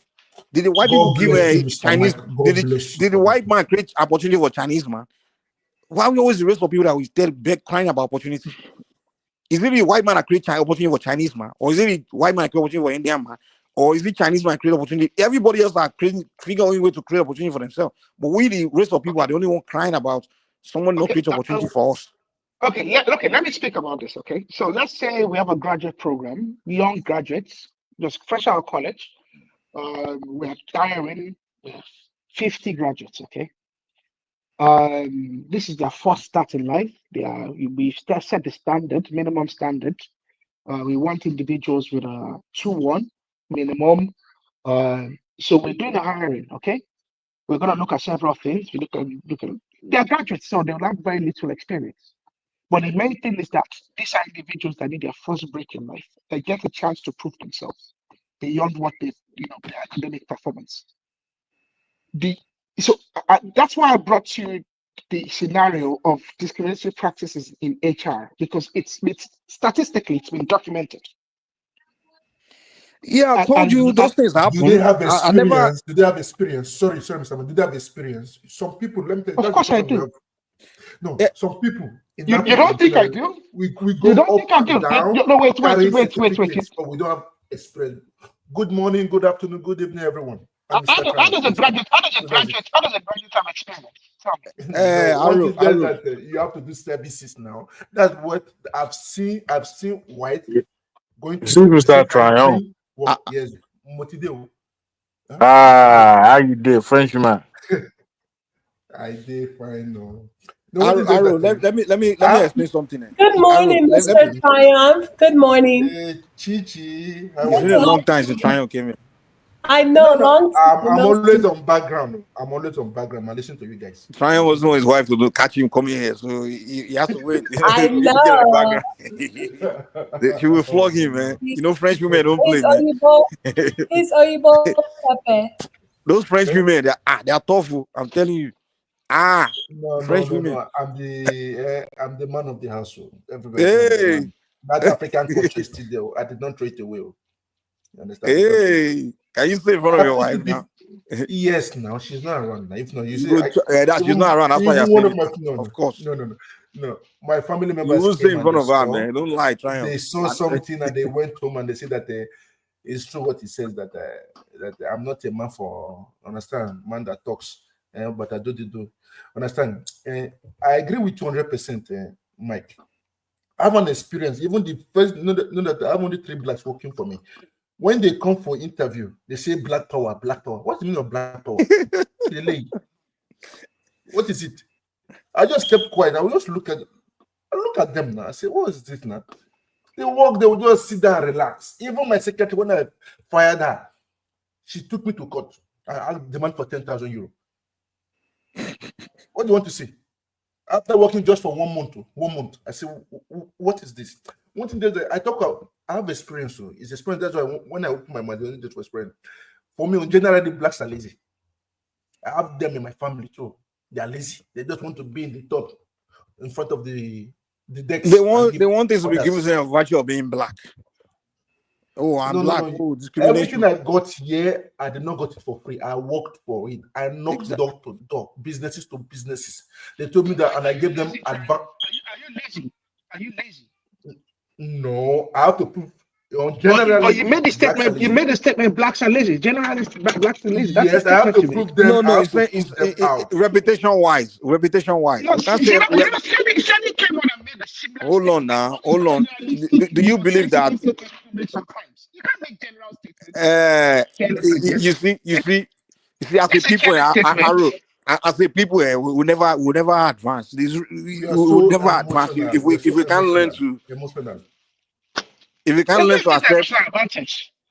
That is not. Do you know that a demographic of people can create reputation for themselves? You know that, right? Does it mean Everyone, of course, anyone with common sense. Hold on, wait, anyone with common sense will know that 100% of the people are not like this. But we can also go by reputation of the people. Of course, here we talk about hold on, even here, even within ourselves, when we start talking about Fulanis or Yorubas or Igbos, we say, oh, these people, this is it's called ethnic group. We create reputation. Hold on, calm down now, calm down. Calm down. Maybe you, but generally, it's normal that we talk like, oh, this group of people, man, they create this reputation for themselves, but it doesn't mean that we all know every member of that group is not like that or didn't do that. But the fact that that reputation is there, when you get in their conversation or whatever, you have to know that this reputation, you have to be wary of it. Like, hey, this reputation is real. So reputation is real. Yeah, It's the point we are making here. That's why you should be very careful. So when someone is emphasizing on people's reputation, you don't need to be like, oh, why? No. If you don't want people to do that, then we need to work on changing that reputation. Because it's important. Okay, they don't need to work on changing their reputation because the majority of them are not lazy. So we've already established. What do you mean majority? The majority are not lazy. Okay, the way you measure how many is based on how many that you came across and how many of people you came across are like that. And many of us will tell you that majority of white, black we work with, they have the similar mindset and maybe less than. I'm serious. So I can't use my own, experience to do the,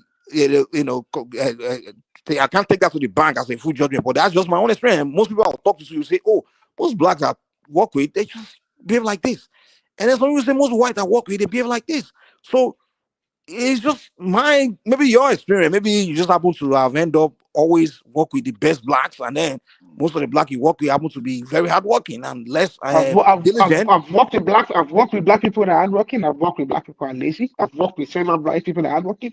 I've also worked with white people that are lazy. But number wise, I don't know about you, but number wise for me, percentage wise, more whites are more serious with their jobs and more. No, I've not found that to be true. For me, maybe your experience is different, but for me, someone else will say the same. Most people I know will say the same thing.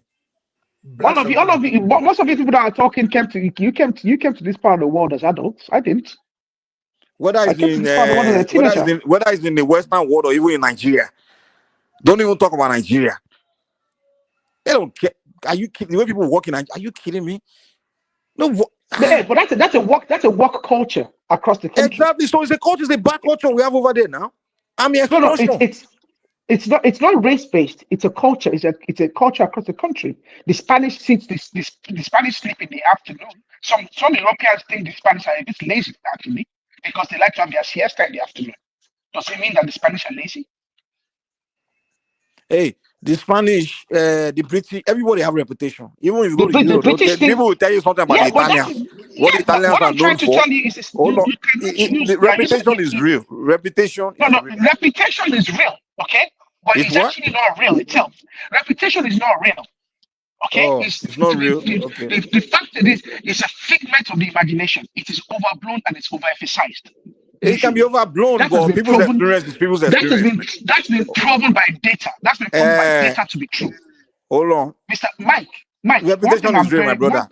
Okay, do black countries have reputation? Okay, let me ask you this. If reputation is not real, do black nations have a reputation of not advancing technologically, not producing, not innovating much? Or not? It's not a matter of reputation. It's a matter of fact. A reputation now. No, we are known. You know what reputation means? When you are known for something, when you are known for something, that's your reputation. If I was always coming, hold on. Like I have a reputation here of being, not going off on people. That's my reputation. I can't say it's not real. It's real. People see it. Your reputation is something you can see, you can feel. You understand? Everyone has a reputation. Choma has a reputation of attacking you on the comment section or blocking you, right? So we know that's reputation. You can't say it's not real. You can't come and tell it's not real. It's a fact. We know that. Yes, that's what I'm saying. It's a fact. So you can't be denying this, man. Then we are speaking on it. When we're talking on it, don't start saying, "Oh, no, don't be emotional about it." No. The fact that black nations are known, black communities are known to just be, backward in things, be rough and just not getting things done. It's our reputation. Let's accept it. We don't need to be like, when refugees say, it's racism. No, it's true. Okay, let me give you an example. No. I think that's not what you think. You think I'm not talking about racism now here. What I'm telling you is this. It's not racism. I'm talking about absolutes, okay? I'm talking about your use of language and your use of your classification and using absolutes. I'm not being emotional. I'm not being emotional. I'm actually being That's the problem we realistic. have in Nigeria. The day we remove emotion in everything problem? we do, What problem? I will be logic. This statement about you're emotional. No. If you make a statement, okay. If you make let me. I'm not making a statement. I'm not playing the cards. If you make a statement that cannot be factually defined, that cannot be measured, you cannot accuse me of being emotional for rebuffing it. Okay, Nigeria like example. Let's use our country as example. I don't want to talk about Europe. Nigeria as example now. Like now, somebody asking me for 50M. I told him that have you ever used your money? What have you produced out for me to invest that money on you? The person was telling him that try me, let me see now. Try me. Is that will you invest your money on that same person? Let me ask you this question. Even you're in Europe, before the bank, people are asking me. What does that have to do with the fact that most blacks are lazy according to yourself? No. I'm telling you now. Everybody wants. This is where from his experience. Hold on. From his experience, most blacks he has come across are lazy. That's his experience. Yeah. Like now, even in Europe, people ask me how come that I used to normally, if I talk to my banks, they give me what? Because they believe in results. Not when you bring a flashy card and everything. Your bank statement is your result. They see what comes in and what goes out, and that's your reputation. And everything about here in Europe is about integrity. And we, in our own continent, we have so many examples there that makes them to doubt us.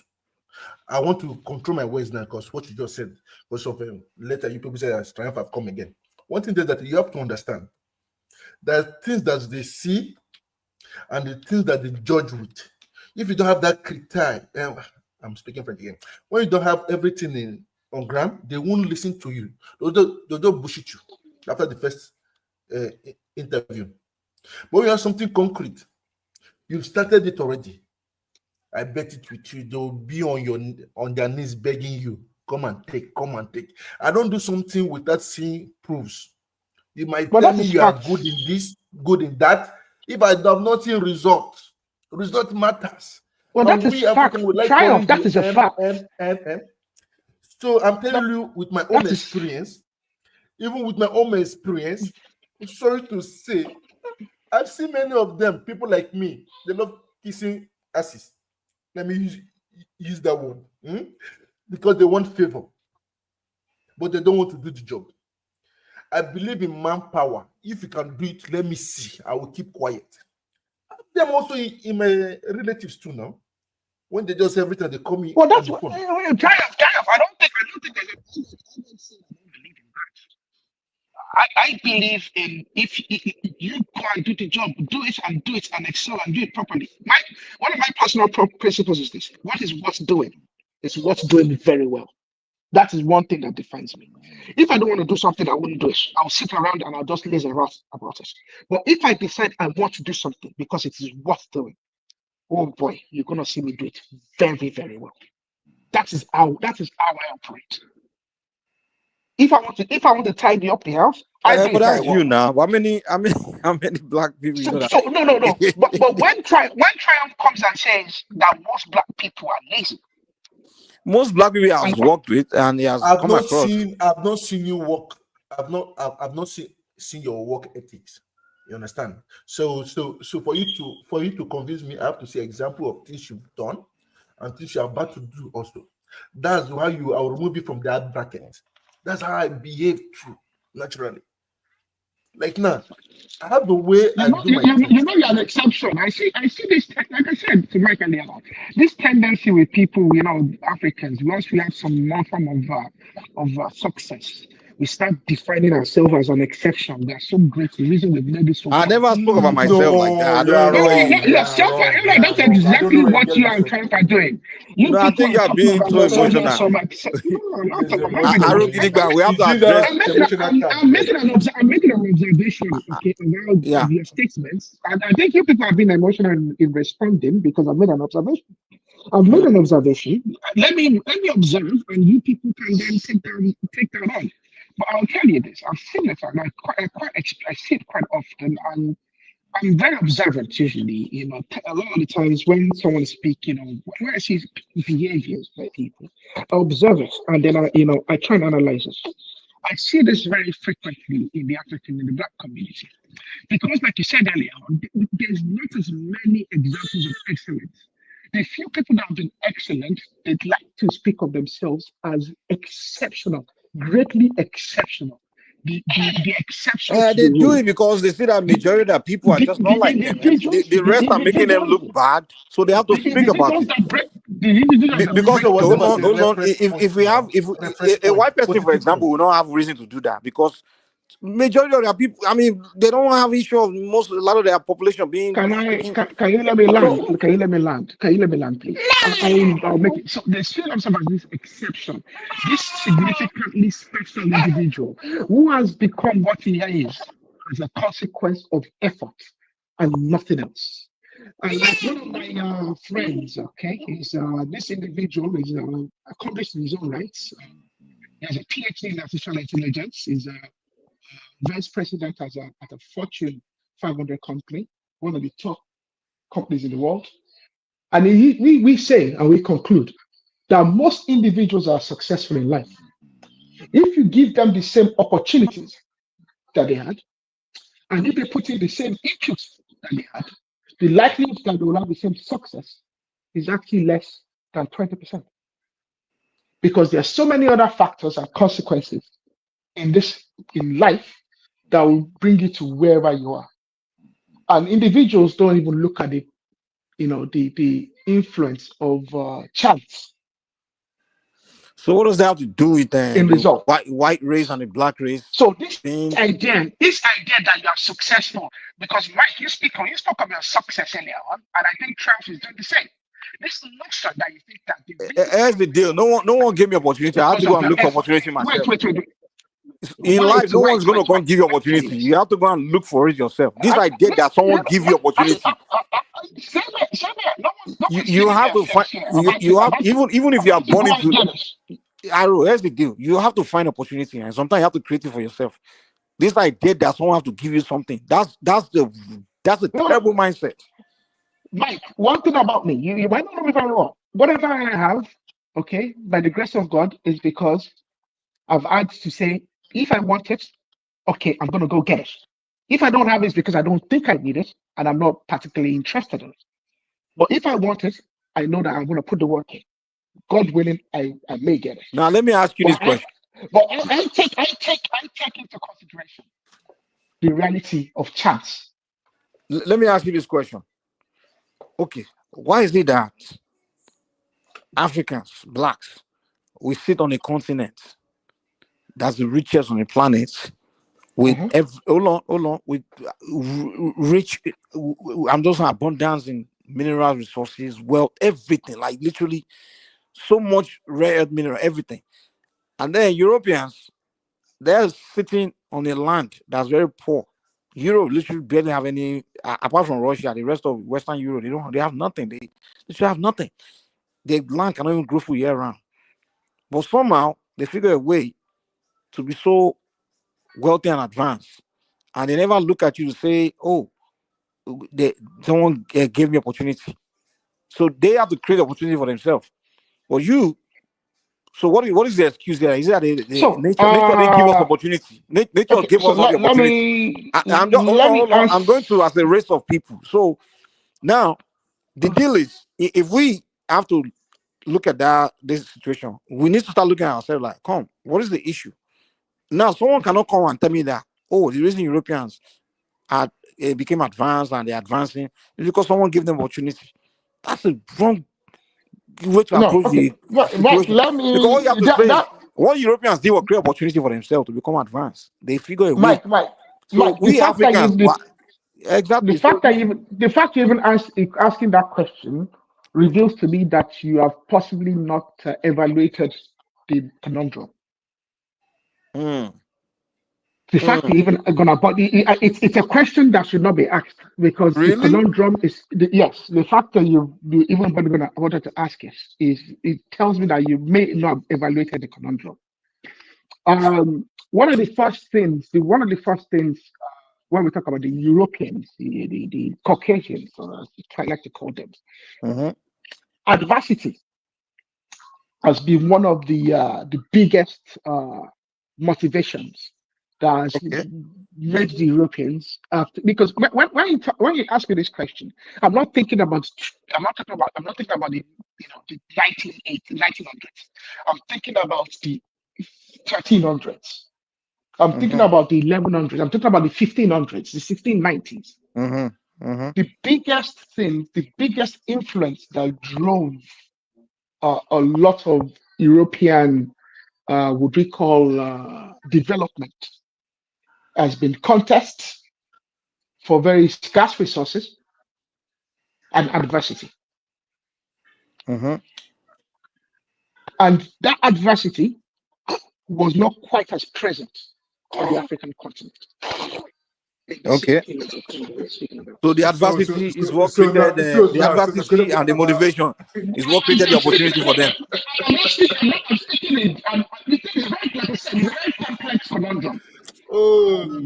So nobody gave them the opportunity.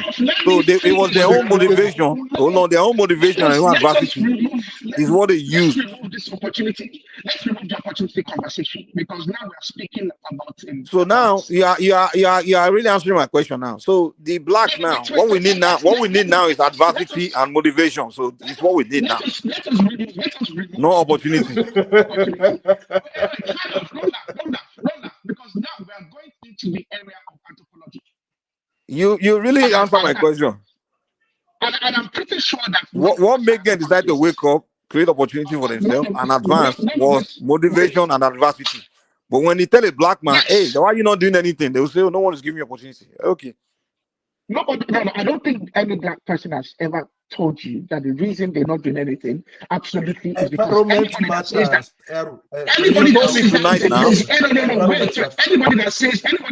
is a lazy mind. Because now they're not speaking about the individual. Well, you told me that tonight now.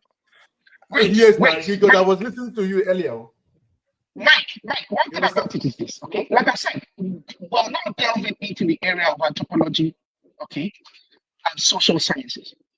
I'm pretty certain, because I've spoken to you several times, that you're not an anthropologist and you're not a social scientist. I can't hear you well, man. I don't know what's wrong with your system. Can you hear me better now? I think you should be able to hear me better now. Okay, Mike, I'm pretty sure that you are not a social scientist and you're not an anthropologist. I'm certain. I don't have to be to see what I can see clearly. But you are speaking about matters. Like I said, it's a conundrum that's been. Anybody that tells you about opportunities, the reason that Africa is not advanced is a lazy individual. That's a lazy mind. Okay, it's a lazy mind. It's a conundrum that goes far beyond 100 years. It's a conundrum that goes far beyond. Let's leave 100 years. No, let's leave history alone. Let's talk about today. Today, okay. Why are we not motivated? Why we found that motivation, like you said, the same motivation European found, the same adversity, whatever it is that they found. Why can't we find it? There are societies that are finding the motivation and making progress. Which society? Where? Let me tell you something. Which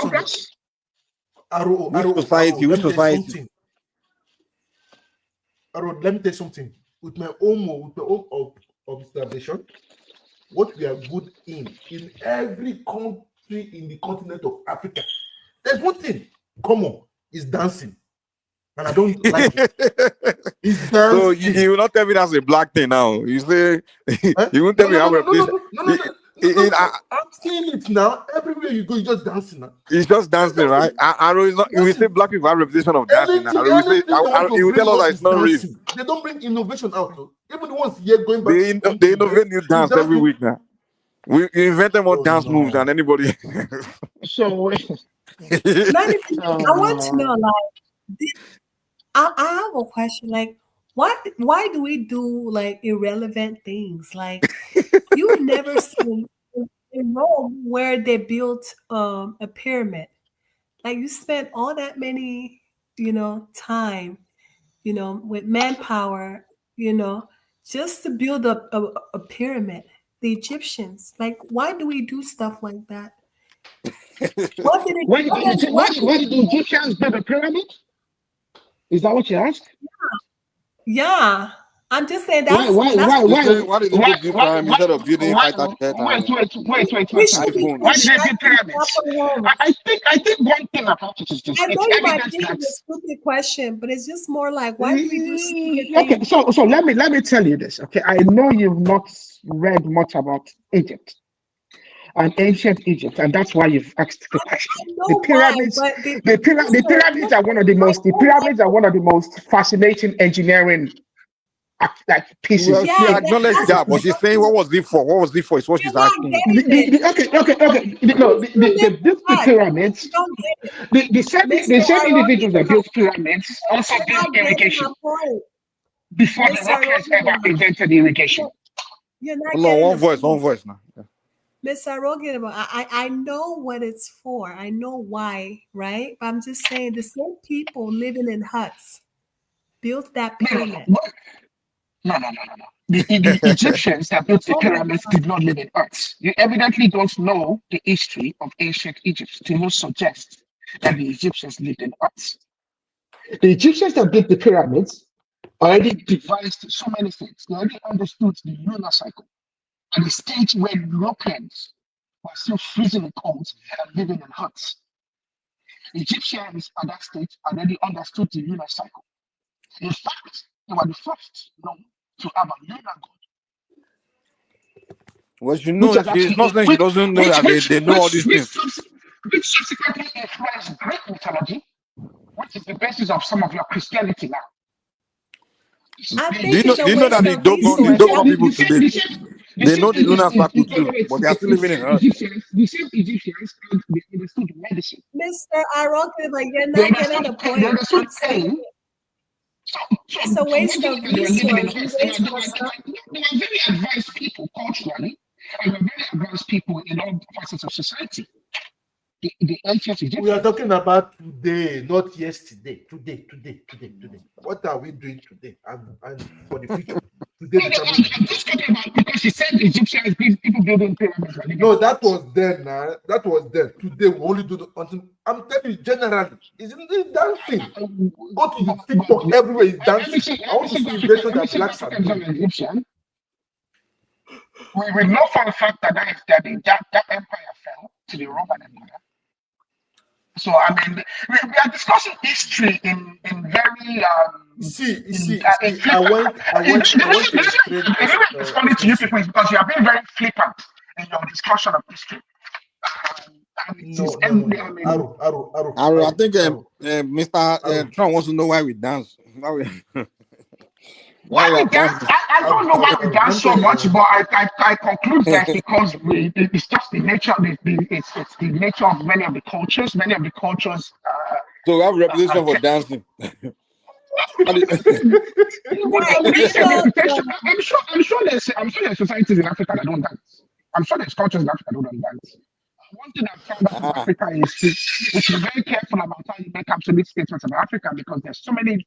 It's so divergent and it's so there's so many different cultures and so many different traditions. I'm sure there must be a tradition of Africa somewhere that absolutely forbids dancing. I'm sure, and that has nothing to do with religion. Name one tribe in Nigeria that doesn't dance.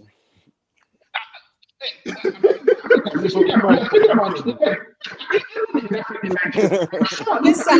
Aroki, let me tell you, our representative, Mr.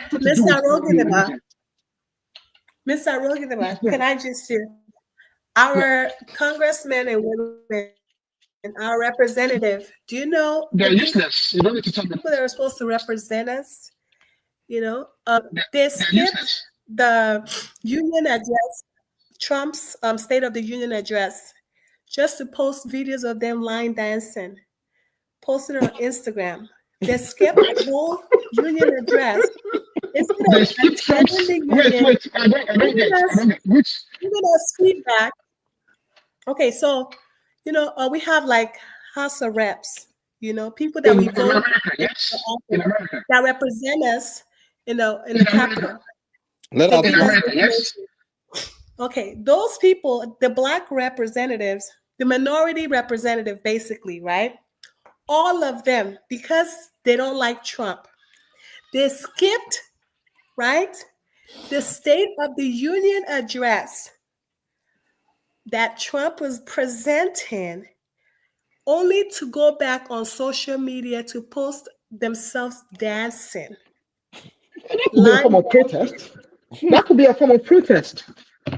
See, that's what I'm saying. You don't take your You job dance when you protest. seriously. You don't take your job seriously. Your job is not about your emotion. You are representing your people. You take your job seriously. You go there, get information, give us the feedback. That's what we voted for you there to do. The State of the Union address. That's why people can't take us seriously. Wait, woman. The State of the Union address is a formality. It's nothing more than that. I don't think it is frequently echoed and protested. Oh no, down. Sorry, I'm using my headphones. That's why I should come off. Your mic is not good, Mr. Aru. Come, I'm using put your mic closer. Put your mic closer. And I'm saying the State of the Union address is a formality. Okay, it is frequently echoed and protested. So that some people display that protestation is not. I don't find that to be particularly outlandish. Is it not House of Comedy? The union address they are listening to, is it not comic? So you can't blame them also now. So what is special? Mike, do you see our people's mentality? White people will never. White people, see this mindset you people have? White people will never do this. That is not true. They take their jobs there. Even if they don't like you, they will show you. What does dancing have to do with their job? Have you ever watched the PM's questions in the UK? Have you ever? No. It's actually I've watched it before. They take some time to watch go it. back and forth among themselves. You should go back and watch it. You will see that funny thing is most of them are actually going to be there, okay, heckling and protesting the PM while they are meant to be at their cabinet, their shadow cabinet meetings. They won't do that. So please, I think one reason. See, I don't know why. I know Mike and Triumph. They like to fantasize about the white man. I think the reason I don't fantasize about the white man. We are more of taking it back. Mike, I've read you several times. Forget the white man. Several times, Mike. Listen, Mike fantasizes about. Mike is a fantasizes about. I'm not fantasizing white man. The question we asked is about black man. Mike, you said I'm being emotional, but now I'm making an observation, and you I'm don't not being emotional. I'm just responding to. Your stuff is not going well. It's not me. It's not me celebrating, promoting white man or anything. It's just me telling you that look what your mate is doing. It's like your father telling you that look, your mate is scoring 99, you are scoring 40. It's not your father fantasizing your mate. He's just telling you that look what your mate is doing. That's all. It's not me. If your dad tell you that look, your neighbors, who's your mate, is scoring 99 in his test every exam. You are coming home with 70, 40. It's not your father fantasizing your mates. He's just trying to tell you that you need to step up your game. Mike, all I'm doing here is telling any father that makes such an observation, okay, and does not evaluate why and does not try to, make a amendment. No, your son is responsible. Is an irresponsible father. What do you mean? Your son is trying to motivate the son now. Like, look at your mate now. Step up too. Nobody's same school that they go to the same book that they give you now. Nobody's are going to the same. That's a rather simplistic. Other thing you are doing is just excuses. That's what it is. What if your son? Giving his son? So a father should be sitting there giving his son excuses, telling his son the reason why, excusing why. No, you don't need to give him excuses. Why? You need to evaluate what is it? Why is he not performing to the best of his abilities? No, you've already done that now. and you see that your son. Hold on. You It's an hold on. Wait. observation. You make an observation that is not Calm performance. down. In everything we've spoken tonight, right? I've looked at it. We give you example. We observe it, and we told you blacks they like to spend time dancing. Mike, right? I expect you to be richer than Dangote the way you're speaking. Wait. He's the same thing with the father. Wait, calm down. Arul, allow people to talk. Stop this. Stop it. He's the same thing with the father that already know that his son is spending time and playing video game or running the streets, not studying. So his father already know. So his father is not saying, "Come, look at your mate there. He's he's doing well, but you're always playing video game. Why? Why is he doing better than you?" So it's the same thing we are doing tonight. We are telling you, for blacks, spend that time doing fuckery, like dancing, all those kind of things that don't make sense. They're not working. They're not pushing themselves. Like I mean, we are individual like you and I, or maybe we are doing something. Well, if as majority of our people, they're not. I mean, as a collective, we're not really performing good enough, man. It's a fact. So there's no need to be giving excuses why we're not performing. What we need to do is to give ourselves a reason why we should start performing, looking for a way to start performing, rather than giving excuses why. What have you done as an individual to improve your societies, Mike? Is the question. And part of it is what I'm doing tonight now. Oh, really? Yeah. You're also fantastic motivational. Do you know that to uplift the African condition? Do you know that the first step to advance is to do something called reality check? Reality check. What I'm giving tonight is reality check. And you are mocking us. You have been mocking black people. You are mocking. No, I'm not. I didn't mock. I'm just giving reality. Hold on. Telling Mike, you come across as someone that's just coming to some money and you think you're so special. That's all. That's how you sound. No, I didn't come. You see, that's the problem. I'm trying to give reality check. I'm black. So the thing I'm saying, I'm part of it. I'm part of the community. So if I'm telling you what's wrong with us, and it's shameful, we are sharing the shame. It's not like people listening now will say, "Oh, Mike is not black. He's no longer black." So it's all of what we have to get reality check. We have to face it, and that's the number one thing we are refusing to do, to get that reality check.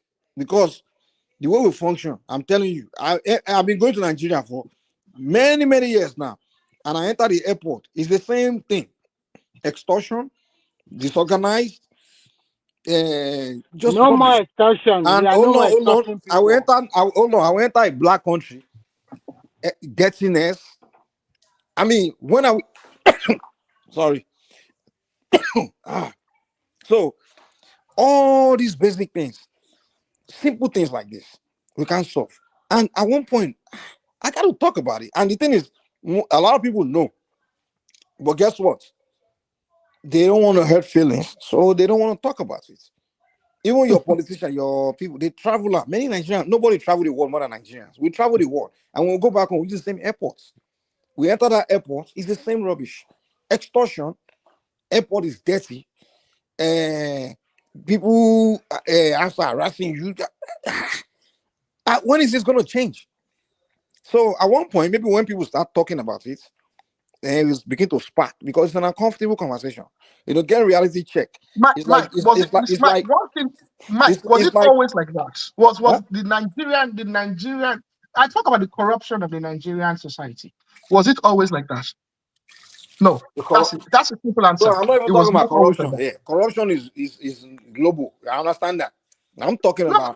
We're speaking about extortion and the tendencies and the reason that we have inadequacies and the reason we actually have underperformance. And you use the example of the airport. And I'm speaking about and using that to then define the Nigerian society as an example. The corruption in the Nigerian society is something that was birthed as a consequence of decisions by previous leaderships and circumstances that caused economic decline. Are they from the sky? Wait, now let me finish now, because one problem with this is you said that one thing we need to do is to have a reality check, okay?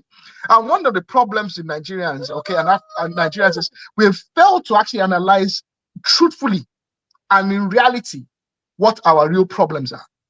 And we've also failed to actually have the audacity to face up to the sacrifices that we're going to have to make to turn our country around. The decline of the Nigerian society is as a consequence of leadership failures, okay, and circumstances that cause economic downfall, okay, and has forced desperation. My brother. In Nigerian society. My brother, listen. What I would tell you is, even in every black country, you go there, that issue of dirtiness, issue of say bad behavior and accepting it to be normal is normal. Even it's common. Even in America here, you go to black neighborhood, it's the same thing. Dirtiness and just not caring, careless behavior. Nobody is holding anyone accountable. The fellow blacks, we see our fellow black men misbehaving. We don't care. We just ignore the problem. We see something that's obvious, and we can see our white counterparts doing things correctly. We see our Chinese, all of them, their own neighborhood, they clean it, they do that. I begin to look at it as, is it a black man's problem? Because No, it's not. It is one. Mike, I've lived in Europe, and I've visited neighborhoods. I hear about the black neighborhood in London. There, I hear it's always the dirty one. Wait. So no, you can't come here and tell me you guys are clean there in London. I know that your opinion of when it comes it's to not opinion. It's what I'm telling you what I see, and it's uncomfortable to hear. Let me finish now. Mike, I'm speaking from observation now. I'm not speaking from not just some wild opinion I have. Now, I've been to Europe. Okay, we go to the places in the likes of Limerick. There was the likes of the Ballymont Flats. You go to London and you go to the central London. You go to Birmingham. You go to Liverpool. This was before you even had any ethnic great ethnic migration into those areas. And you look at areas where poverty is ingrained. And one thing that with poverty, multi-generational poverty, you see, is that the society is not quite functional the way it should otherwise be. And that's just the reality. It's a terrible misfortune. And one thing, I said earlier, Mike, that the one thing about all of us here is none of us are anthropologists, none of us are social scientists. So poverty is the reason why our airport is dirty and dysfunctional. Poverty is the reason why we see. Hold on now. Poverty is the reason why we see our fellow black people doing something they're not supposed to do, and we can't talk to them. We can't even address it. Mike, can I ask you a question? Sorry, can I quickly just come here? Mike, have you ever seen a development in a community of white people that is very poor, that are very poor? One thing I say, organization, no matter how poor they are, they're still well organized. They're always organized. Yes, they're organized. Let me not even go to. Mike, I'll give you a free ticket to Europe. Hold on. Let me answer this question. Give me a second now. Mr. Rogan, have you been to Bucharest, Romania? It's the poorest country in the poorest white country. Choma, that's why I'm even going. Even in Africa, Bucharest is not the poorest white country by any standard. Bucharest is actually a city that has a lot of rich history. Hold on now. Let's not even talk about white countries. Not about history. I'm talking about they're poor, but Nigerians. So what sort of organization are you talking about? Wait. What sort of organization are you talking about? Being organized as the people. Hold on. Let me even Choma, let's not even go to white country. Go to Morocco, African country. Those not African countries. Even those people see us black Africans as monkeys. And many of these, Nigeria is richer than Morocco by far. Like so this country, have you been to Morocco? Can you go to any non-black country? Have you been to Morocco? Yes, I haven't been there. I haven't been there, but Morocco on YouTube. Hold on, no, it's not me. Can you calm down? Okay, Mike, hold on. I have been to Morocco. I've been there. Morocco is cleaner than Nigeria. Don't come here and give me that question. You first ask me that question. Have I been there? No, go and see the testimony. I've been there. Mike, let me explain to you. I've been there. It's dirty as Nigeria. It's dirty. There are parts that are even worse. If you don't know, it's a lie. Stop it. Okay. I know you just want to say it for the sake of argument. People, even no, I'm telling you because I can send you pictures. I can send you pictures. I was there. If you want, I can tell you I was in Agadir. Okay, Agadez. You see Agadez. Agadez is very Morocco. It's not lying. It's not Agadez. It's not Agadez. It's Agadir. Agadir. ALGADIR. It's not Agadez. Okay, calm down. The fact of the matter is, based on just facts, people. Even my uncle has been to all these countries. I have people, even Black America that went to. People, even white testimony of people, they say it. Go to even country. The Allow black people to talk now. experience, Let me talk the now. black Calm down. experience is not just black Americans, okay? What I'm We saying, understand black Americans. what I'm saying, calm down. Go to countries where they are poor, but they are not black countries. They're still better organized. We know they are level of literacy they Organized have. in what way? You have to explain. Organized in what way? Name one, Mike. Name one. All of them. Name one. Even bros, South America. Do you know what's even fun? Even the two countries in the Caribbean where they are the same island. One is Dominican, one is Haiti, right? One, the Dominican Republic, you go there, they are organized, very clean, very organized. They are not richer than. It's not like they are richer or anything. Mike, this shows your absolute ignorance, because evidently you don't even know the history of the Dominican Republic. You don't know how it was split. You don't know you guys. I think the problem you are letting Mike get away with it. Black people, they start telling you about history. You are telling why you are not clean. You start telling me about history. And any knowledge you speak, you make ignorant statements. Hold on, brother. Just hold on now, because you know why you will have this argument, right? You guys give excuses of black race. You are allowing Mike to just make vague statement without really asking it. Like when you say organize, in what way? Like, what do you mean by organize? They have functioning traffic lights in most of the country. When I enter your house and everywhere is dirty. The young girls are prostitutes. Let me explain about organized. Mr. Kenny talking. Who's that? That person. Oh, progressive. If I come to your house and your pot is on the floor, your clothes on the floor, everything is so everything is dirty. And I enter your neighbor's house, the same apartment or the same house, everything, and your neighbor, everything is tidy. You put this in place, right? The pot is where it's supposed to be. Everything is organized. You enter your house, okay, and look, the chair, everything is where it's supposed to be, right? That neighbor is organized. You are disorganized, because it's simple thing. You know your house, what's supposed to be in place, what's supposed to be what. This place is clean before it's clean. That's what I mean by organized. And what I'm telling you is, hold on, calm down. Let me. Can you transfer it to Nigeria and the other countries? Yeah. When you enter Nigeria, you can't tell me you enter airport. The person that's supposed to be where. Not just Nigeria. He's every black country. The toilet, enter there.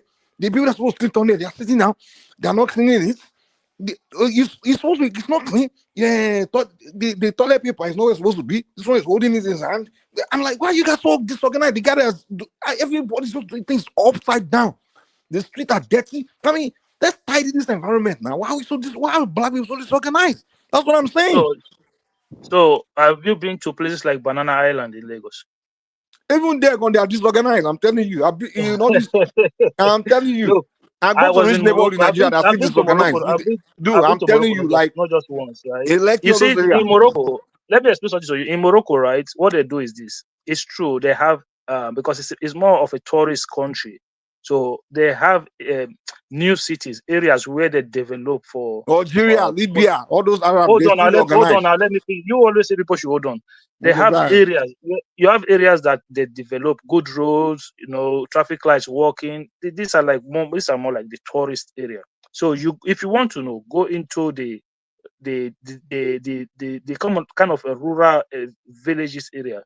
And you will see, I was like, immediately when I landed in Morocco, I was like, wow, this is so good. Like the roads taking you to the hotels and everything. But as days goes on, when I start to go more into the community, I say, these people are not different from Nigeria. They have the area where the rich is. You can say, okay, maybe one thing, they have stable electricity. But they have exactly the same level of poverty. They have people there to try to take advantage of you, just the way it is in Nigeria. Do you know how much I was paying? Do you know how much I would pay for a taxi fare? I was paying almost the same rate as I would pay in Ireland. Tell me, no one is telling you that they are rich. That's not the argument. I'm telling you that if you go to their poor neighborhood, they still have things organized.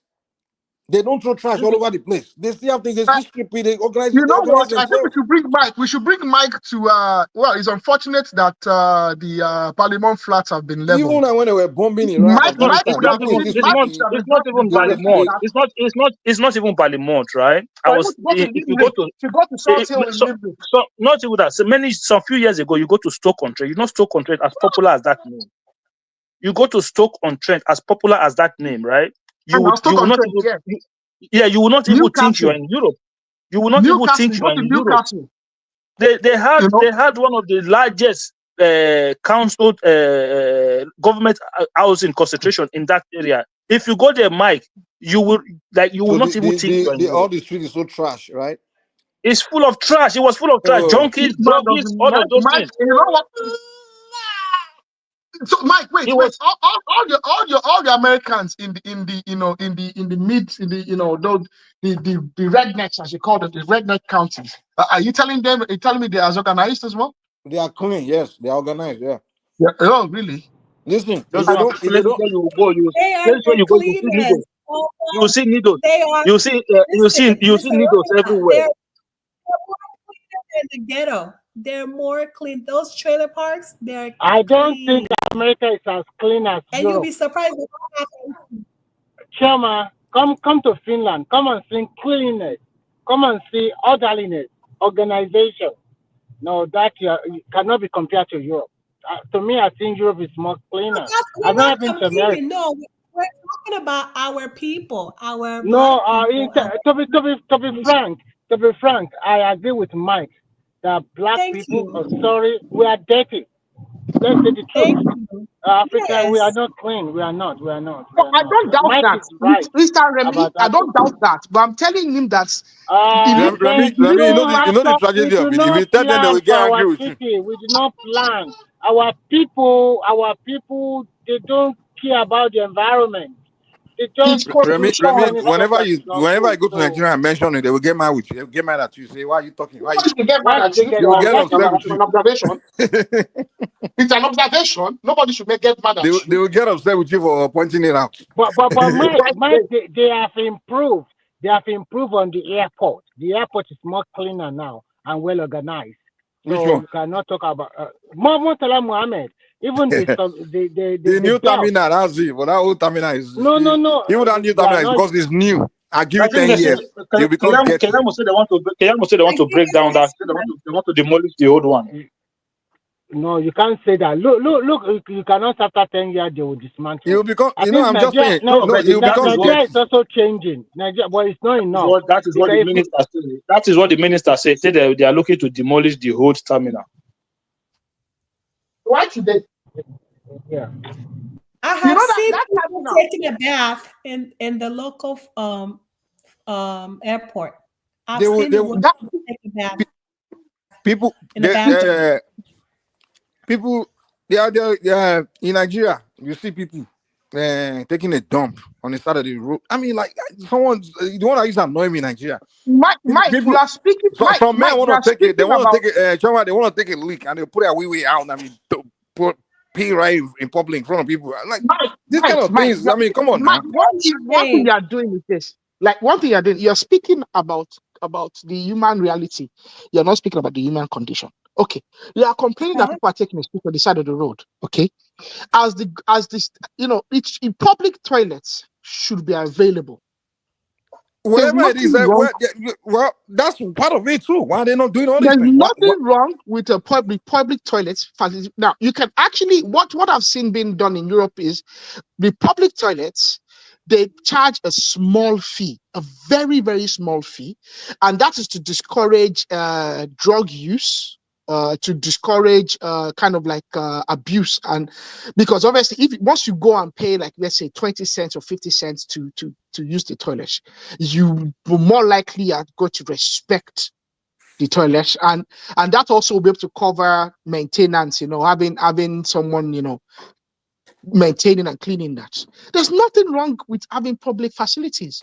So you are making a point. The Europeans address their problem. No, are we addressing it in Africa? We are not. Mike, listen. In certain area of this conversation, it's not like you're wrong completely. It's not I wrong, think but you are not. you drive it too hard, as if it's just zero, that we are like It's we're not not that. aware. For me, my issue with him is making absolute statements that are devoid of some facts, and he's also not observing the human condition. Whatever argument you make, you need to observe the human condition.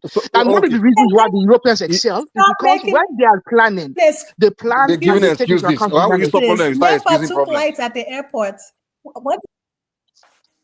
You know why the Europeans excel more than us?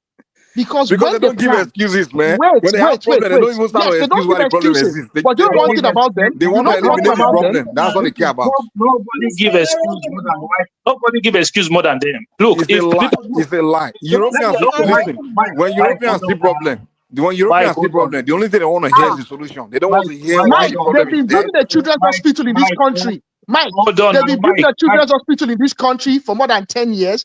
They've gone over budget almost 10 times the budget. No, go and look at the high-speed rail from London to Birmingham. Go and look at just Google it, high-speed rail. Do you know it's been close to 20 years. They are still in it, planning it. I'm not even sure they've started constructing it. Boris Johnson canceled it now, the one that goes through Manchester. He canceled it now. Yeah, no, some part of it. I don't care much what about this thing you guys want to do here. The Europeans are still far ahead of you. What? Of course they are. No matter how far you want to point at their imperfection, how they are a little bit dirty, whatever. They are still way more ahead. They are far ahead of you. Mike, look, listen. This conversation is not whether we are equal. With nobody progressive. The main problem I have with us is exactly what I'm saying tonight. The problem is that we hate. They don't address those things in Nigeria. And when someone addresses it, they hate someone ever even address it. You've not addressed it either, Mike. You've not addressed I'm telling you that even people, hold on. Do you know that even people, I'm talking about people where in front of their house, their place where they stay is dirty, in front of their gutter is dirty. And I tell them, and they're upset with me, they hate the fact that I won't bring it up to them. And they sit down and give me all the excuses. Why? And I'm telling you, this is even your own. Oh, wait. I'm talking about, I went there. And because I haven't been in that kind of dirty environment for so long, I was falling sick for sitting there for too long. And then they are so used to it, they're hailing that gutter. And I brought it up to them. Because, hold on, wait now. And I know, hold on, wait. I'm trying to tell you, the real root of our problem, where we have to start from, is the fact that we need to address problems rather than ignoring problems. We have to develop a spirit of just accepting that it's a problem. And even if you're not going to solve it, at least accept it and address it. Then if you don't solve it, at least we know that first step has been taken. Maybe a matter of time someone, but if you talk about it for so long, here someone begin to solve it. I'm telling you that in Nigeria, I go there and I will go visit people. And because I've been away from that kind of environment for so long, I mean, in America, where it's been so clean for so long, when I go there, I start to fall sick because I'm inhaling the gutter and things. And then I know I have to come back. Oh no, wait now. I know I have to come back to see these people, and I know I have to come back there. I want that problem to go away. And I begin to because I can't come and solve it for them. And I know that it's a simple solution. You don't have to be rich. You don't need money. You just have to commit to eliminating that gutter. If you start step by step, maybe after 1 year, every day you do something, by 1 year we'll eliminate that problem. And because I bring it up, it's a problem. How dare you? Oh no. How dare you talk about this? That's one thing. That's the way they see me. That they see as an insult for me to even bring it up. For me to point at a problem is an insult. It's the place where you live. And it's similar to what you guys are doing tonight. I'm not pointing problem of the black man, and it's an insult to you guys. Yeah, but this is the problem where you say it's a problem of the black man. For me, because you're the only people where you point out problem, they say as an insult. I never say white. When I get around white people and I say a problem, I point at it. They start clapping for me for even seeing me first. And in fact, they'll give me an award for being the first man to see the problem. The white people will give you an award. They'll give you an award for being the first person to notice the problem. The man that found the problem was my. They will clap for you for finding the problem and pointing it out. And but black they will want to kill you for even pointing a problem out. Can I ask you a question? You see, you was born and raised in Nigeria, right? Mm-hmm. So when you was there, all of these things that you're talking about now, did you know about them? Did you used to behave like this? It's irrelevant whether I knew it or not. Not that I know it. I'm talking about this. So what's the problem? It is relevant. It is. You see, this is the problem. You go to somewhere where the mindset of the overwhelming majority, they behave in a certain way. Okay. And you want to just change that mentality overnight. Well, why It's not not? Why not? Why not? Why not? change overnight. So you Look, have problem with me trying to change it? no, I don't have problem It's with you. part of what I'm saying. So you now have problem with me trying to go. I have problem with you not trying, not understanding where you And are. this is another thing. They'll say, oh, because you've gone somewhere. Progressive. Your point doesn't make sense because the same people that constructed the national airport, they know better. They know that they should not be taking light. Why did they take light at the airport and delayed our luggage from coming through for 30 minutes? Why did they take light at the airport? Are you telling me What you're saying doesn't make sense. What you're saying doesn't make any sense at all. No, because Why does it not make sense? What do you mean doesn't make sense? It doesn't make sense. Well, she pointed out that they take like the airport. Listen, I've come from Nigeria to Ireland, and my luggage twice. It's happened to me. My luggage didn't arrive with me. What kind of? They'll tell you they took light now. It's not because of light. But my luggage was still delayed, whatever the reasons are. Yeah, because at least they give you a good reason, but not like because of light. Whatever the reasons are, your luggage was still delayed. So you're telling me talking about the ridiculous reason of light. It shouldn't be that kind of reason should not be there. When did that happen? You to the Nigeria? Hold on now. When was the last time you went to Nigeria airport and they didn't have light? When was the last time? Trust me, happens. This year. Nah, that's this not year too. I had that issue. They say they took light or something. It's this year. It always happens. That didn't happen this year. There was no time. What are you defending now? Don't defend indefensible. You know they take light in Nigeria now. You're doing too much. You cannot be defending Mike, in my own area, it doesn't matter whether it happen all the time or not. In my own area in Benin, right? The area where I live in Benin, with the area where we have minimum 20 hours electricity every day minimum. Okay, good. So, but why are they taking like the airports? So I'm telling you that was then. The system is different now because since they changed. Hold on, now, let me explain something to you. What they've done is that they've kind of sexualized the electricity system. They have band A, band B, band C, band D, band E, like that. So that airport. So they're no longer taking like the airports. You know, I'm having this conversation with you. I actually spoke to the lady that was in charge of the facility at Lagos Airport in November when I was coming back to Ireland. I spoke to the lady. I was inside the airport. The woman came and we're having conversation, and she was complaining that it's so expensive now that they spend around 1 million naira to buy top up the electricity in the airport. So I asked her, I said, "Are you guys not using generator?" She said, "No, that they are using normal NEPA light." I said, "Do they not take the light?" She said, "No, they don't take it but it's too expensive." That was what she said. I was there at the airport. So you are telling us that they fixed the problem. I'm telling you that I was also right. If they fix it, let's clap for them. But they shouldn't have had that problem. That has not happened this year. When that happened, you always see it on social media. Have you seen it on social media this year that there's no light in Lagos Airport? When was the last time you saw it? Just connect with yourself. In this 20th century, it should be a thing we should not be discussing. Wait, but they can take light anywhere now. Come on now. If they take light, that's dangerous, man. Can't be taking light in the airport. Wait. The Dublin City Airport not lose electricity like what? Some months ago. Who? Yeah, but I just explained to you now the situation in Lagos Airport. How they run now. If you're in Nigeria now. If you're in Nigeria, I don't understand. What are you guys trying to do here, man? It's almost like you guys trying to excuse. I'm telling you. Why can't we just accept that things should be changed? Why do we have to excuse? Why can't you just accept man? Why can't you how are we going to advance? What is it that you don't understand that you are from a third world country? You bet upon it. I accept it. I accept the problem.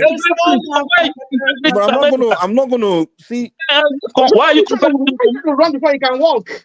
Mike, he said you should understand that you're from the third world country. Of course, you don't understand. You want to start running. Listen. I understand we are a third world country, and I understand that. Yeah, of course, we can't be as have everything they have in the West and things like that. But I'm talking about basic things that is fixable. Those things are not that basic. Hold on, calm down now. Calm down. You already okay. It's like you have a car already, right? right? You already have it. Now, you don't need money. You don't need any other resources to just clean your car, right? To make it look clean. I'm telling you that we have an airport already. If we don't have an airport, I won't see and be saying, oh, how come we don't have airport? They have airport in America. I can say, well, maybe they are rich, they build airport. But you have something exist. And you don't need to be a rich country to be organized. Clean your airport, clean the toilet, clean just those, that's what I'm saying. Like Mike, you have your in that aspect, I agree with you. do you have to be advanced country to clean to do the basic things? Mike, you don't have to be organized, but what do you do where the contract, okay, for cleaning the airport has been Someone stole the sabotaged by money. corruption? Exactly, that's what I'm saying. Why? And we can all see it. You Hold on. correct the human condition. You first correct the human condition. Stop giving before you excuses, start man. It's worrying not good. about It's that. not good. It's not good. Listen, Arrow. In America, a corruption, right, happens, but it's something you cannot see, right? If you can see it, once we see cash that someone stole money, we know that it's a problem. Now they will get to the bottom of it. The person is going to jail or something, whatever. There will be a case. But I'm telling you that in Nigeria, it's to your face. Like we can see it. We can see the problem. We can see what it is. And wait, wait, hold on. Calm down. Let me learn. Okay, you budgeted money for toilet cleaning and the thing is not there. So we can see that it's like it's taking my money in front of me and I do nothing. But the If you take my society money, is I didn't see who corrupted, took it. Mike. You It's the are one speaking thing. about it. So that's what we're talking about. Some Mike, things are fixable. you are simplifying this matter. I know they do the say you are It's speaking not of it like simplifying. It's a bit. It's simple thing. It's like you. Okay, my money is always missing, but I can see you taking it in front of me every day.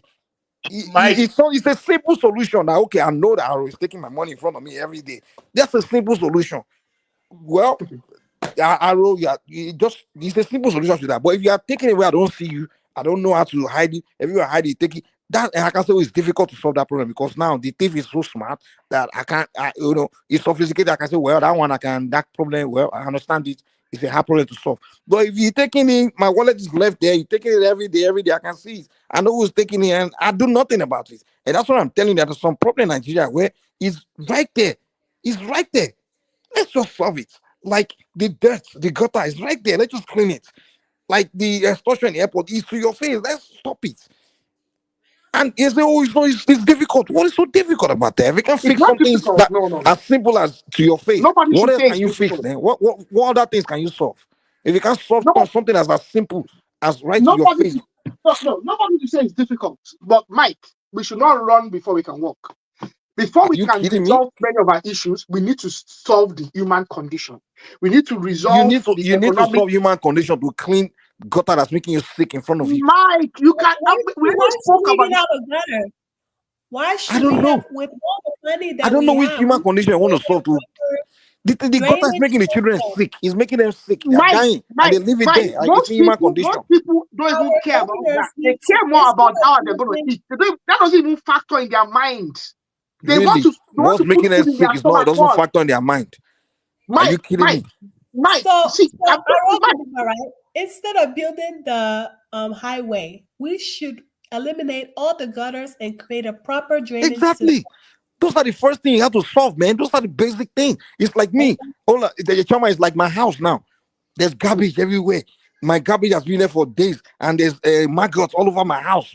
And I walk into the house, and the first thing I'm thinking about is, let me buy my new TV. Let me buy a new stereo here. Let me hang a new stereo. I'm like, dude, why you? Let me buy. Let me start with the basic. The house is smelling. Look at this, Mike. Now, let me give you one statement. Nigerians, okay, they are undergoing economic reform, courtesy of their very own special Tinubu, or what do they call him these days? What's the name they call him these days? Not BAT. T-Pain. Their very own special T-Pain is putting them through economic reform. So what they start shouting? Ebin power. Their stomach is what your power wasn't stupid when he said stomach infrastructure. Dude. That has nothing to do. What do you mean by it has nothing to do? The vast majority of corruption in Nigeria is because of stomach infrastructure and the fear of poverty. It's like you people like you giving an excuse for everything. I'm not giving an excuse. You are I'm telling me giving a reason you why are we'll giving. never That's find what a you are doing. solution. Excuses. Mike, I'm telling you that. I'm Mike, telling we you have been that. talking about Mike in this place. You know one reason why I Arrow, don't talk you need about to several stop it. Stop it. You need to stop it, man. Please stop it. I don't Mike, like it, man. I'm Mike, telling you let that. me tell you this. Arrow, listen to me. I'm telling you that gutter is in front of your house and it's killing your children. Your children will fall sick. It will cost you more money to heal there, to even pay for medicine. It will cost you money. In fact, your problem is costing you money. The dirty gutter is making those children sick. And when it's sick, you have to go and buy medicine, do everything.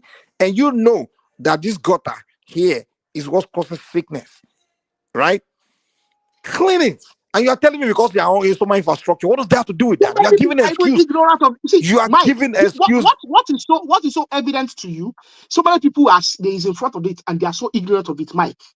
You are speaking from a vantage point of enlightenment, Mike. Okay, I'm so telling you this. whoever is enlightened Mike, should go and tell them. we come to this platform, Mike, every single day. Mike, it is laughable. What are you even arguing against? What are you arguing against? I'm not arguing against it, Mike. We are talking then what about are you doing now? What are you doing? You are Mike, just like those people. Do you know that those same people? I'm not excusing their actions. But Arrow. These same people. When I tell them what you are doing is what you're doing with me, they start arguing some. Like, okay, what are you guys arguing? It's the simple thing. This is the fact that gutter will make you sick. You guys need to get rid of it. Don't you case close. If you don't want to get rid of it, don't get rid of it. But you don't need to argue with me that I'm saying something wrong. They will sit down with me like I've said something wrong. They'll be arguing with me about. I'm like, what is the argument all about? If you don't want to clean it, don't clean it. But you don't need to argue with me as if I've said something wrong. Like something is wrong with what I'm saying. Because what you guys are saying tonight is almost like this Arrow. What you are doing tonight is almost like Arrow. What you are doing tonight is almost like I've said something wrong and you're trying to correct me. I'm not correcting you, Mike. But what I'm telling you is that this thing I said, you should just agree with me. Like, yes, it's got to be done. That's it. There's nothing wrong with what you said now. You're just excusing no. Somebody they say they are having power. They say they are. What does the big power have to do with people need to clean their gutter? Just agree that they need to clean their gutter. To take care of the environment. Just agree that they need to take care of the environment. They need to clean it and join me in saying it. Join me in passing the message. That's what you need to do. Don't join me in arguing with me, trying to convince me to stop talking. We used to do this. Wole. I grew up. Okay, they should keep doing it. I don't care. I grew up to a situation. I don't want to hear you used to do it. Let's do it now. Let's hear what Mr. Triumph was trying to say. I think Mr. Triumph. No, thank you, Chichi. You're a lovely person. No problem. Thank you. But Mr. Arrow, I don't know what you are defending. You're just defending backward. I would have not been defending forwardness. No. I think one of the main issues is this: we're not listening to ourselves properly. Now, I'm not saying that what you are saying is incorrect. I grew up to a situation where in Nigeria, where I think first Saturday of the month they used to have kind of like environmental sanitation. I think in Lagos. We're in Lagos. The way you okay. Talk, that means it was enforced, and it used to be in Ibadan as well, to the best of my knowledge. I grew up in a Nigeria where there was general tidiness. So I'm telling you that we need to we need to look at it beyond just what you see. You are looking at the effects. I'm telling you that is a cause. It doesn't matter what I'm looking. I'm saying is it's not like I'm taking cane and flogging people. Exceptionally different to us. The Europeans don't look at the consequence. You are talking as if I'm there flogging people or beating them for not clean. I don't care what the effect, whatever, all this extra thing you're talking. The fact of the matter is, we just need to start telling people like, hey, it's dirty. It's dirty. That's it. They need to clean it. They need to solve it. Mike, I've lived in this part of the world, and I've worked in teams where, because we do something called, in my workplace, called model-based problem solving. It's called model-based problem solving. We know the problem. It is evident to us. Mm-hmm. We model the problem. And we try and replicate what has caused the problem. We are interested in what has caused the problem so that we can bring a solution to the cause and eliminate the defects. That is how you solve problems. And I'm telling you that so the people got in front of their house, how to go and do investigation what's causing the gutter. Mike, can I come in here, please? Yes, Mike, I agree with you, but I'm looking at the problem in another way. First and foremost, we don't even have good water. and then we do not plan our city or our town. We didn't plan it very well. For us to make it better, we need a lot of money. First, we have to demolish most of the rebuild. Rebuild. There's so many. Remisu is going to come in and start talking all these. SQL, we need you. No, I'm not. I'm trying to. Okay, so now that we are dirty. So we are dirty. We are living in a dirty you know the message those people hear from you. Those people that live like that. You made an observation. We agree on the observation, but we're telling you that the solution means that we need to plan. You need to plan. It's not a human job. It's a lot let of me job. ask you this question, Mr. Remy. You are not born with the silver spoon. Me neither. When you were young, let me ask you this question. When you don't have money to buy new clothes, you wash the old ones, yes or no? Answer me now. Mr. Remy, are you not there? When you don't have money to buy new clothes. Can you say again? I say that when you were young, you are not born with the silver spoon. Let me just say, like example, I'm not. How do you know I was not born with a silver spoon? No. I'm using an example now. I know now, Mr. Okay, Remy, continue. So what's the question? And now you don't have money to buy new clothes. So your old clothes, what do you do with it? Do you leave them dirty or you wash them? You maintain it. But we live in modern world. I understand you. No. Answer my question now. Of course, I will wash them and make them clean. Like those gutters now in front of people's houses. Won't they keep it neat? And they're waiting that But the problem is the gutter is not flowing. Where is it flowing to? It's because they have a lot of trash in it. That's why it's not flowing. It's not good enough. It's not good enough. The way it is, it's not good enough at all. It's not. Is the work of Look at let me ask you a question. Even the Lekki you are talking about, when there is heavy rainfall, everywhere is flooded because the drainage is not good. But that one, we can understand that one. The act of nature. We understand it nature. People are building on top of drainages. We don't plan. If we plan very well, our city will also look more cleaner. But we do not plan very well. We should say the truth here. Mike is right. But how to go about it is what we should be doing. The solution, that is what we should be looking after. And I think the airport, they have remodeled them, and some of them are okay now. But maybe still not, it's a work in progress. But Nigeria as a country, so many towns and cities that it's an eyesore. No. Compared to some south like Mauritius and even Kenya, compared to them, those ones are more cleaner and more organized. Look at what happened in Lagos. Most of the demolitions in Lagos recently has been to do with planning and to do with sewage. That is the way to go. Sewage and water control. But what has been the complaint? They are demolishing it because of. They shouldn't mind them. They should just continue doing what they are doing. Anyway, that's what. If you build your house on the problem, the person that wants to bring the solution comes along, will start saying, they have been hard to the people. The condition of the country is very hard. They are making life difficult for the people. No. When the English were gonna agree with me that the people have a problem. Wait, when the English were going to design sewage problem, their sewage, okay? The English have it's become inadequate for the population of London for the likes.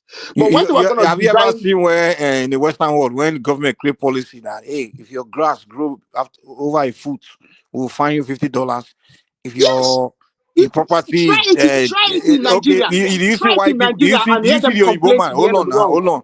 Do you see the Oyinbo people start crying? How would you create policy that my grass cannot grow more than 3? Complain, but the general public. So it's only black men that will black people are the only one complaining. So we have problem. People complain, Mr. They complain that government is trying to solve their problem. Mike, if they don't complain that government is creating policy to make their environment clean. I'll give you a free ticket to come to Europe, okay? And you will see they can complain. But the one thing about it is this: even in the midst of their complaints, okay, and in their heart, in their mind. Yeah, in Europe, Mr. Ro. Even in your France, is there a complaint than French? Yeah, in Europe. No, let me tell you, we're in Europe. Just tell me we're in Europe. The English The Don't Irish mind and the for French are Mr. Triumph. notorious complainants. Paris is very dirty. Very, very dirty. It's a dirty city. Your yellow strike, your yellow vest protest. How long did that go on for? That went on for almost how many years? Is there a greater bunch of complainants than the French? No. You guys are judge. You don't What is even the no understand now what that is you're saying going now? on. Because you know You I know. don't even No. You are wrong. Big time wrong. Yeah, I'm among Is there a bunch of complainants worse than the French? With their uppity they turn up their nose at everything. The French, they love being They are not easy very guys, tidy but in their work are They doing it. are. They have No, everything. Remy. No, Remy went to the Remy. suburbs now. Remy went to the France suburbs. is That's very why. nice. I've been to Eh? Paris several times. I He went don't to the miss suburb now. going to He went to the Paris. suburb now. That's why Chairman, it's the French are considered to be dirty, to be uppity, and to be rather arrogant. That's The only bad the area in perception of the Paris. French. The only bad area in Paris for me is downtown. As like when you're leaving the airport. He has not been I also agree with you. That downtown is was not tidy at all. The rest It is depends, just and those downtown yeah, it's people that very bad, occupy but there are the blacks. it's beautiful. Honestly speaking, are the blacks. Even in my own city where I live, Foreigners, even not can just the black blacks. foreigners. Yeah, let me just put it down. Foreigners, like those are the northerners. If I can share you, if I can just share you just a photo that they were making fun of me, my friends. Understand? My friends say, "Look, we gave you people chances." Mr. Triumph, the black people in downtown, they're the northerners, like the Fulanis. They're foreigners. I know, but they're all general. I put it in general. That's it, in generality. So, am I speaking French or English? Oh my God. Understand? For me, I've seen things. I live my life based on example and experience, and I can see things and have proofs. I put them out. Understand? Nobody is perfect. That's what I'm trying to put to Mr. Ro. That as for today, Nigeria is not ready. Nigeria is not ready. Even they want to put any infrastructure for them, they will complain. We will continue to complain. So that's just it. So that's Chama? Hello? Go ahead, say whatever you want. No, because it is 10 o'clock. When it's 10 o'clock, you have to shift it back to the background. It is 10 now. I still remember the rules and regulation. Mr. Remy, the moment it is 10 o'clock, they can cut it, man. That means it does not follow the rules and regulation of YouTube. Mr. Remy, I still remember now. One thing that you have to understand that in life, there's always good side and the bad side. You have to be always in the middle. In the middle. That's to be neutral. And that's it. That's what I'm trying to explain to Mr. Aro earlier. That I've seen what I've seen. I'm talking with experience and nothing else. Nothing else. You can see. So that's it. Even in the week, if I tell you, I work up to 80 to 90 hours a week.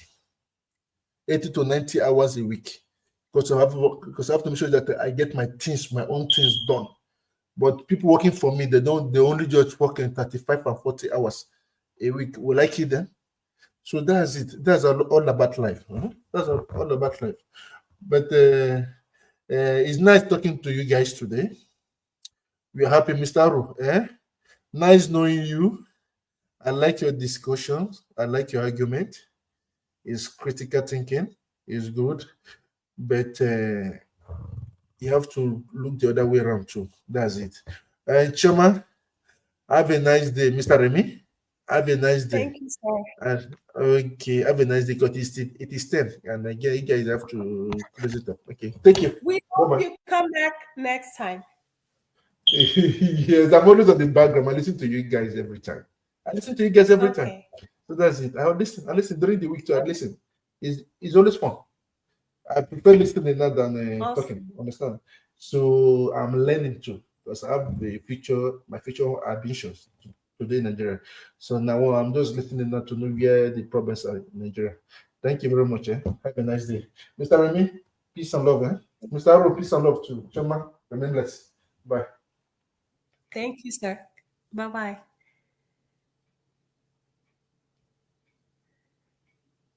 So, do any of you have any last thing you want to say? And Arul, do you have any last comments you want to make? Mr. Remy and Arul, do you have any last comments you want to make? Okay. Well, thank you all for watching. It's been 10 good hours. And thank you, Rational Mind, for joining us at this late hour. Thank you very much. And thank you, Mr. Remy and Aro, Mr. Triumph, Mike, Mr. Adewale, the Progressive, and then the other panelists that were here earlier. We really appreciate you all, Mr. Patosky as well. Thank you all for joining us. We will hopefully tune back in later on today. I hope you all have a wonderful day and remain blessed. Good night and good morning. Ta-ta. Oh yeah, don't forget to click the like button. Thank you so much. Ta-ta.